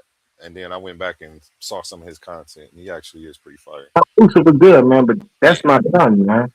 That's Like your son. me, when he first had his channel, man, I was the, like probably I ain't gonna say the first, but yeah, I was the first one to bring the history out, man. So he done DNA'd himself clean out of logic. So now I don't know what he is. But yeah, he ain't no slouch, man. But you Well, he know, could tell him he got the invite. Tell him I'll give him the admin. He could host for a night, and I'll watch him from work. I trust what he does. We don't always have to agree for him to be able to have a space to speak his mind. You know what I'm saying? That's what I'm all about. Because I remember being that the secular scholar in a room full of religious people getting muted and put in the back by yeah, people who were believing in what I would consider a fairy tale. I got people who believe in fairy tales muting me. You know yeah, how pissed off that shit used to make me? That's yeah. why when I made my channel, I said I ain't gonna never do that to nobody based off what they think. If you start, if we start getting into, you know, the argument or something outside of the information, then I'll boot you off the channel. But anybody's allowed to come on here with any type of belief. But see, Um, to keep it real, that what makes you a good moderator, probably one of the best out there because a person would think this is an Israelite channel the way we be stomping up in here and just be like throwing bruh, people, But I you really got rejected from a couple interviews that I reached out to a couple people because they thought I was an Israelite channel, bro. not. You just I got in an argument with this one guy. I'm like, no, I'm not no Israelite channel. And he just thought I was trying to set him up, like, and ambush him. I'm like, bro, look, I'm like, you know what? This is probably for the best because you already get, like, you got too much negativity inside your head already. Like, I ain't got time to navigate that shit, bro. Like, it's all right. I appreciate you. Have a good day. Like Hey, you look at that. just assuming that something's gonna go wrong, you gonna manifest it. Like, bro, I'm here on the up and up. I do straight business. I don't ambush people, but I don't know. I'm sure people have felt ambushed by me at times where I'll pop off and they won't understand where it's coming from. But it's like maybe they don't be hearing me when I be saying shit sometimes. Like, cause I be letting people know, like, hey, that's bothering me. I let people know where my boundaries are. It's so And then fair chance that they thought got my bad A1. I ain't gonna be that long. They think that I was from Owask because I be up here uh, on the channel mhm. with Owaspy people and stuff, and it's just so many different views that come around. That's why I love. I ain't gonna lie. That's what I love about the debate league because I can definitely learn from the as many different views come up on here. yeah, man, y'all real objective in y'all moderation. That's why I can appreciate and other people should take that bad signal that they want throwing out there because we definitely need some help out there in these It's bad out here, man. Israelites, It's man. We bad. got to stand up in here, man. It's top to bottom, man, for real. And that's everywhere, man. Paradigm shift everywhere. Besides that, we run everything, man. It's just, and I don't want us to compare, but here, you know, it's real neutral over here. So shout out to the baby. I could tell, man, because I be getting a lot of props from people who really appreciate it. I guess they still traumatized from the shit they was going through from other channels. That it's like such a breath of fresh air that I don't be muting them and putting them in the back, even though they know that I don't rock with what they rock with. You know. And Atlanta is African. Yeah, that's funny because you got people like Jose. Mm. When you put the pressure on, they say they're not Kemet. But now I'm seeing flyers. with him and Steve. Now he debating, are we commissions? Like in a safe space, these guys can say anything. But the Israelite What? Wait, anywhere. he doesn't think he's a comedian though? Yeah, he literally said that before. Wait, Yeah, are we commissions? Okay, are we commissions today? That's what that means. yeah. That's what that means. Okay. Yeah, I don't know where he stands on that. I would be dead wrong to even guess. Now 'Cause like you say. he having a debate that's saying that we are the commission. Shout out Jose though. I'm actually happy for Jose. Shout out Jose. Let me give him a round of applause. He's got him a hosting gig over there on Paradigm Shift. Where is my applause at? On up Shift. the conscious community street. Shout out to you, brother. And we see you doing big things, man. Keep up the good work, brother. He must be the shorts division because he'll do it live and it'd be like 20 minutes, man. Like, what's going on, Jose? He'll do it live and he'll just be staring at the camera like, man, what you doing? Look, I'm not gonna comment on nothing I seen. Okay, I already gave him a round of applause. We not gonna mess this up. Nah, Jose, Jose, man. It's like he be just learning the technology. He be looking in the camera like he don't know what's going. Like, Jose crazy. Yeah. Hey, people are safe. Like, I'm not gonna jump on you, but it's certain people that I know. I'll tell you who feel ambushed because I hear it in a speech. The pseudo killers feel ambushed by me, but I don't know. I don't feel like they should. I feel like I'm doing the same thing that they make a living doing. They make a living going around catching pseudos. So if I feel like I caught them being pseudo, I should be able to go ahead and do my thing. You know what I'm saying? It's still all love. You know, I thought it was. Apparently, it's being taken personal. But I can, they'll come back around. It might take a year or two or three. Well, I got Who a knows? question. A1. Is it Uh-huh. different being pseudo and being just flat out wrong? I think that's the same thing. That's one and the same. Those are all encompassing. Okay, because I think they might be looking at it like you ain't even calling out their pseudoisms, but actually pointing out where they wrong at. And I don't know what I'm doing, actually. I didn't think about it. I went over there and I said something in the chat and they started making fun of me on the stage. Him and Buddy started roasting me. I'm like, what? I was like, oh shit. Like, nigga, don't forget I got my own channel, nigga. Like I got a gun too, nigga. What the fuck is you, nigga? Who you clapping at, nigga? So I'm like, shit, nigga, it's I felt some type of way. First. I was the first one feeling some type of way. So granted, they just the second one's feeling some type of way. So I mean, it goes around. Shit. But I learned from that because shout out Mika in the chat. She tagged me in Sean P's video. I'm actually going to watch the whole video. I want to do it on live, but I also want him to come over here and do his own thing uninhibited. Just either him up here or whoever he want to bring up here. Like I'll step down and watch from the chat, but I think my audience needs to see the other side of the argument, even compared to what I'm saying. You know what I'm saying? And because it's ultimately up to y'all to make y'all decisions on what y'all gonna choose. It was hard for me to watch the first time myself get roasted, but dude, it was funny. I can only stomach so much. I changed it before I got triggered. But then I had to remember, like, it's the same way that I'm coming at somebody right now because I think they pseudo. Somebody coming at me because they think I'm pseudo. Don't take it personal. It's just all love and it's all business. And I appreciate him even taking the time to know who the hell I am and think my video is worth a rebuttal because I'm sure he believes in what he's saying. So he probably thinks that it needs to be heard. So I'm gonna let him come over here and be heard. Because y'all know what I'm all about, man. Free speech. Muting somebody because you disagree with them is the same thing as the Facebook censorship and the damn Joe Biden censorship. And we don't need no more of that.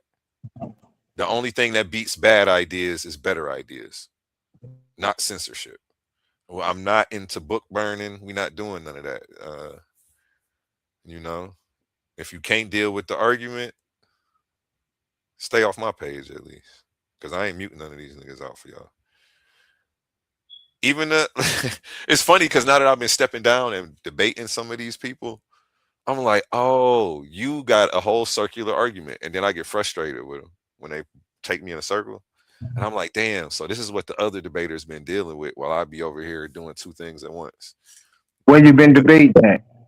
Just over, I've been hopping on the panel and going back and forth with people. Like I've been going back and forth with Omar. He had me hot the other night, like pretending like he didn't. I don't know. Like I said something, then then he said something. He forgot what he said. Now we arguing about what he said originally because he trying to say he said something else. I'm like, nigga, we arguing for 20 minutes about this. Like I got to play the tape back. Then I was just mad. Like, man, you know what? Like y'all deserve the money that I'm paying y'all, man. I realize that. For all the stress and all the headaches, this shit is a high stress job, man. This shit ain't easy. It Yeah. ain't for the faint of heart, that's for sure. I think the learning curve is the biggest thing. You know what I'm saying? Because it's a process. You got to develop like bulletproof skin, man. And it's not that I be bothered by what people say, but I actually get upset though. Like, and that's what I don't want, because if I'm upset, then I'm jeopardizing my health, the quality of my health, and the quality of my life over ideas. You know what I'm saying? And the internet. And that's not what I want to do. Like, I found myself like a lot of times at my job, I used to like get into it a lot. But then I realized you really can't bring yourself to work. You got to bring basically a robot to work. So you stay out of stuff, you mind your business, so you got to treat the internet like that, man. It's like it's your job. Like you kind of job, this ain't, you know what I'm saying? Blase blah, whoever you is in the real world. Don't be fake, but like if they can't come into your real world, like I don't let it affect mine. You know what I'm saying? So, Yeah, I learned that. I mean, I had learned it, but it's gonna be times where I have to remember that though, even though I know it, and I've been doing good. I haven't crashed out. Well, I've crashed out slightly just on people in moderating, but I ain't did no videos on nobody. I ain't went like I ain't did none of the shit they be expecting me to do. How they expect me to do it either. I don't know. like, it's certain spaces, man, where people would say stuff to people, and like they'll forget about it, and like literally like wouldn't have no problem going around that person, but logically speaking, that person like should really take your head off soon as they see you, because you say some stuff like some egregious stuff. But like the internet, you can like kind of like forgive and forget. Like it's just crazy to me, man. That's when I really try to get into that, man. I'm not into the forgiving and forgetting though, CD. Exactly. So if anybody is in earshot of my voice, I don't know. If you genuine, I'll know. And if you not, I'm gonna know too. And the people that's genuine, I'll give some people, like some people have grace. I bump heads with some people and it's nothing. But then there are other people I bump heads with and it's like I'll never talk to them again. And they thinking it's just some online shit, like we're gonna be cool next week. Right. And then I'm like, oh no, bro, I attribute that to your character and who you are. And then all of that goes into the gumbo pot with my seasoning. Everybody who I got to deal with. Right. So if I'm bringing bad energy in, I'm gonna reap what I sow. The fruit is gonna show somewhere. But if my shit is all right from top to bottom and everybody I deal with, and I cut people, I like cutting people off because I feel like it's keeping me. That's what keeps me in such a positive space. Because I cut off anybody who's rude, negative, like gossipy. Like, gotta go. It's cool. And I just, I've gravitated to some real good people that leaves room for the dope ones because you don't have a goofy filling they spot. So yeah, I'm blessed, man. Use your discernment out there, man. Use your discernment. Set healthy boundaries and stick to them. That's what it's about. Sticking to your boundaries once you set them. And if you don't love yourself, nobody else will. You teach people how to treat you by what you accept. So that's my advice to everybody. Like it's like Jesus said, you don't need no daddy out here. Only daddy you need is God. So everybody, you like for real. Hey, I'm rocking with that today, man. You know, that's the mood I'm in right now. Anyway, man, I might go pray. I don't know to who. Oh, Mika, if you're still in the chat, and anybody else who's listening as well, I'm looking for new people to interview.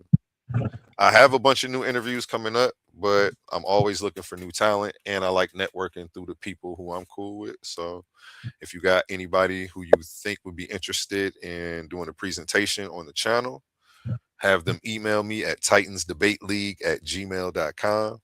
Again, that's titansdebateleague@gmail.com. Real simple. Yeah. Your cousin do yoga. She a yoga instructor. Tell her come on here and show us some of them moves. You know, your homie do security or something. I don't know anything. You musicians. I'm trying to think. Comedians, community activists, anybody who considers themselves a scholar, philosopher, poet, local politicians. Am I missing anything? Do I got it all covered? If you are a swim instructor, you can come talk about CPR and safety at the pool. I don't care. Let's get you a show in the flyer. All right. I'm done advertising. You think you one of the two witnesses in Revelation? Yeah, come on and tell us about it.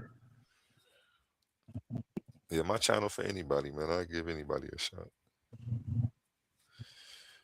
I've been meeting some of the coolest people in the weirdest ways, man. This channel is one of the ways too. It's funny. I reverse that. I've been meeting some of the weirdest people in the coolest. You funny. Niggas is weird, bro. Hey, I'm trying to roll up here, baby. Blow the bag everywhere. That's funny. Yeah, it's some weirdos on here. I just navigated around them, and then it's a bunch of people that's just a lot of drama, you know. Yeah. People that keep shit going at all times. I think they feed off of the energy, though. You don't have those types on here, so that's a good thing. You know what I'm saying? Like you don't have much entertainment. I used to call them Jerry Springer babies because I felt like them was the kids who grew up watching Jerry Springer when they got home from school. Yeah. So when they would turn off the TV, they would still seek the same form of entertainment. Yeah. But without the TV. So they would create these dramas and be playing both sides of the fence and just being messy as hell. Yeah. There's some wrestling up in there. Because that was their entertainment. Yeah. All that huffing and puffing and loud talk. Like, bro, some of them streams, like, I'm like, man, how can people sit down and listen to this? It's like two people, like, literally arguing, like, for 30, 40 minutes straight, like audibly, but that's gonna mess your ears up, bro. Like, the spirit not even talking about. I ain't even gonna get into that, but it's crazy, bro. It's crazy. It got bad because I listening to y'all for a little bit. I had to get my mind right too. It was messing with my head for a second. Just listening to people arguing because y'all was not saying y'all like you were involved. Usually you always have good decorum, but it was just a lot of arguing and real negative energy and people being super aggressive. And then I had to detox that stuff out of my system. Like I kind of felt like how my dad probably felt when he say like sometimes he got to take time off from listening to everybody else's shit. Nah, you do. You do, man. Because he absorbed that shit. Yeah. You know. Right. That's why you definitely can't come on here talking out the side of your face unless you just mentally have a problem. Because if you like really just think you got information and you just saying something that you really ain't verified, you know, you gonna go through it. So what distinguishes your sources? What distinguishes your sources for Israelites in West Africa from modern teaching and DNA studies? They seem to be in two separate tracks. Yeah, I'm actually gonna establish the pieces on that. Because a lot of stuff, a lot of the information that we have it's a compilation of different evidence pointing to one region or one location, whether it be the Congo or whether it be, ancient Ghana. It, like these people ain't that dumb to to be wrong about what they're seeing and what's being told to them by people that frequent in those places. Because the DNA, and that's what I'm gonna work on and present. The DNA does not exclude that because one haplotype does not tell us where that haplotype could have migrated to and back migrated to. So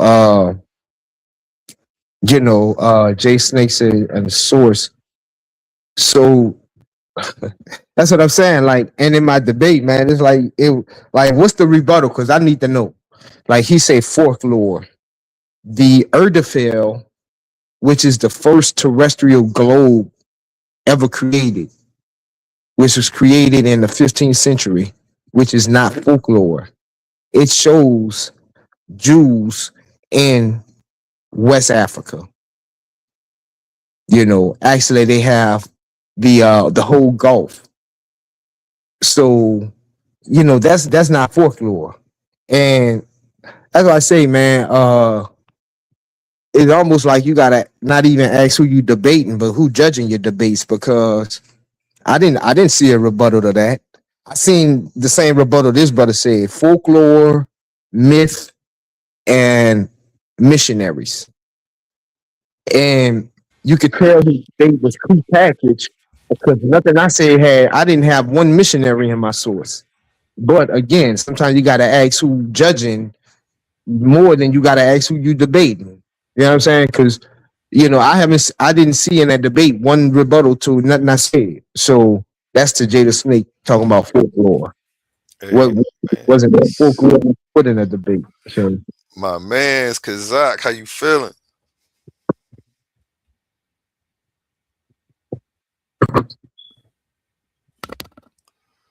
All right, he must be muted. He'll talk when he get it together. yeah, that's the Jada Snake, Hey, man. can you hear Yeah. I heard something, but it was half a sentence. But try again.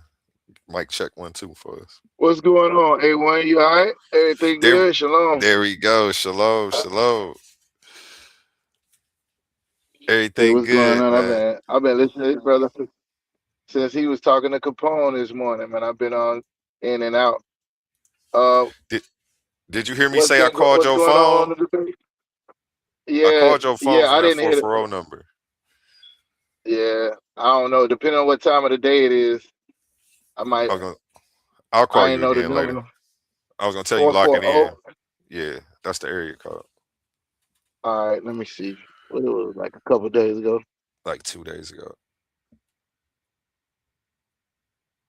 So you changed the date.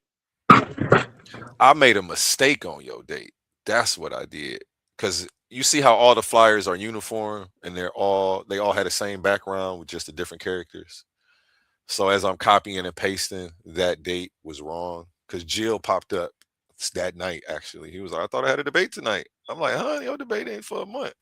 Your debate is actually, I don't even have to pull it up. I could just look at this calendar right here. I got y'all on the jumbo calendar. Kazak versus Jesus is Lord is Saturday, September 5th. So you have you got 3 weeks. First weekend is September. First Saturday of September. My apologies about that. That flyer definitely said the 8th of August. That was a mistake.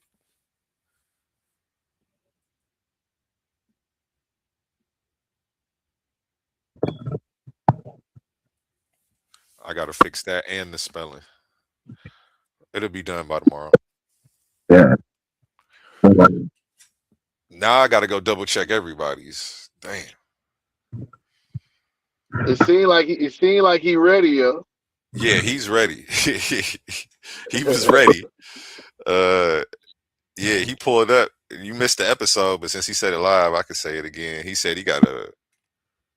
Oh no, that was somebody else. I'm tripping. Somebody else got a presentation for their face off and a presentation for their debate. I'm like, okay, So how you do the face? How you do the face off? That's what I was wondering. I think I had hit you up in the I got you. email. I was like, I, the face off. Yeah, kind of give me a little rundown. Of course, I'm new to the Titan Debate League. I ain't never got you. debated over here, The but face off I is know. where you two come together live.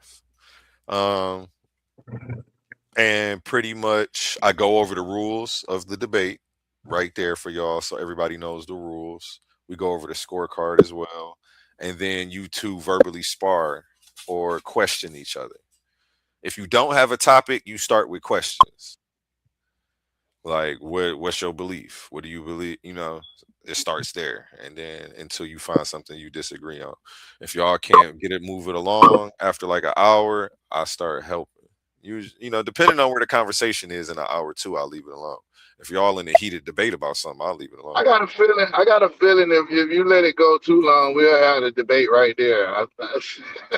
That's the No, only reason. That's the only thing I but can say. even if you did, you gonna be able to bring your sources, scriptures, slides, and all that on debate day. So just don't bring that, and you should be good.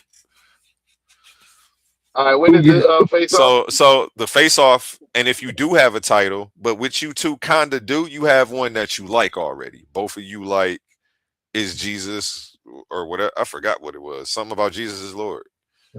He thinks Jesus is God. Yeah, I think that he thinks Jesus the most high. Is Jesus the most high God according to the Bible or something like that? That's what you told me. somewhere along them lines. He thinks Jesus is God. And who this is? He's debating Jesus is Lord. No, I'm saying who is the opponent? Y'all talking about? Kazak right here. He's talking right here. He's in the tournament. Right, and who is the other person? Jesus is Lord. His name that's is his name. Oh, I'm thinking that's like who's on first. Like I'm like, what the yeah. fuck? Oh, my bad. Yeah, I'm tripping. When he come in the chat, his name is Rebuke and Reprove, and his icons say JIL for Jesus is Lord. Okay, I got you. So you've seen him before. You've had a conversation with him before. He usually come on in the early mornings, and he's a Calvinist. Oh, snap! I believe he's a Calvinist. Yeah. Or if not, he always debating them. But I think he a Calvinist because he just explained what tulip meant to me.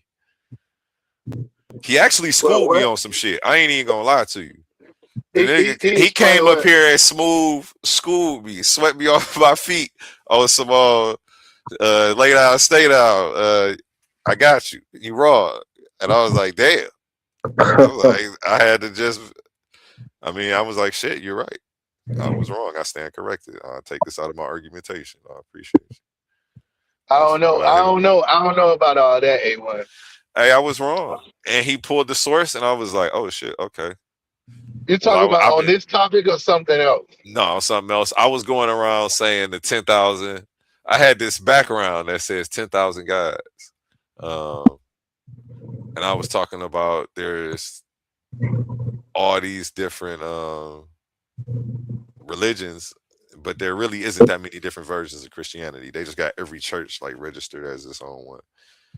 A bunch of major ones. So it's how many he said it was? And it's only between like 200 to like maybe what versions of Christianity? Yeah, actual versions, yeah. Because most of them they just had a bunch of different churches registered as its own denomination. Right. And that's not how it was supposed to be. But he actually pulled all that shit up and walked me through it. And I was like, every last one of them is anti-Christ and anti-Bible. Every last one of them. I don't get into the scripture. I mean, I get into the scripture, but I ain't no believer. So you know I do. I also feel like Christians at the same time are simultaneously Satanists. I was thinking this the other day. I'm like, they're Satanists too. I'm like, because the idea only lives in their head. Like nowhere else in reality. That's how I feel. That's what I just said. You know what I'm saying? So it's like I said every last one of them is anti-Christ and anti-Bible. That's what I said. I If feel I you. say that to him, will he lose his mind or will he just be like, "Oh, okay"? No, he probably gonna be. I don't know. He might want to switch the title on you. That sound like a fire title too, though. I ain't never seen that one. We gonna keep the good ones to Christian yourself. church is anti-Christ and Keep anti-Bible. keep the rest of the good ones to yourself until debate, until the face off day. We don't want to let too much leak, man. Hey, You would come fuck on, around man. and see your title on one of these other channels and be mad. Like, what the?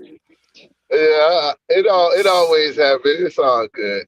Like these same arguments been going on for thousands of years. Man. Christ was arguing with the Pharisees about the same stuff we arguing about today, 2,000 years ago, man. So, That's what I be telling it people. Like, man, it was ain't nothing all. changed. It's like a circle. What you call it? You said earlier, circular argument. I'm not gonna convince him that Jesus ain't God, no matter what I show him. It's about teaching the crowd. I show it for my Yep, audience. yep. I never make it Somebody about the get it. debater. It just be a teaching. I always look at it like it's just a teaching moment, and I show up prepared to teach, and I set up my debates the same way. Intro. I go over the fallacy, evidence, history, um, and then I conclude. I feel like I'm missing something. Linguistic. That's let me pull up one of my old debates. Let's So, see.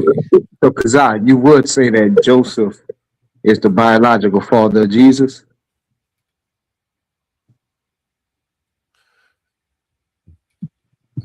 Do y'all know about setting up? Do y'all know what the flow of an argument is? We're doing the debate? Yeah. Yeah. What's the flow? For the Well, you people have who don't know at home. presentation, and then you have your evidence, and then it's just basically your conclusion. And within it, when the person is making his argument, it's something that's called a flow chart, where you basically line out how you want to attack his rebuttals. Pretty good. Yep. And there could be many different versions or sequences to a flow. But generally, what he said was right as well. The flow of an argument is the logical path. Let me make this bigger so y'all can see this. Too big. The flow of an argument is the logical path that connects your main point to your final conclusion. It guides readers or listeners step by step through your reasoning so they can easily follow and trust your ideas. Somebody just came backstage just because I got you. And I'm going to show you the flow of a flow that I use. Did I use it on this debate? Yeah, I use it on this debate. Hey, so like I had clicked off Oh, the thing. Did he ask me a question? Yeah, I asked that you do believe that Joseph is the father of Jesus, the biological father of Jesus. Yes. Okay. So, do you believe that Yeshua, all things was created through him? Symbolically, like spiritually, But not not him. Not him as in the son of Mary, the not son of literally. David.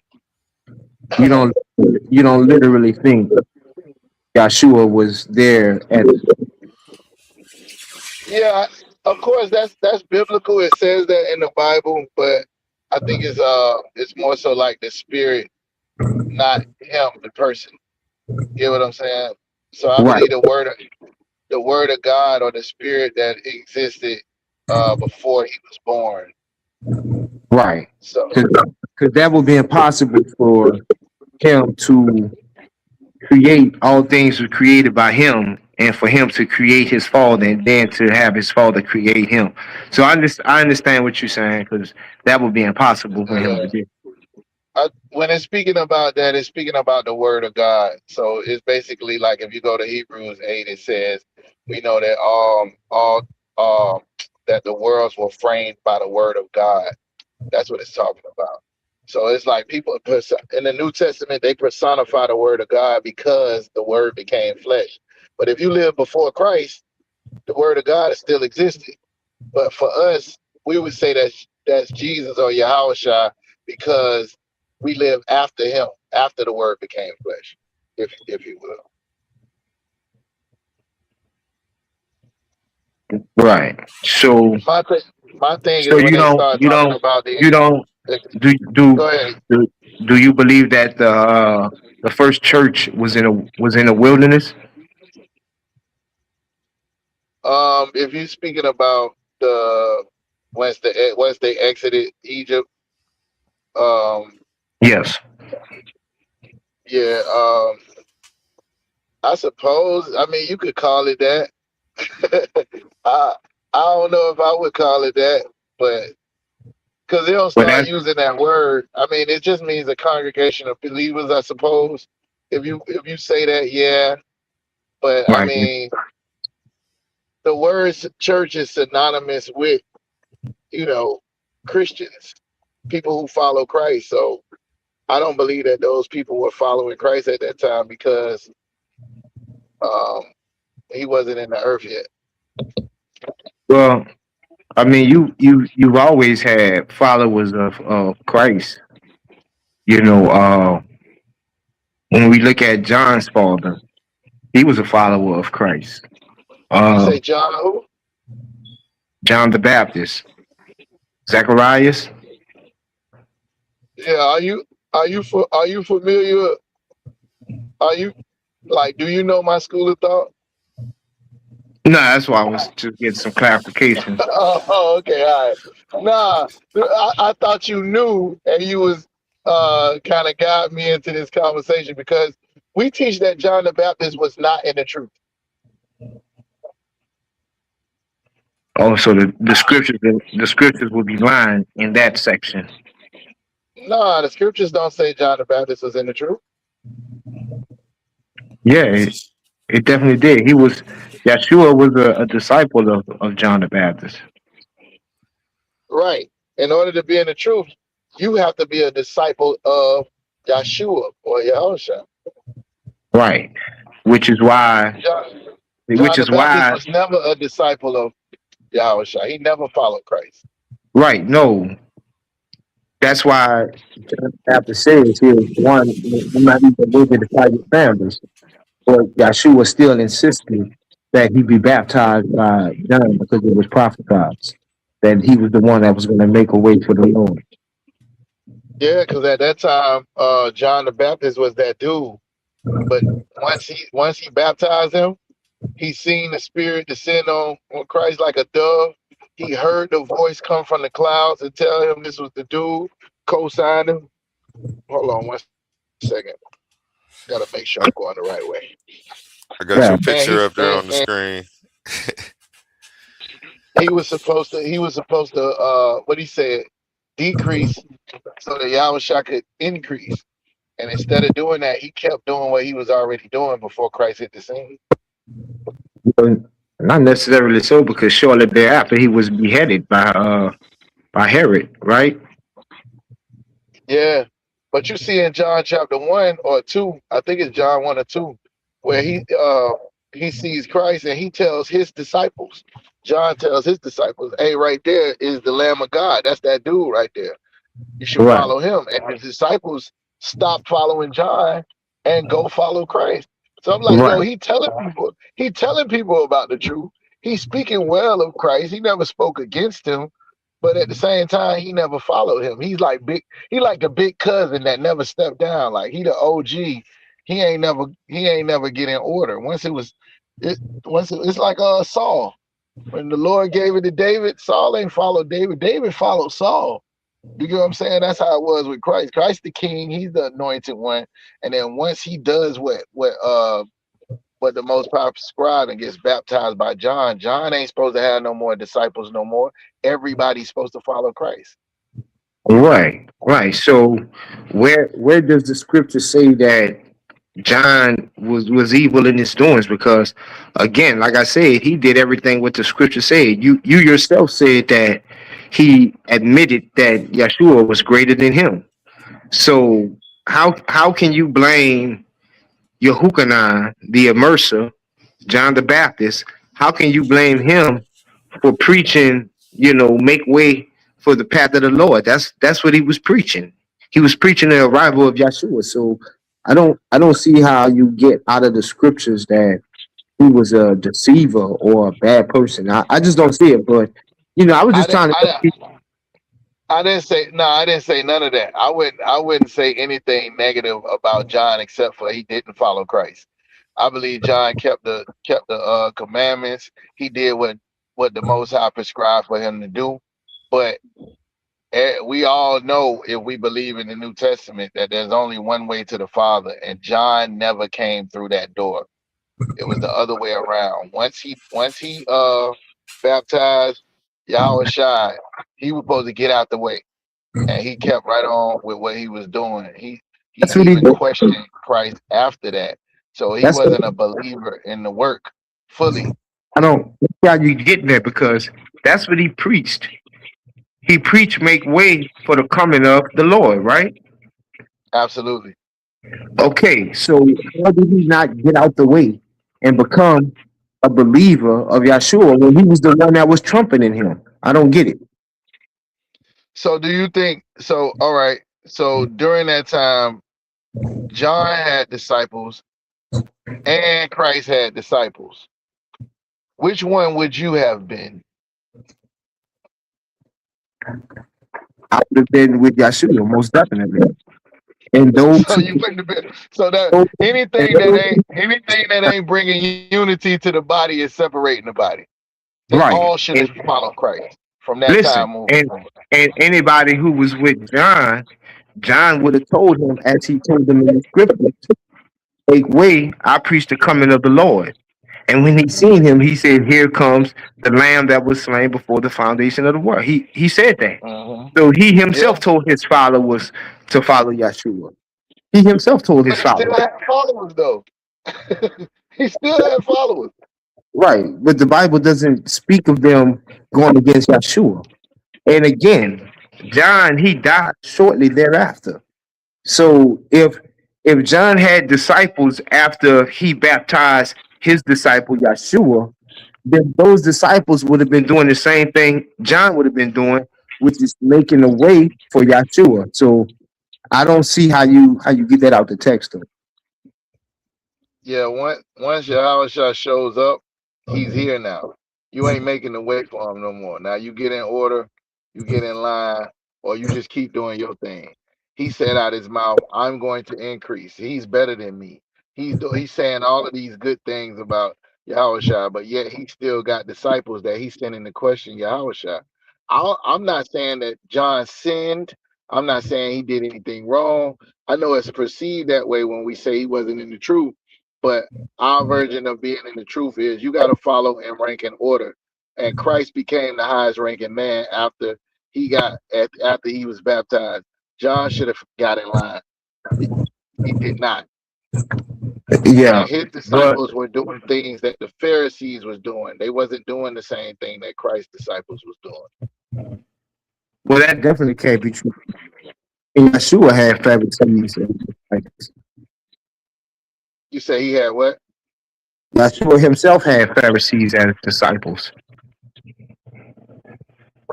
Yeah, they couldn't stay a Pharisee if they was gonna follow him. Yeah, but they were still known to be Pharisees.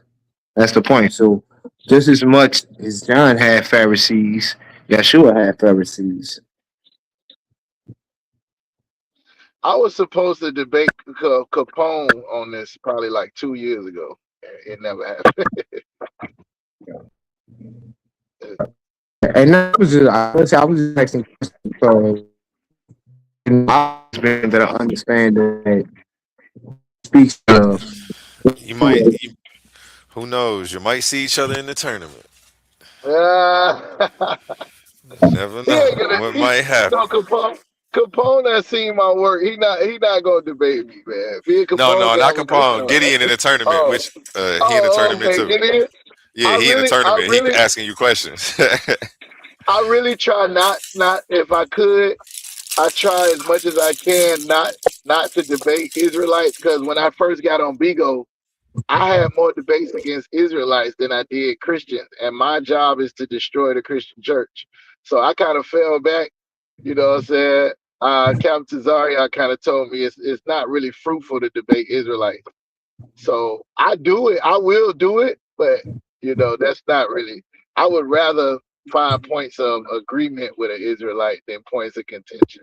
And being that I'm from a one West school of thought, a lot of Israelites don't believe what we believe. So I'm gonna end up battling with them anyway. But setting up something formal, I would rather have a discussion with Gideon than anything formal. But I mean, I'm down for whatever. I'm down for whatever. A1, you know that.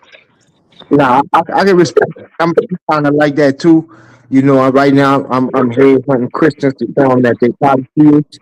You know, but yeah, I really don't like debate Israelite versus Israelite unless it's something I feel move to debate. But speaking of debate, brother Hoodoo and Louisiana Voodoo, he gonna ask you what the Israelite. Peace. He gonna ask you what the Israelite is. So get ready. Well, He gonna respectfully. ask me. He gonna ask me what? Oh, go ahead. Go ahead.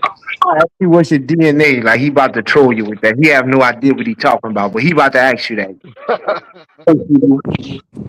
And just to show you that this brother is not a psychic, he has no divine motivation.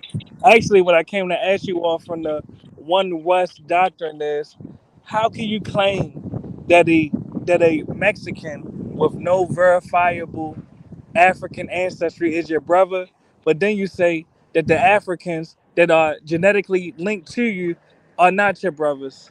That's actually what I came to ask about. Oh, that's a good question. We don't really go out genetics. You know what I'm saying? Like, if you in order for you to believe that you are a son of Jacob, you gotta believe Jacob existed. You gotta believe Abraham existed. I ain't got no genetic DNA from Abraham, Isaac, or Jacob. So I think a lot of people, specifically people who are in the religion of science, they believe that you're supposed to know stuff. They don't believe in belief. But brother, you might have forgot the question. I asked you, how can you claim? Because when you reference the 12 tribes charts, you got Mexicans on there. You call them Issachar. I'm asking, how are you claiming that Mexicans with no verifiable African ancestry are your brothers? And then you'll turn around and say that actual Africans that you are genetically linked to are not your brothers and they can't come to your cookouts, but a Mexican can come to your cookouts. Absolutely. So maybe you don't know this, but I got a 4-hour interview. A1 interviewed me. I might be a little long-winded. So it wasn't no simple answer, and that was only the first part. If you could walk with me there, we would have got to the answer. But you We gotta already be asked me. concise though, brother. We gotta be concise, but I'm listening. You already asked me to. Being concise is not asking me the same question. I listen very well. But did you answer the question, brother? I was in the middle of answering the question when you jumped in and asked me the question again. No, you paused, but go ahead. I'm listening. If you could get that part, you'll understand that I'm a man of faith. I don't have to prove anything. I believe this, and I'm good with that. That's my answer. So essentially, you're willing to coon for Mexicans. You're willing to be a coon for the Mexicans, and you'll deny your African brothers. I get it. Absolutely, absolutely. I got books that say the Igbo and what's them dudes out of Nigeria? All them people be trying to say they is. All of these people had a hand in the slave trade. Them ain't my. Can I cuss on here? A1? Ain't my fucking brothers. Now let me ask you: Yeah, did You Mexicans get absolutely. not one. own You get one slaves? cuss word every hour over here. All right, cool. I want to use mine now. Them not my fucking brothers. Did Mexicans not own black slaves? Yeah, I Checkmate. don't know. Maybe they did. I know black people Oh, had slaves, oh, but whoa, whoa. because One they step at my a brothers. time, brother. But because hear what I'm saying. Yeah, Because go they ahead. my brothers, I forgave them. So just so I'm clear, Like Christ told you me won't to. forgive. Just so I'm clear, brother. You say that Africans are not your people because they sold other Africans into slavery. But No, you because they say sold my that people. No, exactly because they sold my people. Africans, It's exactly different. Africans sold other Africans into slavery, so they are not your brothers. Simultaneously, Mexicans actually owned other Africans, but you forgive them. Essentially, is what you're saying, right? Absolutely. And this is, and I'm glad you admitted your honesty. You are afflicted by the post-traumatic slave syndrome disorder because only a coon would say, "Hey, listen, these Africans, yes, they betrayed us, but genetically they are not my brothers." But simultaneously, we will look at the people that bought the slaves from the Africans, which was the Mexicans. They bought African slaves from other Africans. You forgive the Mexican, right? Yeah, well, this is what I want you to understand about me. I'm listening, brother. We don't suffer from colorism. At the end of the day, you saying that all skin folk is kinfolk, and that's When did not I say that? true. Hold on, I'm saying you saying that. I'm Yeah, but when that's did I? what my But I didn't I'm say a that though, brother. that's my assertion though. But at the And same your time, assertion is wrong. I didn't say that I didn't say a lot of stuff you just said. You thought that I said, and You I just actually let you said it, say it. brother. I asked you. You said I yes. ain't said nothing about cooning for no Mexicans. I never You said said nothing about. yes. Now, Rewind the at the tape. You end of the said day, yes. at the end of the day, you got Israelite artifacts in the Aztecs and all of these different spots in South America.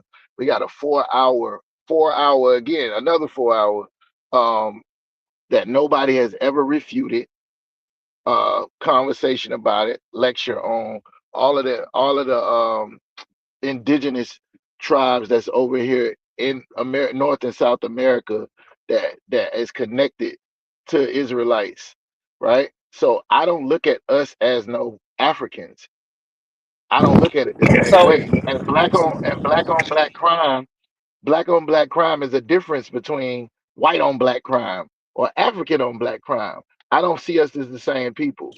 so We would essentially, oh my bad. Go Yeah, ahead. go ahead. No, you got it. You got it. So essentially, you're saying your belief in this Semitic folklore has motivated you to see the people that actually enslave members of your race as your brothers. Because that's what Mexicans did. They literally enslaved members of your race. But because you believe in this Semitic folklore, you are able to forgive Mexicans. I get it. Well, they actually were enslaved themselves. So when you talk about the conquistadors and the Spanish, that's why they speak Spanish from Spain. The Spaniards, those are the ones who enslaved them, just like the ones who spoke English enslaved us. So just so It's I'm the clear, same thing. because so just so I'm clear, because They had a different oppression, just like my Haitian brothers and sisters were enslaved by the French. That don't mean they not my people. so just so I'm clear, because Mexicans were colonized by the Spaniards, you forgive Mexicans for enslaving members of your race. Oh, I see Absolutely. it. It's even worse All, than I thought. and all You're the really a niggas that coon, own brother. niggas too. You're really And a all the coon. niggas that own niggas too, they ain't know no better. They was just trying to be like their oppressor. And I noticed that the coon, and really this is universal amongst the coon. The coon, when we bring out an issue of how other races opposed us, the coon's reflex is to mention how we oppose each other. I'm trying to tell you, brother, when we oppose each other, that's an in-house issue. Don't confuse Who that do? with an out of the house issue. So in other words, and I'm landing my plane Who with this. do? Just be Okay. all right, go ahead, goddamn. Now Let go me ahead, land my land your plane with plane. this. Let me land my plane with this. Let me land my plane with this. Just because you have members of our race that are oppositional against each other, that doesn't mean that we should give, pardon me, that doesn't mean that we should forgive other races for being oppositional against us. Do you realize that, brother? Absolutely, but when you speak of in-house issues and you start talking about race, I was never talking about race. The Mexicans is an in-house issue for me because I'm speaking about nationality, and I'm saying that they Y'all come don't from share a the same. nationality. You You're know, not you remember Mexican. when I wait? You remember when I waited? I know that. I'm also not Okay. Jamaican. I'm also not from All right. Trinidad. That's But why I I got said brothers race. I that's said in race, Jamaica. brother. I got brothers that. That's what I'm telling you. That's I'm not why I speaking said about race race. at all. I'm But speaking I am about talking about nationality. race. And I'm saying that I know that's why you don't understand what Exactly. I'm saying. A That's why Mexican you is don't not the same understand what I'm saying. nationality as you. If you could just let me finish like I did you, I'll you go know ahead, what I'm brother. saying? Then you might understand.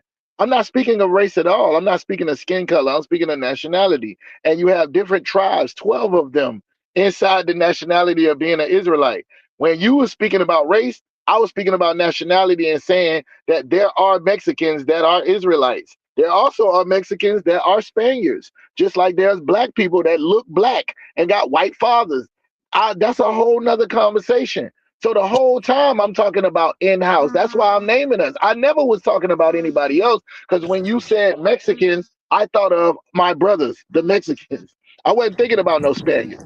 When And you let me said respond to you. Africans, let me finish. Oh, When go you ahead. said Africans, I have brothers that's in I'm I was on mute. Yeah, go ahead. Go ahead. Make your point. I'm the officer in the ISUPK that have raised up brothers in South Africa, but I can tell them a difference between the Africans, the Hamites that's there, and themselves. And at the same time, while you talking about race, the people that's over there in Cape Town, South Africa, want the people of Nigeria out of there. They want the people of Sierra Leone out of there. They want the people that's in other nationalities, that's all black people, the hell up out of there. So you don't know what you're talking about. And They allow don't me to look at it respond. like you look at it, like we all black, we all the Yeah, same people. let me respond Nobody to you, in brother. Africa looks at it like that. You are just Exactly. ignorant. You're And ignorant. let's go point for point, just so neither one of us is long winded. Can we agree to that? I Respectfully. can't agree to not being long-winded. You got to put a timer on me. You Brother, got to put a no, timer on me. brother, I you're only trying to add fluff. You're adding fluff. I'm saying let's just keep it pure. So the point nothing is, I said was yes, I off know, topic though. brother. Allow me to Hoodoo. respond, brother. Allow me to respond. Don't panic. The point No, is, you yes, good. You I know good. that Go ahead. I know that you believe in this folklore, but it is not genetically verifiable when you say that the Mexicans that are not of African descent are your brothers. So back to the focal point, because even when you spoke about the South Africans wanting to, and not only wanting to, but deporting other Africans, once again, that is an in-house issue within our race. Back to the focal point, and I asked a question that I won't let you run away from. I'm not going to let you out this headlock. My question is, don't you realize that just because as a race we have in-house issues, that doesn't mean that we should forgive other races that transgress against us?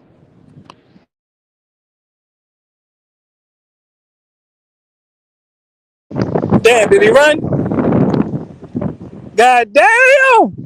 All right, well, much love to everyone on the panel. If he comes back and addresses me, I'll be back up. Peace be upon all of you, all of my African American brothers. Appreciate you, Hoodoo, as always. Have a Hoodoo, good you day. know it. Our special guest caller, Hoodoo. I like how Hoodoo just swoop in like Batman, break everybody's arm, and then pull off in the fly little whip. Checkmate. Checkmate. Hey man, shout out to you consistently come on these debate spaces, man. Y'all gotta, man, talk about attack Hey, for angles. he was following you, Gideon. It seemed like I see him a lot. He come up and stuff, but most of the time it's with you on the panel. I ain't gonna lie about it. Yeah. He said he ran you off, man. He thought he ran you off. He left. Come on, Ooh. A1. You know where you met me at. Mm-hmm. I see you do this real well. You real poised with it, man. Come I on. might have called him a name or two if that was me. He definitely called me two names, Oh, and I remember them. Coon was one of them. That's the only Cool. reason I said he was. Yeah, that's what I was saying. Shout out to y'all, bro, because y'all have, man, people come at y'all all type of angles, man. Esau, all type of stuff. He don't. This is what I be telling people. Like I on the streets where like when we go on the streets, it ain't no mute button. You can't kick nobody out. You know what I'm saying? Ain't no admin. So you Yeah. just we can literally get into a screaming match. I'm still gonna win. You funny.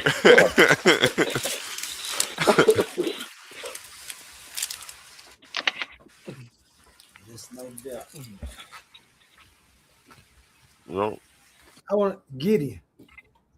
When Yeah. you came in, and then I think Kazat said he'd been listening since GDN was on too, so maybe he remember this little topic we was talking about that y'all can speak on. You remember we was talking about when he said Josephus said the Hyksos was the Hebrews.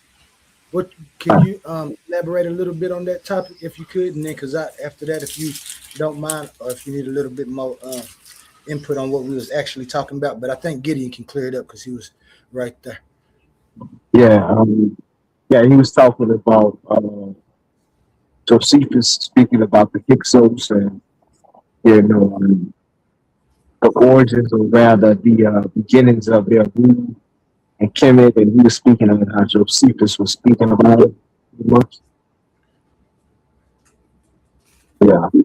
Now, as far as the like the details of it, I really came and he was kind of like, he was already, into his breakdown. I came in towards like that, the latter end. But yeah, that's what he was speaking on. Yeah. We was talking about when he told me about that. I started looking at the Hyksos history, and like I say, historians, scientists, archaeologists, everything, people of the past, they had the same ability that we have to be wrong about things. And so when he was talking about uh, Joseph being one of the kings in the Hyksos, I was going back. I was reading over this about how they came into power. The Hyksos came into power, and it does say that they just got a big population that influxed from Palestine Wow. to Egypt, and we get the story in the Bible about the Hebrews in Egypt, and then Joseph going through his little scenes and being able to bring his brothers and a lot more Hebrew Israelites back into Egypt for some time. Josephus says that these Hebrews were actually the Hyksos, but my pushback was when you read the Bible, it never says that that Joseph is the actual king. It does say Joseph is the governor. It says that Joseph, the Pharaoh actually gives Joseph control of everything but the throne. And so that was a kind of a inconsistency to me when it comes to Josephus and what he found. Now, of course, I'm gonna do a little bit more investigating to see if I find some more correlations. But what do you think about that correlation? Do it have any bearing on you, or just something that sounds good? Nah, I mean, even with what you say, I would have to look into it because if I'm not mistaken,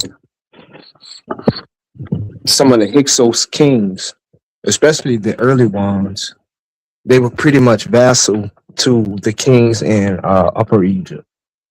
A lot of their rule was contemporary with those kings, and it's not until we see the rule. I think it was Amos who came. Let me see, Kamos came first. It was only with them do you see the pushback against the Hikakasu. And like I said, man, it's been a while since I touched on it and read that section. But yeah, pretty much that's how I would look at it. So you know, definitely the first rulers of the Hyksos were you know uh,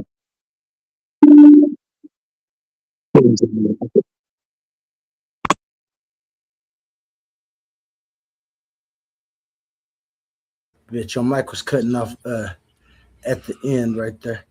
Kazak, Yeah, I had. uh, Oh, I go think ahead, Kazak Kazak. dropped off. I wanted to ask him a question too. okay. I'm sorry. My bad. You got muffled right there at the end, Gideon, about the last, I say 5-10 seconds. I wanted to ask him a question about the scripture. Yeah, just basically restating that I think the first kings of the Hyksos were vassals to the pharaohs in Upper Egypt.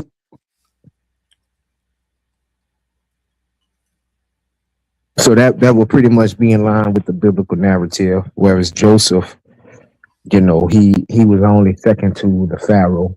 You know. Yeah, that's what I found too. I guess my only pushback was with Josephus because, like I said, and of course we could find a way to reason through it. That's kind of what we did. Like I said, I can't deny that I see some aspects that could fit. We have to blend in. I think somebody last night said it's still 1,000 years missing within the Hyksos coming compared to when the Hebrews actually arrived.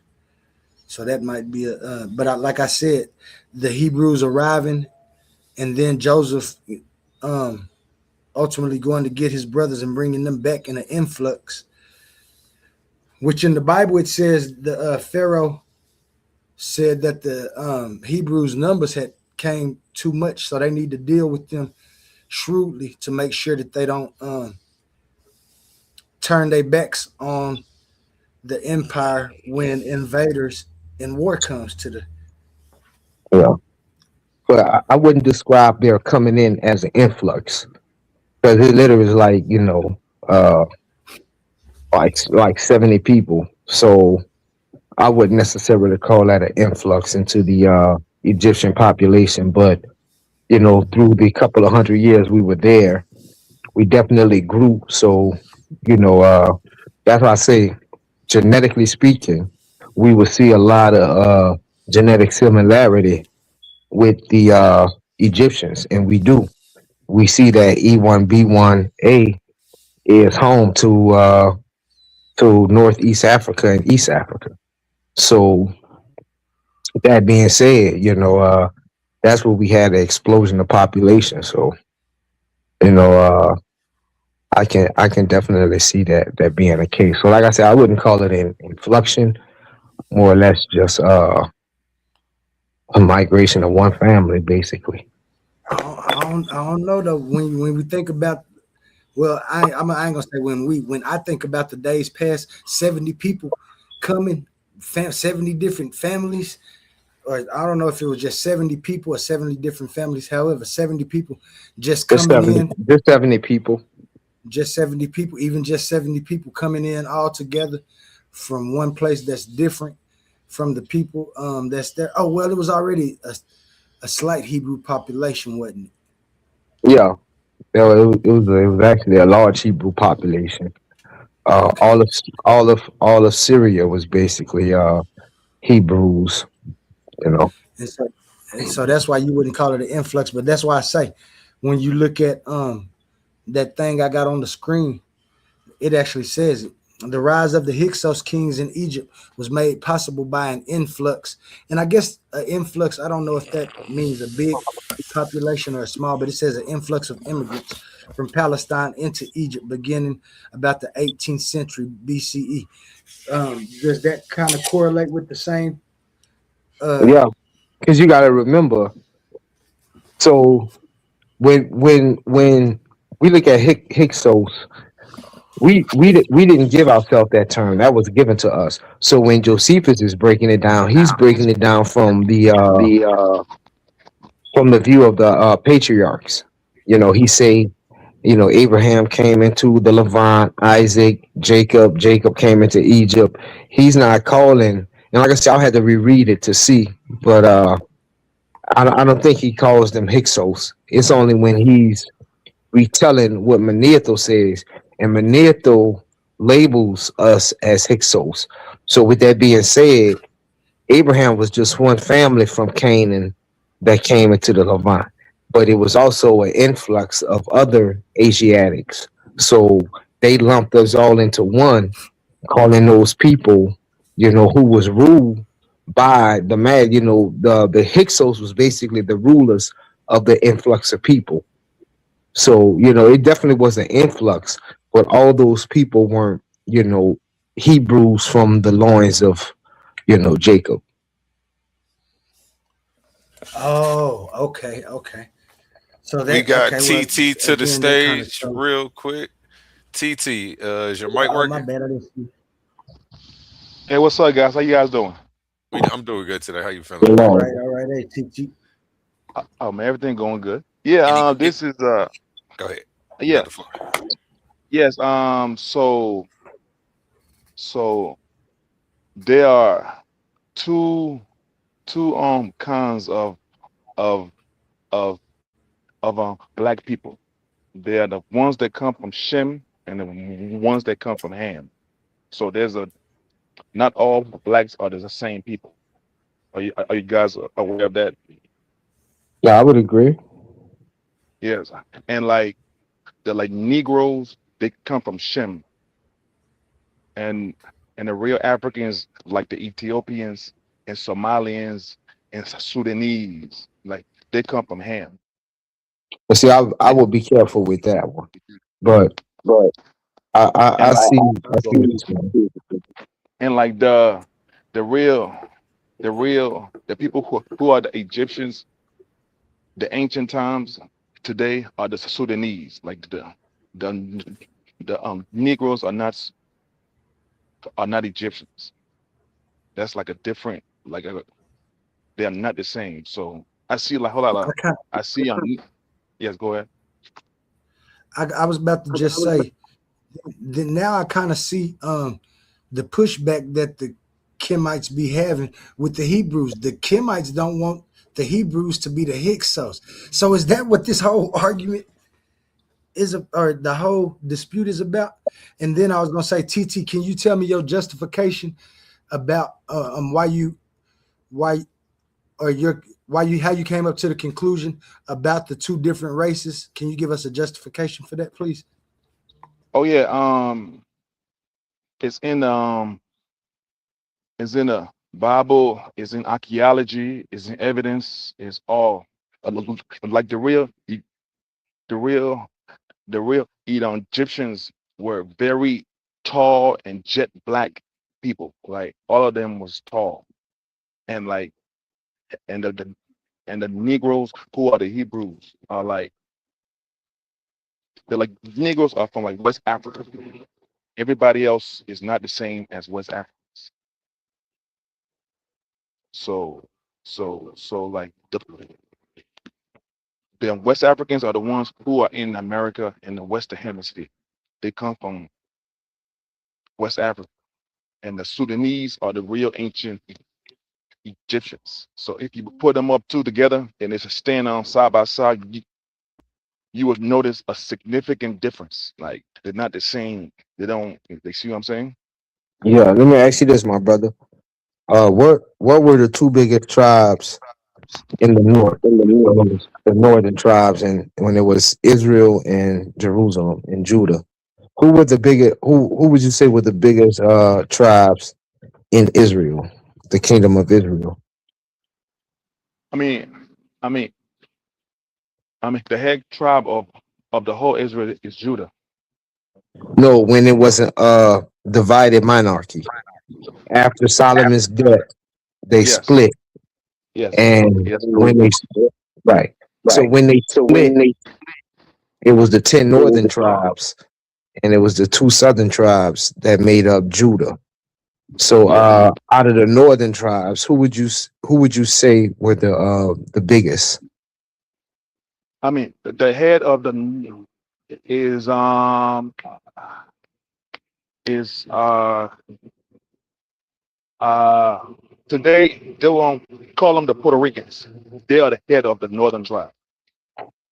So, Uh, so in the before. So before we had all those classifications, would it be safe to say that Ephraim and Manasseh Yes, yes, exactly. It's were Ephraim. were the, Ephraim. were the Ephraim is the right, head. right. So s- knowing that, and also knowing that within that tribe, they, on paper, they wanted each tribe to marry within their tribe and to recirculate and to, practice endogamy within their tribes. Would you say that? Yes, it was the law. I mean, we're only supposed to marry Right. within our own Right. people. Right. So with that being said, right? So Ephraim and Manasseh, that tribe is constantly, intermarrying and, repopulating within that same tribe. So the genetic features from Ephraim, who is the child of Joseph, it will continue to manifest itself, right? So what I'm saying is that the mother of Ephraim and Manasseh is an Egyptian woman. So if you had Joseph, or who's married to her, and he had two sons that we know. Speaking of Manasseh and Ephraim, they make two of the tribes up in Israel, and they continue to populate amongst themselves, meaning the tribe. They're going to not only continue to look like the sons of Joseph and an Egyptian woman, but they will continue to like make those features more prominent.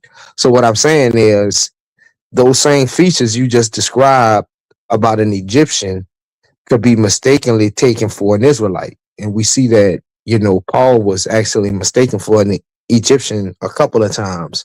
So that's why I try to stay away from, you know, those type of, those type of claims. Yeah. And so it goes on by your father, I not agree. your mom. So it's like so But if genetically speaking, you're going to get genetics from your mother, right? no, you are, there's nobody is mixed. You are 100% whoever your father is. So if your father's black, I'm you are speaking of genetics, like even phenotypically speaking, like you're gonna have some traits and some characteristics from your mother as well as your father, right? Like one of Ephraim's sons, might have more phenotype from his mother than his father. Then another one of Ephraim's sons might have more of his father than his mother. So that's a possibility. But I do agree that you are the son of your father. I agree with that. yeah. It's like planting a garden. If I plant an apple seed in China and I plant an apple seed in America, like so it don't matter where you would put the seed in, that seed is still the same seed. You see what I'm saying? So it's still so like now I mean, even if you look even if you look white or black, it's still you are you are who your nami your father is. Right. Yeah. Yeah, man. So yeah, that's so. This is a good on the topic because a lot of us, our people, like Nami, we say like we are. We say that we are. We say that we are. We are on Kemet because at one point Egypt they ruled the world. So we want to be Nami, but we remember like our first slave masters were the Egyptians. So like they had a different race of blacks had a different race of blacks enslaved. So like they are You not like we and you them are the know, same people. who the first Israelite slaver was?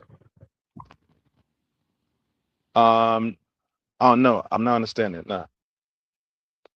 The first person that actually sold an Israelite? Um An Israelite. Yeah. So we try to be careful with those, aspersions that we put on people that, you know, uh did things to us, and we just blanketly and condemn that whole race of people indefinitely. We got to be careful for doing that. Yeah. Those who So like, who put us into captivity, yeah, they definitely gonna get their reward. But you know, like the Bible says, no child shall pay for the sin of their father. If their child was to repent, you know what I'm saying, and follow Torah, then they're in the Commonwealth. You know. I, yeah, I mean, like we are paying for what our parents that broke the who our parents broke like a covenant we made with God. So that's why Yeah. we are in the ghettos and we was in some slavery. Nah, you're So that exactly right. so that means And the that's people interesting. who put us. So that means the people who put us in slavery, they have to pay for what their forefathers did. That's what's going to happen in the end. Like they're going to have to pay the same way we are now at the bottom because of what our parents did against God. The people that put us in slavery are going to have to pay the price for what their parents did to our parents. Yeah. Which is interesting. I got a two-part question now because that's kind of getting into my little um Hebrew challenge that I got from Omar when we was talking about justice and divine justice and what justice should look like. Because when we get down to it, the Hebrews believe that we here because um if we're Hebrew anyway, if we are Hebrew, the Hebrews believe we're here because the Hebrews themselves went against God. God turned nations against us and allowed those nations to punish us as Hebrews. Yes. And Yes. so I'm kind of mad at the ancestors when I look at that when people be talking about the ancestors because I don't know, and maybe it's because of the knowledge that we have today. So that's the way why I would look at it, and I would understand. I don't give a what nobody doing. I wouldn't go against God, and a lot of people say that everybody wasn't going against God. It was the main people. I'll take that, but I know both of y'all are Hebrews. But what is Kim when Kemet? I think I wish somebody from Kemet was up here. Why do Kemet believe that we here? It's fat, ain't it? It's Isfat, ain't it? That was Isfat coming back on us and Kemet. Dang, what's somebody from who in the chat, man? Who in there watching? If anybody could come tell us about how they feel, because I think it's like it ain't a curse, but it's just the regular Kemet people, the Cometians, the Nubians or whatever, was doing what they was doing so bad that Isfat came back on them, and that's why people like the Hyksos took over. Heru the clan, Heru, come up. Heru, can you come up? Haru. I said Yeah. Heru is I just Haru. want to say this. Whatever they gonna say, bro, I think they made it up, bro, because there's no consistent text that's gonna explain it's that how it comes about, and they just, yeah, my opinion, they just mention it in passing. Like, you get one line of text, like that's what's so crazy about it. People, comedians, they'll take one line of text, and then they would say that authenticates all of Egypt, and then they will make a whole doctrine off of it, which is crazy. Let me see. I think I might got it on one of my slides. Yeah, that was it right there. There, man, just came in. Haru the Guru. What's up, fams? So long, long. Y'all been on Kemet for a while. I've been peeking. I said they've been doing little Kemet bills. I don't know Yeah, if this my it's Kemet for or U. against. No, this is an investigative. This Oli. Yeah, So I I'm know doing you. my I'm doing my investigative side of um Kemet since I already did my philosophical look and came to my philosophical conclusion. A couple of people from Kemet when we was talking, they was like, since I got that part kind of looked at and stuff, maybe I need to take a deeper look into it. because I wanted to know why Kemet failed. And it seems to be an inside job. Same thing with the Hebrew Israelites. It's an inside job because they're the ones that went against God. And now all the fingers are pointed at everybody else instead of themselves, ourselves, themselves.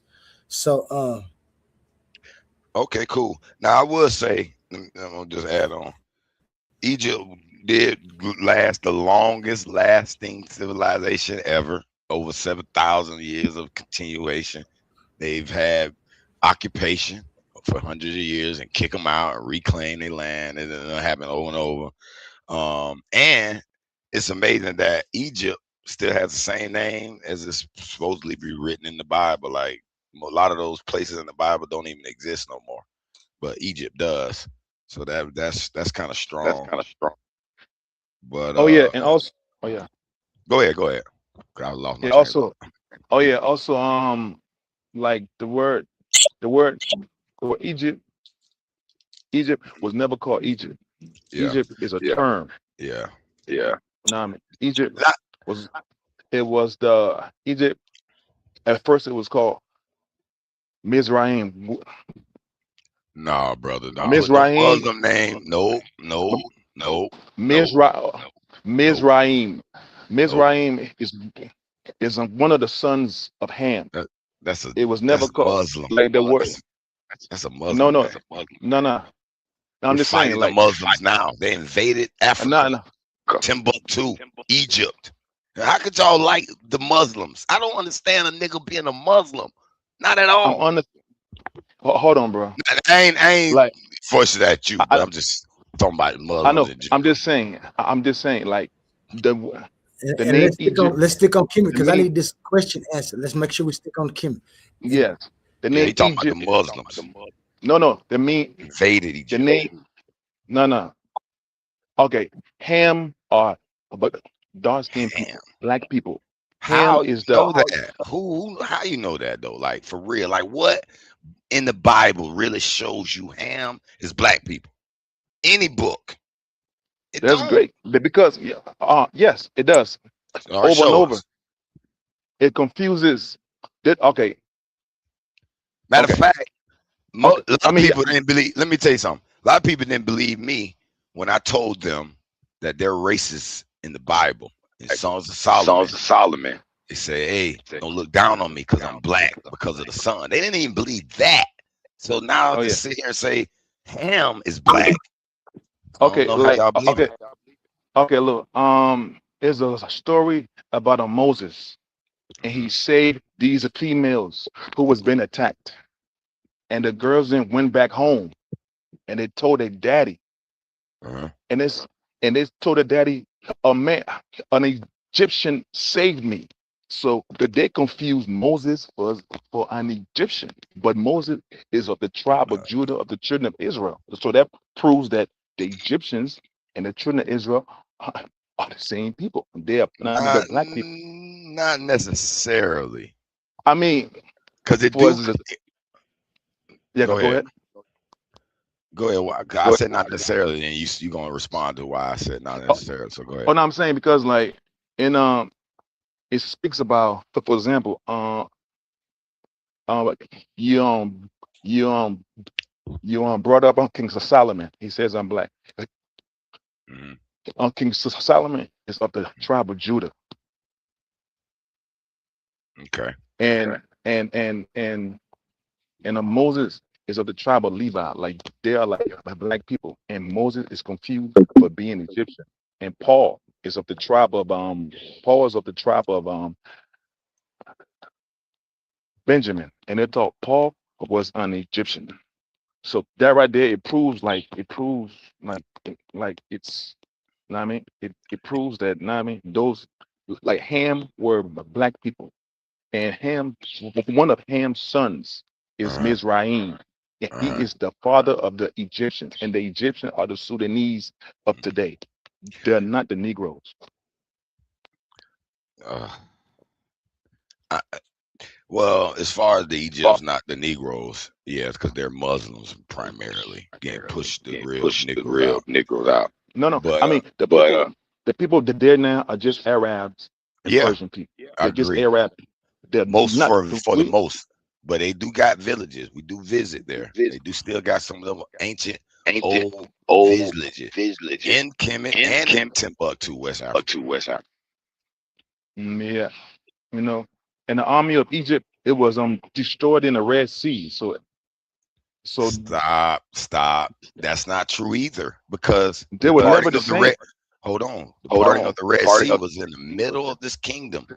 And it went on for thousands of years after the parting of the Red Sea. So how did they Oh die yeah, from the yeah. Red Sea?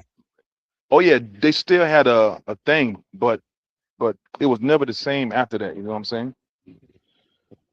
See, I got you. I know Only thing I can it tell you sounds is crazy. It sounds crazy, but that's like your proof. You said it proves it, right? I think it only yeah. proves the narrative of the story that's being told, but it doesn't mean this whole story is true anyway. You know Uh, I mean, there's evidence and facts. You know what I'm saying? There's what evidence evidence. and facts? Just recite them. You don't Uh, even have to show it to me. What evidence that was shown? I mean, I always have said that the Bible is the ultimate source. No, it's not, because it's nothing but literary rubbish. It's no evidence supporting the Bible's writings. Hey y'all, I didn't mean to cut y'all off. This Omar, I'm back. I was gone for probably about like 4 or 5 hours. I'm back though. You don't gotta interrupt us to let you know you back. The middle of I'm a feeling nigga need back out. talking. Okay, you back. Thank you, Omar. I was looking for you a while Oli. ago. My bad, Oli. Yep. What was your question? You called me up here because you had a question about Kemet, and I ain't mean to decide Yep. that. Yep. I was letting y'all get that discourse in. I was gonna circle right back around to it. Yes, sir. Omar, yeah, you've been asleep for a little bit. We moved right along, but I'm sure you can catch up. Right now, Hiru was coming in to tell us about I had asked the question. I said I see the I think I see the contention between the Hebrews and Kemet now. The Hebrews, I ain't gonna say all of them. My man GDN last night informed me about one of the views that the Hebrews are actually the Hyksos dynasty. And so we were just showing correlation, and then I had got to the question about what is Egypt's the Hebrew reason that we are in the position that we in is because the Hebrews went against God, and we're cursed right now. And so I asked Haru to come up and tell me about Isfet, and is that why Kemet believes that we are in the position we are, because they went against Mayat, and now we're still subject to Isfet? Yeah, so yeah, I kind of understand that makes sense. I'll mute back out and let the brothers finish though. I didn't really want I didn't let the brothers interrupt though. Let the brothers go. My bad, y'all. Yeah. So I'm sorry, brother. Yeah. Haru was You, answering. you, Haru was gonna touch on that for us. yeah, I'm sorry, brother. You don't have to repeat that because I was kind of logging into something.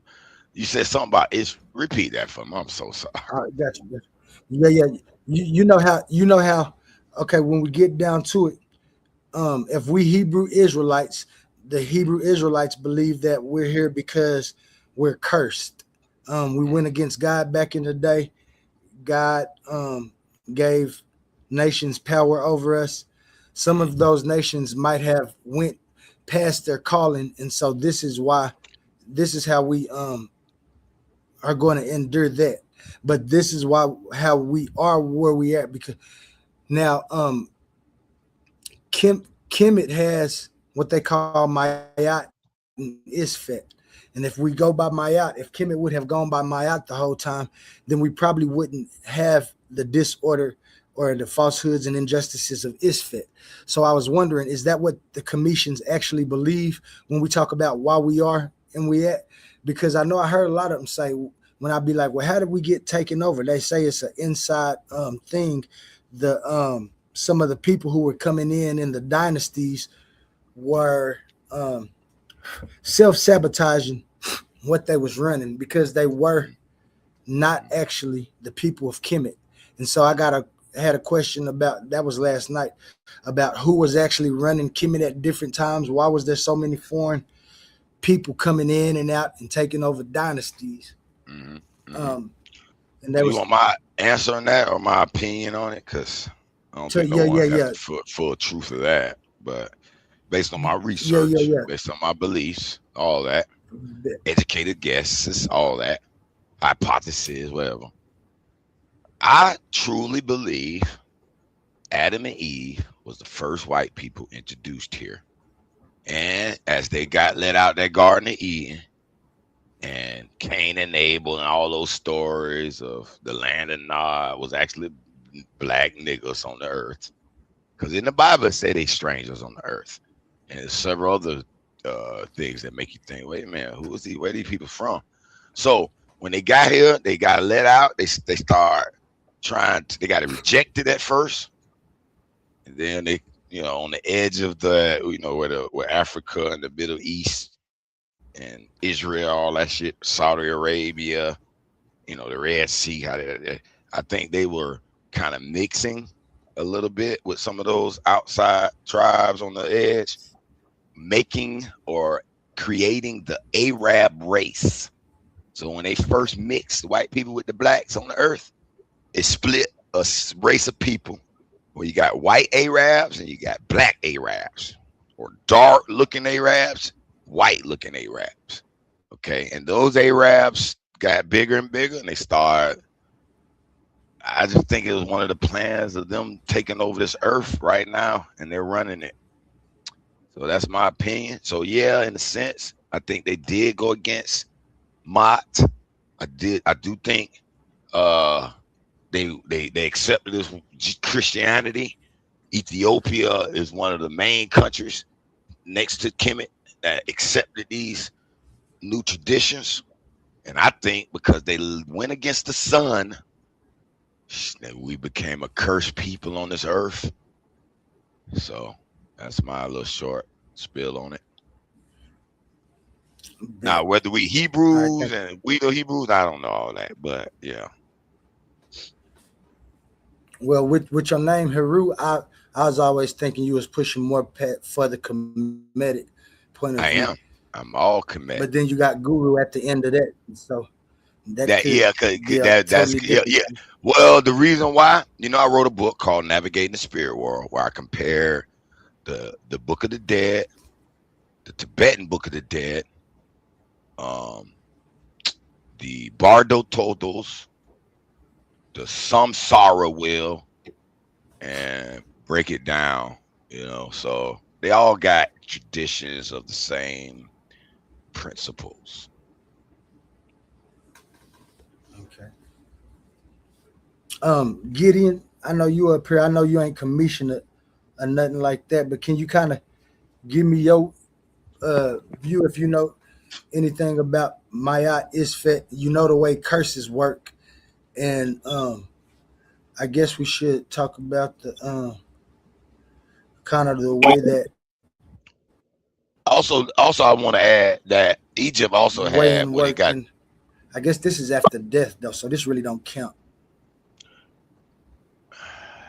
it do count because they believe in reincarnating, coming back here, continuing on the process. But I would say Kemet also is where the Hermetic principles come from. And one of the seven principles say the law of rhythm, where nations rise and nations fall. So it was inevitable for Egypt to fall eventually. Same for America. It's not going to last forever.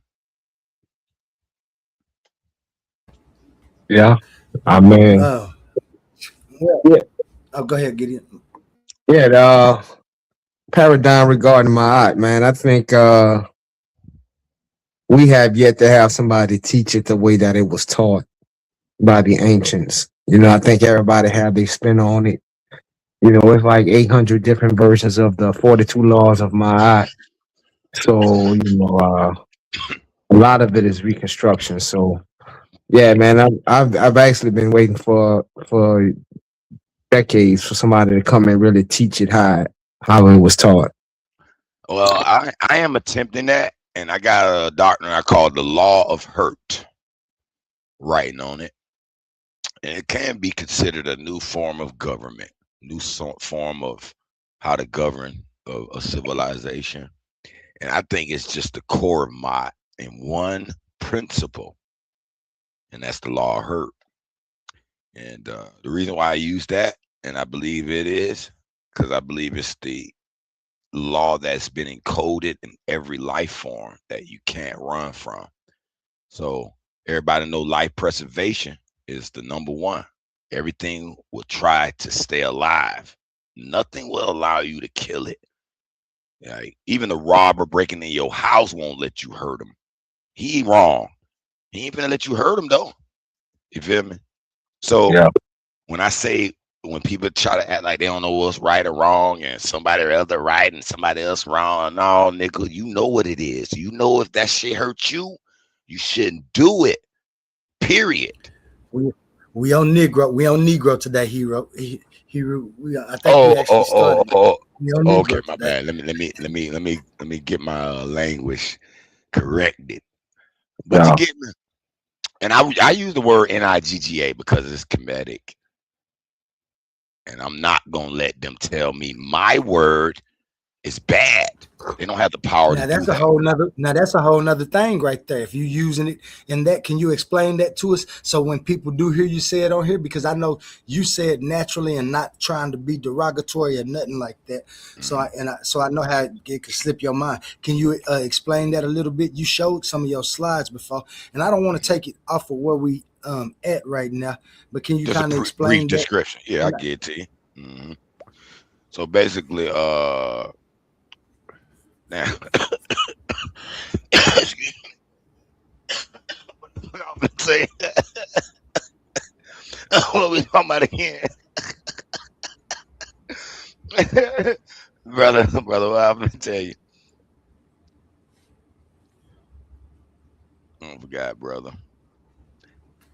You was about to tell us about the why you use that nigga is Oh, okay, damn, kinetic. boy.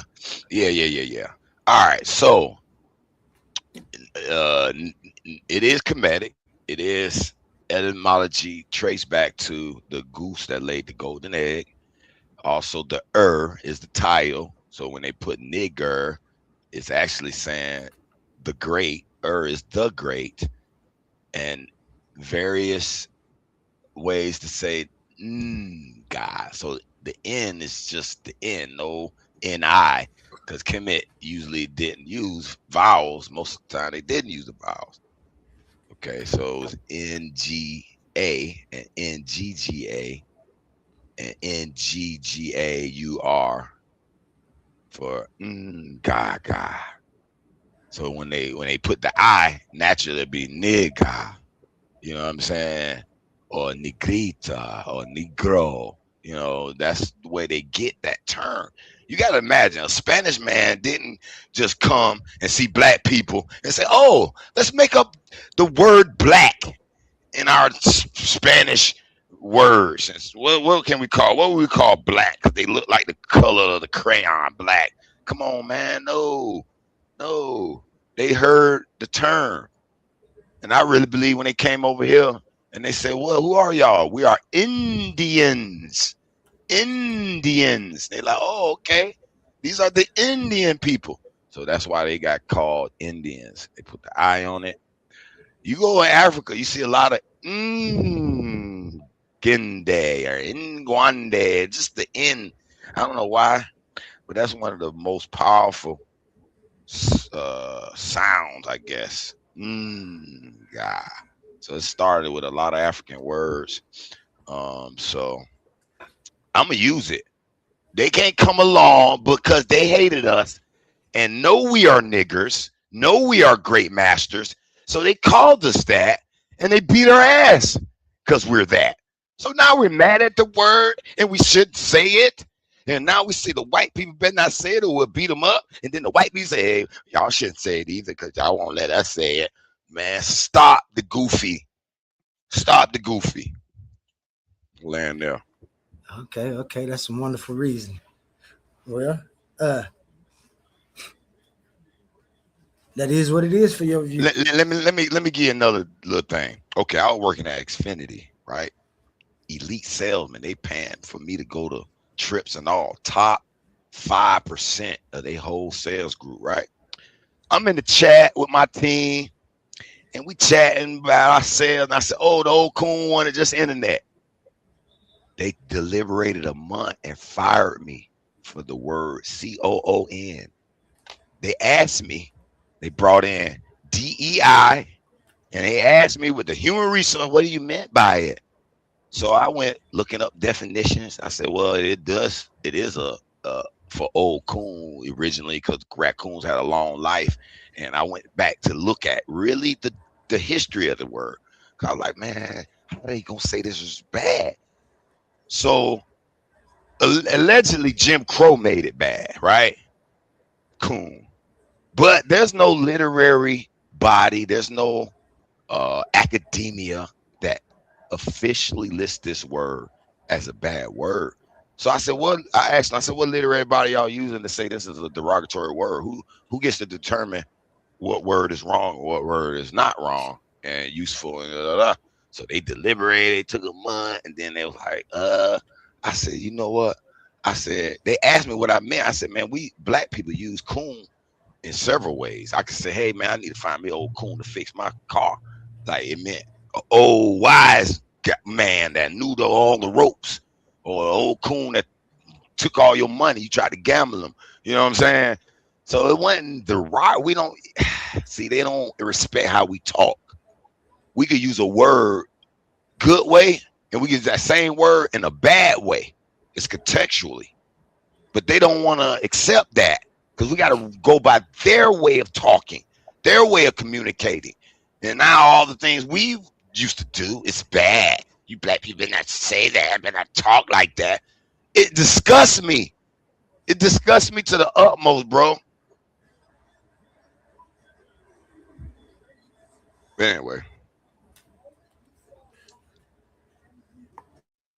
I got you. Thank you for that. Thank you for that. Omar, you woke now? Yeah. As you get Yeah. What's up, Omar? I didn't mean to jump on you. Jumped on me. No, don't worry about it, brother. I like when I did cut y'all off, I literally just opened up my eyes and rolled over, and my laptop was still sitting on my stomach because I was laying down in my bed and I had the laptop on my stomach last night before I fell asleep. So like I literally just had literally opened up my eyes and heard different voices talking. So I just was like, oh, I was like, damn. I was like, damn, I was knocked out of sleep. So that's what was it, brother. I wasn't trying to. No, I know that. I was just kind of teasing you at the same time, brother. Nah, you good, brother. Me personally, 99% of the time, if I say something to you, it's really in a joking manner. Firstly, you know what I mean? Yeah, I'll never come at Will first.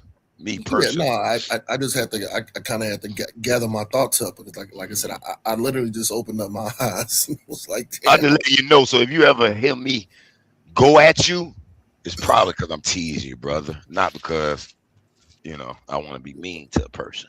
No, I don't. I don't ever take things personal either. No, so ain't no sweat, brother.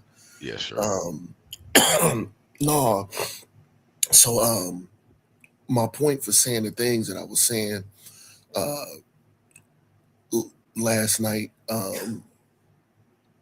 because I'm on a different time zone, so that would have been it was morning for them brothers already.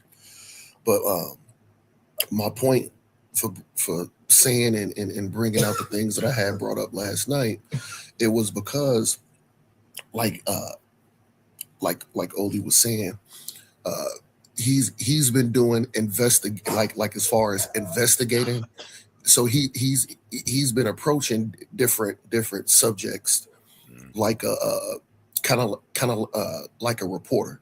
So Yeah. a reporter has to be non-biased and it has to be fair and it has Yep. to have an open mind whenever they doing research or looking or studying a certain thing to actually get the breakdown of the story. So in order to get a true breakdown of the story and the history of of the uh, the Kemetic people, you know, you have to look at it from every angle. So my point was contention. It had nothing to do with what Oli was showing. Oli was actually showing, uh, well, actually, as far as like, he was he was showing great investigation work. I think it was an excellent job. But it was the two brothers that was on the panel that just certain slides that Oli brought up. They just didn't want to. Basically, they didn't want to address bad things. They didn't want to address war. Oh, they kept saying, yeah, man, Egypt was the first to do that. This, when it comes to my art, people copied off of them. Like like I understand that. And they were adding a lot of value. And then when I came in and started speaking, it was like, yeah, man, you trying to tear it down, and you're pushing a narrative, and um you just trying to take away from the greatness that they did. I said, I don't think nobody did. I don't think nobody said well, no, well, I and guess then, not in those words. I guess well, I, my bad, Oli, my bad. Go ahead, brother. yeah, no. We just want to keep it fair. I know what you're saying because I was here watching, but I don't think that was saying you was pushing a narrative or something as much as there was. I was the one that was really saying, "Oh my, don't push him like that right now," because I was trying to learn. But you had right to, because that's actually what my like you said, that's what my slides and stuff was doing. I was but it's investigative. It ain't just pushback like that. It was just investigative work. Yeah. We got So stuck what was on the this right pushback? here. What was the No, pushback? no. So Right here. yeah. Okay. So this is why this was the first slide I seen, and like I said, I had pushback because it was Meta, and I forgot the other brother name that was on there. It was Meta and another brother, who I think likes Kemet or something like that too. So Tahuti. and Tahuti, yeah. So Tahuti. I'm hearing Meta and Tahuti talk, and it's just all these nice things, and I'm like, don't these brothers see this big old thing, which is Narma's pallet? I said, don't they see this big old Narma's pallet with somebody on their knees, with somebody with a mace in their hand, getting ready to crack open his head? That, I said, and that's then speculation. hold on. Well, I could bring up a source right We now, look. but We looking. No, ain't no source can tell you what this picture is doing. It's speculation. It looks like he beating him. It could be okay, ceremonial. Could be a dance. It okay, could be various things. okay. So, Could it be but somebody helping somebody up? That's what I said. Exactly. I Exactly. was being funny. hey, so Don't even look like it. Why would he hold the mace in the middle and club somebody in the head? Now Usually hold it Omar on the does end. have, listen. now So See Omar how he does hold have it? an answer to this. You want to pull it up, Omar? yeah, Yeah. Let because Omar pull this up real quick. like I We got said, let's be honest. Let's just be honest and have integrity here. Like I said, like I And told the brothers the other night. and This honesty would be to say that's a speculative thought or your interpretation of what this picture is representing. okay, I but mean, yeah.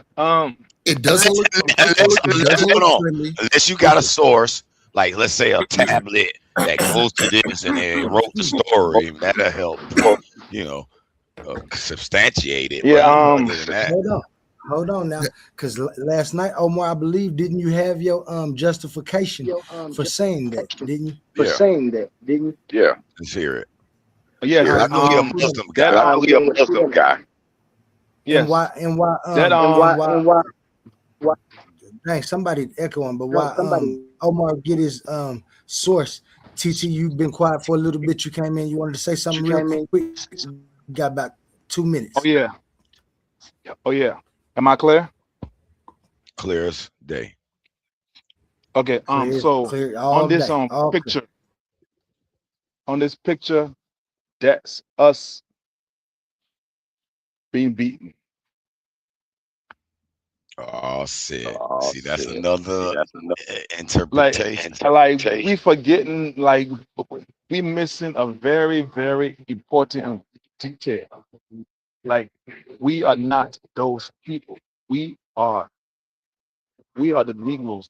We are the Hebrew. The Sudanese are the real ancient Egyptians. They had us in slavery. We are So not who is that? Kemet. So so in your view, real quick, TT, who is that standing up? The Egyptians. Which is a Who is real that Sudanese. on their Yes.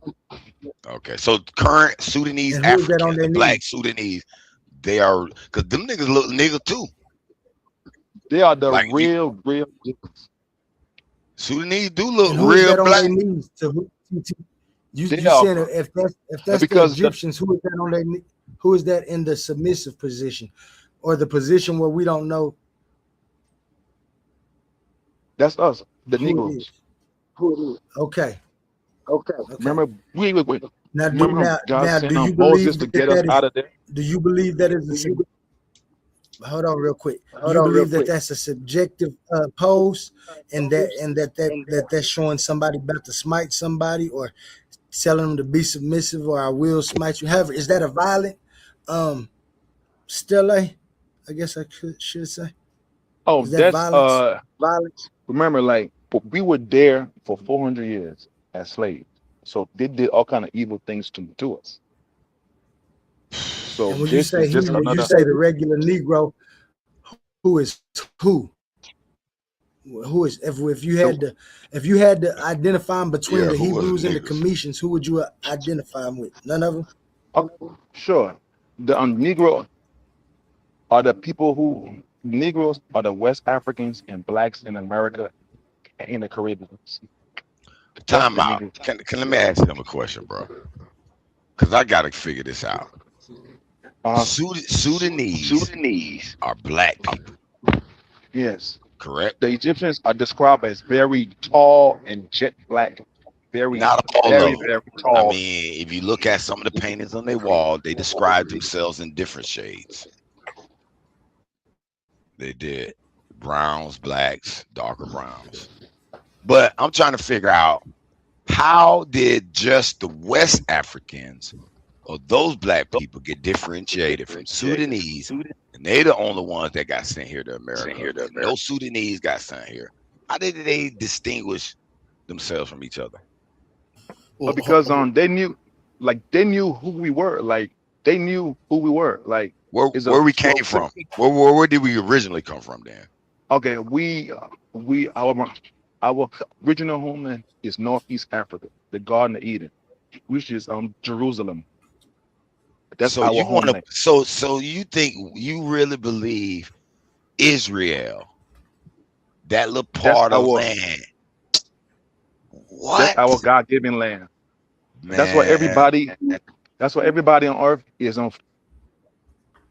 um is um is is fighting over that land because they know that No, land brother. is You know what? that's where heaven's gonna be. You know what, That's brother? the Let me tell you something, yeah. brother. This is my opinion. Okay. You can believe whatever you want, Uh, but Israel, all that shit was created in 1942.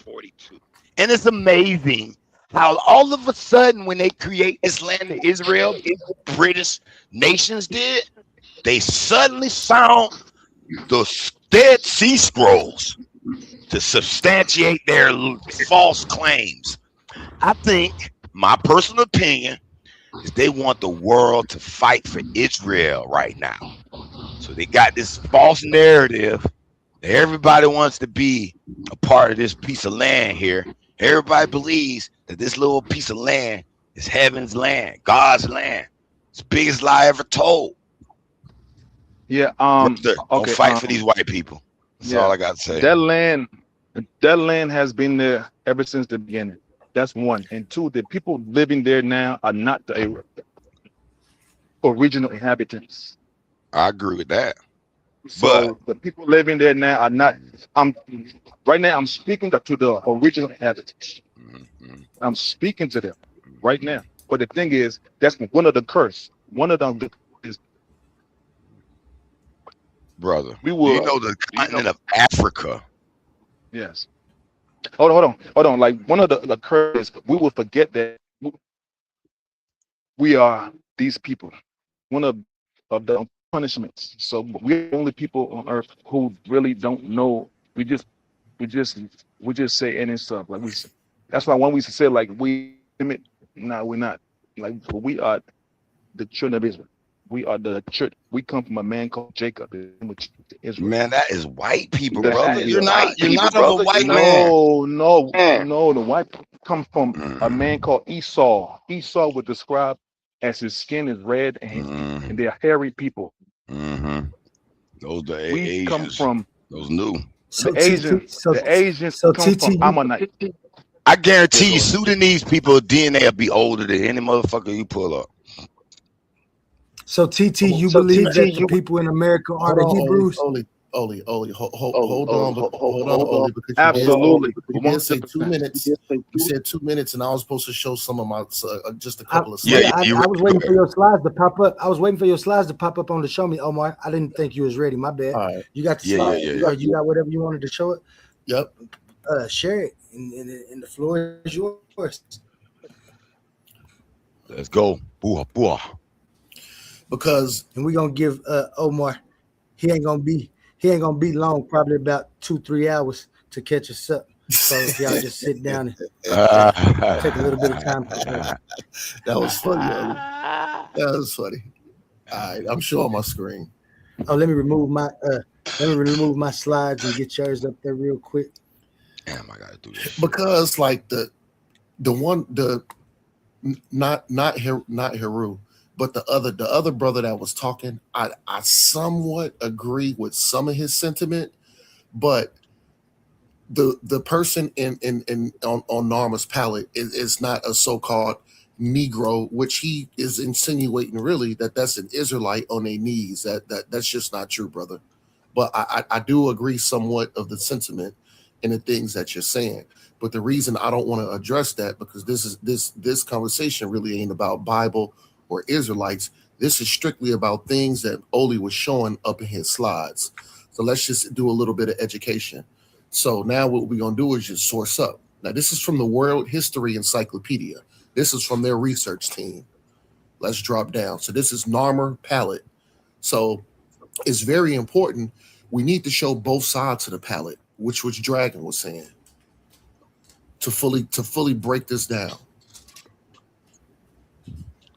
On my phone, that's the other side of Narma's palette.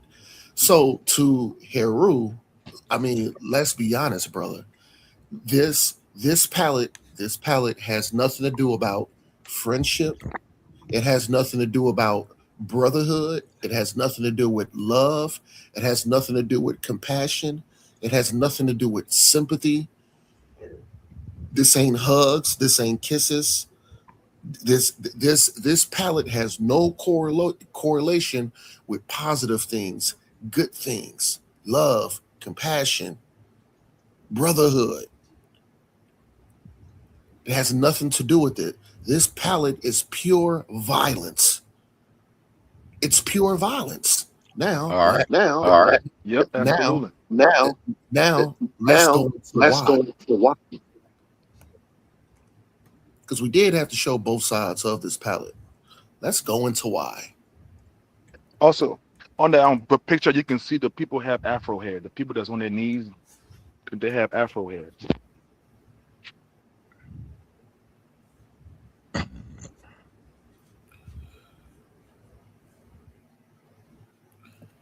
All right, hold on. You there, Omar? Yeah, I'm here. I was trying to get this damn thing about the way so I can pull up what it said. I think I click on one of the little things that open up the whole article. Yeah, slide down. It's probably somewhere in there. I'll remove the ads. Hold on. I don't think that's it, but maybe it is. Man, I wasn't trying to show this shit. The hell?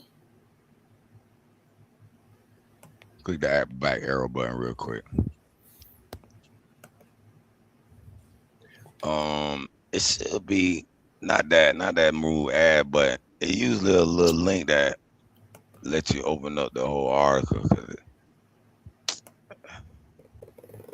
the number one, right there. Read that up there, and don't say nothing. What it say right there? Just that one sentence. Yeah, it is. It is. Hold on. I think I know how to do it. Hold on, right quick. Okay. There we go. There we go. I knew it was something you had to click on to open it up. There we go. Now let's get to this information. So, like I said, we gotta. I don't see. My thing is, I want to leave speculation about the door. That's what I'm trying to do. I'm trying to get down to the nitty gritty of things. So, like I said, sourcing up. This is World Encyclopedia, Norma's palette. Boom. Okay, let's hop right into it. So I'm gonna wait because I know the. Okay, here we go. This says Narmer's palette, also known as Narmer's victory palette, in the Great Hyrcanopolis palette, is an Egyptian ceremonial engraving a little over 2 feet tall, and shaped like a chevron shield, depicting the first dynasty king Narmer conquering his enemies and uniting Upper and Lower Egypt. I want to stop right there right quick. So if he's conquering his enemies slash unifying things, medics, look, different name, but still, like I said, of a Kemetic stock. So these people he's conquering, they ain't Hebrews.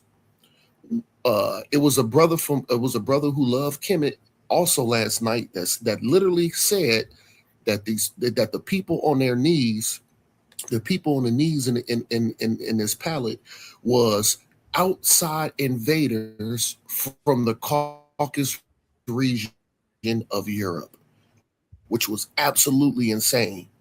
So this is why I came up to correct things. Well, hold on. I'm go ahead, brother. Because this is just a quick question to go with that. Now, is that how? So they claiming that's how Narmer actually united Upper and Lower Egypt by conquering the foreign people. That maybe hold on now. Now that I'm reading no. Just because it says conquering his enemies and uniting Upper and Lower Egypt in the same sentence doesn't necessarily mean that the enemies in Upper and Lower Egypt are the same peoples.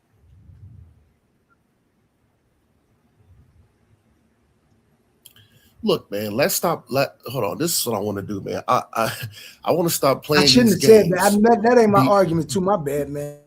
I just noticed. I know. I know. But let's just address it. But like I said, I don't want to play games. Now, before the people, before the Kemetic people got the southern region, and they came from maybe a little bit from the green fertile or the green Nile, something like that. So which I bet if you finish reading, it's going. Yeah, I bet if you finish reading, it's going to give us the rest of it. So let's go back. So it says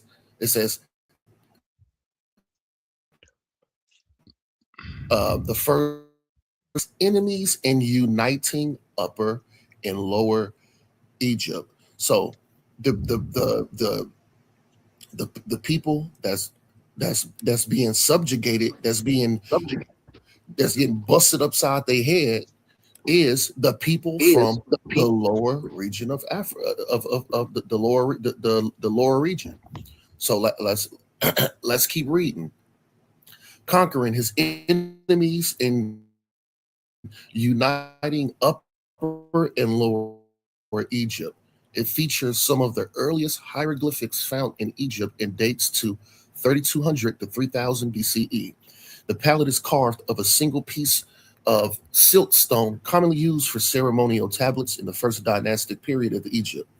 The fact that the palette is carved on both sides means that it was created for ceremonial instead of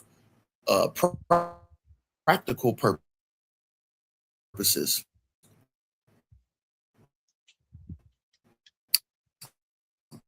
Palettes which were made of King Narmer's victory in battle and the approval of the gods at the unification of Egypt. I mean, there's more here. All right. So with that read, is there a problem with it? I don't have a problem with it. My point being, They were too nice in describing this thing. It was your problem. They was like, wait a minute, they ain't. Because I remember you said they was them two boys that they was speaking. They were too nice, and they was just showing everything nice. No, he was what he was saying. I can clear that up real quick, Omar. What he was saying is when I first started doing this is my point. This is my point, brother.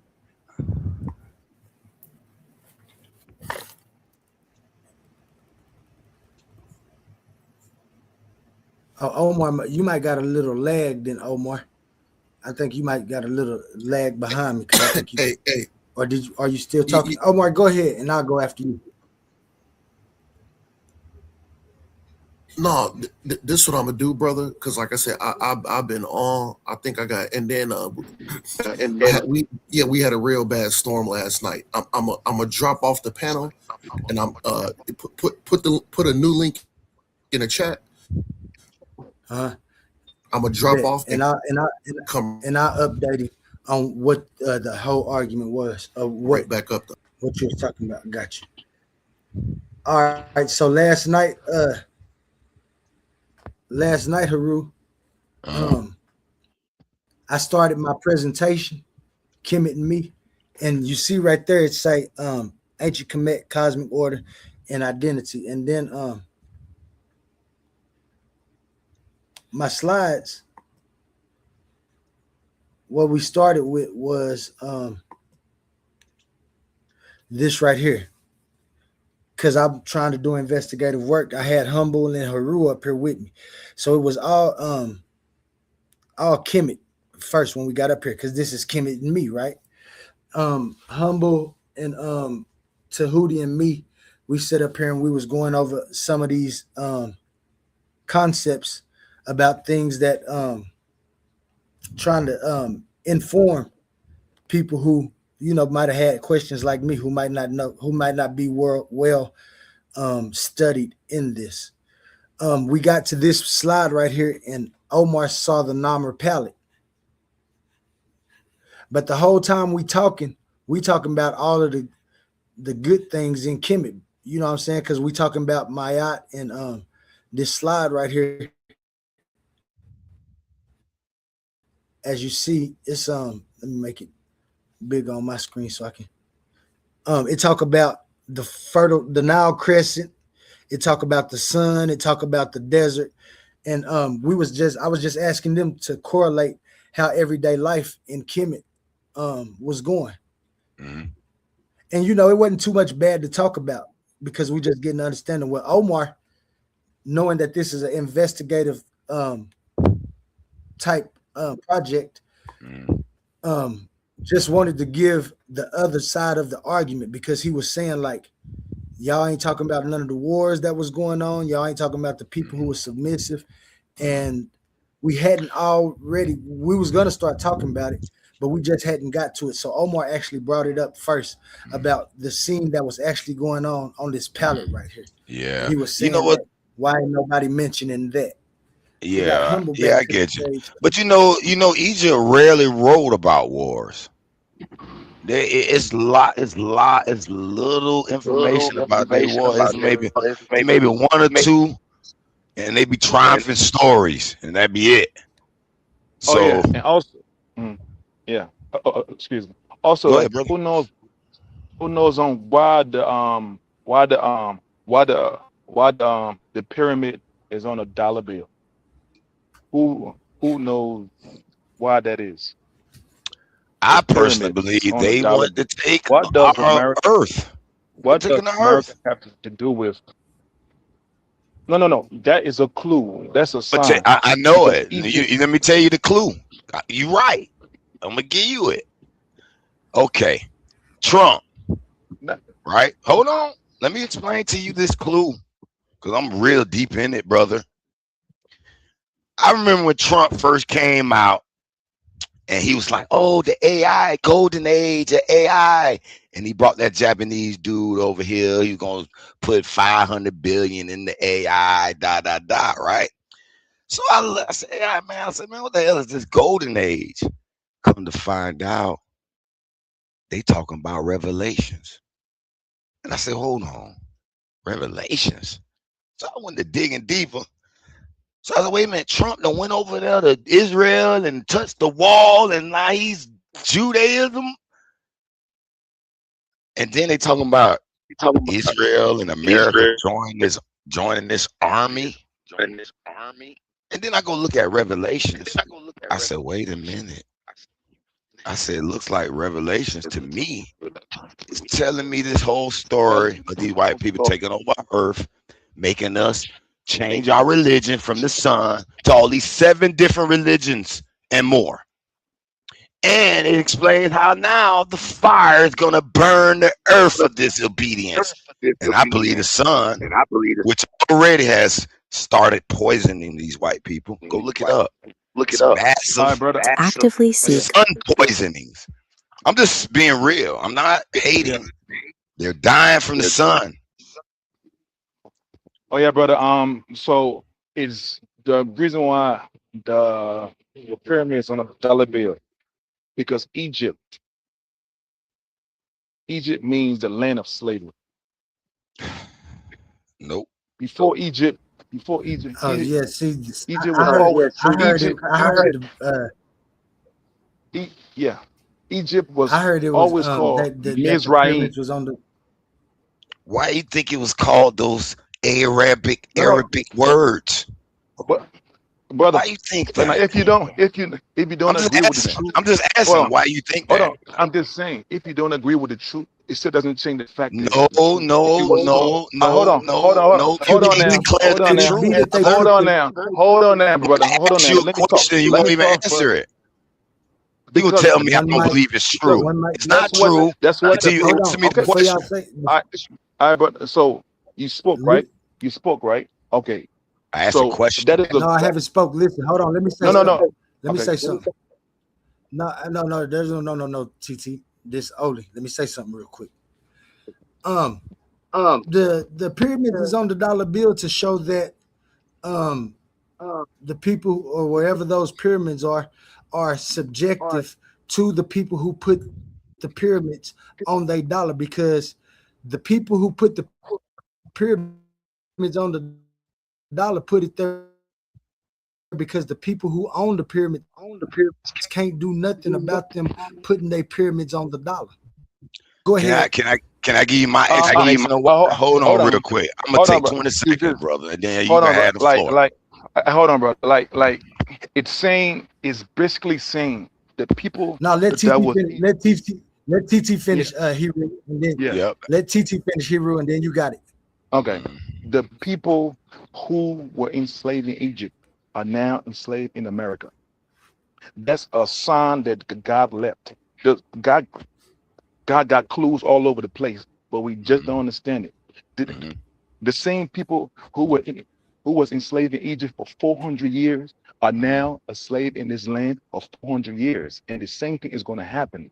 Except this time, mhm, Moses is not coming to get us. Christ mhm. Himself is going to come and get us. Okay. That's what that's the clue to the people that was Okay. in it, because Egypt Yeah. Egypt was called Mizraim, the son of Ham. Egypt was never called Egypt. Egypt means the land of bondage, the Okay. place where we served hard bondage for 400 years. And Hmm. it coincides with America. We are serving. We've been here for over 400 years. It's almost time to go home. I got you. Now, That's can I what it is. It's respond, not. please? Yeah. Because you're gonna Yes. repeat yourself over and over. Ms. Rahim, da da da. Brother, Okay. let me tell you how the Hermetic principles work here. It says only half truths, only half wrong, brother. Because I half agree with you, right? But the only difference is the people who's doing it in slavery. It's the whites, the Arabics, the mixed kids of those white people who invaded this earth. I'm sorry. I don't hate them. I'm just showing you historical facts. You could document that they knew here and they spread it on the earth. And those people, and the reason why the pyramid is on the dollar bill is because they wanted to conquer the center of the world. Okay, so they're showing that they've conquered the center of the world, and now the world has to use the American dollar. Okay, That's the brother. power behind the pyramids and Egypt. We're still talking about the same country thousands of years ago. Okay, brother. So, At first, the Egyptians ruled the world.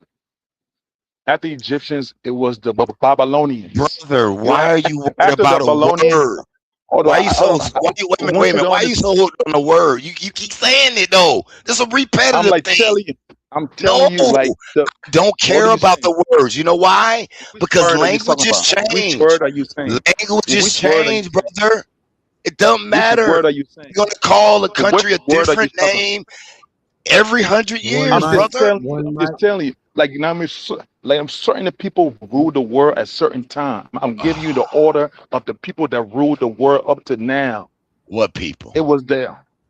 First, it was the Egyptians. They ruled the world. You said After it was them, never called Egypt though. So who were I they? know Really? it was called Mizraim. So the They're the pseudo, Mizrahims ruled the world, and then who then came next? the the the the Babylonians. Okay, and then after the Babylonians, Yes. because you know the Babylonians and Egypt kind of ran side by side. The They Babylonians. kind of coexisted. They're like they're like they're like not Babylon. Babylonians is like the Ethiopians and Persian people. That's who they are. You don't understand. And then after them, that's when Alexander the Greek. That's when white people came into power during the days of Alexander the Greek. And from that on and up to this point, that's Okay, who has been in charge of the world. So there's been like a groups of people that rule the world. So this okay, is this is where we at now. okay. It started So with Alexander. Yeah. All right, y'all. so that's the Humble, reason my why man. you Humble explain. You explain Humble the reason why the came. pyramids on the money right there. No, I'm saying because the people who Because of was the white enslaved man there are took now over Hold Egypt. on, man. Humble been up on the stage introducing. What up, Humble? What up, Quad? Can you hear me? Am I good?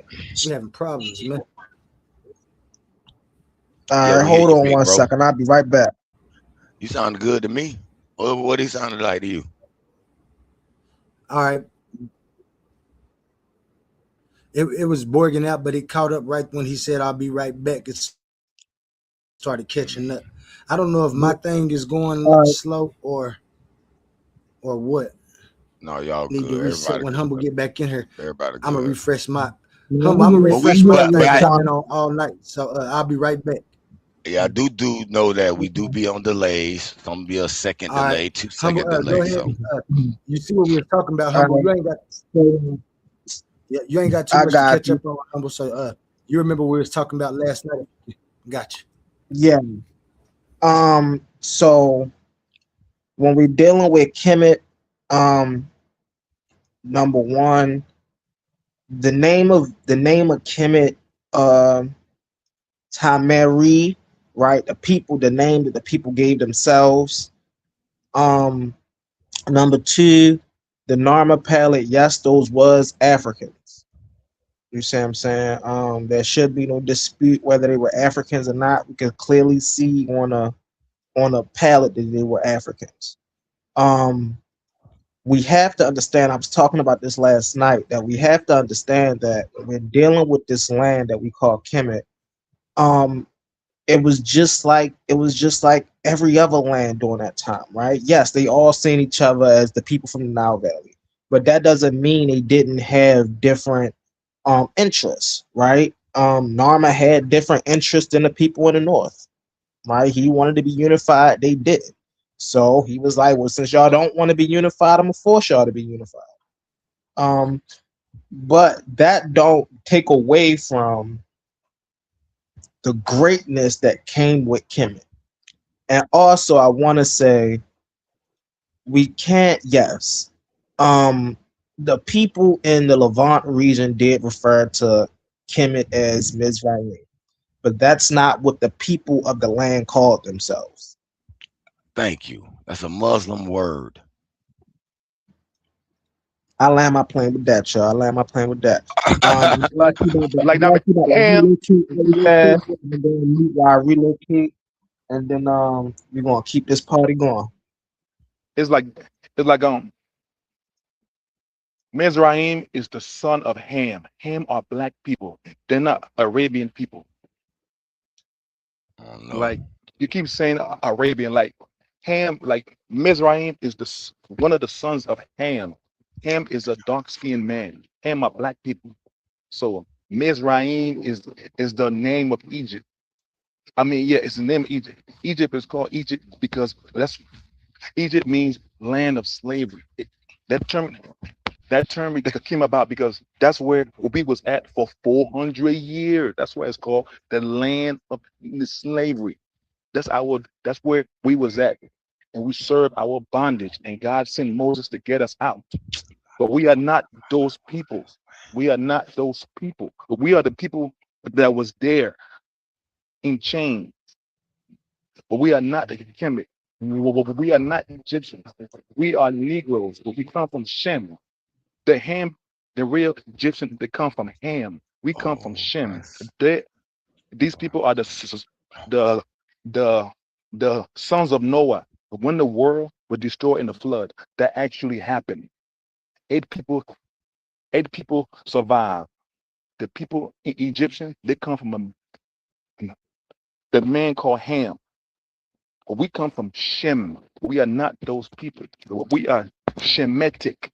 Egyptian people are Hamitic, and they changed the H and put a K, Kemetic, but it comes from Ham. The Noah's son's name Ham, Hamitic, and they moved the H and put a K, Kemetic, but it comes from Noah's son named Ham. We are Shemitic. We come from Noah's son Shem. That's where Man, you get the word I Kem don't come from from. no Noah's son, brother. Sorry. I mean, I that's don't what I come mean. from that white man. I don't I come mean, from that white man. listen, bro. Sorry. Listen, bro. Everybody on Earth was black at one point I agree. until the I until the agree. until the Asians and white people were born. I Everybody on agree. Earth was black at one point. I agree. So everybody comes from the sons of Noah. That's what because at one point No. How listen, the do you flood, hear what you the just said? flood, Time the flood, out. the Time flood, out. the Time flood, out though. No, the time out flood right it there. destroyed the Time whole out. world. Time Everybody out. died except Time for out. 8 people. Time out. Time out. Time out. So you saying the whole world was black until a few group of white and Asians came.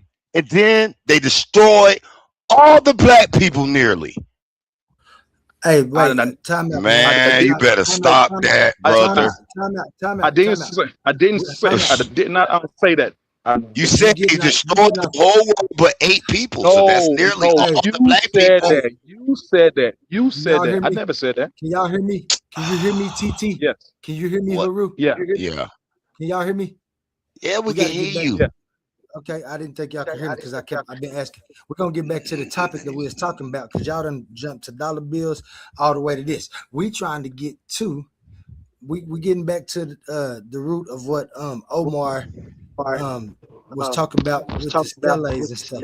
Now last night though, Omar, we got Humble back up here now. last night before TT, can you mute out? You got an echo when you ain't talking. Thank you.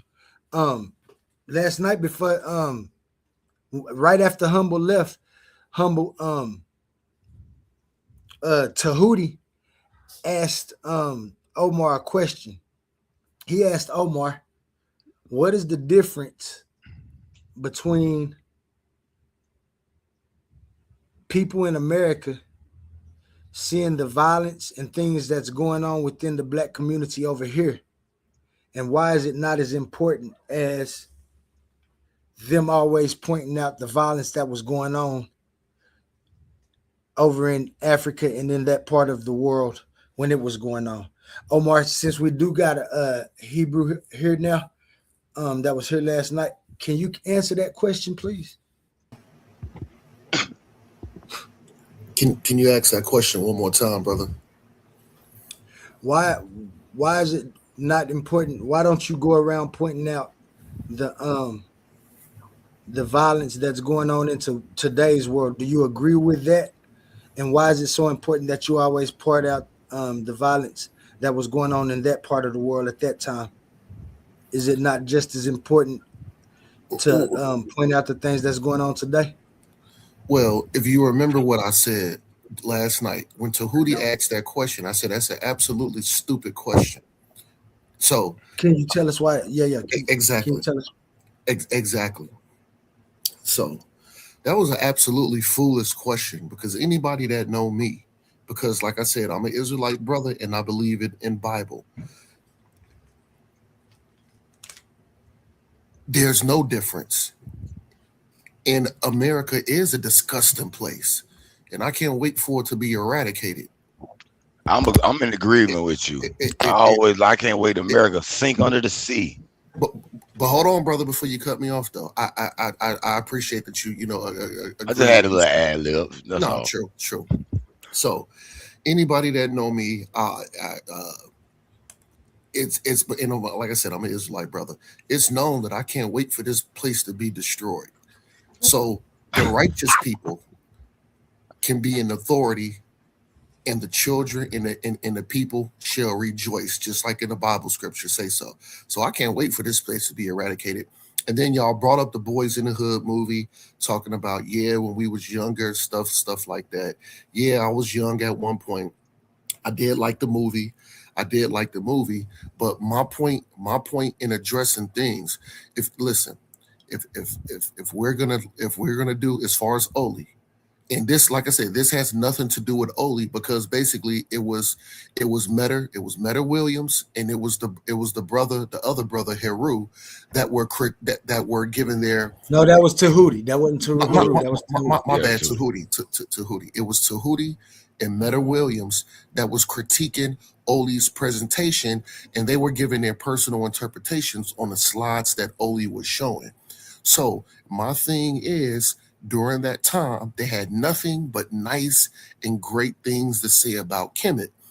And the reason why I wanted to switch that around is because while they had all these nice and brotherhood and brotherly loves and nothing but a utopia and hugs and kisses and nice conversations and everybody patting each other on the back, they had the picture of Norma's palette right there, and they never ever once even addressed it.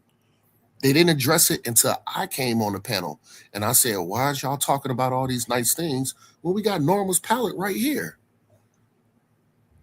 That was my whole point of coming in. So in order to do investigative work, those brothers came in and just wanted to talk all this nice stuff.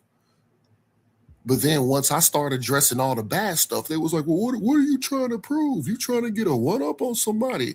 No, I'm not trying to prove nothing. I'm not trying to prove I'm not trying to get a one-up on nobody. The thing is, I wanted to come in and give a different insight because, like I said, these brothers had a picture of Norma's palette up there with a person getting beat upside their goddamn head, and they didn't address it not one time. They had nothing but words smoother than butter. They That had was your nothing. one But cuss. bro, That it was was your one cuss word. Hey, he was That was your going. one hold on, cuss brother. word I'm for not the hour. done. That was I your one mute. cuss word for the hour. I was just informing you about the cuss word thing. We get Oh, one okay. cuss word per hour. You got yours. My bad. My bad. I'm still groggy. Like I said, I literally just rolled over and picking back up where we left off at last night. I'm a little groggy, so yeah. So my thing is, I'm hearing these brothers with all these nice words, but then hold on, they had all these nice things to say. Right where Oli got right now. These two brothers was dialoguing and just, oh yeah, Kemet this and all these nice things. And I'm looking to my Man, you right. going in circles, man. I'm looking to my right, and I'm like, yo, is that Norma's palette? Are they not gonna address the? Are they not gonna address the person on their knees or getting their head busted to the white meat? No, listen, Hey, no, so nobody. I'm Oli, finna mute out. Hold on, I'm almost done, brother. So I had to get up on stage to bring out. So now let's start talking about this palette and other in other things. Like I said, to do true investigative work, which Oli did a great job. It had nothing to do with Oli. It was Meta and Tahuti that came up here with all these nice things, but just so happened to look past the picture to the right, which was Norma's palette, and And somebody getting their head cracked open. I'll mute out. thank you, Omar. so Thank you, so Omar. brother, Thank you, Omar. Hold on, let me say something real quick.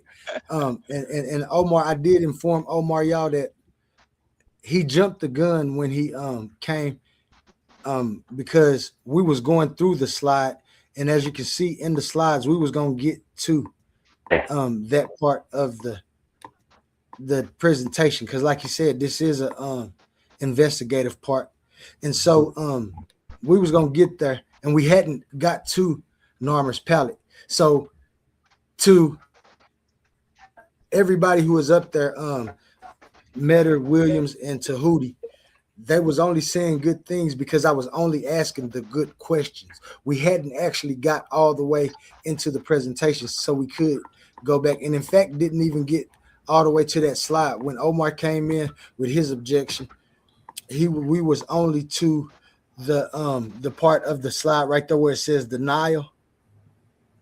And so Omar kind of jumped the gun. We was gonna get to it, but that was a contention he did have, and I wasn't mad that he brought it because it was early, but it wasn't that early. We still only had 3 other things to go over, but we They was got talking. No, the we got reason why we got I wanted to come up on panel is they was talking too long about the nice things. They yeah, they we they was gonna get there. That's what my they, they, presentation they was. spent You too was much pushing my time presentation. speaking You was about pushing my the nice presentation though. It things. wasn't their presentation. You was pushing my presentation. So they wasn't doing nothing wrong, but what I was asking the questions of them. So to say that they was just saying nice things, yes, they was, because that's what I was at. We hadn't got to the palette yet. When you came, it was on the screen, but we hadn't got there yet. But that's neither here or there. That's just to let everybody know that they wasn't intentionally not saying the bad things because I hadn't started questioning them about the palette yet. Omar came in and he pushed it kind of quick. But we do got Meta to the stage. Oh, he left. And I seen him. Oh, there he is. Meta back to the stage. And right after Meta, say his little old 3 things. Meta, you got 3 minutes. I know you can hear me. And then Humble had his hand raised, and I'm gonna let Humble say something. Y'all talking about Cedric the Entertainer? Who Meta? Why? Oh, because you say he looked like him with his braids.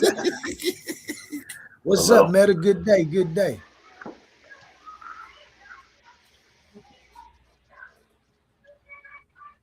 I don't know if you're talking, you might be muted. Meta. Man, my phone was it's been acting up since those storms and stuff, man. Oh, okay, okay.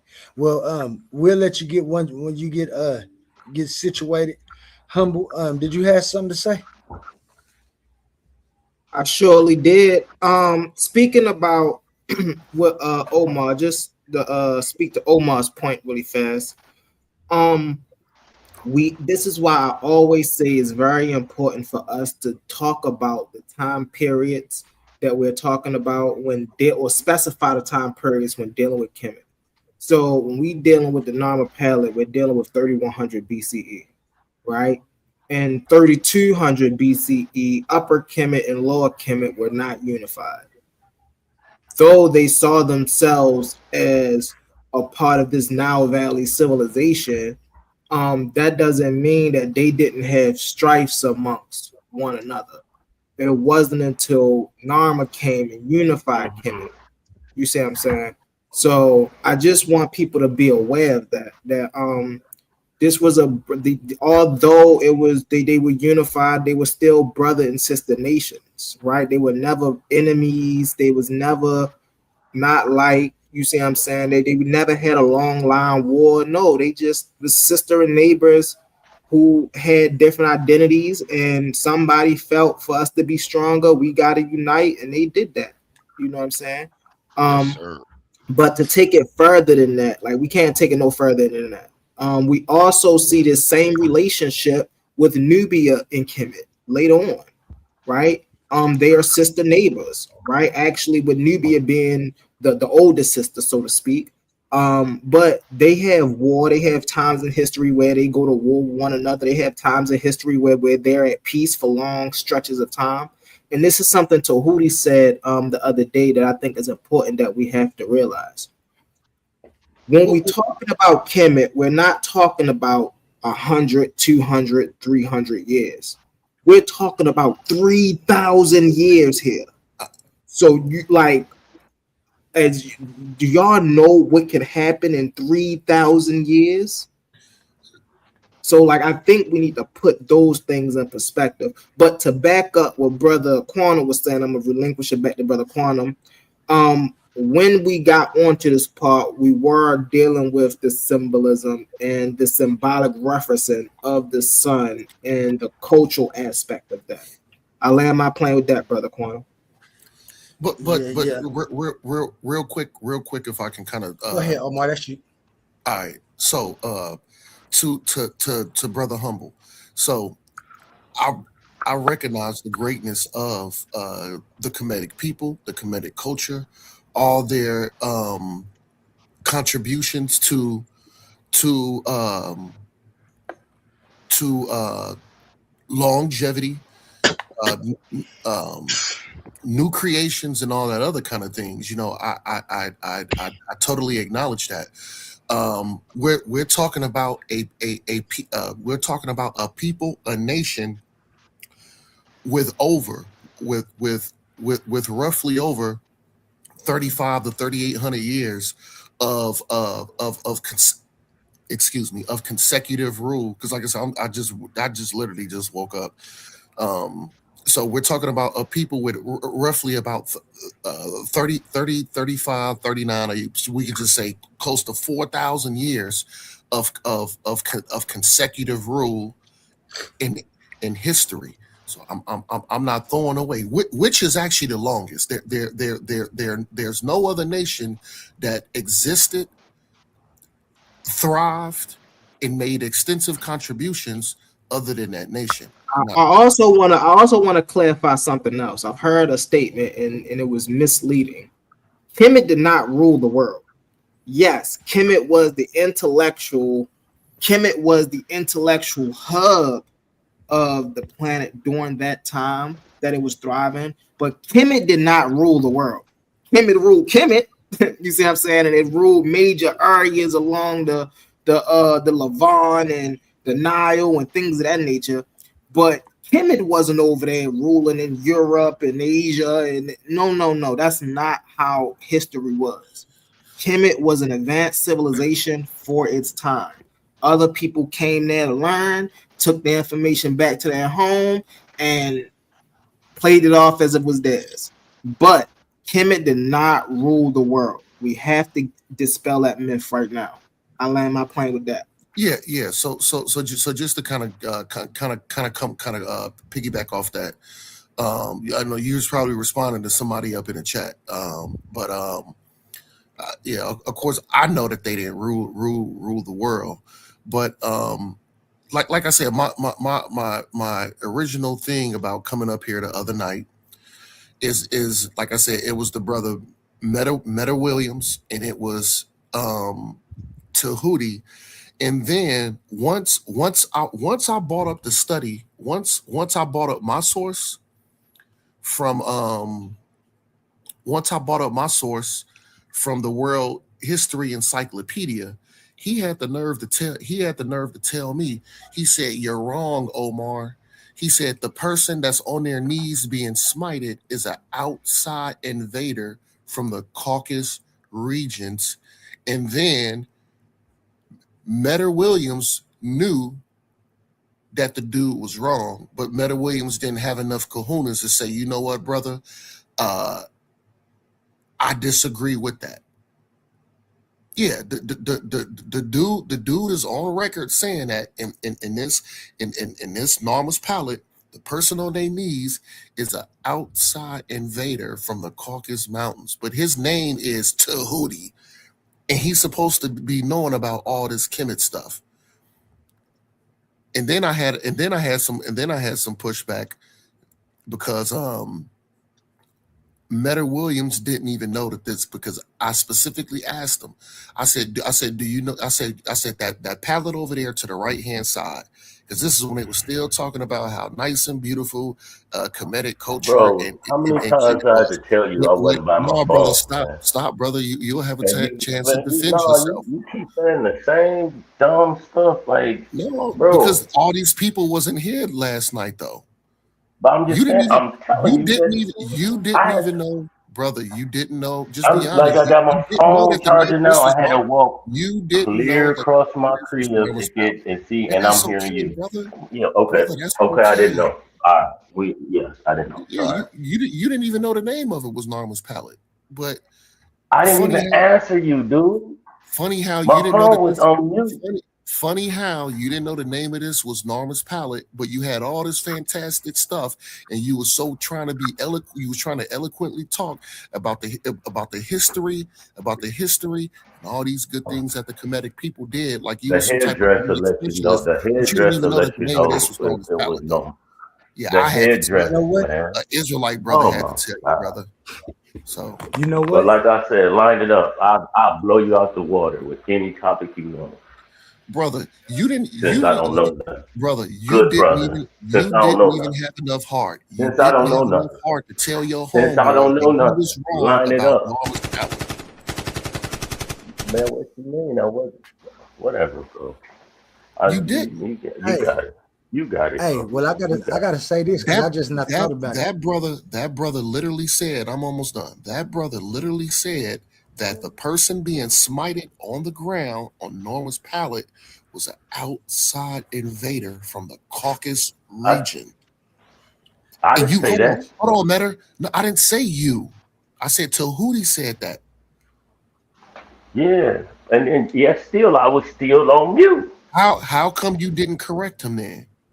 Like I said, I was on mute, bro. That's like right And now. My that ain't his phone is. Yeah, responsibility to jump and this Well, correct dude. the nigga You know what? hey, every Man, day. I I'm gonna don't go care. ahead and mute out, Let's man. one That ain't mic, his yeah, mute out. responsibility now. This one dude, mic. this dude is just like I've never seen a person just so disingenuous. One mic. Hey, check So this out. so me. I He see said what first I he see what had we So mic got. my problems. I see what we and got now, real quick. Meta, Oli, real quick. He said he had mic problems. Then he said he was hungry. I He do was have going problems. to No, listen, I was brother. muted. You said you Just like had I got mute problems problems. now. Then you said you was hungry and you went to go make chicken nuggets. Then you said you had to walk the I dog. didn't Then you say said nothing you had like to that, brush your bro. teeth. Now you Brother, lying. I ain't say nothing like that. you came listen, up with every excuse in listen. the world, brother. Omar, ease up. All I Omar, said, listen, but listen.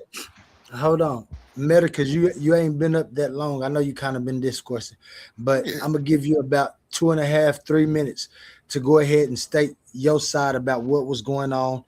You can clear something up He because went to he went to what's make happening chicken now. nuggets while his homeboy was blabbing off at the Hold mouth, on, man. Omar. Let me finish. I think what we got now is we done moved past that point now because we to the stella and we've been talking about it. So we might as well get off the point about what who wasn't touching on it, because we touching on it now. And I want to get past this because after Humble left, Humble, guess who showed up last night? GD and Capone. And I got to tell you what we talked about because you got to clear some stuff up for me because I think I figured out. I want you to answer this. Matter of fact, you can answer it real quick before we continue with this. Is that why you be pushing against the Hebrew Bible and stuff and saying that they didn't even exist because the Hebrews be trying to correlate themselves with the Hyksos? I didn't know that's what the argument was in the end. Yeah, so so a lot of Hebrew Israelites, one of their arguments is that during the intermediate period, I believe it's the second intermediate period, the Hyksos, which are a Semitic people. All Semitic people are not Hebrews. This is what the Hebrew Israelites fail to understand. And so because the Hyksos are a Semitic speaking people, right, who came in, they'll try to tie the Hyksos to Joseph. And they'll try to use the Joseph story to say this is how the Hyksos got into Kemet and started ruling Kemet. Yeah, we and just go over all that. Totally We just go over all that. No, We got to go over all that. Yeah, that's totally real false. quick, Humble. Real quick, So Humble. you already done went over with it. Go ahead. Real quick, Humble. Go ahead, Omar. Real quick, Humble. It's important that you say not all Hebrew Israelites believe that, because I don't believe that garbage. Okay. I don't believe in that. That is absolutely garbage. And that's why we got to bring it up because I want to hear I don't another believe view in from that. it. So it's important that you say some Israelite brothers, because I don't. And I think I will say this: Meta the Williams- mainstream Hebrew Israelite brothers and sisters out there believe that. ISUPK, the IUICs, they are the ones that push that because all this doctrine comes from the camps. Everything, even what you hear the independent Israelites, right? All of that information, most of it come from the camps. And so comes from the who? camp push the camps. You know who the camps is, Omar. You don't act like Tazariak ain't your captain too. First of all, ain't no listen. I don't listen. I don't give a damn about no other camp because I don't follow no other camp. I follow one camp. The school of UPK.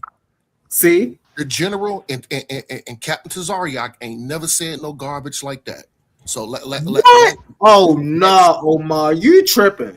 You about ain't Joseph never being hear. connected Hold to on. the Hyksos? Hold on. You ain't never hear the story Joseph? of Joseph. So you must not know about the story of Joseph then. Yes, Joseph. Nigga, you ain't never heard UPK say that or Captain Tazariak say that. Please don't do that, brother. Please, bro.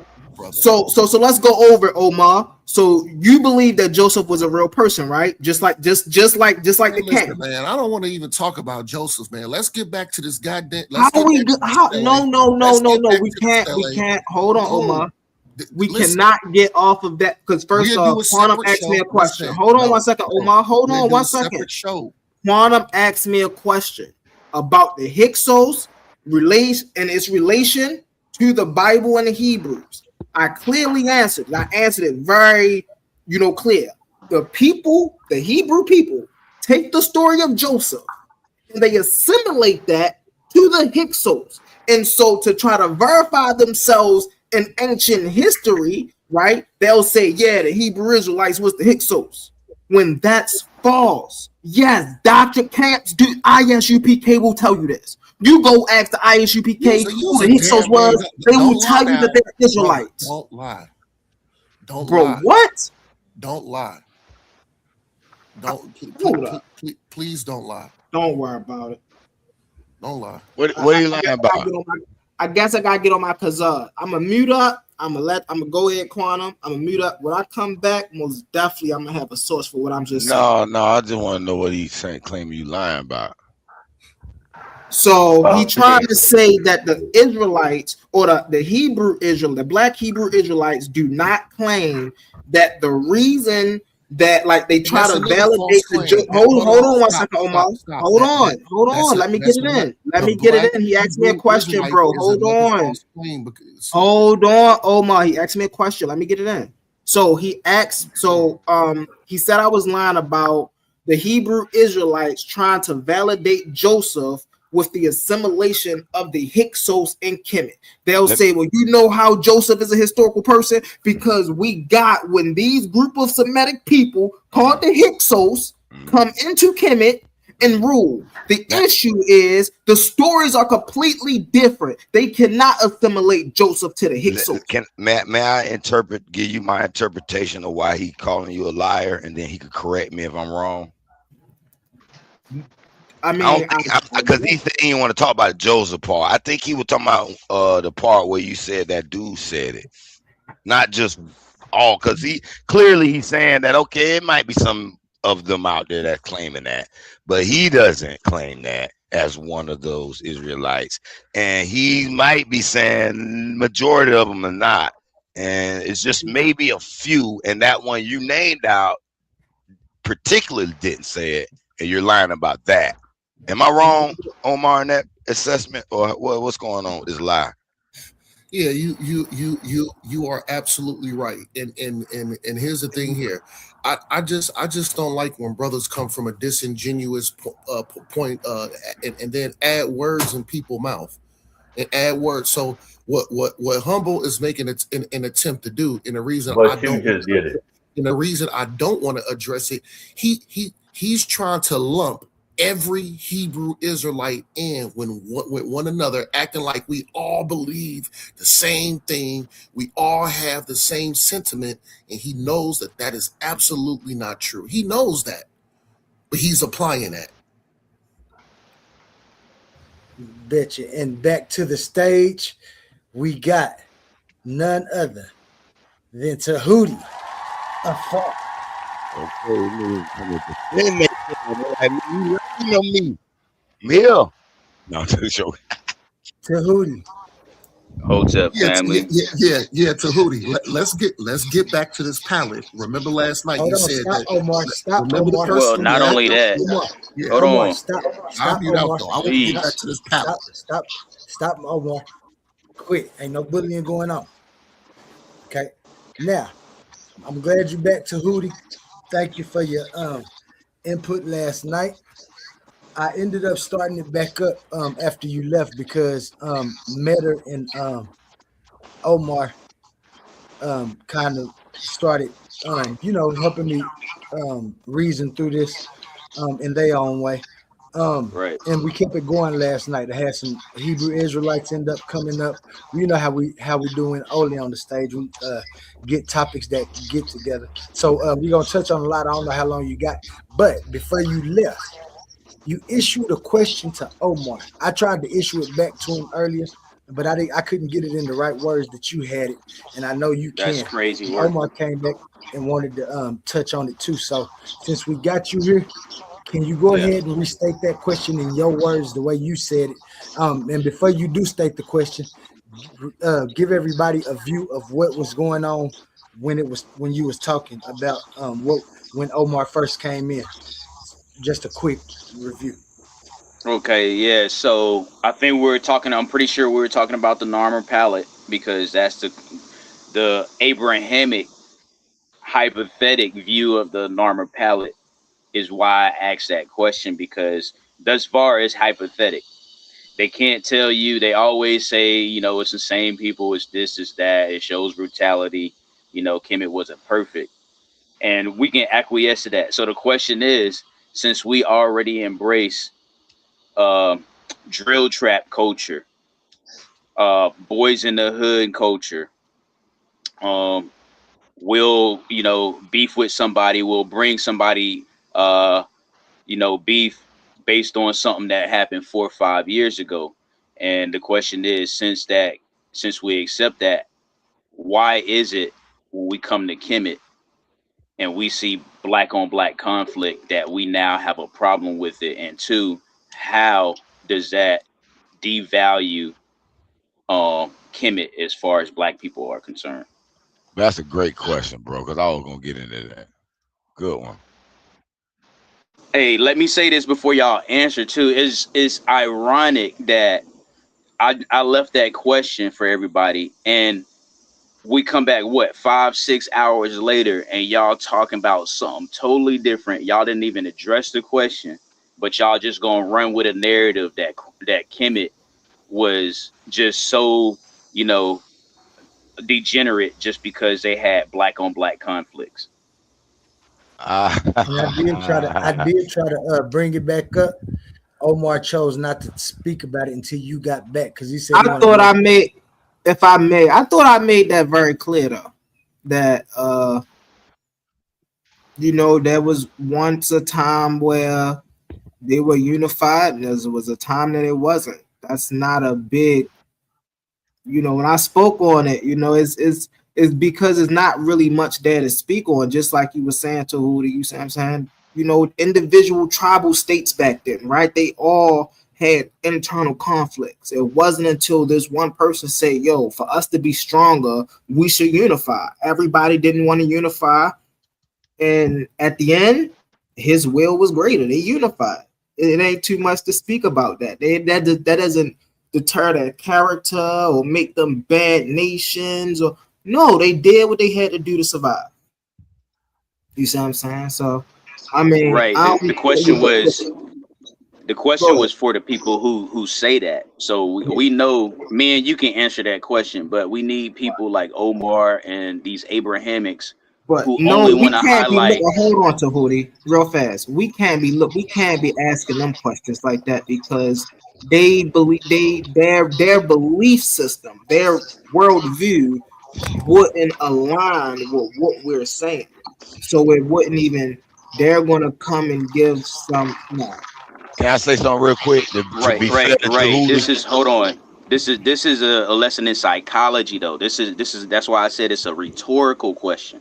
So this question is more so a challenge to right, Abrahamics, and it gets them in a psychological uh jump start so they can think about the hip hop the double standard that they presenting in front of us. But right. go ahead. That makes sense. That makes Hey, sense. before we continue any further, Jay Snake, my guy, on the stage. I know you ain't gonna say too much, but go ahead and give us a little something so we know you're there. I always know you're there. Thanks for the support. It's going down, my guy. Oh man, I'm just waking and baking, man, and waking up for the day and shit. You know what I mean? I ain't really got too much to say right now. You called it. You know what I'm saying? I'm just tuning in, man. I've been Bet, bet. in and out. Thank you. And I've been in and out reality for the past hour or two. You know what I mean? I got you. Thank you. I appreciate the support. Let me respond to Um, Hootie real quick, brother. yeah. Go ahead. I was gonna Haru. be It was to be on you. fair to Hootie, right? Because I wasn't here on that conversation last night y'all had, right? I'm on here because you asked me the question about Kemet. You like, hey, bring the Kemet dude. I came up, boom, boom, boom. And to be Right. honest, when I initially heard your little spiel about what was going on, and Omar jumped on, I was about to jump on Omar. Cause I was gonna be like, man, you Muslim, you trying to I see y'all over here in America already trying to blame a black guy for everything.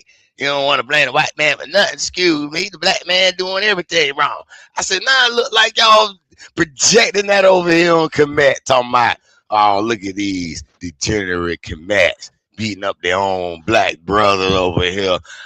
You know what I'm saying? So I was about to jump on Omar, not knowing if that's what he was doing or presenting, but I had a little bias, I admit, and it sounded like he might be going that route. That's all.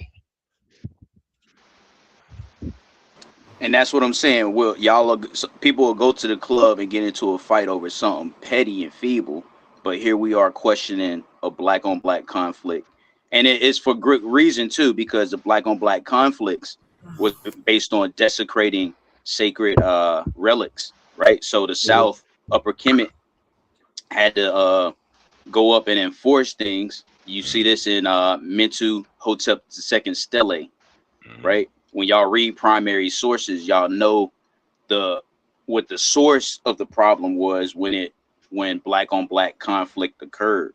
So it's not just that, Kemet was a club and then everybody was bumping into each other, stepping on each other's shoes, and they got to fighting. No, the problems in Kemet was how do I want to say it? It merited an actual battle and a correction from the South. What happened was Upper Kemet would correct things that were going on in Lower Kemet, and then when that was corrected, you would have a unification. Let me say So, something and I real land my quick, plane real with quick, that. real quick. Omar, I gotta jump on you again, brother, because you bring up this Narmer parlay, and you brought a good historical source on it. It's conquering their enemies, uniting a whole group. Isn't that the same predicament we are over here with colonization and having to take back our land? We should look at this as like heroic. That's all. Let me jump in here real quick. Hold on. Can I address that? Go ahead, Oli. My Okay, bad. Omar, I didn't think you was there. Yeah, you can go ahead and address that because, like I said, I found a way that we can move on from this with this still in the mainstream. Go ahead, Omar. So let me give you a quick example, and I want to address brothers individually because I just muted out for a while and let these brothers talk, but somehow I keep It getting seemed cut like off. a while. Omar was only a minute and a half though. They wasn't It's talking okay that long. though. Hey, no sweat, no sweat. So for the last brother who just got done talking, who Heru the Guru, this is what you got to understand, brother. I'm gonna give a I'm gonna give a quick example. So that's just like saying you got Bloods and Crips. The Crips from the northern region want to bring they brothers, but just of a different, whatever you may want to call it. So the Crips want to unite the Bloods and turn them into Crips. The Crips like, no, we don't want to unite with y'all. So the Crips say, okay, if you don't want to unite, we gonna go to war and see who win. And because the Crips win, they put a person of the blood gang on their knees to commemorate the war and their dominance over them by force, acclimating them into being united when they did not want to be united. That's for you. All right, let me ask you this then. Yeah, hey, and make one point at You a can't, time and be because you concise too, hold because on. Yeah, I'm all gonna this make it 2 quick. and 3 He was points. quick. He was quick. Hold I on, really we want back to and address forth the real leader. quick. This ain't gonna last long, but brother, you can't forget the heroic part.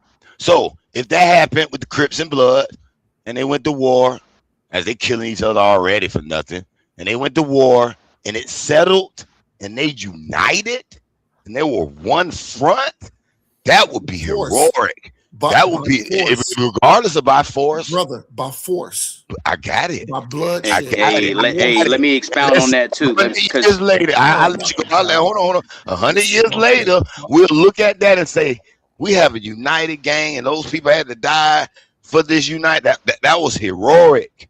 We'd be closer to having something that could fight the colonists. Our land. So are you trying to let me address that real quick. Hold on, let me address that real quick because you making too many points at one time, and we need to centralize on this. So look, if you gonna say first you being hypothetical, and yes, I was being hypothetical, but if you gonna take the hypotheticals back into a negativity, one, we gotta call you out on that, and two, if you know it was a unification stele, right? The more hypothetical scenario would be the Bloods and the Crips would be uniting against COINTELPRO. You see what I'm saying? So what it would be the scenario, you can read the text, you can read the primary source text, so you would have to implement, you would have to clean up that hypothetical scenario a little bit. Is because the southern region didn't want to You unite. have to clean up the hypothetical scenario based on the primary text. All right, hold on 1 second, family. 1 second, family. Before we get off, hold on 1 second, Omar. Before we get off into the primary text and things of that nature, brother Quantum, I believe you wanted to get into something else. You wanted to touch on another subject. My bad. Yeah, I mean, because I found a way to get this moving on. Because Omar's first contention was that he didn't think we touched on the stelae. Now we've moved on to the stelae. The palette. And everybody understands that the stelae is there. Now, Omar wanted to talk about who these people was on this stelae, right? And there's several things that we can find out. We can make assumptions, and then we can go look for our justifications. One of the things I kind of noticed is that in the in the uh in the in the source that Omar showed, and let me see if I can't find it because I had it on my screen too. Yeah, there it is, right there. Real quick, let me share my screen because I know it's several different interpretations that this could be, and this is why I understand that the questions continue, and we can Humble agrees with me on who these people were. Humble actually agrees with me as far as who's the person getting cracked upside their head in this palette. Humble agrees with me. Now let's get back, because Tahuti said that the people on their knees was an outside evading force from the Caucasus region. That's what he said last night. I don't want to get away from that because he's absolutely wrong. So humble. Thank you for always jumping the gun, Omar. Coming in when you ain't supposed to. Can you please hold on, Omar? One mic, Omar. Hold on. Correct. Quantum speaker. Thank you for always jumping in too damn soon.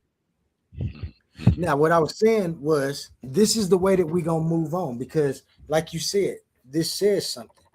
And so I want to get everybody's, and I want Tahuti to go first, followed by Humble, followed by Metter, if he want to say something, followed by Hiru, followed by Omar.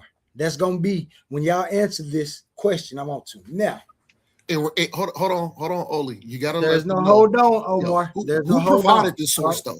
Omar, there's no hold on. Let the host of the show speak, bro. This source. This is the source that you provided, Omar. I said that already. Thank you. All right, Omar, let Quantum finish speaking, Brody. Now, last night, and don't say nothing, Omar. I'm feeling to talk for just a few minutes, guys, and then we're gonna get it going. Now, last night, when we was discoursing about the palette, when he brought it up, Humble did say, yes, these are people, and that's their enemy. Namr is the first dynasty king, and this person right here is the enemy. Now, I read this source, and it says the Namr palette, known as Namr's victory palette, and the great Hierakonpolis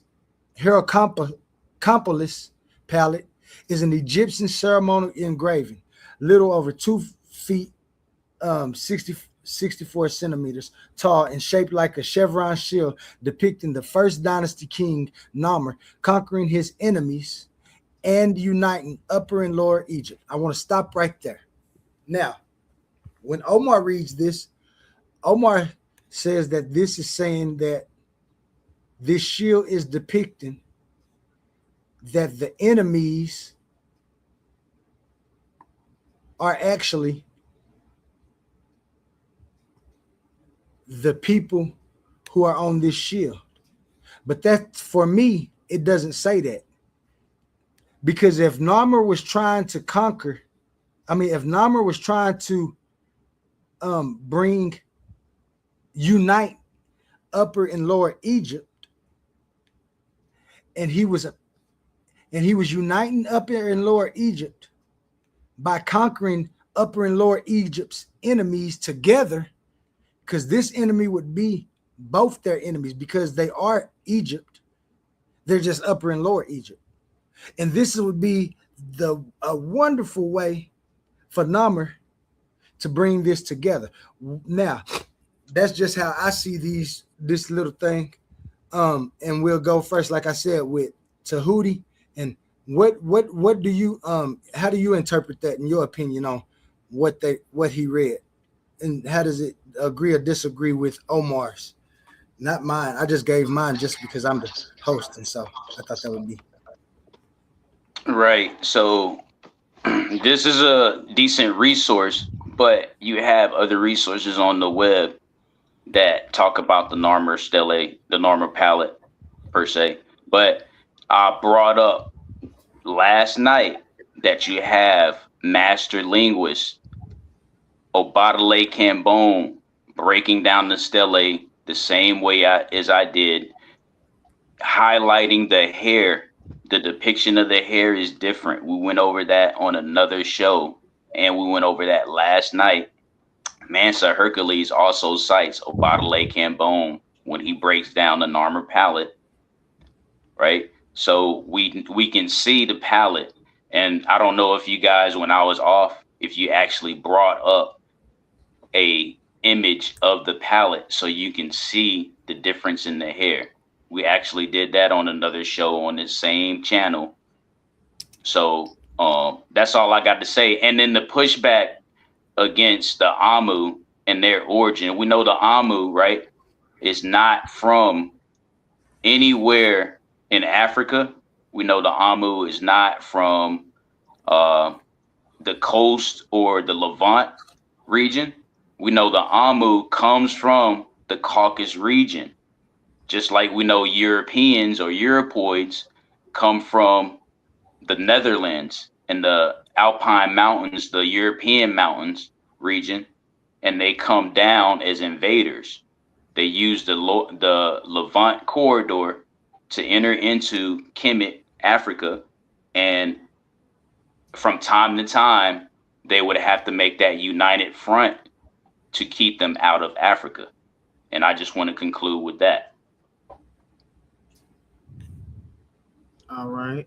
I do just want to highlight the fact that the very reason, not number one, again, like I always have to remind people that when we talk about these things specifically, see, when we're talking about an overview, we could just talk about the events, but now we're getting specific, right? And we're getting to the Narmer palette. The event on the Narmer palette happened in 3200 BCE. And when we understand that this is the Nakata period, the Nakata 3 period. And so when you look at this period from a cultural, from an anthropological point of view, you'll see that the very reason Narmer, mind you, one thing you'll find in history, and we'll find this theme occurring a lot in history, right? Their great people are often doing the finished works of their predecessors, right? Those who came before them. So Narmer was just fulfilling events that was already trying to be taking place. They was just never successful. And so the very reason Narmer starts to expand northward was to secure trade routes, was to bring forth more agriculture, was to, land survival, right? You have to remember in 3200 BCE, these are tribal people. There is no major kingdomship. These are tribal people. And so they're trying to get as much territory as possible. They're not looking at people like, oh, okay, well, this is my king and this is the no. These people are operating very tribal like. And so the very reason they start to expand northward is to secure trading and things of that nature. What we see, mind y'all, the Narmer palette is just a victory stele. Is not meant to show them conquering the land or them black on black crime or none of that. It's just to show the victories, right? The events, the grand events in Narmer's life? What did he take place in? You see what I'm saying? And so with that, that's meant to unify, is showing the unification of Kemet. The first time Upper and Lower Kemet was unified. Now, why was Upper and Lower Kemet unified? It had to be because once you now take control of the whole trading, and now any trade that comes through here goes through you, what is the other side going to do? Okay, well, yeah, we can work together now because most of our goods come through you now. And so, of course, but this was, once again, we have to put this in perspective. These were sister, it wasn't like, oh, I hate you, I want you. No. There were times in history, 3,800 BCE, where we see other tribes going just to war over resources. This is what they did. But then we can also see periods of time where, just like 3,100, 3,200 BCE to 3,100 BCE, we can see the unification of something. That's what we're seeing here. This is no more, no less. We're literally seeing the innovation of culture start to evolve. That's what we start to see with the Narmer Palette when we actually get into the Narmer Palette. See, and it's so interesting because a lot of people only focus on Narmer and what he's holding and all, right? I've seen a few people the other day even talk about the headdress that he was wearing. When we flip it over, we see on the back, right? And a lot of the Narmer Palette is talking about the unification of the two lands. Time man read. And so it's like, yeah, so again, when we dealing with these type of things specifically, we have to look at it from a anthropological worldview. We can't hold a bias, oh well, I'm gonna take this, no. When we look at it for what it is, right? We can see that it's just the unification of Upper and Lower Kemet. And who was the Nisubiti back then? Narmer. It was Narmer. So why wouldn't Narmer be? You see what I'm saying? And so this is not a bad thing. Black on black crime. I don't think if anybody is trying to use this as evidence that the Nile Valley had self-hate, this is a bad piece of evidence. I'll say that horrible piece of evidence. I land my plane with that. Thank you for allowing me to speak, brother. Definitely. Hey, let me say something real brief too. So you have Obatale Cambone saying that they foreigners, but you do have Check into Joke saying that this was another black enemy. But again, like we point out, when you go to the scholarship, consistently across the board is documented that this is a unification document. This is the start of a dynasty. So no matter if it was the Committee U against the Amu or the Committee U against the bad Committee U, the end result was it was the beginning of a dynasty. Remember, I talked about that party, that big party, the world's biggest and longest lasting party, right? Obviously, the party had fights. You know what I'm saying? The party had a couple things going on in it, but it lasted for a long time. And right now, America is trying to have their party. They're only on their 250th year and they're facing significant problems. But I just want to conclude that no matter if it was, Committee U against Asiatics or Committee U against other Committee U, the end result, well documented across the board, is that it was a unification, and that's it.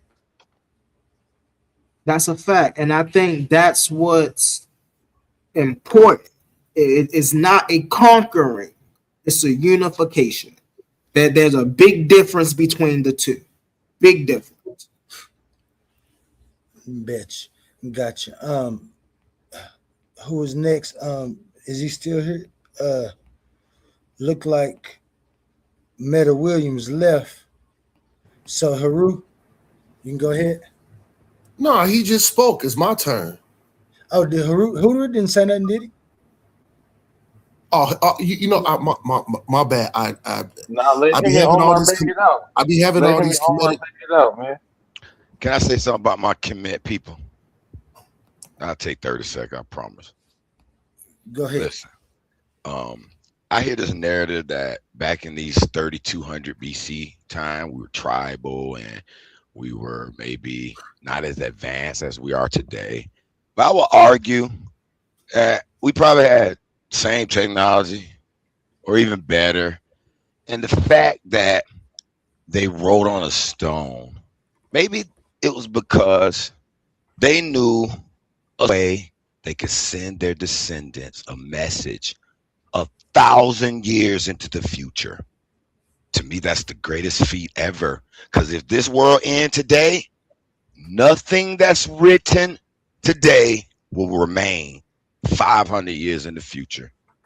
It will be all erased. I end there. It's called the Stone Case Period for a closed. reason. I just want to explain. It's called the Stone Period for a reason. The white Stone, man called it that for a reason. Why did they call it that, do you think? because that was the material that was prominent that everybody was working with during that time, right? Eh, So we have All the right, Bronze listen. Age where we see bronze become prominent. We got the Iron Age where we see everybody start shifting from bronze to iron. They start mhm, smelting in between, right? mhm. We But guess got what remained in those ages? so Stone. we understand who named those ages, but I'm saying the reason this was written on stone Hmm. is because stone was a prominent material during that time. Like they No, figured listen. out how to Uh, chisel in stone.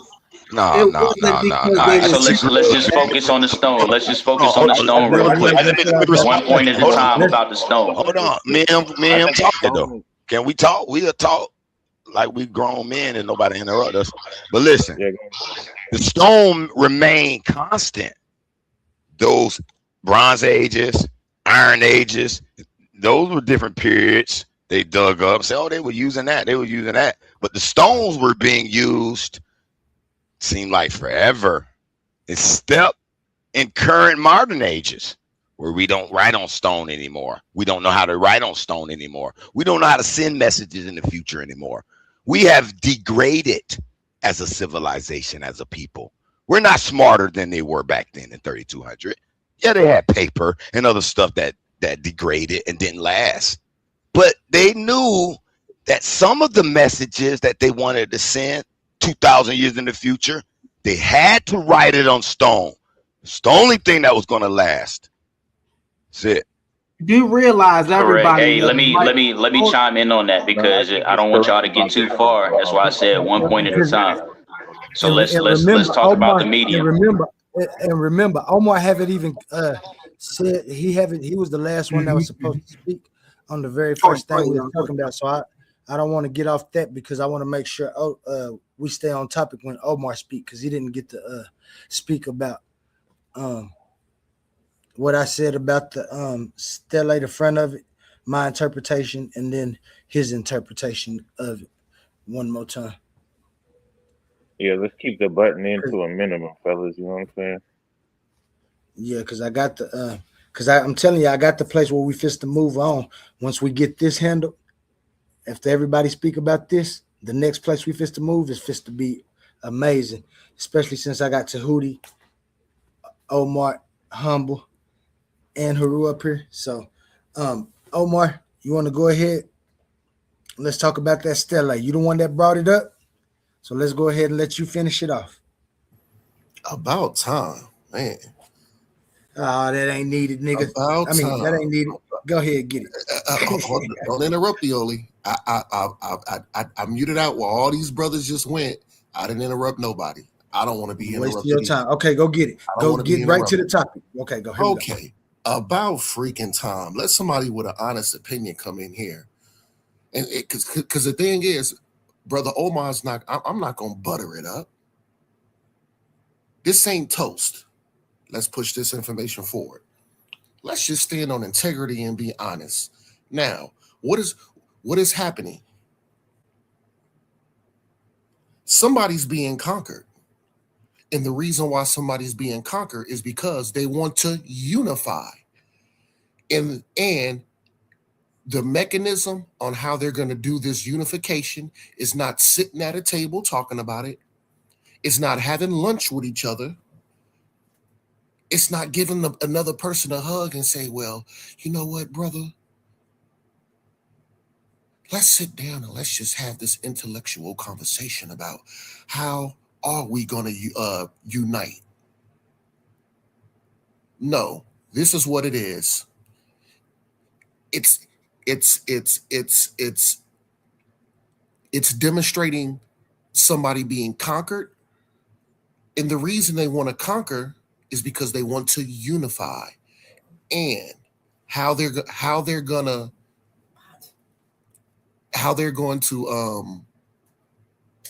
execute is through war, domination, bloodshed, violence. That's how they're going to do it. So listen, Brother Omar is saying that it's all three components.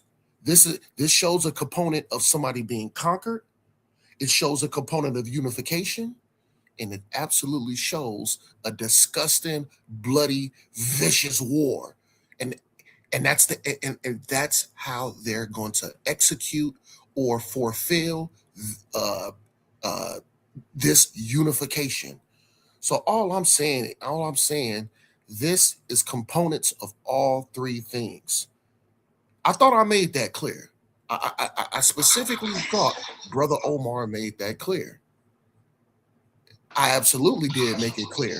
The thing is, y'all mad because of the words that I'm using. Y'all mad because y'all mad because of the specific words I'm using. Let's stop playing games. Somebody, it's heads being cut off.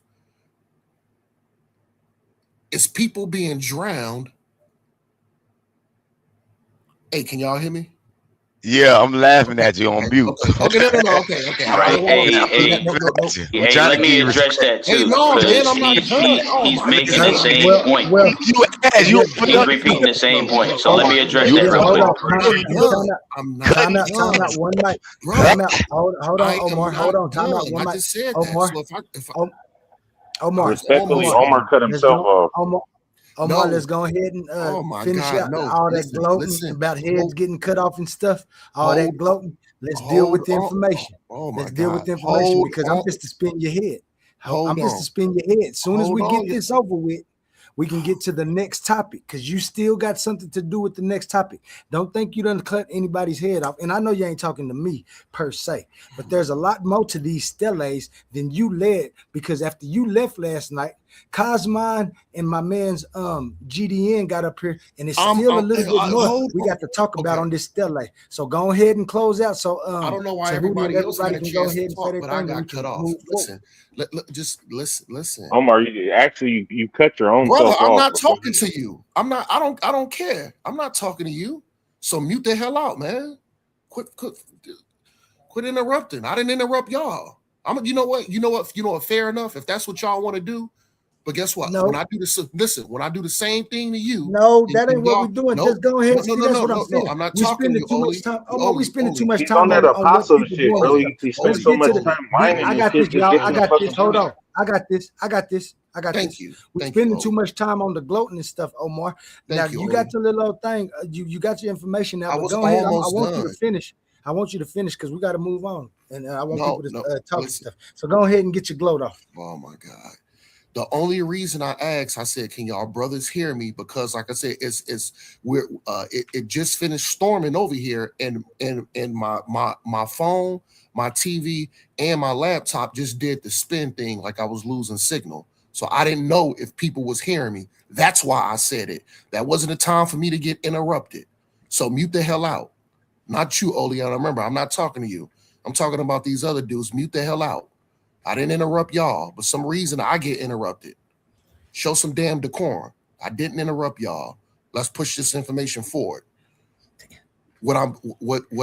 Listen, y'all mad because it's the words I'm using. Why y'all Yo, come on, man, get to the point, bro. We trying to have dialogue, so don't I'm critique. almost Come done. on, Tallulah. Come Just on, Tallulah. land your Thank you. plane, brother. Like, come Hold on. on. Stop. We can only Stop. have The so much stream decorum when you goes. saying the same thing over and over Well, again. he spends 45 minutes fumbling and bumbling. Nigga, spit this shit out.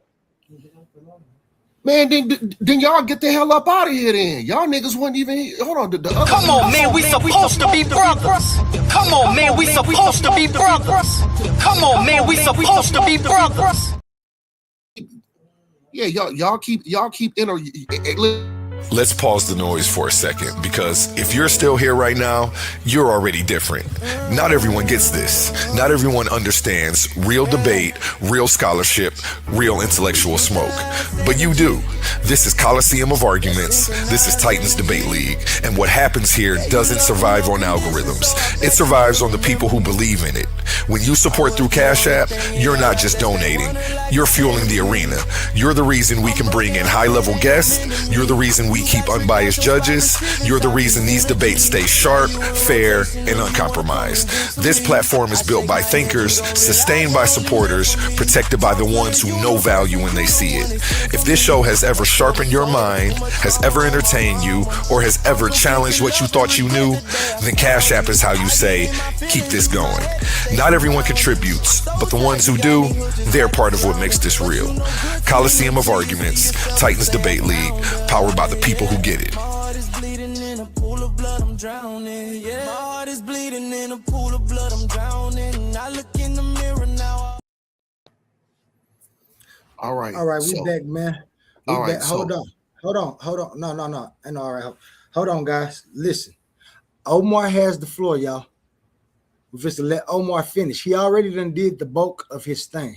Omar, don't talk about what people doing and they interrupting you. Y'all stop interrupting Omar. Omar, when you start up, go ahead and get right to the information. Don't talk about them interrupting you. We know they doing what they want. Y'all don't say nothing. Let Omar finish, please, because we've been having this dialogue for a few hours and we can get moving, because I got some other interesting things that we need to get in the air.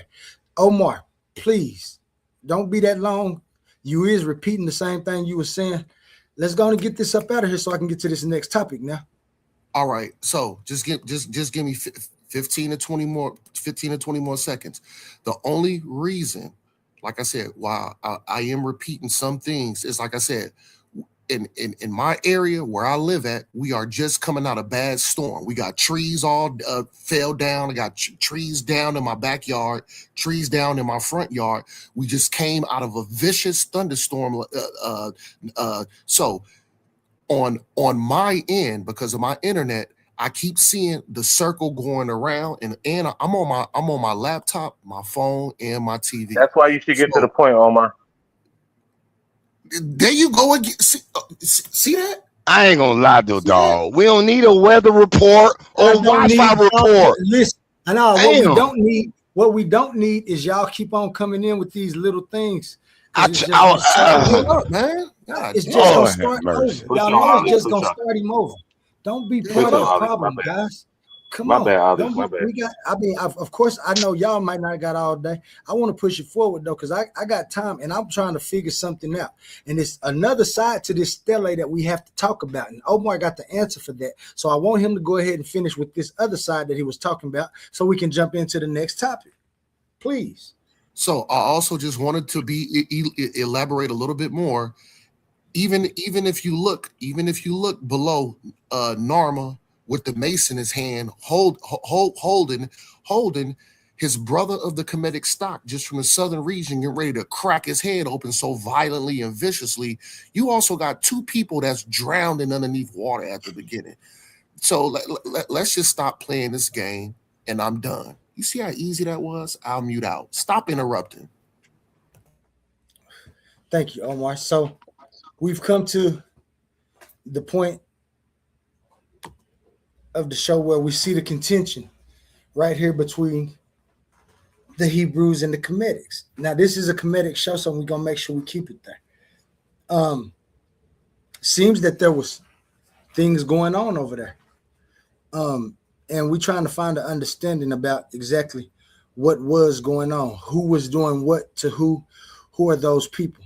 So it leads me to this question first, and I want to go back in the same order that we started. Could it be that there's Hebrews and Cometians in America? Could both that stock be here?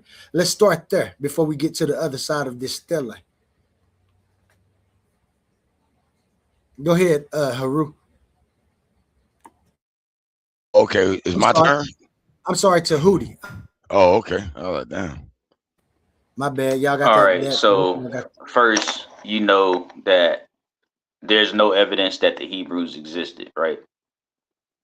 I don't care how mad y'all get about that, but we've gone over that on this show. Um, in debates, they've had that topic. But long story short, already when it comes to the Narmer palette, no matter how much you want to interpret the palette as being black on black brutality, the end result, once again, is a unification. So if we can accept that Nat Turner had to kill other slaves who did not want to rebel against the slave master, now we begin to understand that if we're going to say that the Narmer palette was just black on black crime, then Narmer was doing the same thing that Nat Turner was doing, the same thing that Harriet Tubman would have done if somebody would have, one of our own brothers and sisters would have tried to disrupt her road to freedom. You see what I'm saying? So no matter how you want to spin it, the Narmer palette is a unification stele, and it marks the beginning of the great era and legacy that's still trying to be understood and imitated today. And I land my plane with that.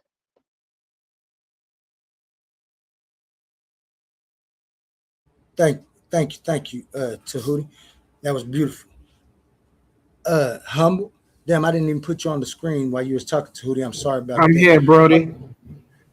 Go ahead. Can you go ahead and finish up on that first side of the stella and Oh, the your first time. Okay, so your total summation? okay, so what we have to do. So number one, when we see the stele, no, actually, can you put the stele back up there? Absolutely. We want to learn today.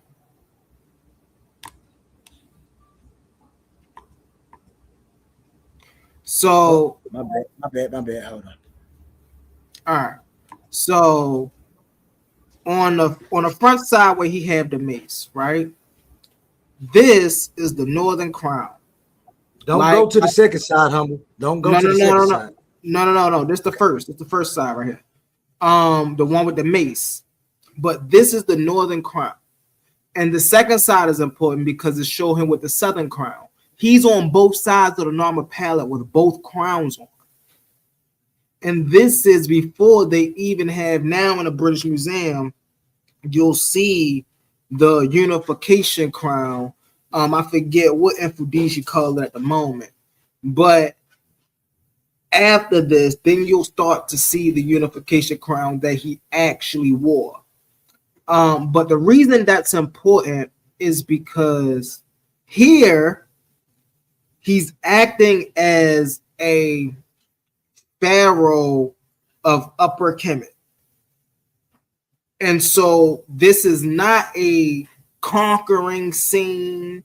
This is the scene right here to symbolize that he's pretty much like the protector of Kemet, the two lands now.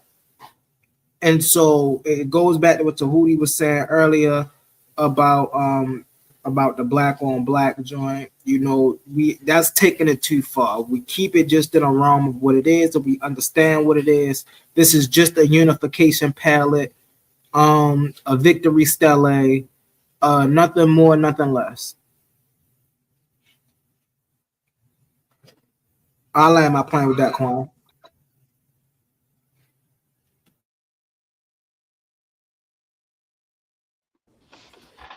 Right. And Thank you. Huh? I Oh, just my I bad. agree with that, and definitely I just want to point out that it only becomes a matter of black on black crime when the Abrahamics want to interpret it. You see what I mean? And that's problematic within of itself. But again, if we want to acquiesce to black on black crime, the end result is a unification. So no matter Don't even how you want to don't slice it, it's the beginning of a great era. right. Don't even worry about it because we just to jump right into that. We got Hiru. You want to go ahead and close it out, and then I'll jump to my next No, I should get investigative. this Omar. I should get to close it out after I after mean, Omar. My bad. You right, Omar. You right yeah, about that. yeah, because Yeah, I'll pass my time to Omar. This is a good bill, brothers and sisters. Any sisters out there listening? Yeah, yeah. We know the sisters listen. Cosmon Cal TV. Would you please come up?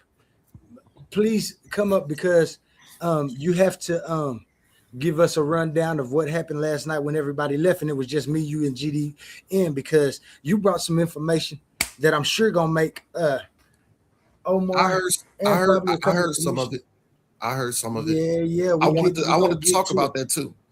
Yeah, yeah. Oh, don't worry. I'm gonna make So, sure you talk about it, but we're gonna get mine out. But go ahead and finish that first side. Don't say nothing about the second side. all Go right. ahead and finish that first side. Close So, this out. Thank you. this is how I know.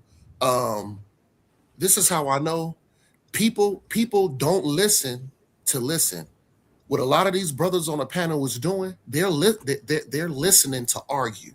Brother Omar just literally said that what's happening on this front piece of the stele and the majority of the stele, but what's what's happening on this palette is that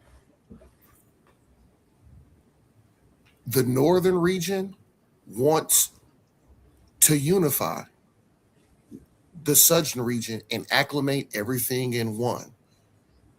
And how they're going to do it is they're going to conquer the southern region, and the mechanism on how they're going to conquer is not sitting down at a table and hugging. They're conquering they're conquering to unify by vicious, bloody, disgusting war battle, which is just common in all cultures when you have a disagreement, or if you want, or unified, or whatever have you may. It's just a part. So don't insinuate Omar said. I never said it's black on black crime because it's black on black crime. I never said that. I basically just said that what's going on is they want to unify the north and the southern region. How they're going to do it is they want to conquer the southern region to unify, but the mechanism on how they're going to actually settle if both are going to unify or not, it's just by a vicious bloody war which goes on in every culture. Put y'all listening ears on and stop being so subjective towards brother Omar. Stop it. I'm done.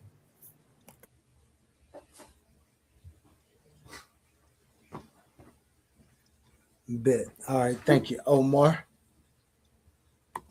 Now, we was talking about that first side. Let me see that my man's come up. GDN, if you in the chat, maybe you can come up. Dang, man, I wish I would have grabbed some of them sources that Cosmon Cal came up with I because remember some of them. I do remember some of them because I did catch a lot of the conversation on what Kaz brought out.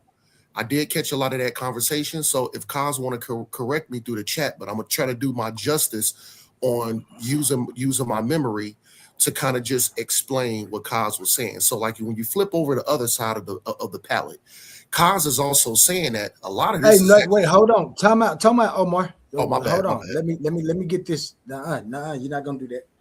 You're gonna Oh get no, to talk. my bad, my bad. I You're thought we gonna get was to moving talk, the but let me go subject ahead on. and get this out.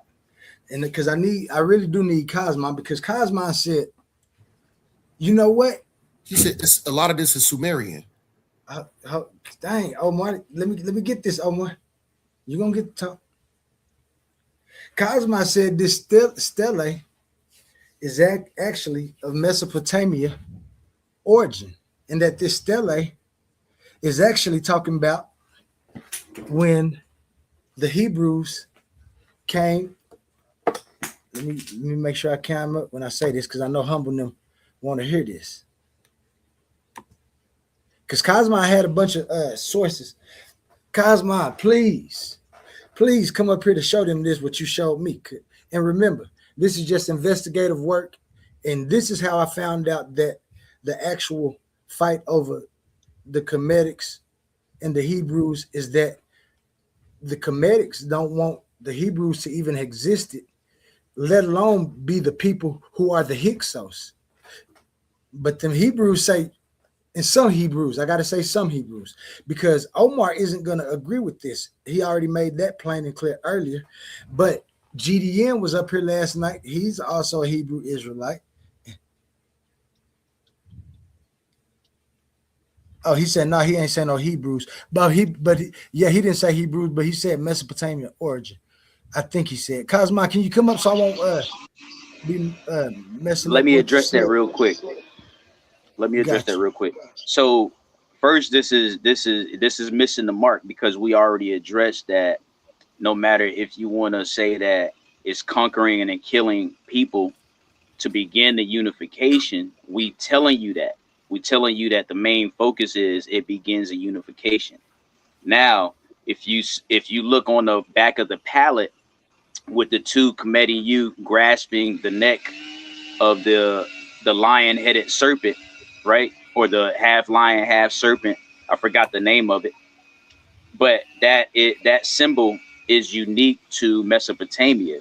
So what it's showing you is that these people got a grasp of the Mesopotamian motif in order to make that unification take place. So you have an argument by Obatale Cambone that references that, and that's why he says that the enemy on the palette is the Amu. But again, in Africana studies, you do have Czech Antijope saying that this could have been the first black people of Mesopotamia, or a dark colored people from Mesopotamia, which is true, because you do have Africans and Dravidians that mix to create a population in Mesopotamia. But again, the overall point is that it is a unification. So I land my plane with that. Yeah. Cosmon pointed out that those animals are sauropods, and they're spoke of in Mesopotamian culture, and that, like I said, we wrong about Namur and this actually being about Upper and Lower Egypt, but this is actually about the Mesopotamian, I guess, culture taking over Egypt. And then it gets deeper than that. We're gonna get in to that, because if Cosmon come up, I dropped that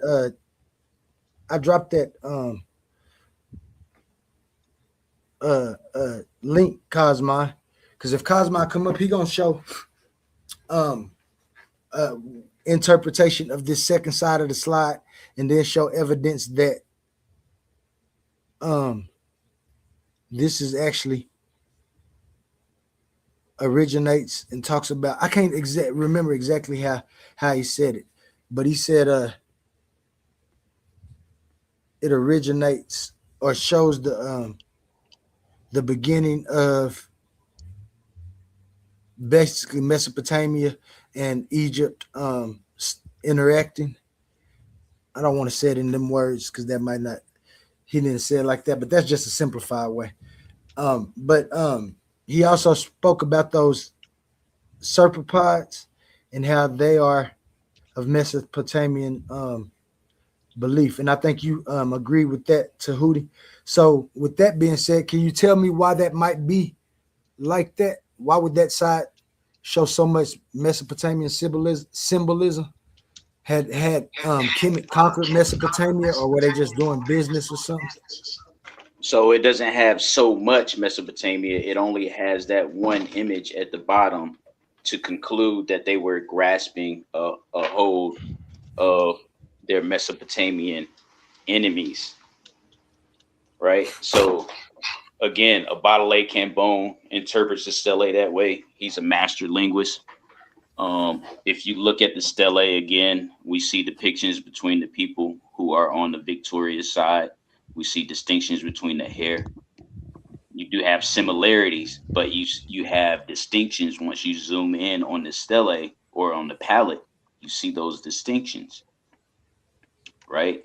And the bull, which is on top, is a symbol of not only Het Heru, but you have the Apis bull at that time in the early dynastic kingdom. So this is a African palette. This is a African work of art all across the board by all the scholars. They agree that it is a unification stele of Kemet, not of Mesopotamia. All the scholars. All the scholars that are renowned. When you go to your Mesopotamian, when you go to your Bible central scholars or your, how do I want to say it, your scholars that come out of religious institutions, they may say that, but this is widely recognized or widely recognized as the Narmer palette to mark the first dynasty of Kemet. What what renowned scholar argues that? No renowned scholar argues that. The only argument comes about from people who want to misrepresent Kemet with the ancient race controversy, right? And then you have others like Abrahamics who just want to demonize Kemet and say that this is just a symbol of brutality. And even if it is a symbol of brutality, again, Nat Turner was brutal. So why can't Kemet be brutal? The Romans had their infights with other people. They were fighting with the Germanics before they let the Germanics be a part of their army and take over a portion of Rome. So why, when we, again, the question is still on the board, you never answered it. None of the Abrahamics answered my rhetorical question. Why is it that we have a problem when Kemet has to fight itself to become great, but you don't have a problem when all these other groups were fighting themselves? And just the prominence of drill trap culture, boys in the hood culture. Now I land my plane with that, and please, somebody who's Abrahamic, answer that question.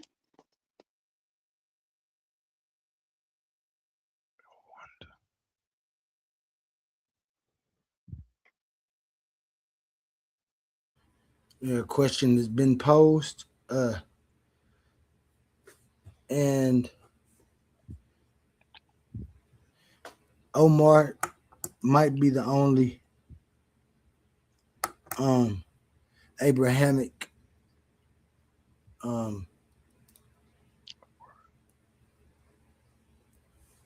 beliefs that has something to do with Jay Snake. Jay Snake, I don't believe Jay Snake is a Hebrew or of the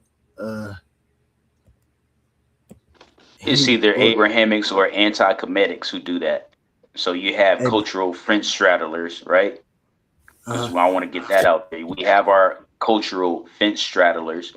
They might not be Abrahamic, but they're not Afrocentric. So they come up on the scene to unite with Abrahamic so they can have their united front against Kemet. They make their own Narmer palette, I'm kind which of an is, anomaly, it's bro. weak. I embrace. I grew up. My grandfather was a pastor. My great grandmother's from Egypt, so you know what I'm saying. Both of them is in my culture, so I embrace both. So I don't I don't see it as an argument. It's in both of them are in me, so it's not an argument to me. You know what I'm saying? I embrace both. got you. Tahuti, I kind of touched on I asked a question. I said, could it be that there are Hebrews and Cometians over here? I don't know if you answered that. When I first posed, I don't think anybody has. I think in fact I So yeah, think let me address that. So that's just another way that they want to, it's funny how they want to demonize Kemet, but they want to be a part of the population just to justify their existence. The problem is there's no artifacts, no text that shows any Hebrew population during these times. The biggest conflict in academia is the Hebrews placed themselves in Kemet um way after the pyramids were already built, but they tried to take responsibility for building the pyramids as a slave group. So so even with that, you have a big problem, and this all turns into a cesspool of false narratives versus oh, we existed based on this. It's never we existed in Kemet based on this archaeology. Is we existed in Kemet based on just the thought and the idea that we were there too, because everybody was black at one point in time.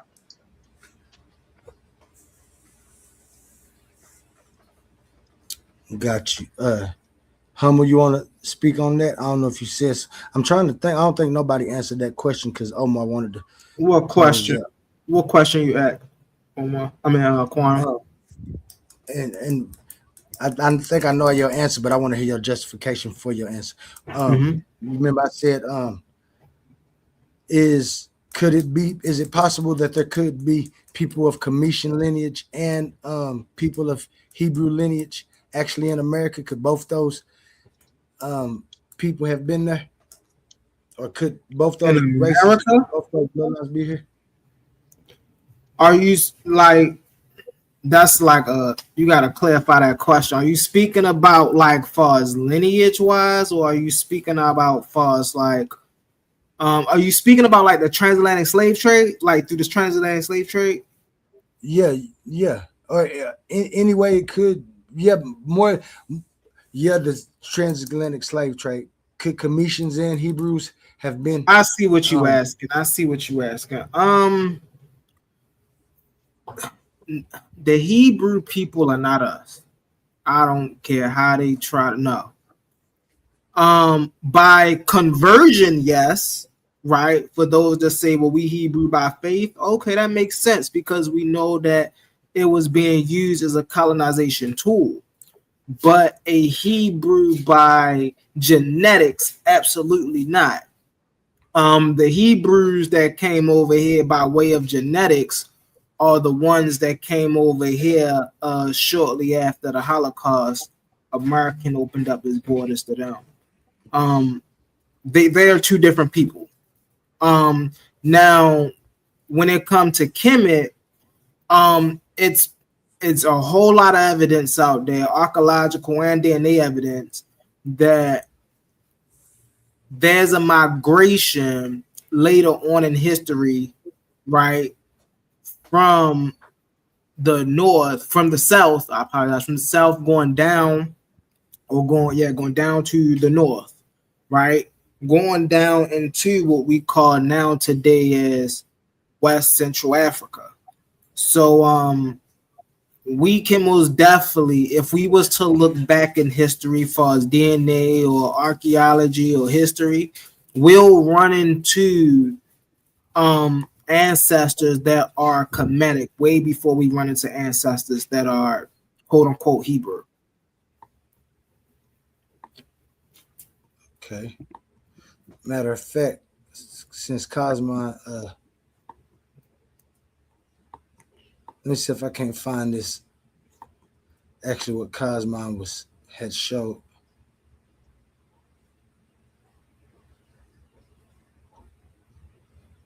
Was up there.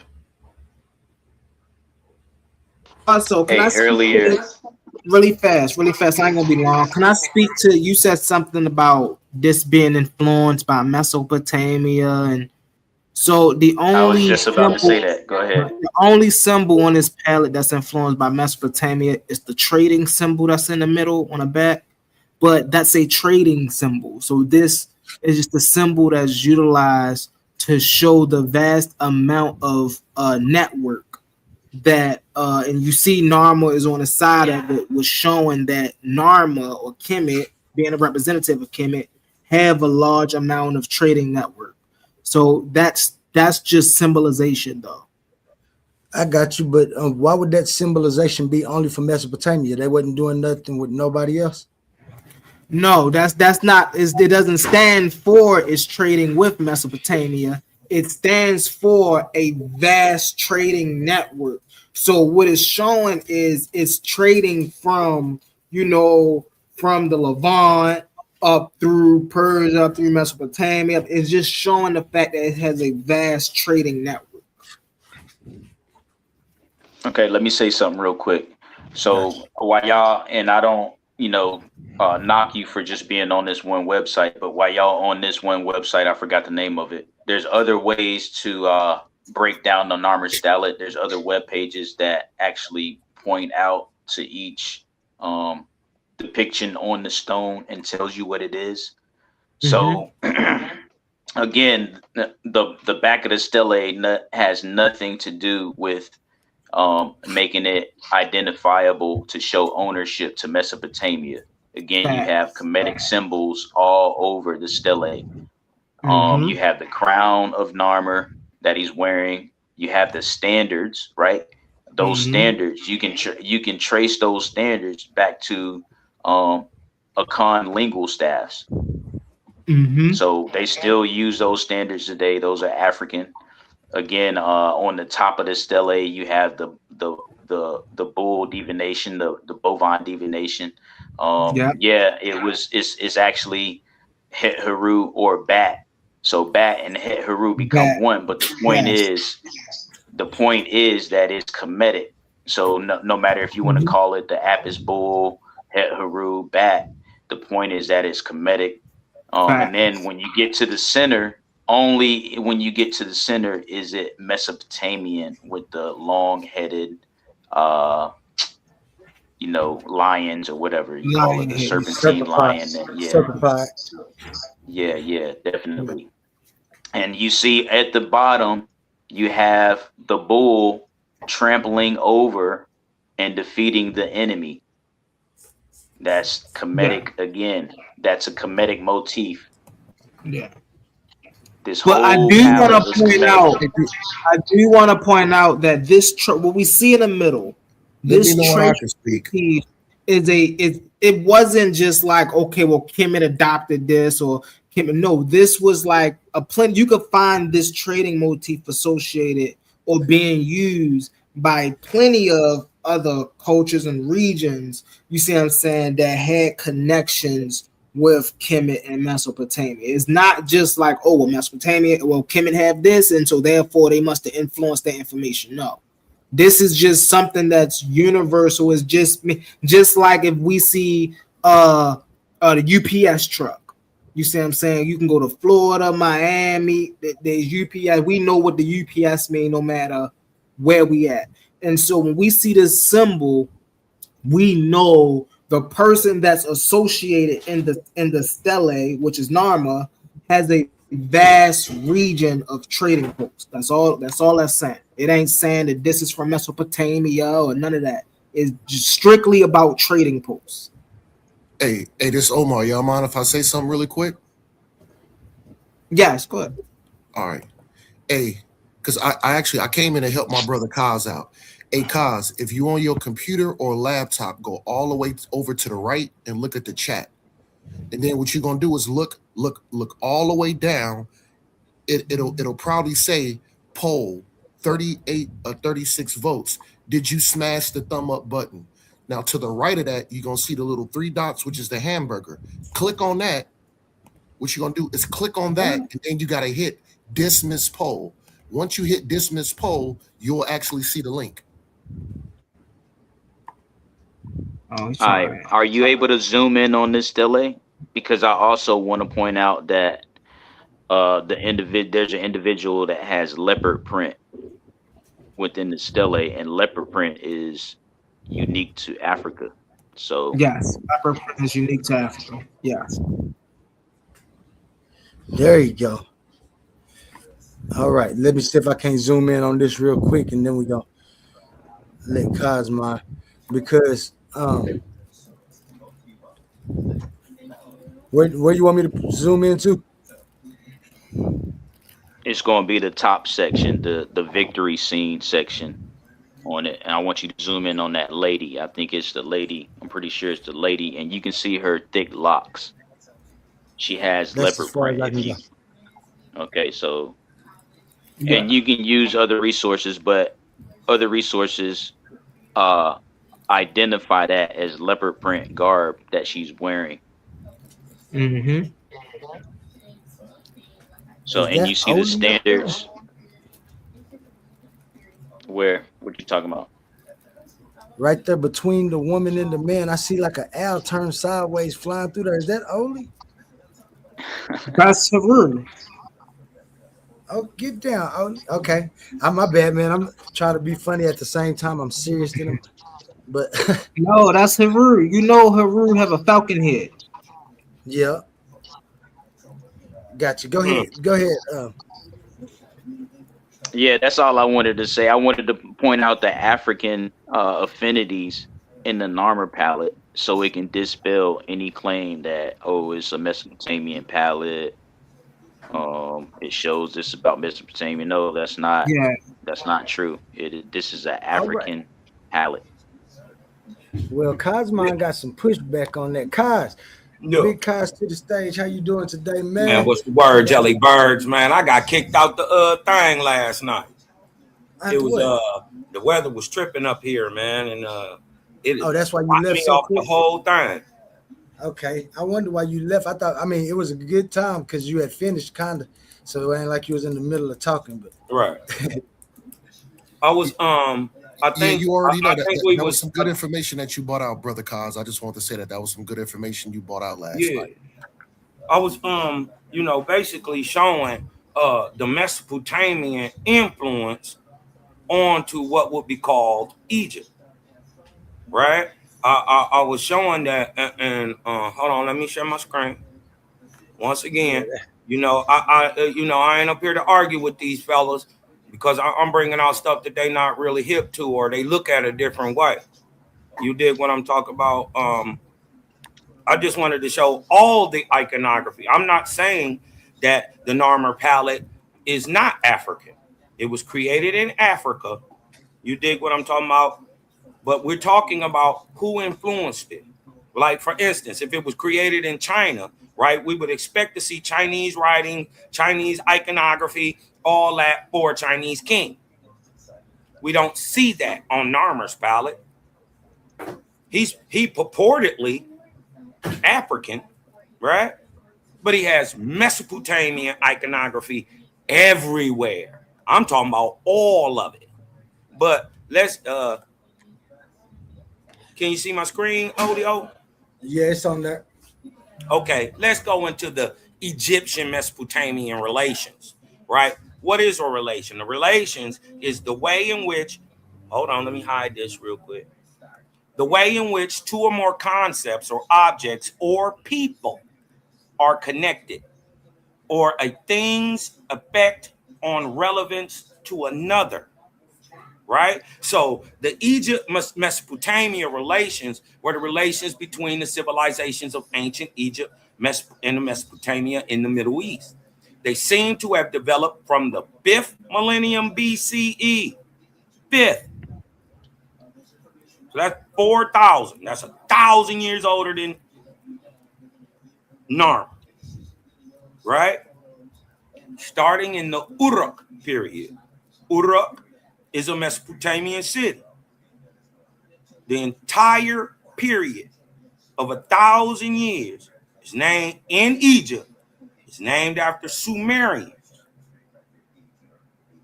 Starting in the Uruk period for Mesopotamia, circa 4,000 BC to 3,100 BC, right? And the half of millennium younger Gerzian culture.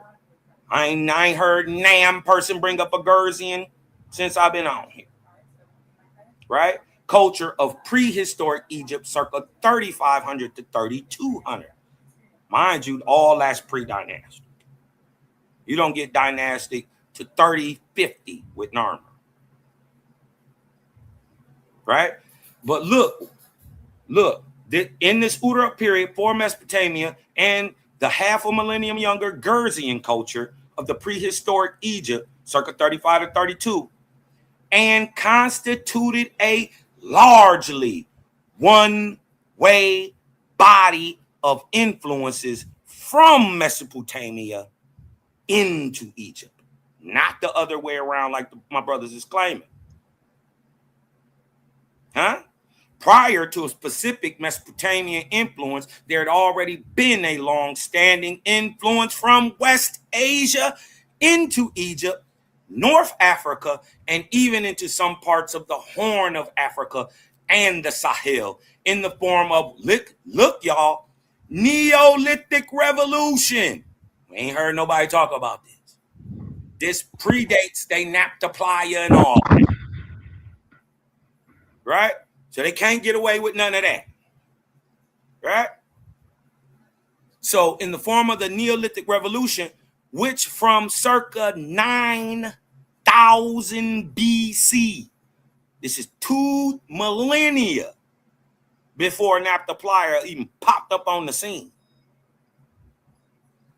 And now that we see the obelisk, old as hell in Sumer, right? We got to start, where did this sky clock that they call Naphtaliya come from? If we see for 2,000 years, we see an influx of information into Egypt.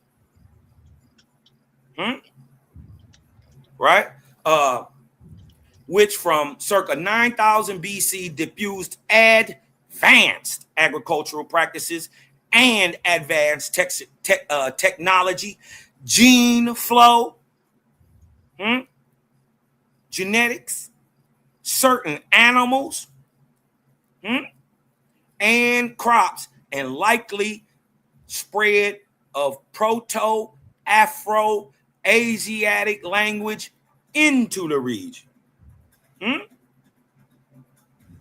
Mesopotamian influence can be seen in the visual arts of Egypt, in architecture, in technology, in weaponry, in imported products, religious imagery. This is where this is why Narmer looks like Lugal.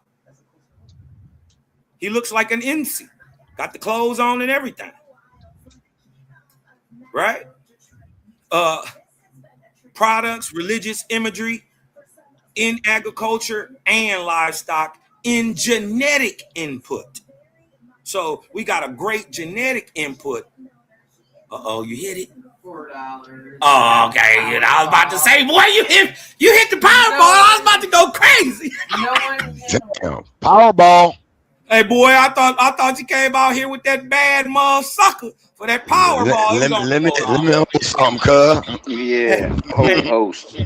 Hey, let's address this real quick. Hold on, let's not, because I'm not done. Long. I'm not done.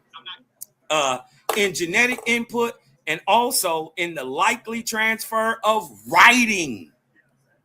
Huh? They like to tell you, oh, it was only the Sumerians, they only documented trade. That's all they found. Nothing else. They don't never tell you about the dictionaries, the way to write Egyptian literature. All this stuff is found. Not Egyptian, but Mesopotamian. Everything.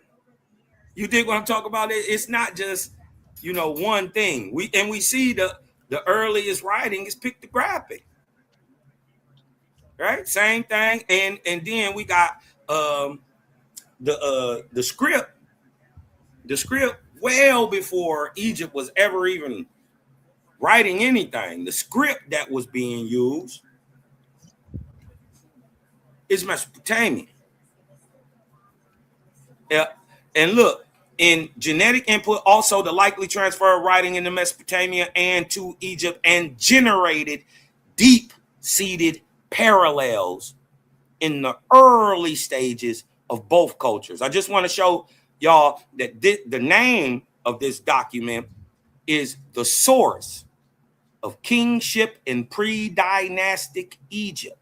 That's what we showing, right? So hold on, I just want to go show that all that stuff that's on. Hold Hold on. Here's the oldest depiction of a NC or a ruler, a king, right? In Egypt.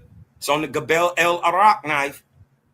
This is the shepherd king mode, right? He's got the NC hat, the Lugal beard, and the master of animals, right? Look. Where they found this at? In Gabel in Egypt. Gabel is in Egypt. Yeah, Gabel is in Egypt. All right. Look, Gabel El Arak is very old, very old. It is dated to somewhere between 3450 and 3200. Right? Hold on, let me go back. Look, the figure right here displayed in usual Mesopotamian clothing. This is found in Egypt. Yeah, I was just gonna say he look Arabic a little bit. Yeah, he does.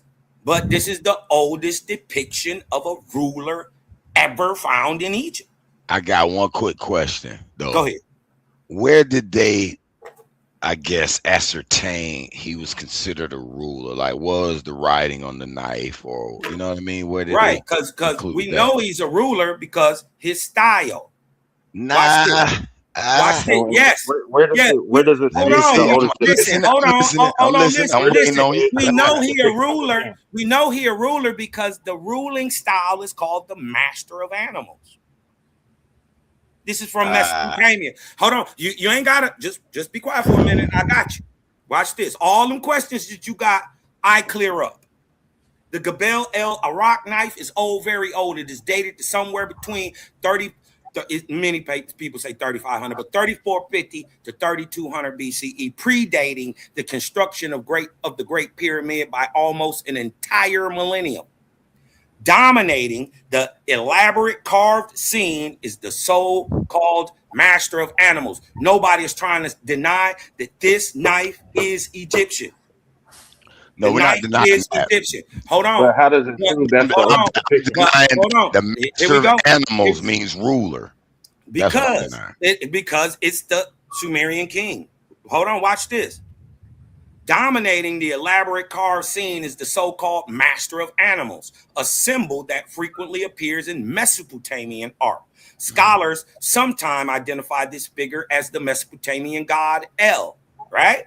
But the figure is displayed in usual Mesopotamian style clothing, flanked by two prancing lions and a variety of different animals. While it is correct to use the term Mesopotamian, a more precise description of the style is Sumerian. It is likely the figure is not actually El, but the Sumerian king of Uruk. It is during the Uruk period, right? So wearing the traditional symbol of his kingship, a shepherd's cap. That's how we know. And did you know that not only the word, but the entire concept of a king is far older in Sumer than in Egypt? Right? So is it an Egyptian king or a Sumerian king? Listen, the iconography is Mesopotamian. Where it comes from is Egypt. See, on one side, and mind you, this is from George Aaron Benedite, right? Who was the curator of the Louvre, right? On one side is a hunting scene. On the other scene is a war or raid. At the top of the hunting scene, the hunter wears a large Chaldean garment. Huh? His head is covered by a hat like that of our Gudea. Do y'all know who King Gudea is? That. And he grabs and hold on, and he grabs two lions standing against him. You can judge the importance of this Asiatic representation. We will, and what he says is we will own one of the most important prehistoric monuments, if not more.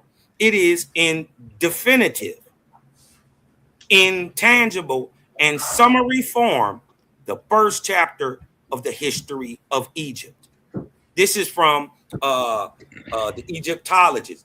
The passion with which Benedite writes and the acute recognition of the styles and influences represented on the artifact clearly shows us that he and other Egyptologists had a good understanding of the earliest influence on the pre-dynastic period.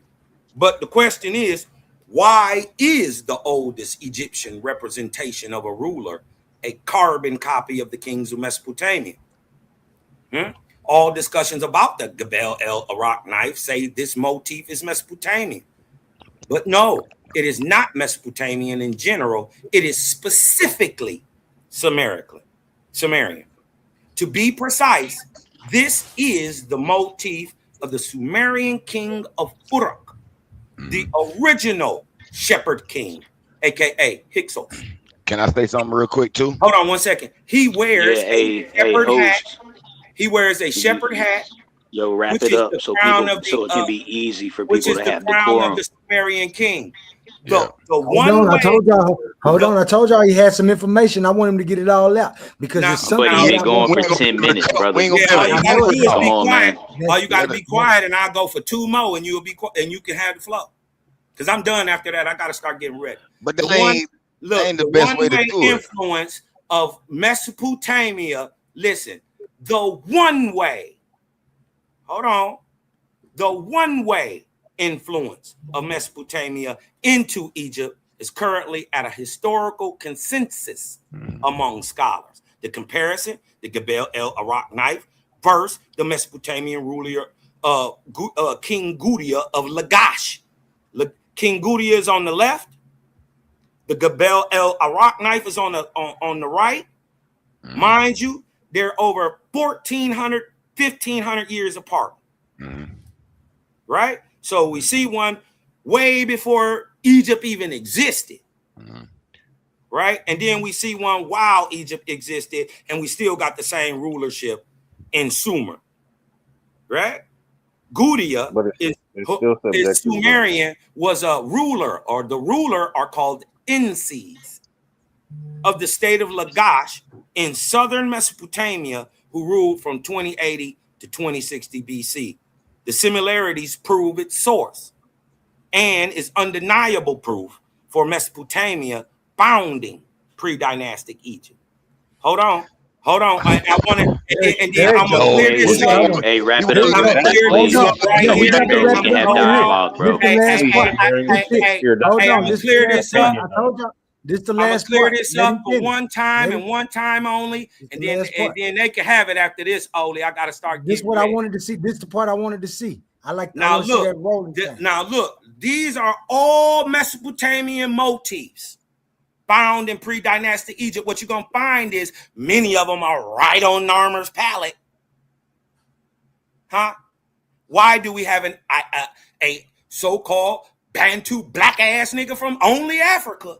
Right? Like these niggas is trying to tell you. We see the influx. We see the influx of Western Asian genetics, right? For more than 6,000 years before there was an Egypt or a Kemet or a Tasseti or any of that cap. We're talking about 6,000 years before we already got the genetics coming from these people. We want to see why is an African king not represented by African stuff, but the Sumerian stuff, right? So right here, these are everything that I'm about to name is 100% Sumerian, right? And Mesopotamian, and is on Narmer's palette at its founding, right? So if you see any of this iconography, understand it's Mesopotamian. So if you see the priest king with his tunic and brimmed hat, it's Mesopotamian. The master of animals, right? That's holding the animals back. If you ever see that, right? We see that on the walls in Uruk and all that. It's the master of animals. It's 100% Mesopotamian. The serpopods. No, you're damn lie. They're saying. No, just fuck with that. Who that was in the background? You stupid ass y'all. Now the serpopods, right? And they was conflating them with the serpofelines, right? They're two different things, but don't matter. They're both Mesopotamian. The winged, the griffin, Mesopotamian. Snakes and snakes around rosettes. We got the rosette right on the whatchamacallit.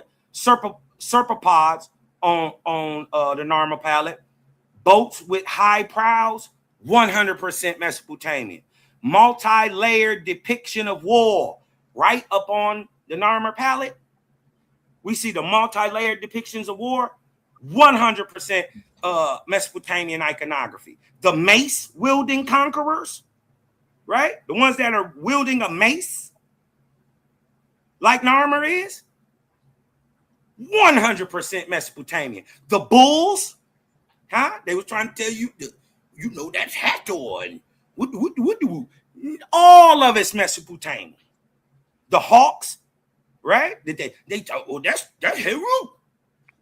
That's 100% Mesopotamian. Repeating animals.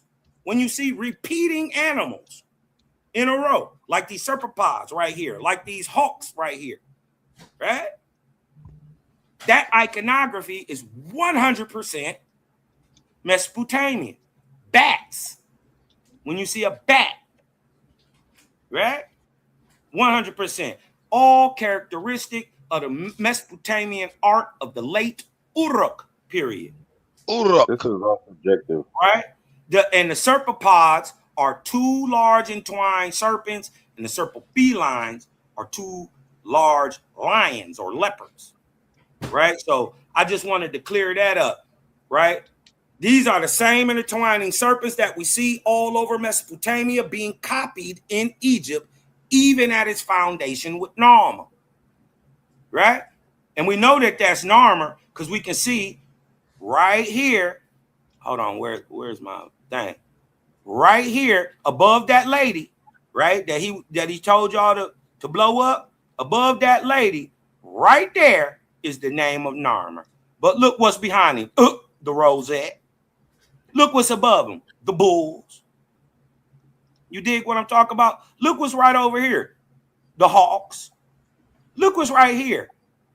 Serpopods.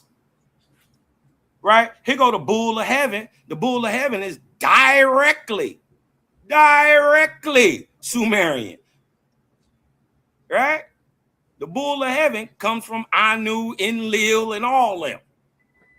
Remember, it's your boy Gilgamesh who kills the bull of heaven. The fact that this motif appears on an Egyptian artifact from the Naqada II period, which overlaps significantly with the late Uruk period, is a key piece of evidence for the cultural exchange and influence between Mesopotamia and pre-dynastic Egypt. Now, mind you, see this, the conical roller right here. This is a cuneiform style. They have these rollers that they press over clay or whatever. You dig what I'm talking about? Something soft, right? The whole technology is 100% Mesopotamian. The carving is Mesopotamian, and the iconography is Mesopotamian, right? Pyramids prior to Egypt. Even the knowledge of pyramids and how to build pyramids come from Mesopotamia. And then I hear this. I heard the brother, and y'all know I don't be up here caping for no Hebrews. You dig what I'm talking about? I ain't caping for no Hebrews, but I heard. But come on, like land your plane because you've been talking for 10 minutes. Nothing. We trying to have dialogue, bro. And you're gonna shut up because we forced to have the decorum for 10 minutes over some stuff that you made up on a Word document, bro. So these Negroes ignorantly think that when they stopped building the 3 pyramids at Giza, that was it. Right? These ignorant fools don't know that they built pyramids all the way through the Middle Kingdom, all the way to the beginning of the New Kingdom. As a matter of fact, the Hyksos with Amenemhat III was some of the greatest builders. They built the labyrinth. They built the Black Pyramid. Right? So even down in the time where the real Israelites, who would be at that time, they only said they was there 430 years per the biblical narrative.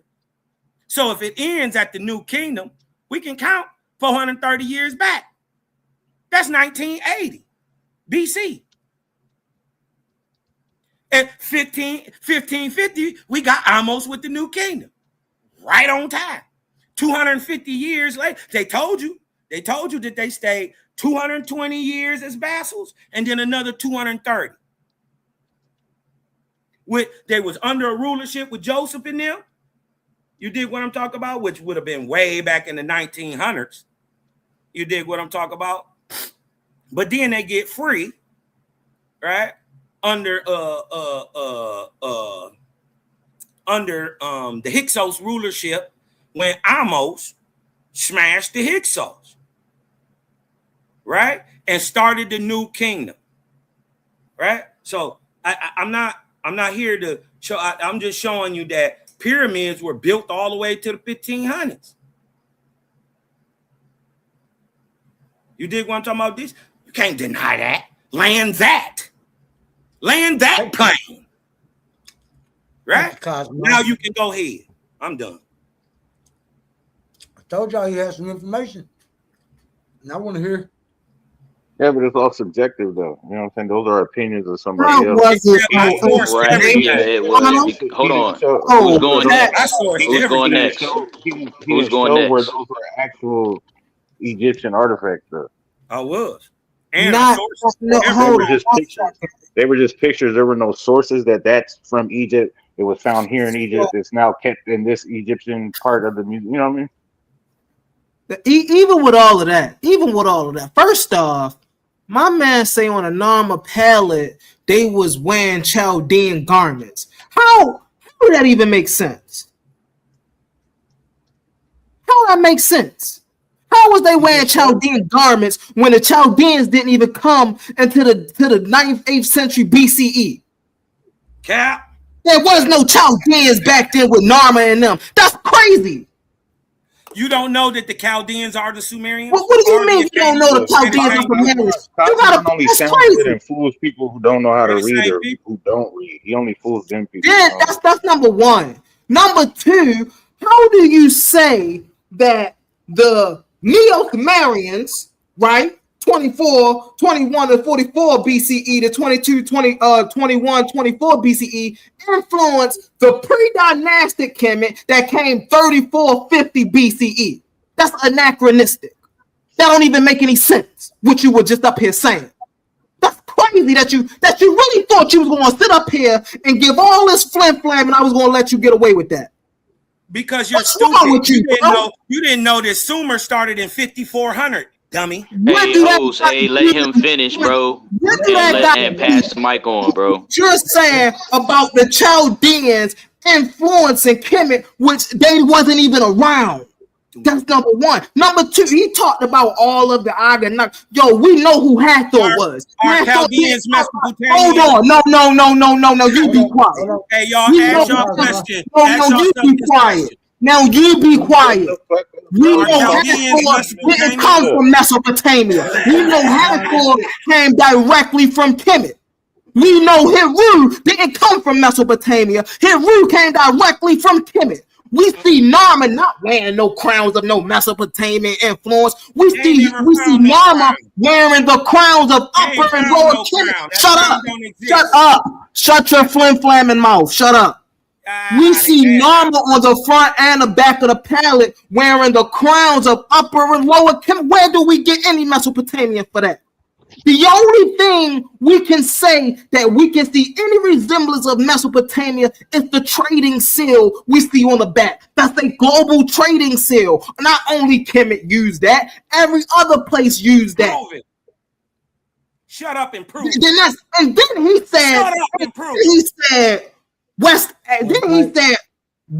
Asia influenced North America. Yo. We can't see. That's what I was telling you about the other day, Quantum, bro. We can't just be having anybody talk about this subject matter, bro. Because they have our people lost in a mud trucker. Oh, and then a lot of our people don't study. We do the study for the people. We can't have nobody like this bringing our people this type of information. Long as I don't know what. I'm at the cutting edge, so I ain't regurgitating nothing. Well, and see, this is the issue that we had earlier. I'm gonna land my plane with this point. It's the issue we had earlier when we was dealing with the Hyksos. You asked me about the Hyksos. What did I say? I said the Hebrew Israelites try to assimilate the Hyksos with the Joseph story because they want Joseph to be real.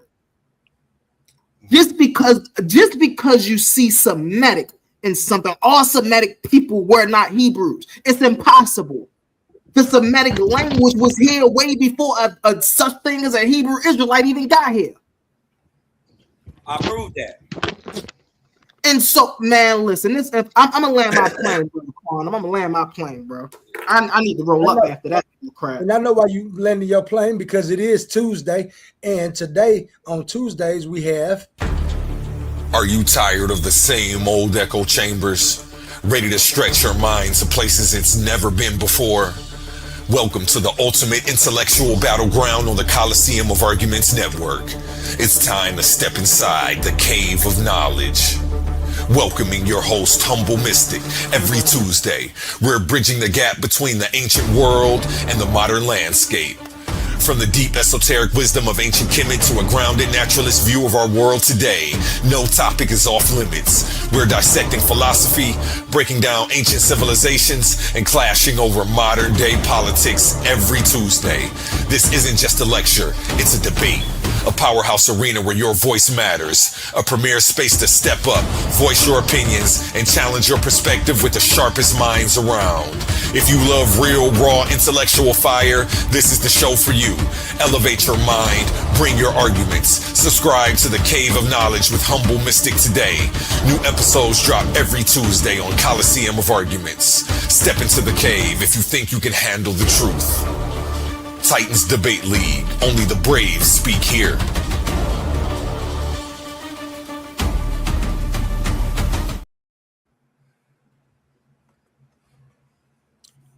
Yeah, we back. I just wanna, blow up Humble. Hey, real quick, host. Hey, for real, he already said his spiel for 10 minutes, bro. Like, I think we need to pass the mic, so because it's important information that we're missing out on. Go ahead. All right. So I want to point out first, right, what Humble said pretty much sums up everything. Properly putting things in and that's what I'm saying. Here we go. He interrupted. Shut the fuck up. He said, "Where you at?" I'm gonna punch on you. So he pretty much sums it up. But I want to point out some artifacts and some primary sources that show that Kemet not only predates Sumer and any other nation state that occurred in Mesopotamia, but they influenced them. Artifact 1 is going to be the Terraneta tile. I made a presentation about the Terraneta tile. I discussed the Terraneta tile on this very channel. The Terraneta tile identifies Anu as a people group that is the origins of Kemet. Now, that predates the age of Anu, or the sky deity being Anu in Sumer, right? Another thing with the early writing, you have early writing developing in Upper Kemet, right before it was Upper Kemet, right? You have it on ostrich eggshells. You have the Quastool incense burner that gives you the early developing ages of Meta Nature. And it's just so, ironic that early cuneiform closely mimics Meta Nature. I want people to get that idea. I put a link in the live chat about the Terraneta tile.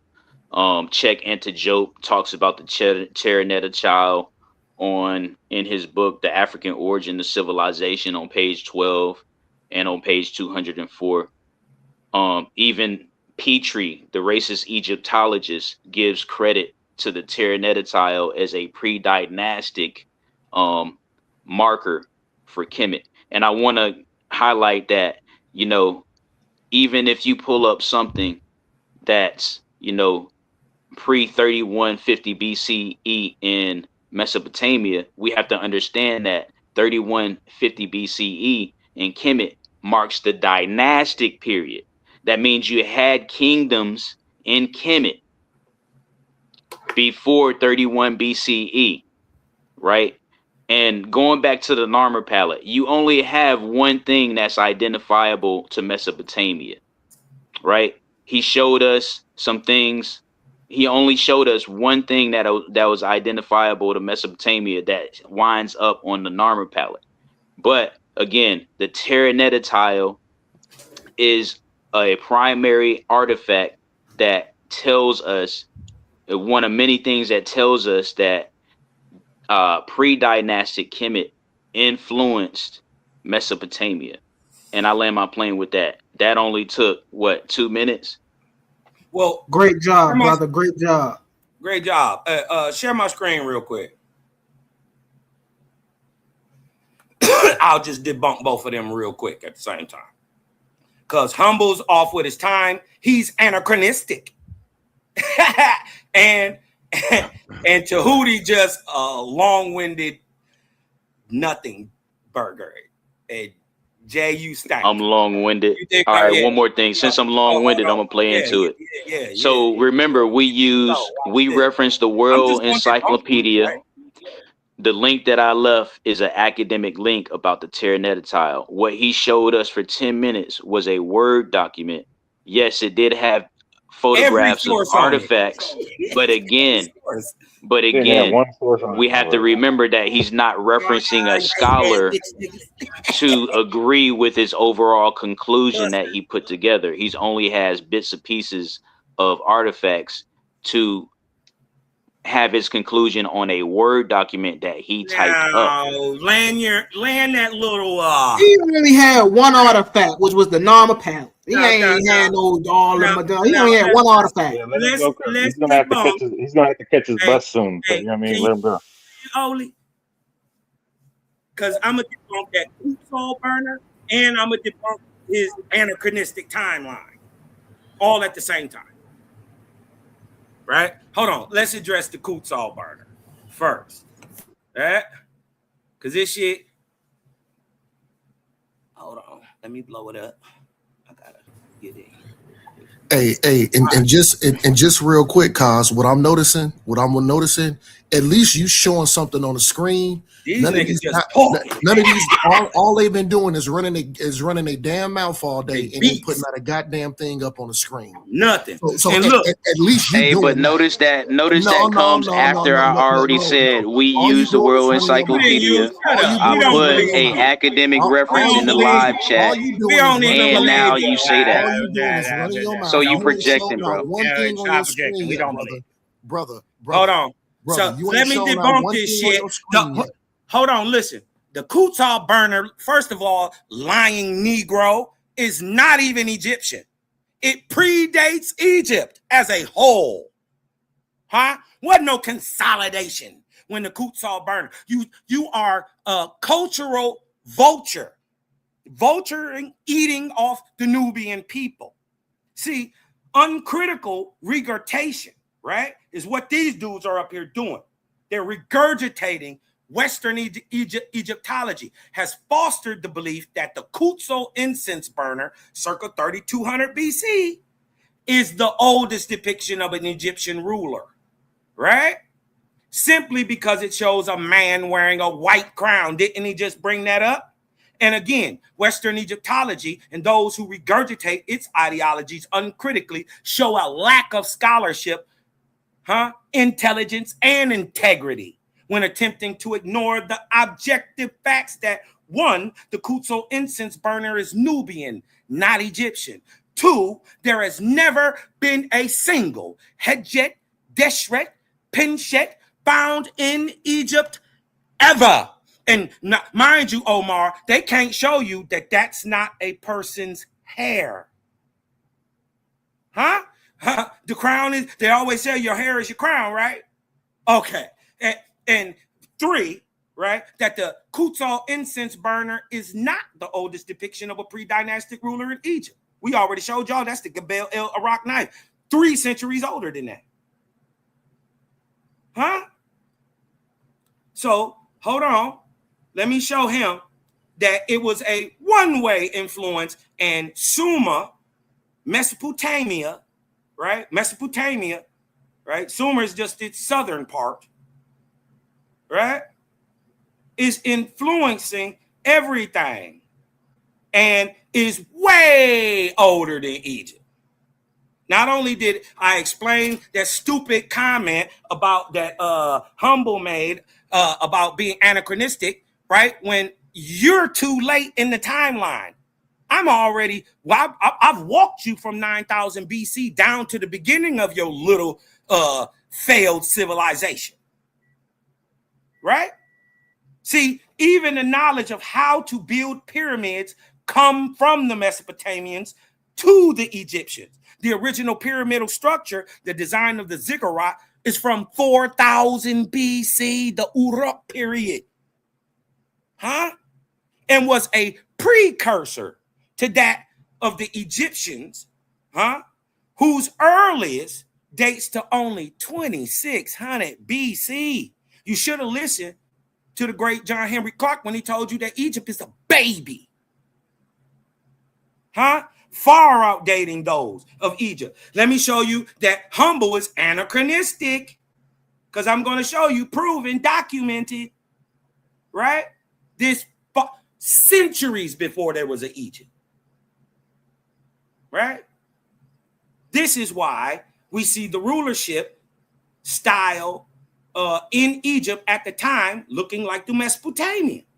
It's influence, right? This is the White Temple and the ziggurat at Warka, right? The Mesopotamian Anu ziggurat, which predates his Osiris, his Osar that he wants to come one with in the Duat. Yeah, this predate him. We don't get no Osar period to the pyramid text 2300. Ain't got no proof of that, nigga. But we sure got a White Temple and the ziggurat 3500 BC. But watch this. The temple or the Mesopotamian Anu ziggurat dates to around what? 4000 BC. You're anachronistic. Huh? You're too late in the convo. We already got pyramids older than anything you got over there. Huh? Dates to around 4000 BC. Huh? And the White Temple, see the temple that was built on top of the ziggurat was built in 3500. That's still older than the founding of Kemet, Egypt, Tasseti, any of it. Now let that sink in for a second. That means the second pyramid that was built 500 years after the original, right, is still 1,000 years older than the pyramids of Giza. They're going to try to tell you that the Egyptians influenced them. It's no, we never seen that. Right? Yeah, I asked the question right here in the document. From writing to religion to pyramid construction, we witnessed the massive influence Mesopotamia has had on pre-dynastic Egypt. So if Egypt took everything else, why not also Mesopotamian kingship? Narmer seems to have no aversion to using Mesopotamian iconography, which is utterly strange if Narmer is supposedly a Bantu type nigga from southern Egypt. Why doesn't his cultural practices mirror those of South and Central Africans of the time? I.e., we've never seen African kings represented by Chinese iconography. It doesn't make sense for Narmer to use Mesopotamian iconography unless he is Mesopotamian. They never talk about the Nakata culture, the Nakata period. Right? And they always talk about, you dig what I'm talking about, I see the thing a different way. right? The reason Narmer is famous, right, is because he pulls off the very first coup in history. He overthrew his fathers and consolidated two lands, Nubia and Canaan. He consolidated them. He didn't war against his people. What? One of the major things we must keep in mind as we take a further look at Narmer's foundation of Egypt is that Narmer is consolidating a kingship, not expanding one. With extended and devastating droughts, because they never take into the environment, and famines ravaging the Mesopotamian landscape circa 3300 to 3000 BC. I ain't never heard none of y'all talk about them. Narmer, a descendant of prior Dynasty Zero rulership, would have been held as a savior and not a conqueror, proving that in his early stages, he would have not have been at war with the two lands and peoples he is about to combine into the nation of Egypt.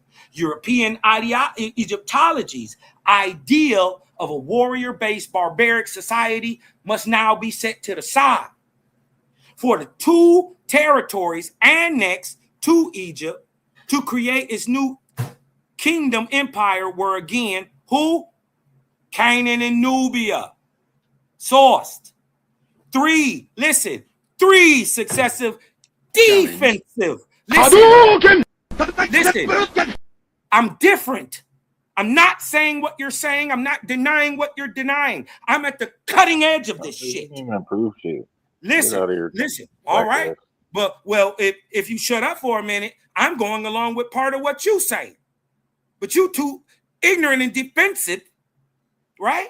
You too stuck in your cognitive dissonance to listen. What you don't know is there were three successive defensive, not offensive, defensive mud brick walls, right? The latest, a 3.8 meter thick, right? And at least 8 meters, that's 28 feet tall. This shit ain't got nothing to do with what we're talking about. Yes, it does. It has everything to do with the founding of Egypt, right? And it's showing you what's going on in the land ain't what's going on outside the land. Unlike what your blind regurgitation and uncritical regurgitation of Western Egyptology and some other niggas' point of view is saying. The archaeology shows something different because there are three successive defensive mud brick walls, right? And the outer defensive tower or bastion did little to support the idea of peaceful Egyptian settlement in the southern Levant. But you don't put up defensive walls to war against your people. Modern Egyptology's claim of war in the consolidation of pre-dynastic Egypt must now be reassessed. The fact that a barbaric people would rely on the idea of more barbarism should not be shocking. But what would be shocking is if Narmer went to war in the southern Levant.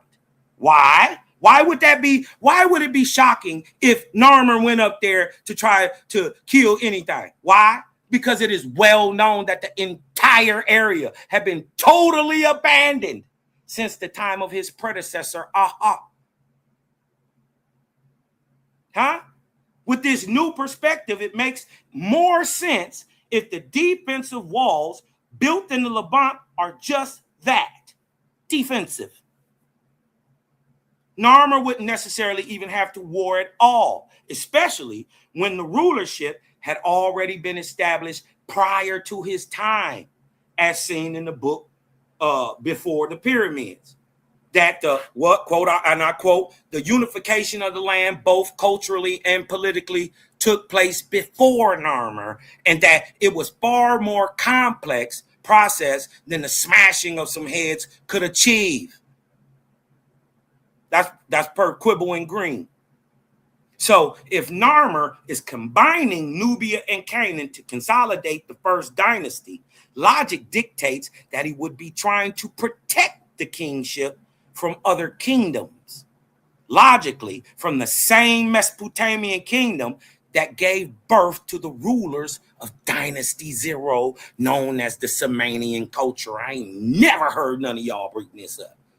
The Sumerians, right? Of or relating to Hey any yo, can you okay, wrap go this ahead. up No, soon? no, you Cause got you it. are going Go ahead. on. You are going on Hey, like I'm 5-6 long-winded. minutes, I'm and long-winded. that's what I'm You had saying. a You problem accuse with me it. of being long-winded, I but here did. you You are. are. So am I, Hey, though. and another thing But I is can too, accuse like you if of it because I can we see it in you myself. expecting us to show the decorum when you not I don't only care you what you do. taking I'm 10 done. minutes to state your I don't claim, care you what you do. calling us Long as you names, you learn. calling us Long ignorant, you as you calling us learn. stupid. Long as you are So I need you stupid. to land your plane if you're gonna No, use the you ad stupid hominems and because be you all came up aggressive here and stuff like flim that. flamming, shim shamming. You dig what I'm talking about? Talking about some shit that you didn't know nothing about. You claim And to the be the so. You Scorpion claim to Mace be head, so the Cometian, Scorpion so Mace head is Egyptian. older You than your don't knife know. head You don't know depiction, bro. So nothing you historically. lied about the earliest depiction of Egypt, bro, of an Egyptian ruler, bro. The It is. Scorpion Mace head is older than that. Where is Gabel El Arak? The Hey, Scorpion who's Mace next? head I is just wanna older I than just that. wanna Yeah, you say a just couple of stupid. things. It's I just in want to say a Egypt. couple things You dig based what I'm talking on, about? Hey, look. his Hey, I'm document, gone. I gotta right? get up He out of here, shows y'all. us a Hey, love like document. Yeah, balance, bro, you man. can This get your up boy out of here. Big Bye. Five. See My you. Get bad. up I out of was here, on nigga. mute. I Yeah, was on mute. he Hey, Hold showed on. I look, was us you a dig on what I'm talking document, about? right? one. Don't That let he these put people together. flim It was a flam Get your you. Word mark, document.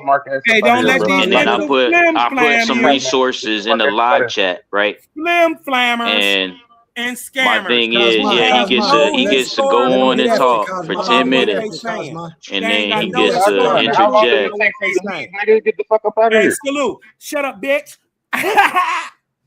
Your Hey, mom the thank you, bitch, bro. Cosma.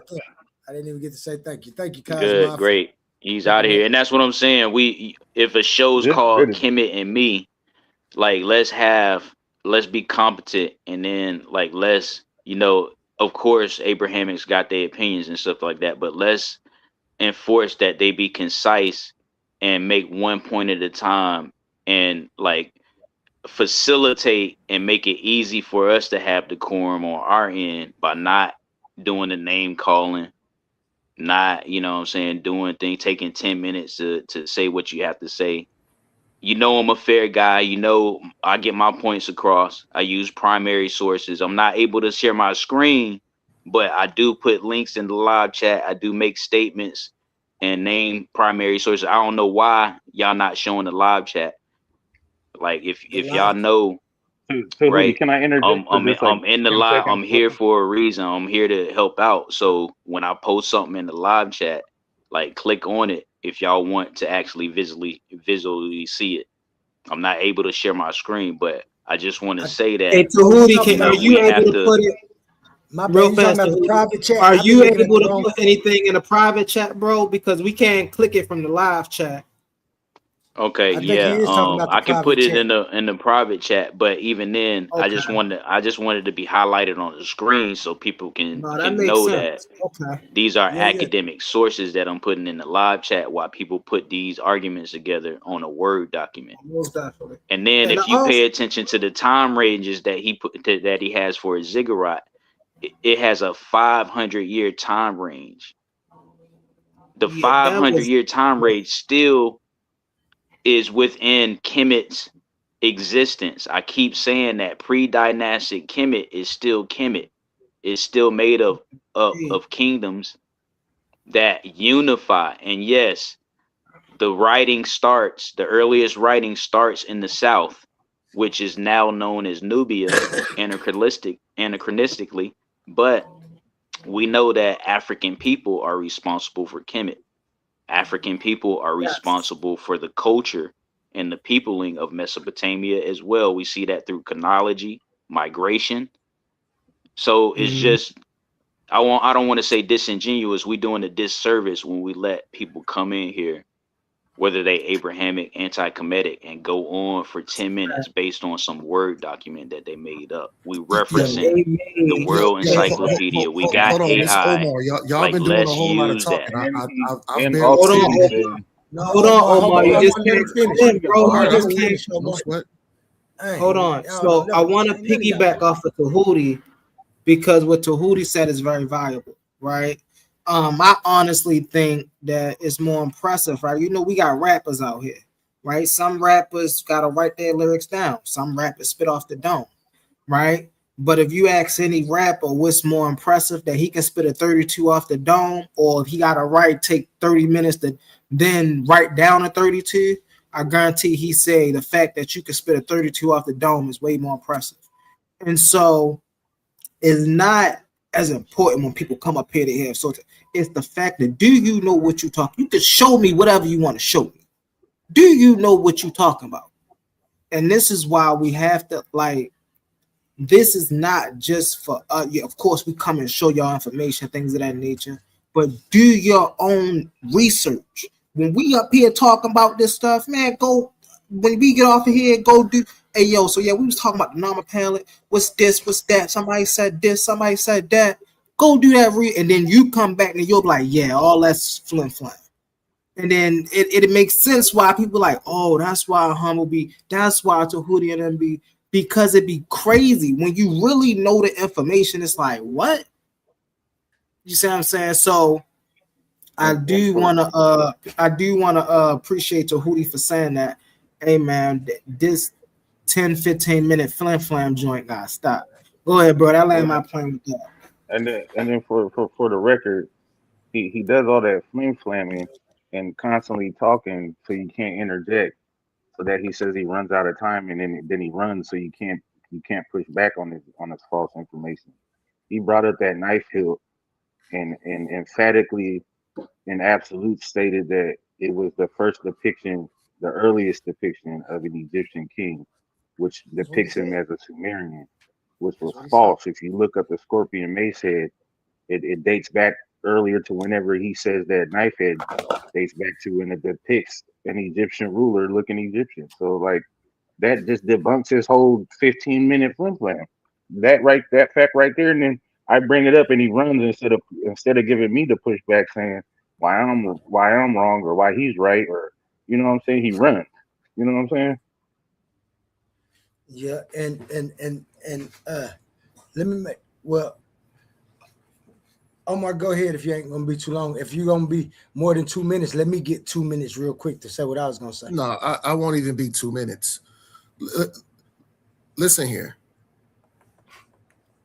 Jay wants to rebuttal. Tahuti rebuttal. I already know Tahuti answer to this question, but my other question to Tahuti is that will you ever be able to come up here and actually show something? Because brother, I've been hearing you and Jay just doing a lot of mouthing off and say, oh, I can't show it. I put the link in. No, so it don't have to be today. It can be tomorrow or another time. Will any of y'all brothers ever actually come up here with sources to debunk what Cosmon is saying? Otherwise, I I don't give a just damn. gave I Listen, just gave a source, bro. I just gave no, a source. listen to You, my question. if you're See, too you dumb, if you you're too you dumb to cut look me it up off and research again, it brother. yourself, You see that, Oli? because Hey, you're just Yo, Oli. because all you're doing is dick I'll go riding, ahead and bro. mute out again and wait. I'll mute. I'll wait again. Yeah, get up, bro. Just because you My ruin bad, the man. I show, bro. left. I left. Hold on, man. Listen. See, that's what I was gonna say. Let me cam up when I talk real quick, because as you know, I ain't no vet in this and have things going on. But I want to make sure one thing is known. You can even ask Omar, uh, and anything that I do. When I do these investigative shows like this about things, yeah, this about Kemet.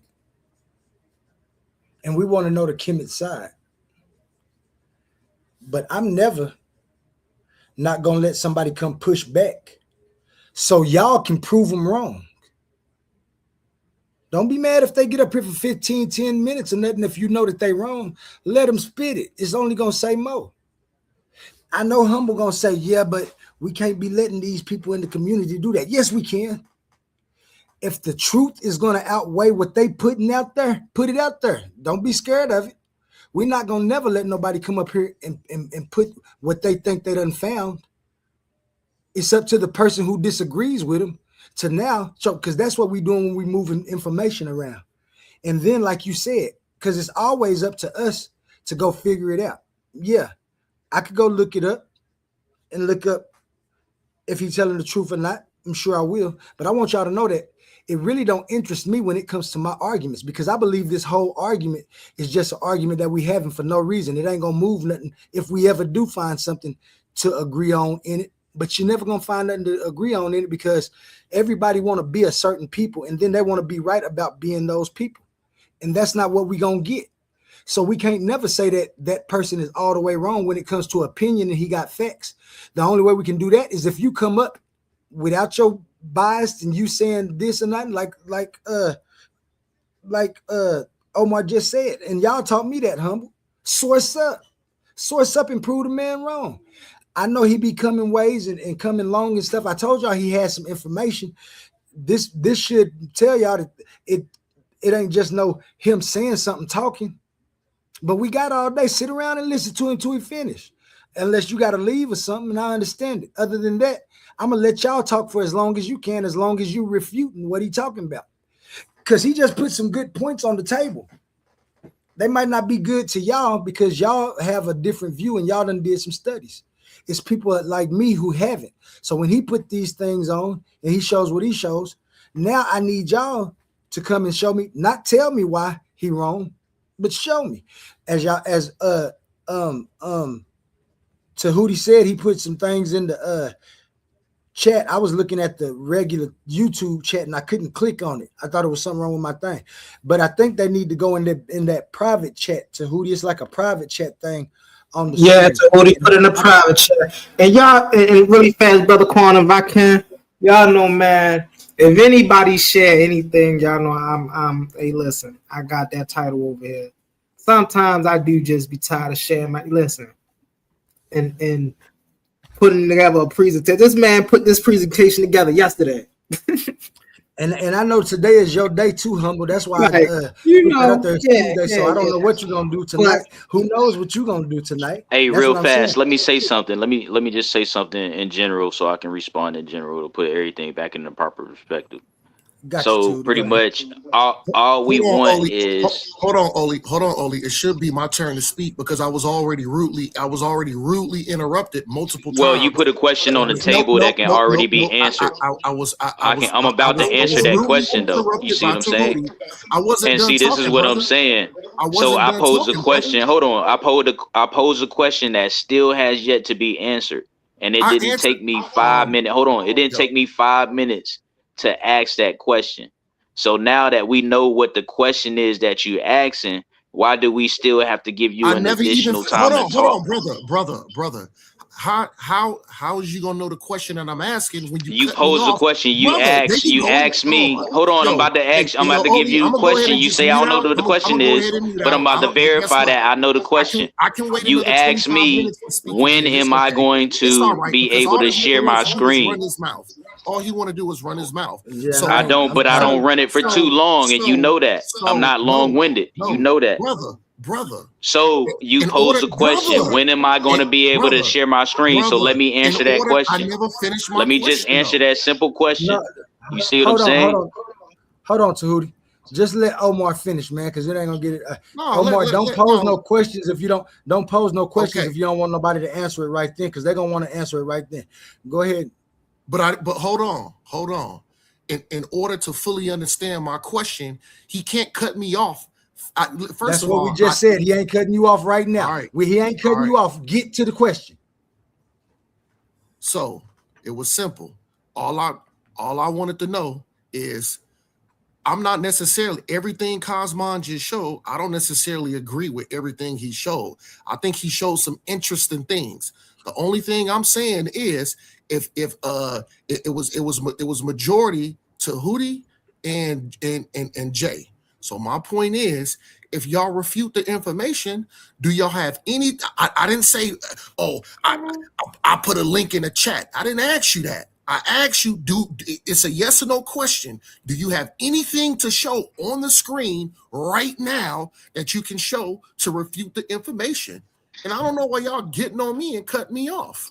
Like I said, And I was about to answer that question. thank you. Can I answer Thank the you. Do question? you have I was anything about to to answer show that right question, and now? I knew. And see what I'm saying? We still knew what the question was, but he just wanted the opportunity to ask it one more time. So first, that's a closed-ended question. We already established the fact that right now at this time I cannot share anything on the screen. Okay, what So about why Jay? What the about Jay? fact that No, no, it was a the question to fact hold you on the and fact Jay. that you trying to trap me in and It corner was a me into question to that you and and let Jay. me talk. I'm trying to answer it, bro. No, And this is see, what I'm see, saying. Y'all it get to don't feel take nice so when you much get cut time off. to But hold ask a on, you want to question, cut and me then when off. somebody No, get into you the want to cut me answer, off. Hold on, y'all you cut want to people cut me off off. in Omar, addition. You That's want what to I'm Omar, cut me saying. off. I Now cut we you off. answering the question. Let Now me is answer your the sentence, question. right? Let me Omar, answer the question. Omar, No, man, I'm Omar, no you got Oli, your no question. Oli, no Oli, No, because ain't no. what he just did to me, no, what he just did to me. Now that I did it to him, now he's offended. Now he's offended. Listen. Okay, now you That's got him. not You fair. did it to him. That's not You fair. got him. You got him. You did it to him. You got him. Now Yeah, let you him did go. it to me He first. Now did that it I to did you. it to you, nigga, eat it. Okay, okay. Now we're gonna stop. Little kids. Come on, y'all. I'm trying to get because I got some more questions. Y'all, I think y'all don't understand what disagreement mean when people disagree. Ain't no need to keep arguing because you ain't gonna disagree. You just put your points out, and then it's up for the people to make the assumption or make the choice Real about who they fast, want Quanah, to agree with. if I can, okay, if I gotta do it on the behalf of my brother Jay and the behalf of my brother Tahuti, can I share my screen really fast? Absolutely. It ain't gonna take long. I promise you, it ain't gonna be long. Definitely. Absolutely. All right, so this is exactly what he had on the screen. This is actually a screenshot of what he's reading, right? So now to debunk this, right? It's not hard, right? Number one, right? The one-way influence framing. The text states that the relations constitute a largely one-way body of influence from Mesopotamia into Egypt.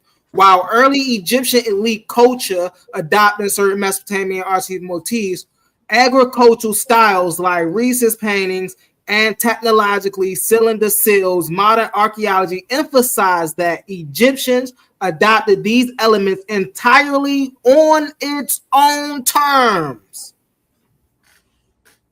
So to sit here and act like in the cylinder seal, what I was saying earlier about a recognition of trade. Okay, everybody had a recognition of trade, but that's not to say that you can't then say, okay, well, it was just a one-way influence. No, they traded and influenced each other, right? It's a historical association with discredited theories. The phrasing regarded early foreign objects and style historically fed into the dynastic race theory, a 19th, early 20th century colonialist hypothesis. This is why it's important to do your own research when we watch these things. Do your research behind this because you might be supporting something that race theory. He coming up here with race theory. I don't think This he is said nothing crazy. about race. I don't think he said nothing about Exactly. race. Not He one didn't time. say, but it's the underlying thing. See, this is the problem. This is why we got to understand where these viewpoints come from because it's the underlying theory of what he's talking about. And this goes back to this goes back to what he put on the screen. That's all, but that's only one. That's only one thing that he put. Put everything that he put on there for that AI That's to give what we're you talking about. a copy. We're gonna get to it. We're gonna get to it. We're gonna get to it. Everything in there But right now we just dealing with because it ain't actually refuting nothing that he said. That thing that you read from the AI right now ain't refuting nothing that he said.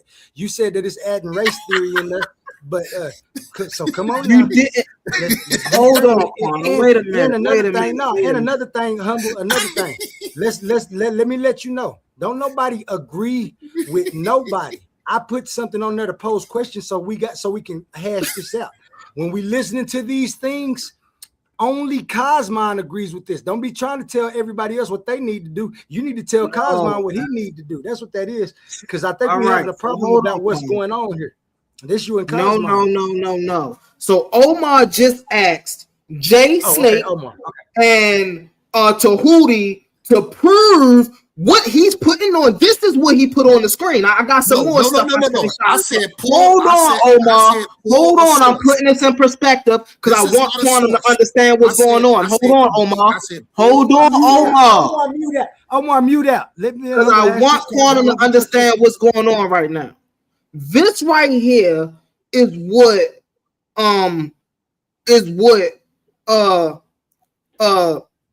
what's that, man? Cosmo put on the screen, right? And it's from Wikipedia, first of all. But this is what he put on the screen. And somebody, hey, y'all just talk and y'all not debunking. And of course we got the view because we study this. And so we like, well, wait a minute. So of course, here I come again, just showing how easy it is, just easy, right? To just go. Now, when you said that what's on this AI wasn't debunking what he's saying, what he's saying is it was a one-way influence. This right here show it wasn't a one-way influence. It was a trading, right? So now let's go down here. Watch this. Still, hold on, Humble. Still man Cosmo's argument for me right now. Okay, so Cosmo's argument right now is the fact that Egypt, right, what we know of Egypt, was influenced by Mesopotamia. This is incorrect because while we see trading relations, we also see a lot of independent development, which I'm going into. Go get it. Which I'm going into, right? So, right, here's what specific section of the text is trying to convey. The Neolithic Revolution, 900 BC, long before the direct 4th millennium BC trade and agriculture, contact between Kemet and Mesopotamia. The text note that West Asia, Near East, had an earlier impact on Northeast Africa. This is what he put on the screen, right? This refers to a spread of agriculture, domesticated crops and livestock from Middle East into Egypt and parts of North Africa during the transition to farming, right? Geographical clarification. In historical and archaeological context, North Africa and parts of the Sahel, right, or Horn of Africa, are geographically linked to the Mediterranean and Near Eastern spheres of early migrations and trade. The text is using West Africa as potential typo or misleading, right? The source actually notes, right, the Horn of Africa. So this is something else he put on the screen, right? Where he was talking about the French Egyptologist George Aaron, right? And he's talking about where we can see the Chaldean garments, right? Let's get into it. Right? The source image provided a historical quote from French Egyptologist George Aaron Bethel in 1914 regarding the famous pre-dynastic Egyptian artifact known as the Gabriel El Karan knife, right? It's a misleading statement in the excerpt. It's a framing Egyptian history as Asiatic. Beneath they calls the artwork iconography Asiatic representation. And grandly proclaims it to be the first chapter of the history of Egypt. This is misleading. This is misleading because it implies that the foundational elements of Egyptian civilization were essentially imported or derived by outside Asiatic Mesopotamia forces, which Cosmon is trying to, imply. Which we know that's not right. Listen, it's the golden Daguda, which he was talking about, the Udea, right? The anachronism. Benedict describes the figures wearing the Chaldean garments, which I pointed out way before I even looked this up, right? The Chaldean garments and hat like Gudea, historically and chronology, this is inaccurate. Here you go, Omar. This, what he's talking about, is inaccurate. Gudea and Lamish, the Neo-Sumerian Chaldean period, lived centuries and even millennia later. They're not even in the same time period. Why are you trying to smash millennia together? This is what I said way before I even went and looked this up. Because this is common knowledge to someone like me. right? It's a corrections, and I'm gonna land my plane with this, right? Indigenous Foundation. Modern archaeology completely rejects the notion that Egyptian civilization began with an Asiatic chapter. This goes back to the race theory I was talking about, right?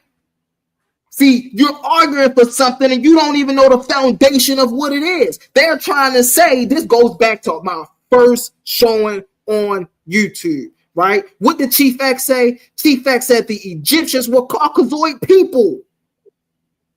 And this, how do they try to prove they are Caucasoid people? Because they try to prove that the Egyptian tradition came from the Mediterranean. It came from the Mesopotamian tradition.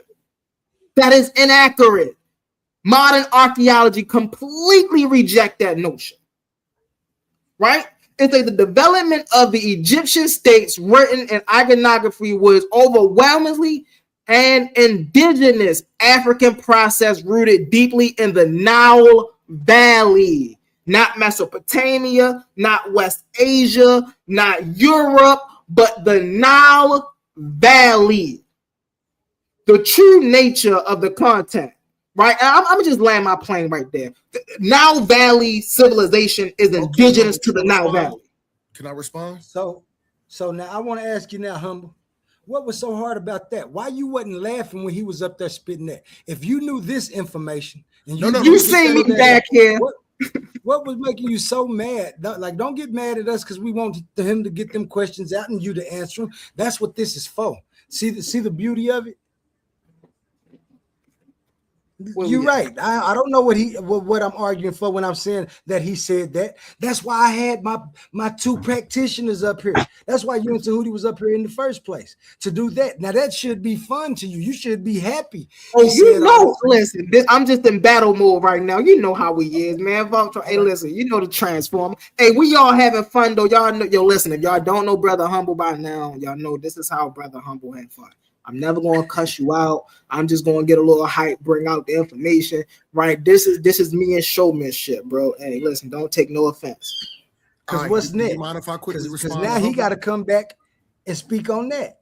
When we gonna see if it move on or if it's finished. Tahuti, I know you wanted to get in there and say something real quick. Yeah, real quick. I'm gonna be real brief so Omar can say something, but I'm gonna be real brief so I can pass the mic.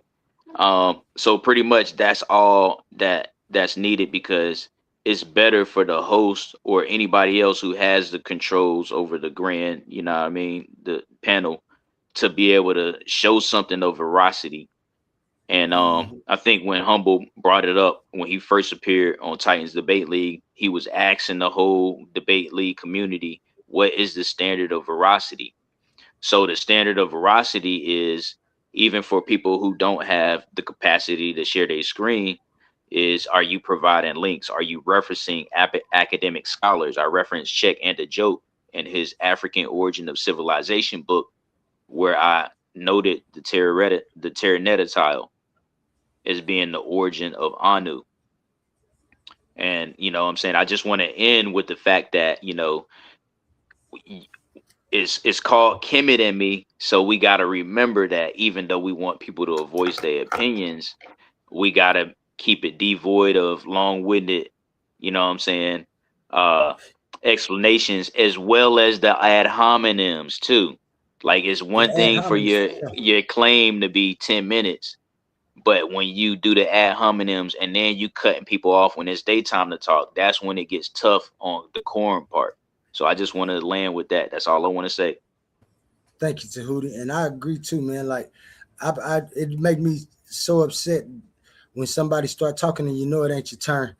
And then when somebody do it to you, and then you want to do it back to them. But that ain't gonna end it because they're gonna want to do it back to you. So I know people be getting, and that's why I was saying, like, for me, and this is just for me, if I'm doing this and like, let's say I'm in Humble shoes and somebody come up there with some information that I know they lying about, I want them to get every last drop of it out.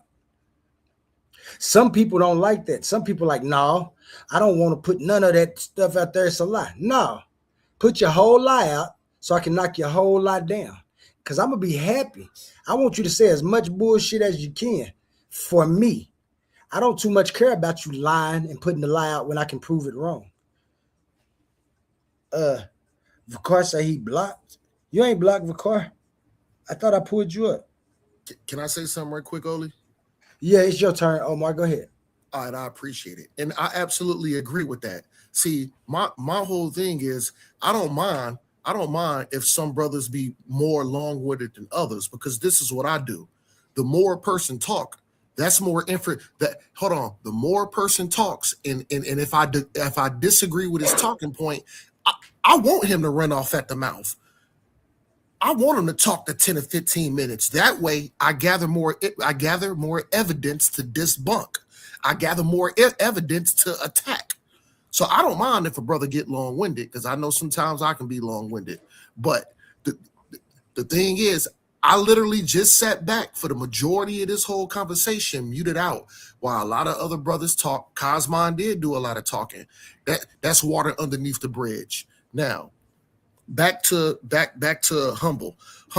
I think what you pulled up on AI is a great starting point. Now, besides AI, can you go to some article, some other source, and you know what we're talking about?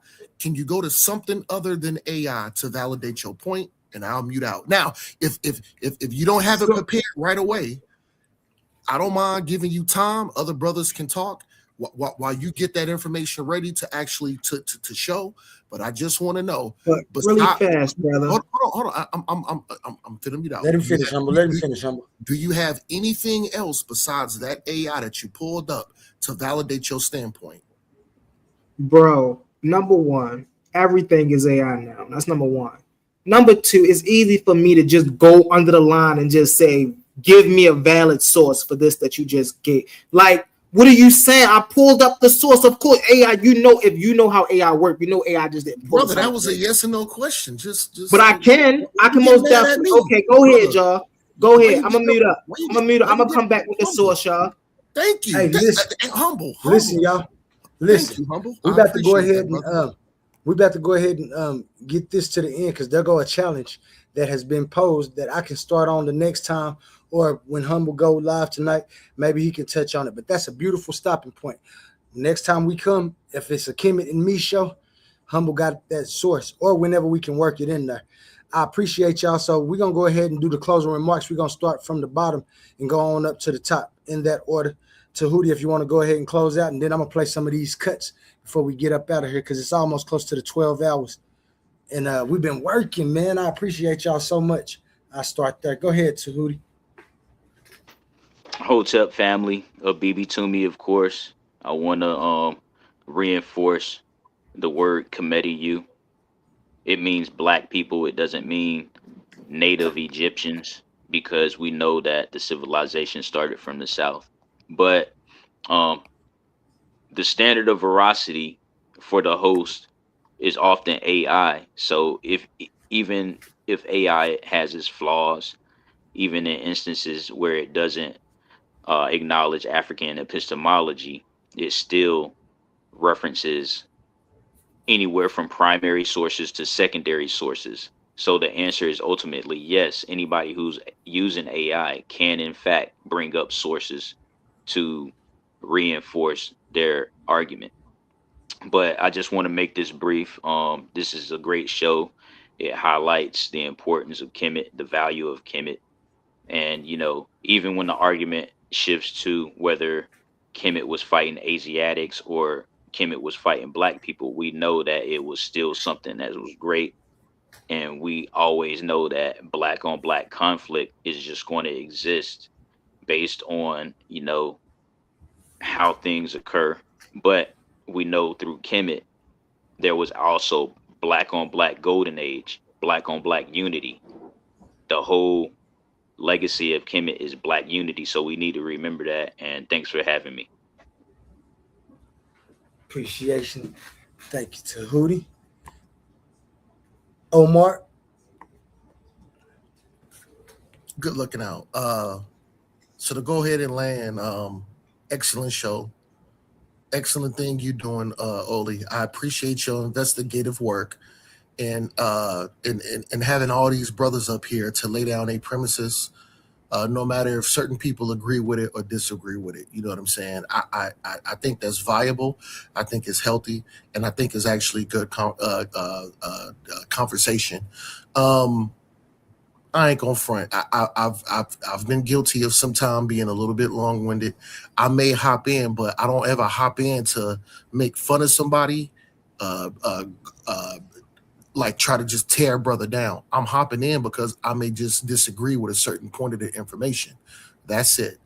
But you know what I'm saying? The thing is, we can't cry wolf when you doing the same thing as somebody else. See, the thing is, I don't cry wolf. You know what I'm saying? But another person can't just hop in, do the same thing to you, and expect the same decorum. So the thing is, like I said, if I jump in and cut somebody, and then somebody jump in and cut me, I don't mind it because that premise has already been set. I understand that it's not a big deal. Okay. Now, secondly, I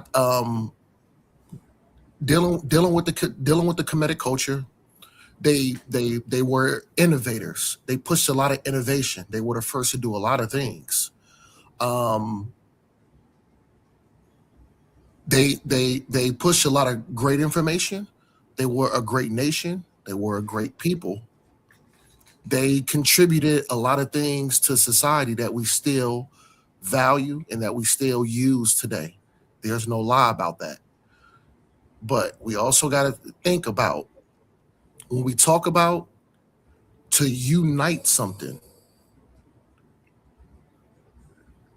unification as far as now, unification back then, even though, like I said, we can use the Civil War, the American Civil War. Now, in order to unicate the North and South, they had to go to war.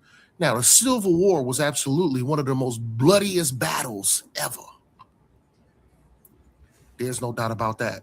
So, when we look at the unification of the northern and southern region of Kemet, yes, it was unification. How did they unify? By conquering. What was the mechanism that they used to conquer? It was war, it was battle, it was bloody, gruesome against their own people, but just of their own stock, but just from a different region. One's from the northern, one's from the southern. So what Brother Omar is saying, this was a construction, a not a reconstruction, but a construct of all three aspects being into play to make Kemet a nation. And I'll land with that. Thank you, Omar. Humble. What up, family? Hey man, this was a great show. Y'all know as always, we appreciate y'all. And y'all know, man, be on the lookout for my show later on tonight at 8 o'clock. And hey, I might just come over, come on up today and talk about a little Kemet of my own. Uh once again, this was a great show, brother Omar, brother Tahuti. Shout out to the other brothers that was up here. Shout out to why that man name keep slipping my mind. Cosmo, shout out to Cosmo, shout out to Jay Snake. I appreciate you, brothers. And please, brothers, don't take none of this. You know how when we get in these rings and things that I need, don't take none of that personal, man. We just up here chilling, having a good time. Like I say, man, that's how I have a good time. And it's just about the energy, man. We was all up here acting like robots, not bringing no energy. Wouldn't nobody want to watch. So this how I bring that energy, man. Just how I bring that information. I bring it with energy and passion because I am passionate about a lot of the information that I bring. And it's the fact that oftentimes I understand that when I'm speaking, I'm not just speaking to the brothers and sisters on the panel. There's brothers and sisters in the comments that are listening. So I'm speaking to them as well. You see what I'm saying? And so I don't want y'all to think that, oh, well, Humble talking to me like this because he don't like me, or Humble. No, man, listen, we just getting in the ring, bro. That's, hey, like we say, this is a sport. You feel what I'm saying? And you gotta be battle ready when you come in. You come into the Titan Arena, you gotta be battle ready. You feel me? I land my plane with that. Thank you for allowing me to speak in this, brother Quantum, and you did a great job, bro. Thank you, man. And I want to say first, thank you to the chat. Wherever you from, wherever you at, you did that. A lot of people stuck with me all night. I know y'all be wondering how I be running them hours. I do get my sleep in between there. You probably can figure it out. But it's something about the conscious community that I like. And it's the fact that just any two people can read one same thing or have one idea and have a totally different outlook on the topic or the book that they read. Different people highlight different aspects of things they read and others don't. We're in a place where the information that we gather is compiled through years of rigorous study, years of people actually living, years of some of the information being taken away, hid from us, information being lost wittingly or unwittingly. And so we at a precipice where myself, I'm in a spot where I'm trying to figure out exactly where I want to go. I know where I'm at. I know the several possibilities of where I came from. And I'm still trying to figure out where we're going. I still know the stories of different things in the past. And me, myself, I'm so proud of the ancestors, the ones that was moving in a persistent manner, the ones who were able to find peace where they could even start doing certain types of actions that look like experimentation today. But we got to think about the plagues of war and atrocities that we did to ourselves as a human race first.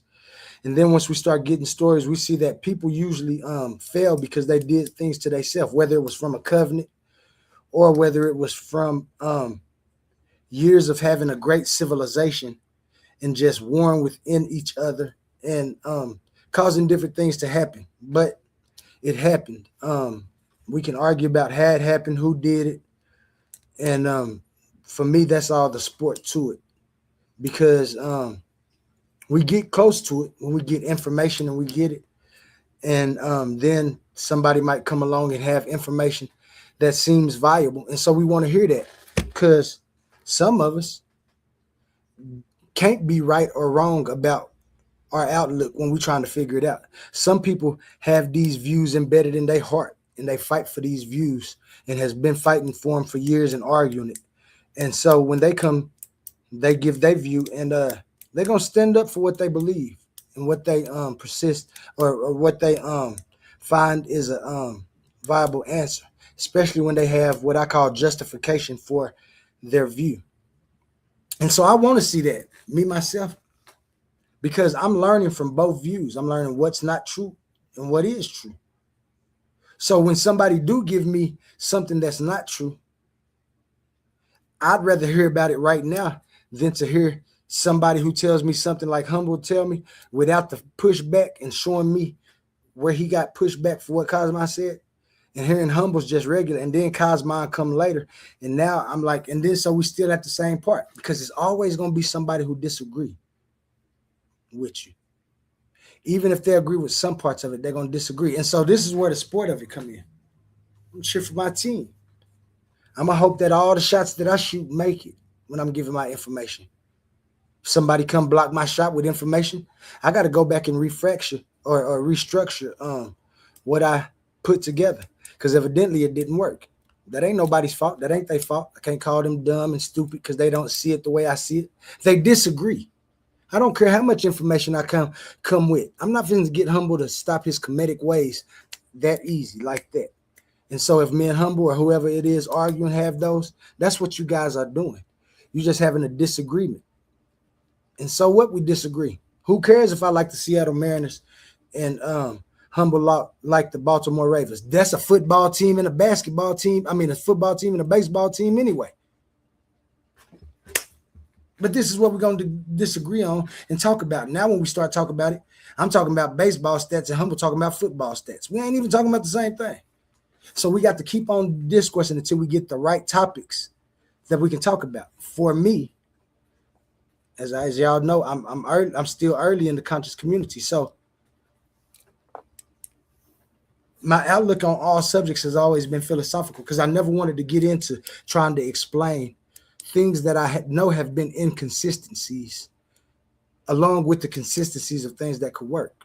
That's uninteresting to me. What's interesting to me is what Kemet did. What's interesting to me is the symbolism and the figurative language that they used amongst each other to get things out. What's interesting to me is how they was able to leave a footprint that we can go look at and maybe try to decipher it. What I'm not proud of is the wars and the things, because we can't even start to fathom about why we would do this to our people. Today we won't. But as Tahuti said earlier, we fight even in America. Could be that Kemet and the Hebrew lineage is really over here and we still going about what we went about a long time ago, if it is happening. And we fight amongst each other because we can't even fight the fight that's big enough to change anything that we have. And so I never understood the pushback when we could say, yeah, we both them people. Now we want to get together and stop what's been happening to all of us. Of course, there's going to be ideology that we got to flesh out, but that's when we come to new minds like the things that I'm trying to propose when I talk about simplifying it, parsimony of the things we stand, the functions of the things that's working where we don't have to even name them like that. And then when we do show symbolism, the symbolism is going to be for function.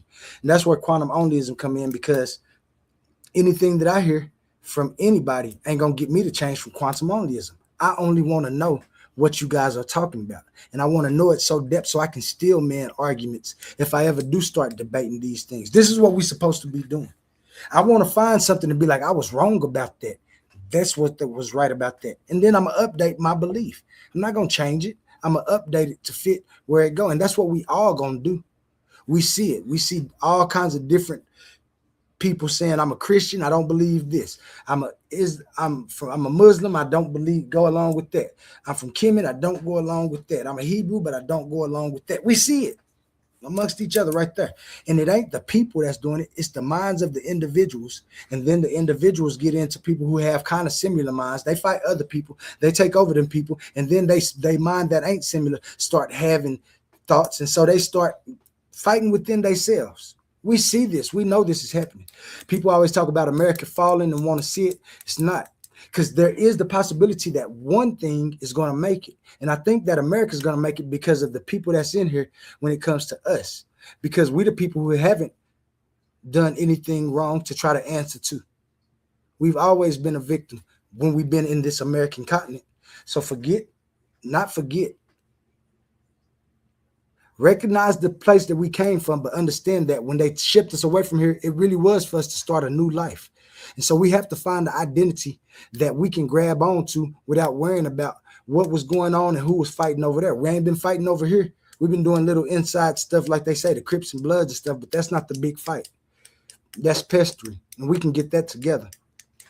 And so I want to end with Kemet and me, man. It was very informative because even though we stopped in Kemet, we got to go to Mesopotamia a little bit, get the Hebrews up, and it's going to continue when it comes to me because I am a different type of animal. My mind thinks different. It's for me to get answers.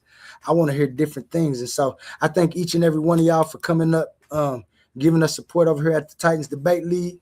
Thank my panel, the ones that's up here right now, Tahuti, Omar, Humble, y'all always stay. Jay Snake, I got to give a shout out to him. That's my guy, Cosmine, Cal, and the whole Cosmos crew.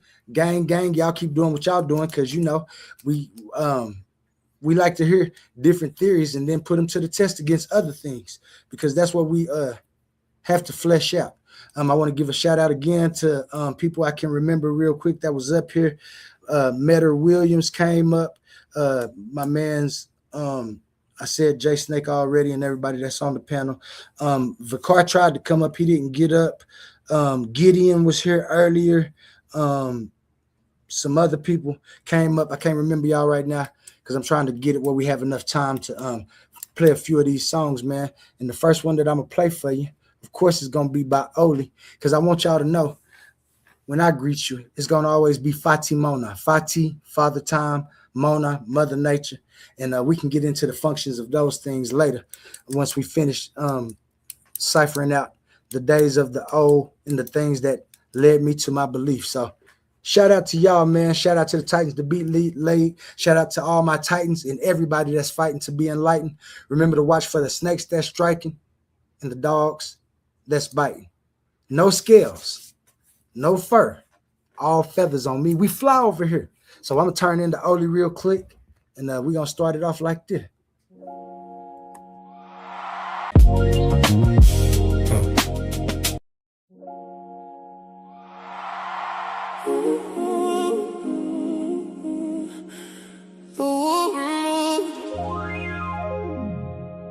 You wolves I see,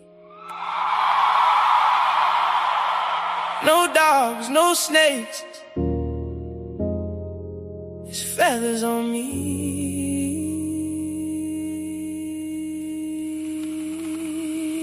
This time, let's start.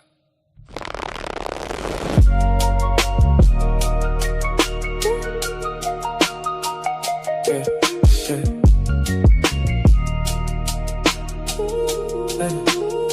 They try to open their third eye with both eyes closed. Can't see the consequences to the things that they chose. Put theyself in deeper sleep, claiming that they woke. While I'm watching time and nature moving through the smoke, I fell in love with wisdom. Sophia held my hand, told me comfort ain't real if it destroy another man. So I learned to love existence without controlling all the plans. Tried to hold on to forever, still it slipped right through my hands. Tried everything to get it, still slipped through my hands. And there's both of my kids. Only thing I truly love, my number one fans. And I still smile, even when life get cold. Cause most things grow in the sunlight, but grow the most at night. There's something people don't know. I'm on Fati, Mona, I'm on. I love time because nature gave me something to adore. Mona, I'm on. Forever be Father Time and Mother Nature dancing endlessly. Open both eyes and you finally see. You get two eyes, but only one vision of reality. Love again. I guess I'll tell you about the secret to existence again. Feathers on me, stars above, everything alive because of love. The only time I fell in love, I was standing on a ledge. If I would've knew the ledge, I might've moved different instead. Thought I found forever in somebody else's head, but she just wanted friendship while I was thinking marriage bed. So here I go again, talking about love again, trying to explain existence through the pain again, trying to hold beauty still, but time don't ever stand. That's when Father Time whispers, son, that's just the plan. And Mother Nature touched my shoulder, said nothing blooms forever, but everything returns eventually. That's when I finally understood why heartbreak make us wiser, why loneliness get deeper when your thoughts become advisors. People fear the dark, but the stars only shine there. Flowers drink the sunlight, but roots grow where the night live. That's why I stopped fearing pain and started reading signs there. Every scar another map showing me where life is.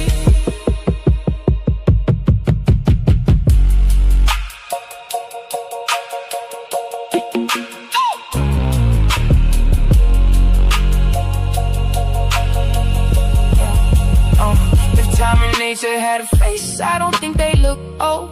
Probably young forever with eternal souls. Little kids with galaxies inside their pupils glowing gold. Running through the universe laughing while creation unfolds. Not gods on thrones, not witches casting spells. Just the endless interaction that make existence itself. One gave sequence, one gave shape, and together they became every heartbeat, every ocean, every memory, every name.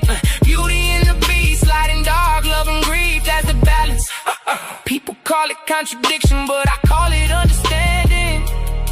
Cause I love time, cause time gave me moments. And I love nature, cause nature let me hold them. That's why I cherish every second, even broken ones too. Cause without the hurt and healing, I would never become you. Mona, I'm more.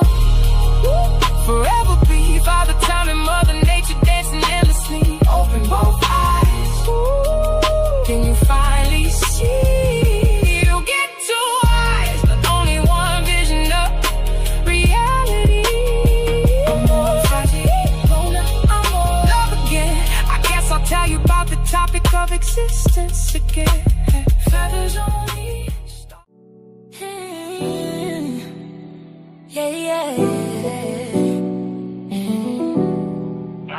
All this knowledge on the flow, flow, flow, flow, flow, flow, flow, flow, flow. I've been golden from the go, go, go, go, go, go, go, go, go. Let these pseudo scholars no, no, no, no, no, no, no, no, oh. Baby, welcome to the show, show, show, show, show, show, show, show, show. Yeah, show you how to flex with a strong point. Wait, wait, show you where the facts and the stats and the proofs point. I've been grinding these in the late night. Wait, standing on the stage with the main light, enlightening, mind enlightening. Philosophers, scientists, historians united. Warriors of logic who want the smoke, get excited.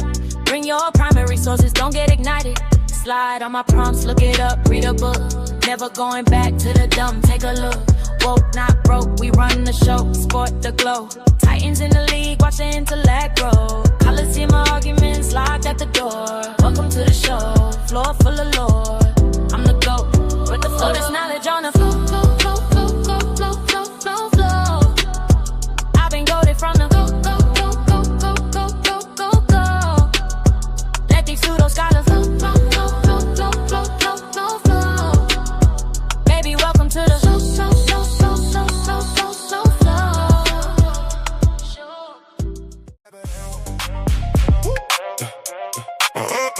different type of yeah, different type of animal, now everybody better listen up. For my people in the struggle who never gave a what. Even when life try to press you down, turn your frown to a smile. I make styles just to lift you up. I'm a different type of animal. Way different type of animal. To the succeed, easy to see. I'm a different type of animal. Different type of animal. No fur, no scales, just feathers on me. Different type of animal. Steady hustling, steady grinding. Getting money every time I put my time in. When they ask what I got up under my sleeve, they never gon' believe when I tell them it's all timing. Everybody want a real life attitude.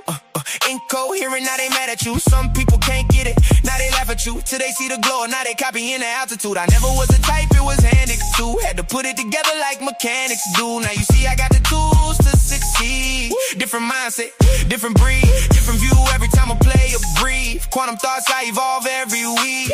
Young Al, been wild since a young child. Still fresh to the death, no funeral style. How could you walk in my shoes? We run the town, big shoes to fill. Never been a clown. I'm a different type of animal. Way different type of animal. To the succeed, easy to see. I'm a different type of animal. Different type of animal. No fur, no scales, just feathers on me. Different type of animal. Talking about the block, I've been around, fighting through the hard times till it spin around. Game tight, move smooth, never hear a sound. Big pressure every time we hit the town. Couldn't touch me with a yardstick. Running through the paper on that backyard business. Chasing dreams, chasing cream to the team. Rich 5'8", but I'm standing on that stand tall mindset. See these monkeys trying to pull me from the tree. Yeah, they pulled me down before that just turned me to a beast. So I hopped into the streets, showed the hungry how to eat. Oklahoma on my back, now I'm bringing pressure to the beat. Cold hard world, colder in the streets. Money on my mind, barely get to sleep. Dreams feel close, still feel out of reach. Lights up ahead, I just want a little piece. Still a student of the game, don't qualify to teach. Learn lessons every day, so I evolve every week. I'm not an animal, life just got wild. So I did what I had to do, the other routes was foul. No copy, no paste, you can't get my style. Heart on my sleeve, still walk with a smile. Judge me by my past, take a look at me now. I ain't doing this for me, I just wanna make my mama proud. Quantum only is untrue, yeah, we bringing it out. Why y'all watching me? Better watch the crowd. I'm a different type of animal, way different type of animal. To the succeed, easy to see. I'm a different type of animal. Different type of animal. No fur, no scales, just feathers on me. Different type of animal. Different type of animal.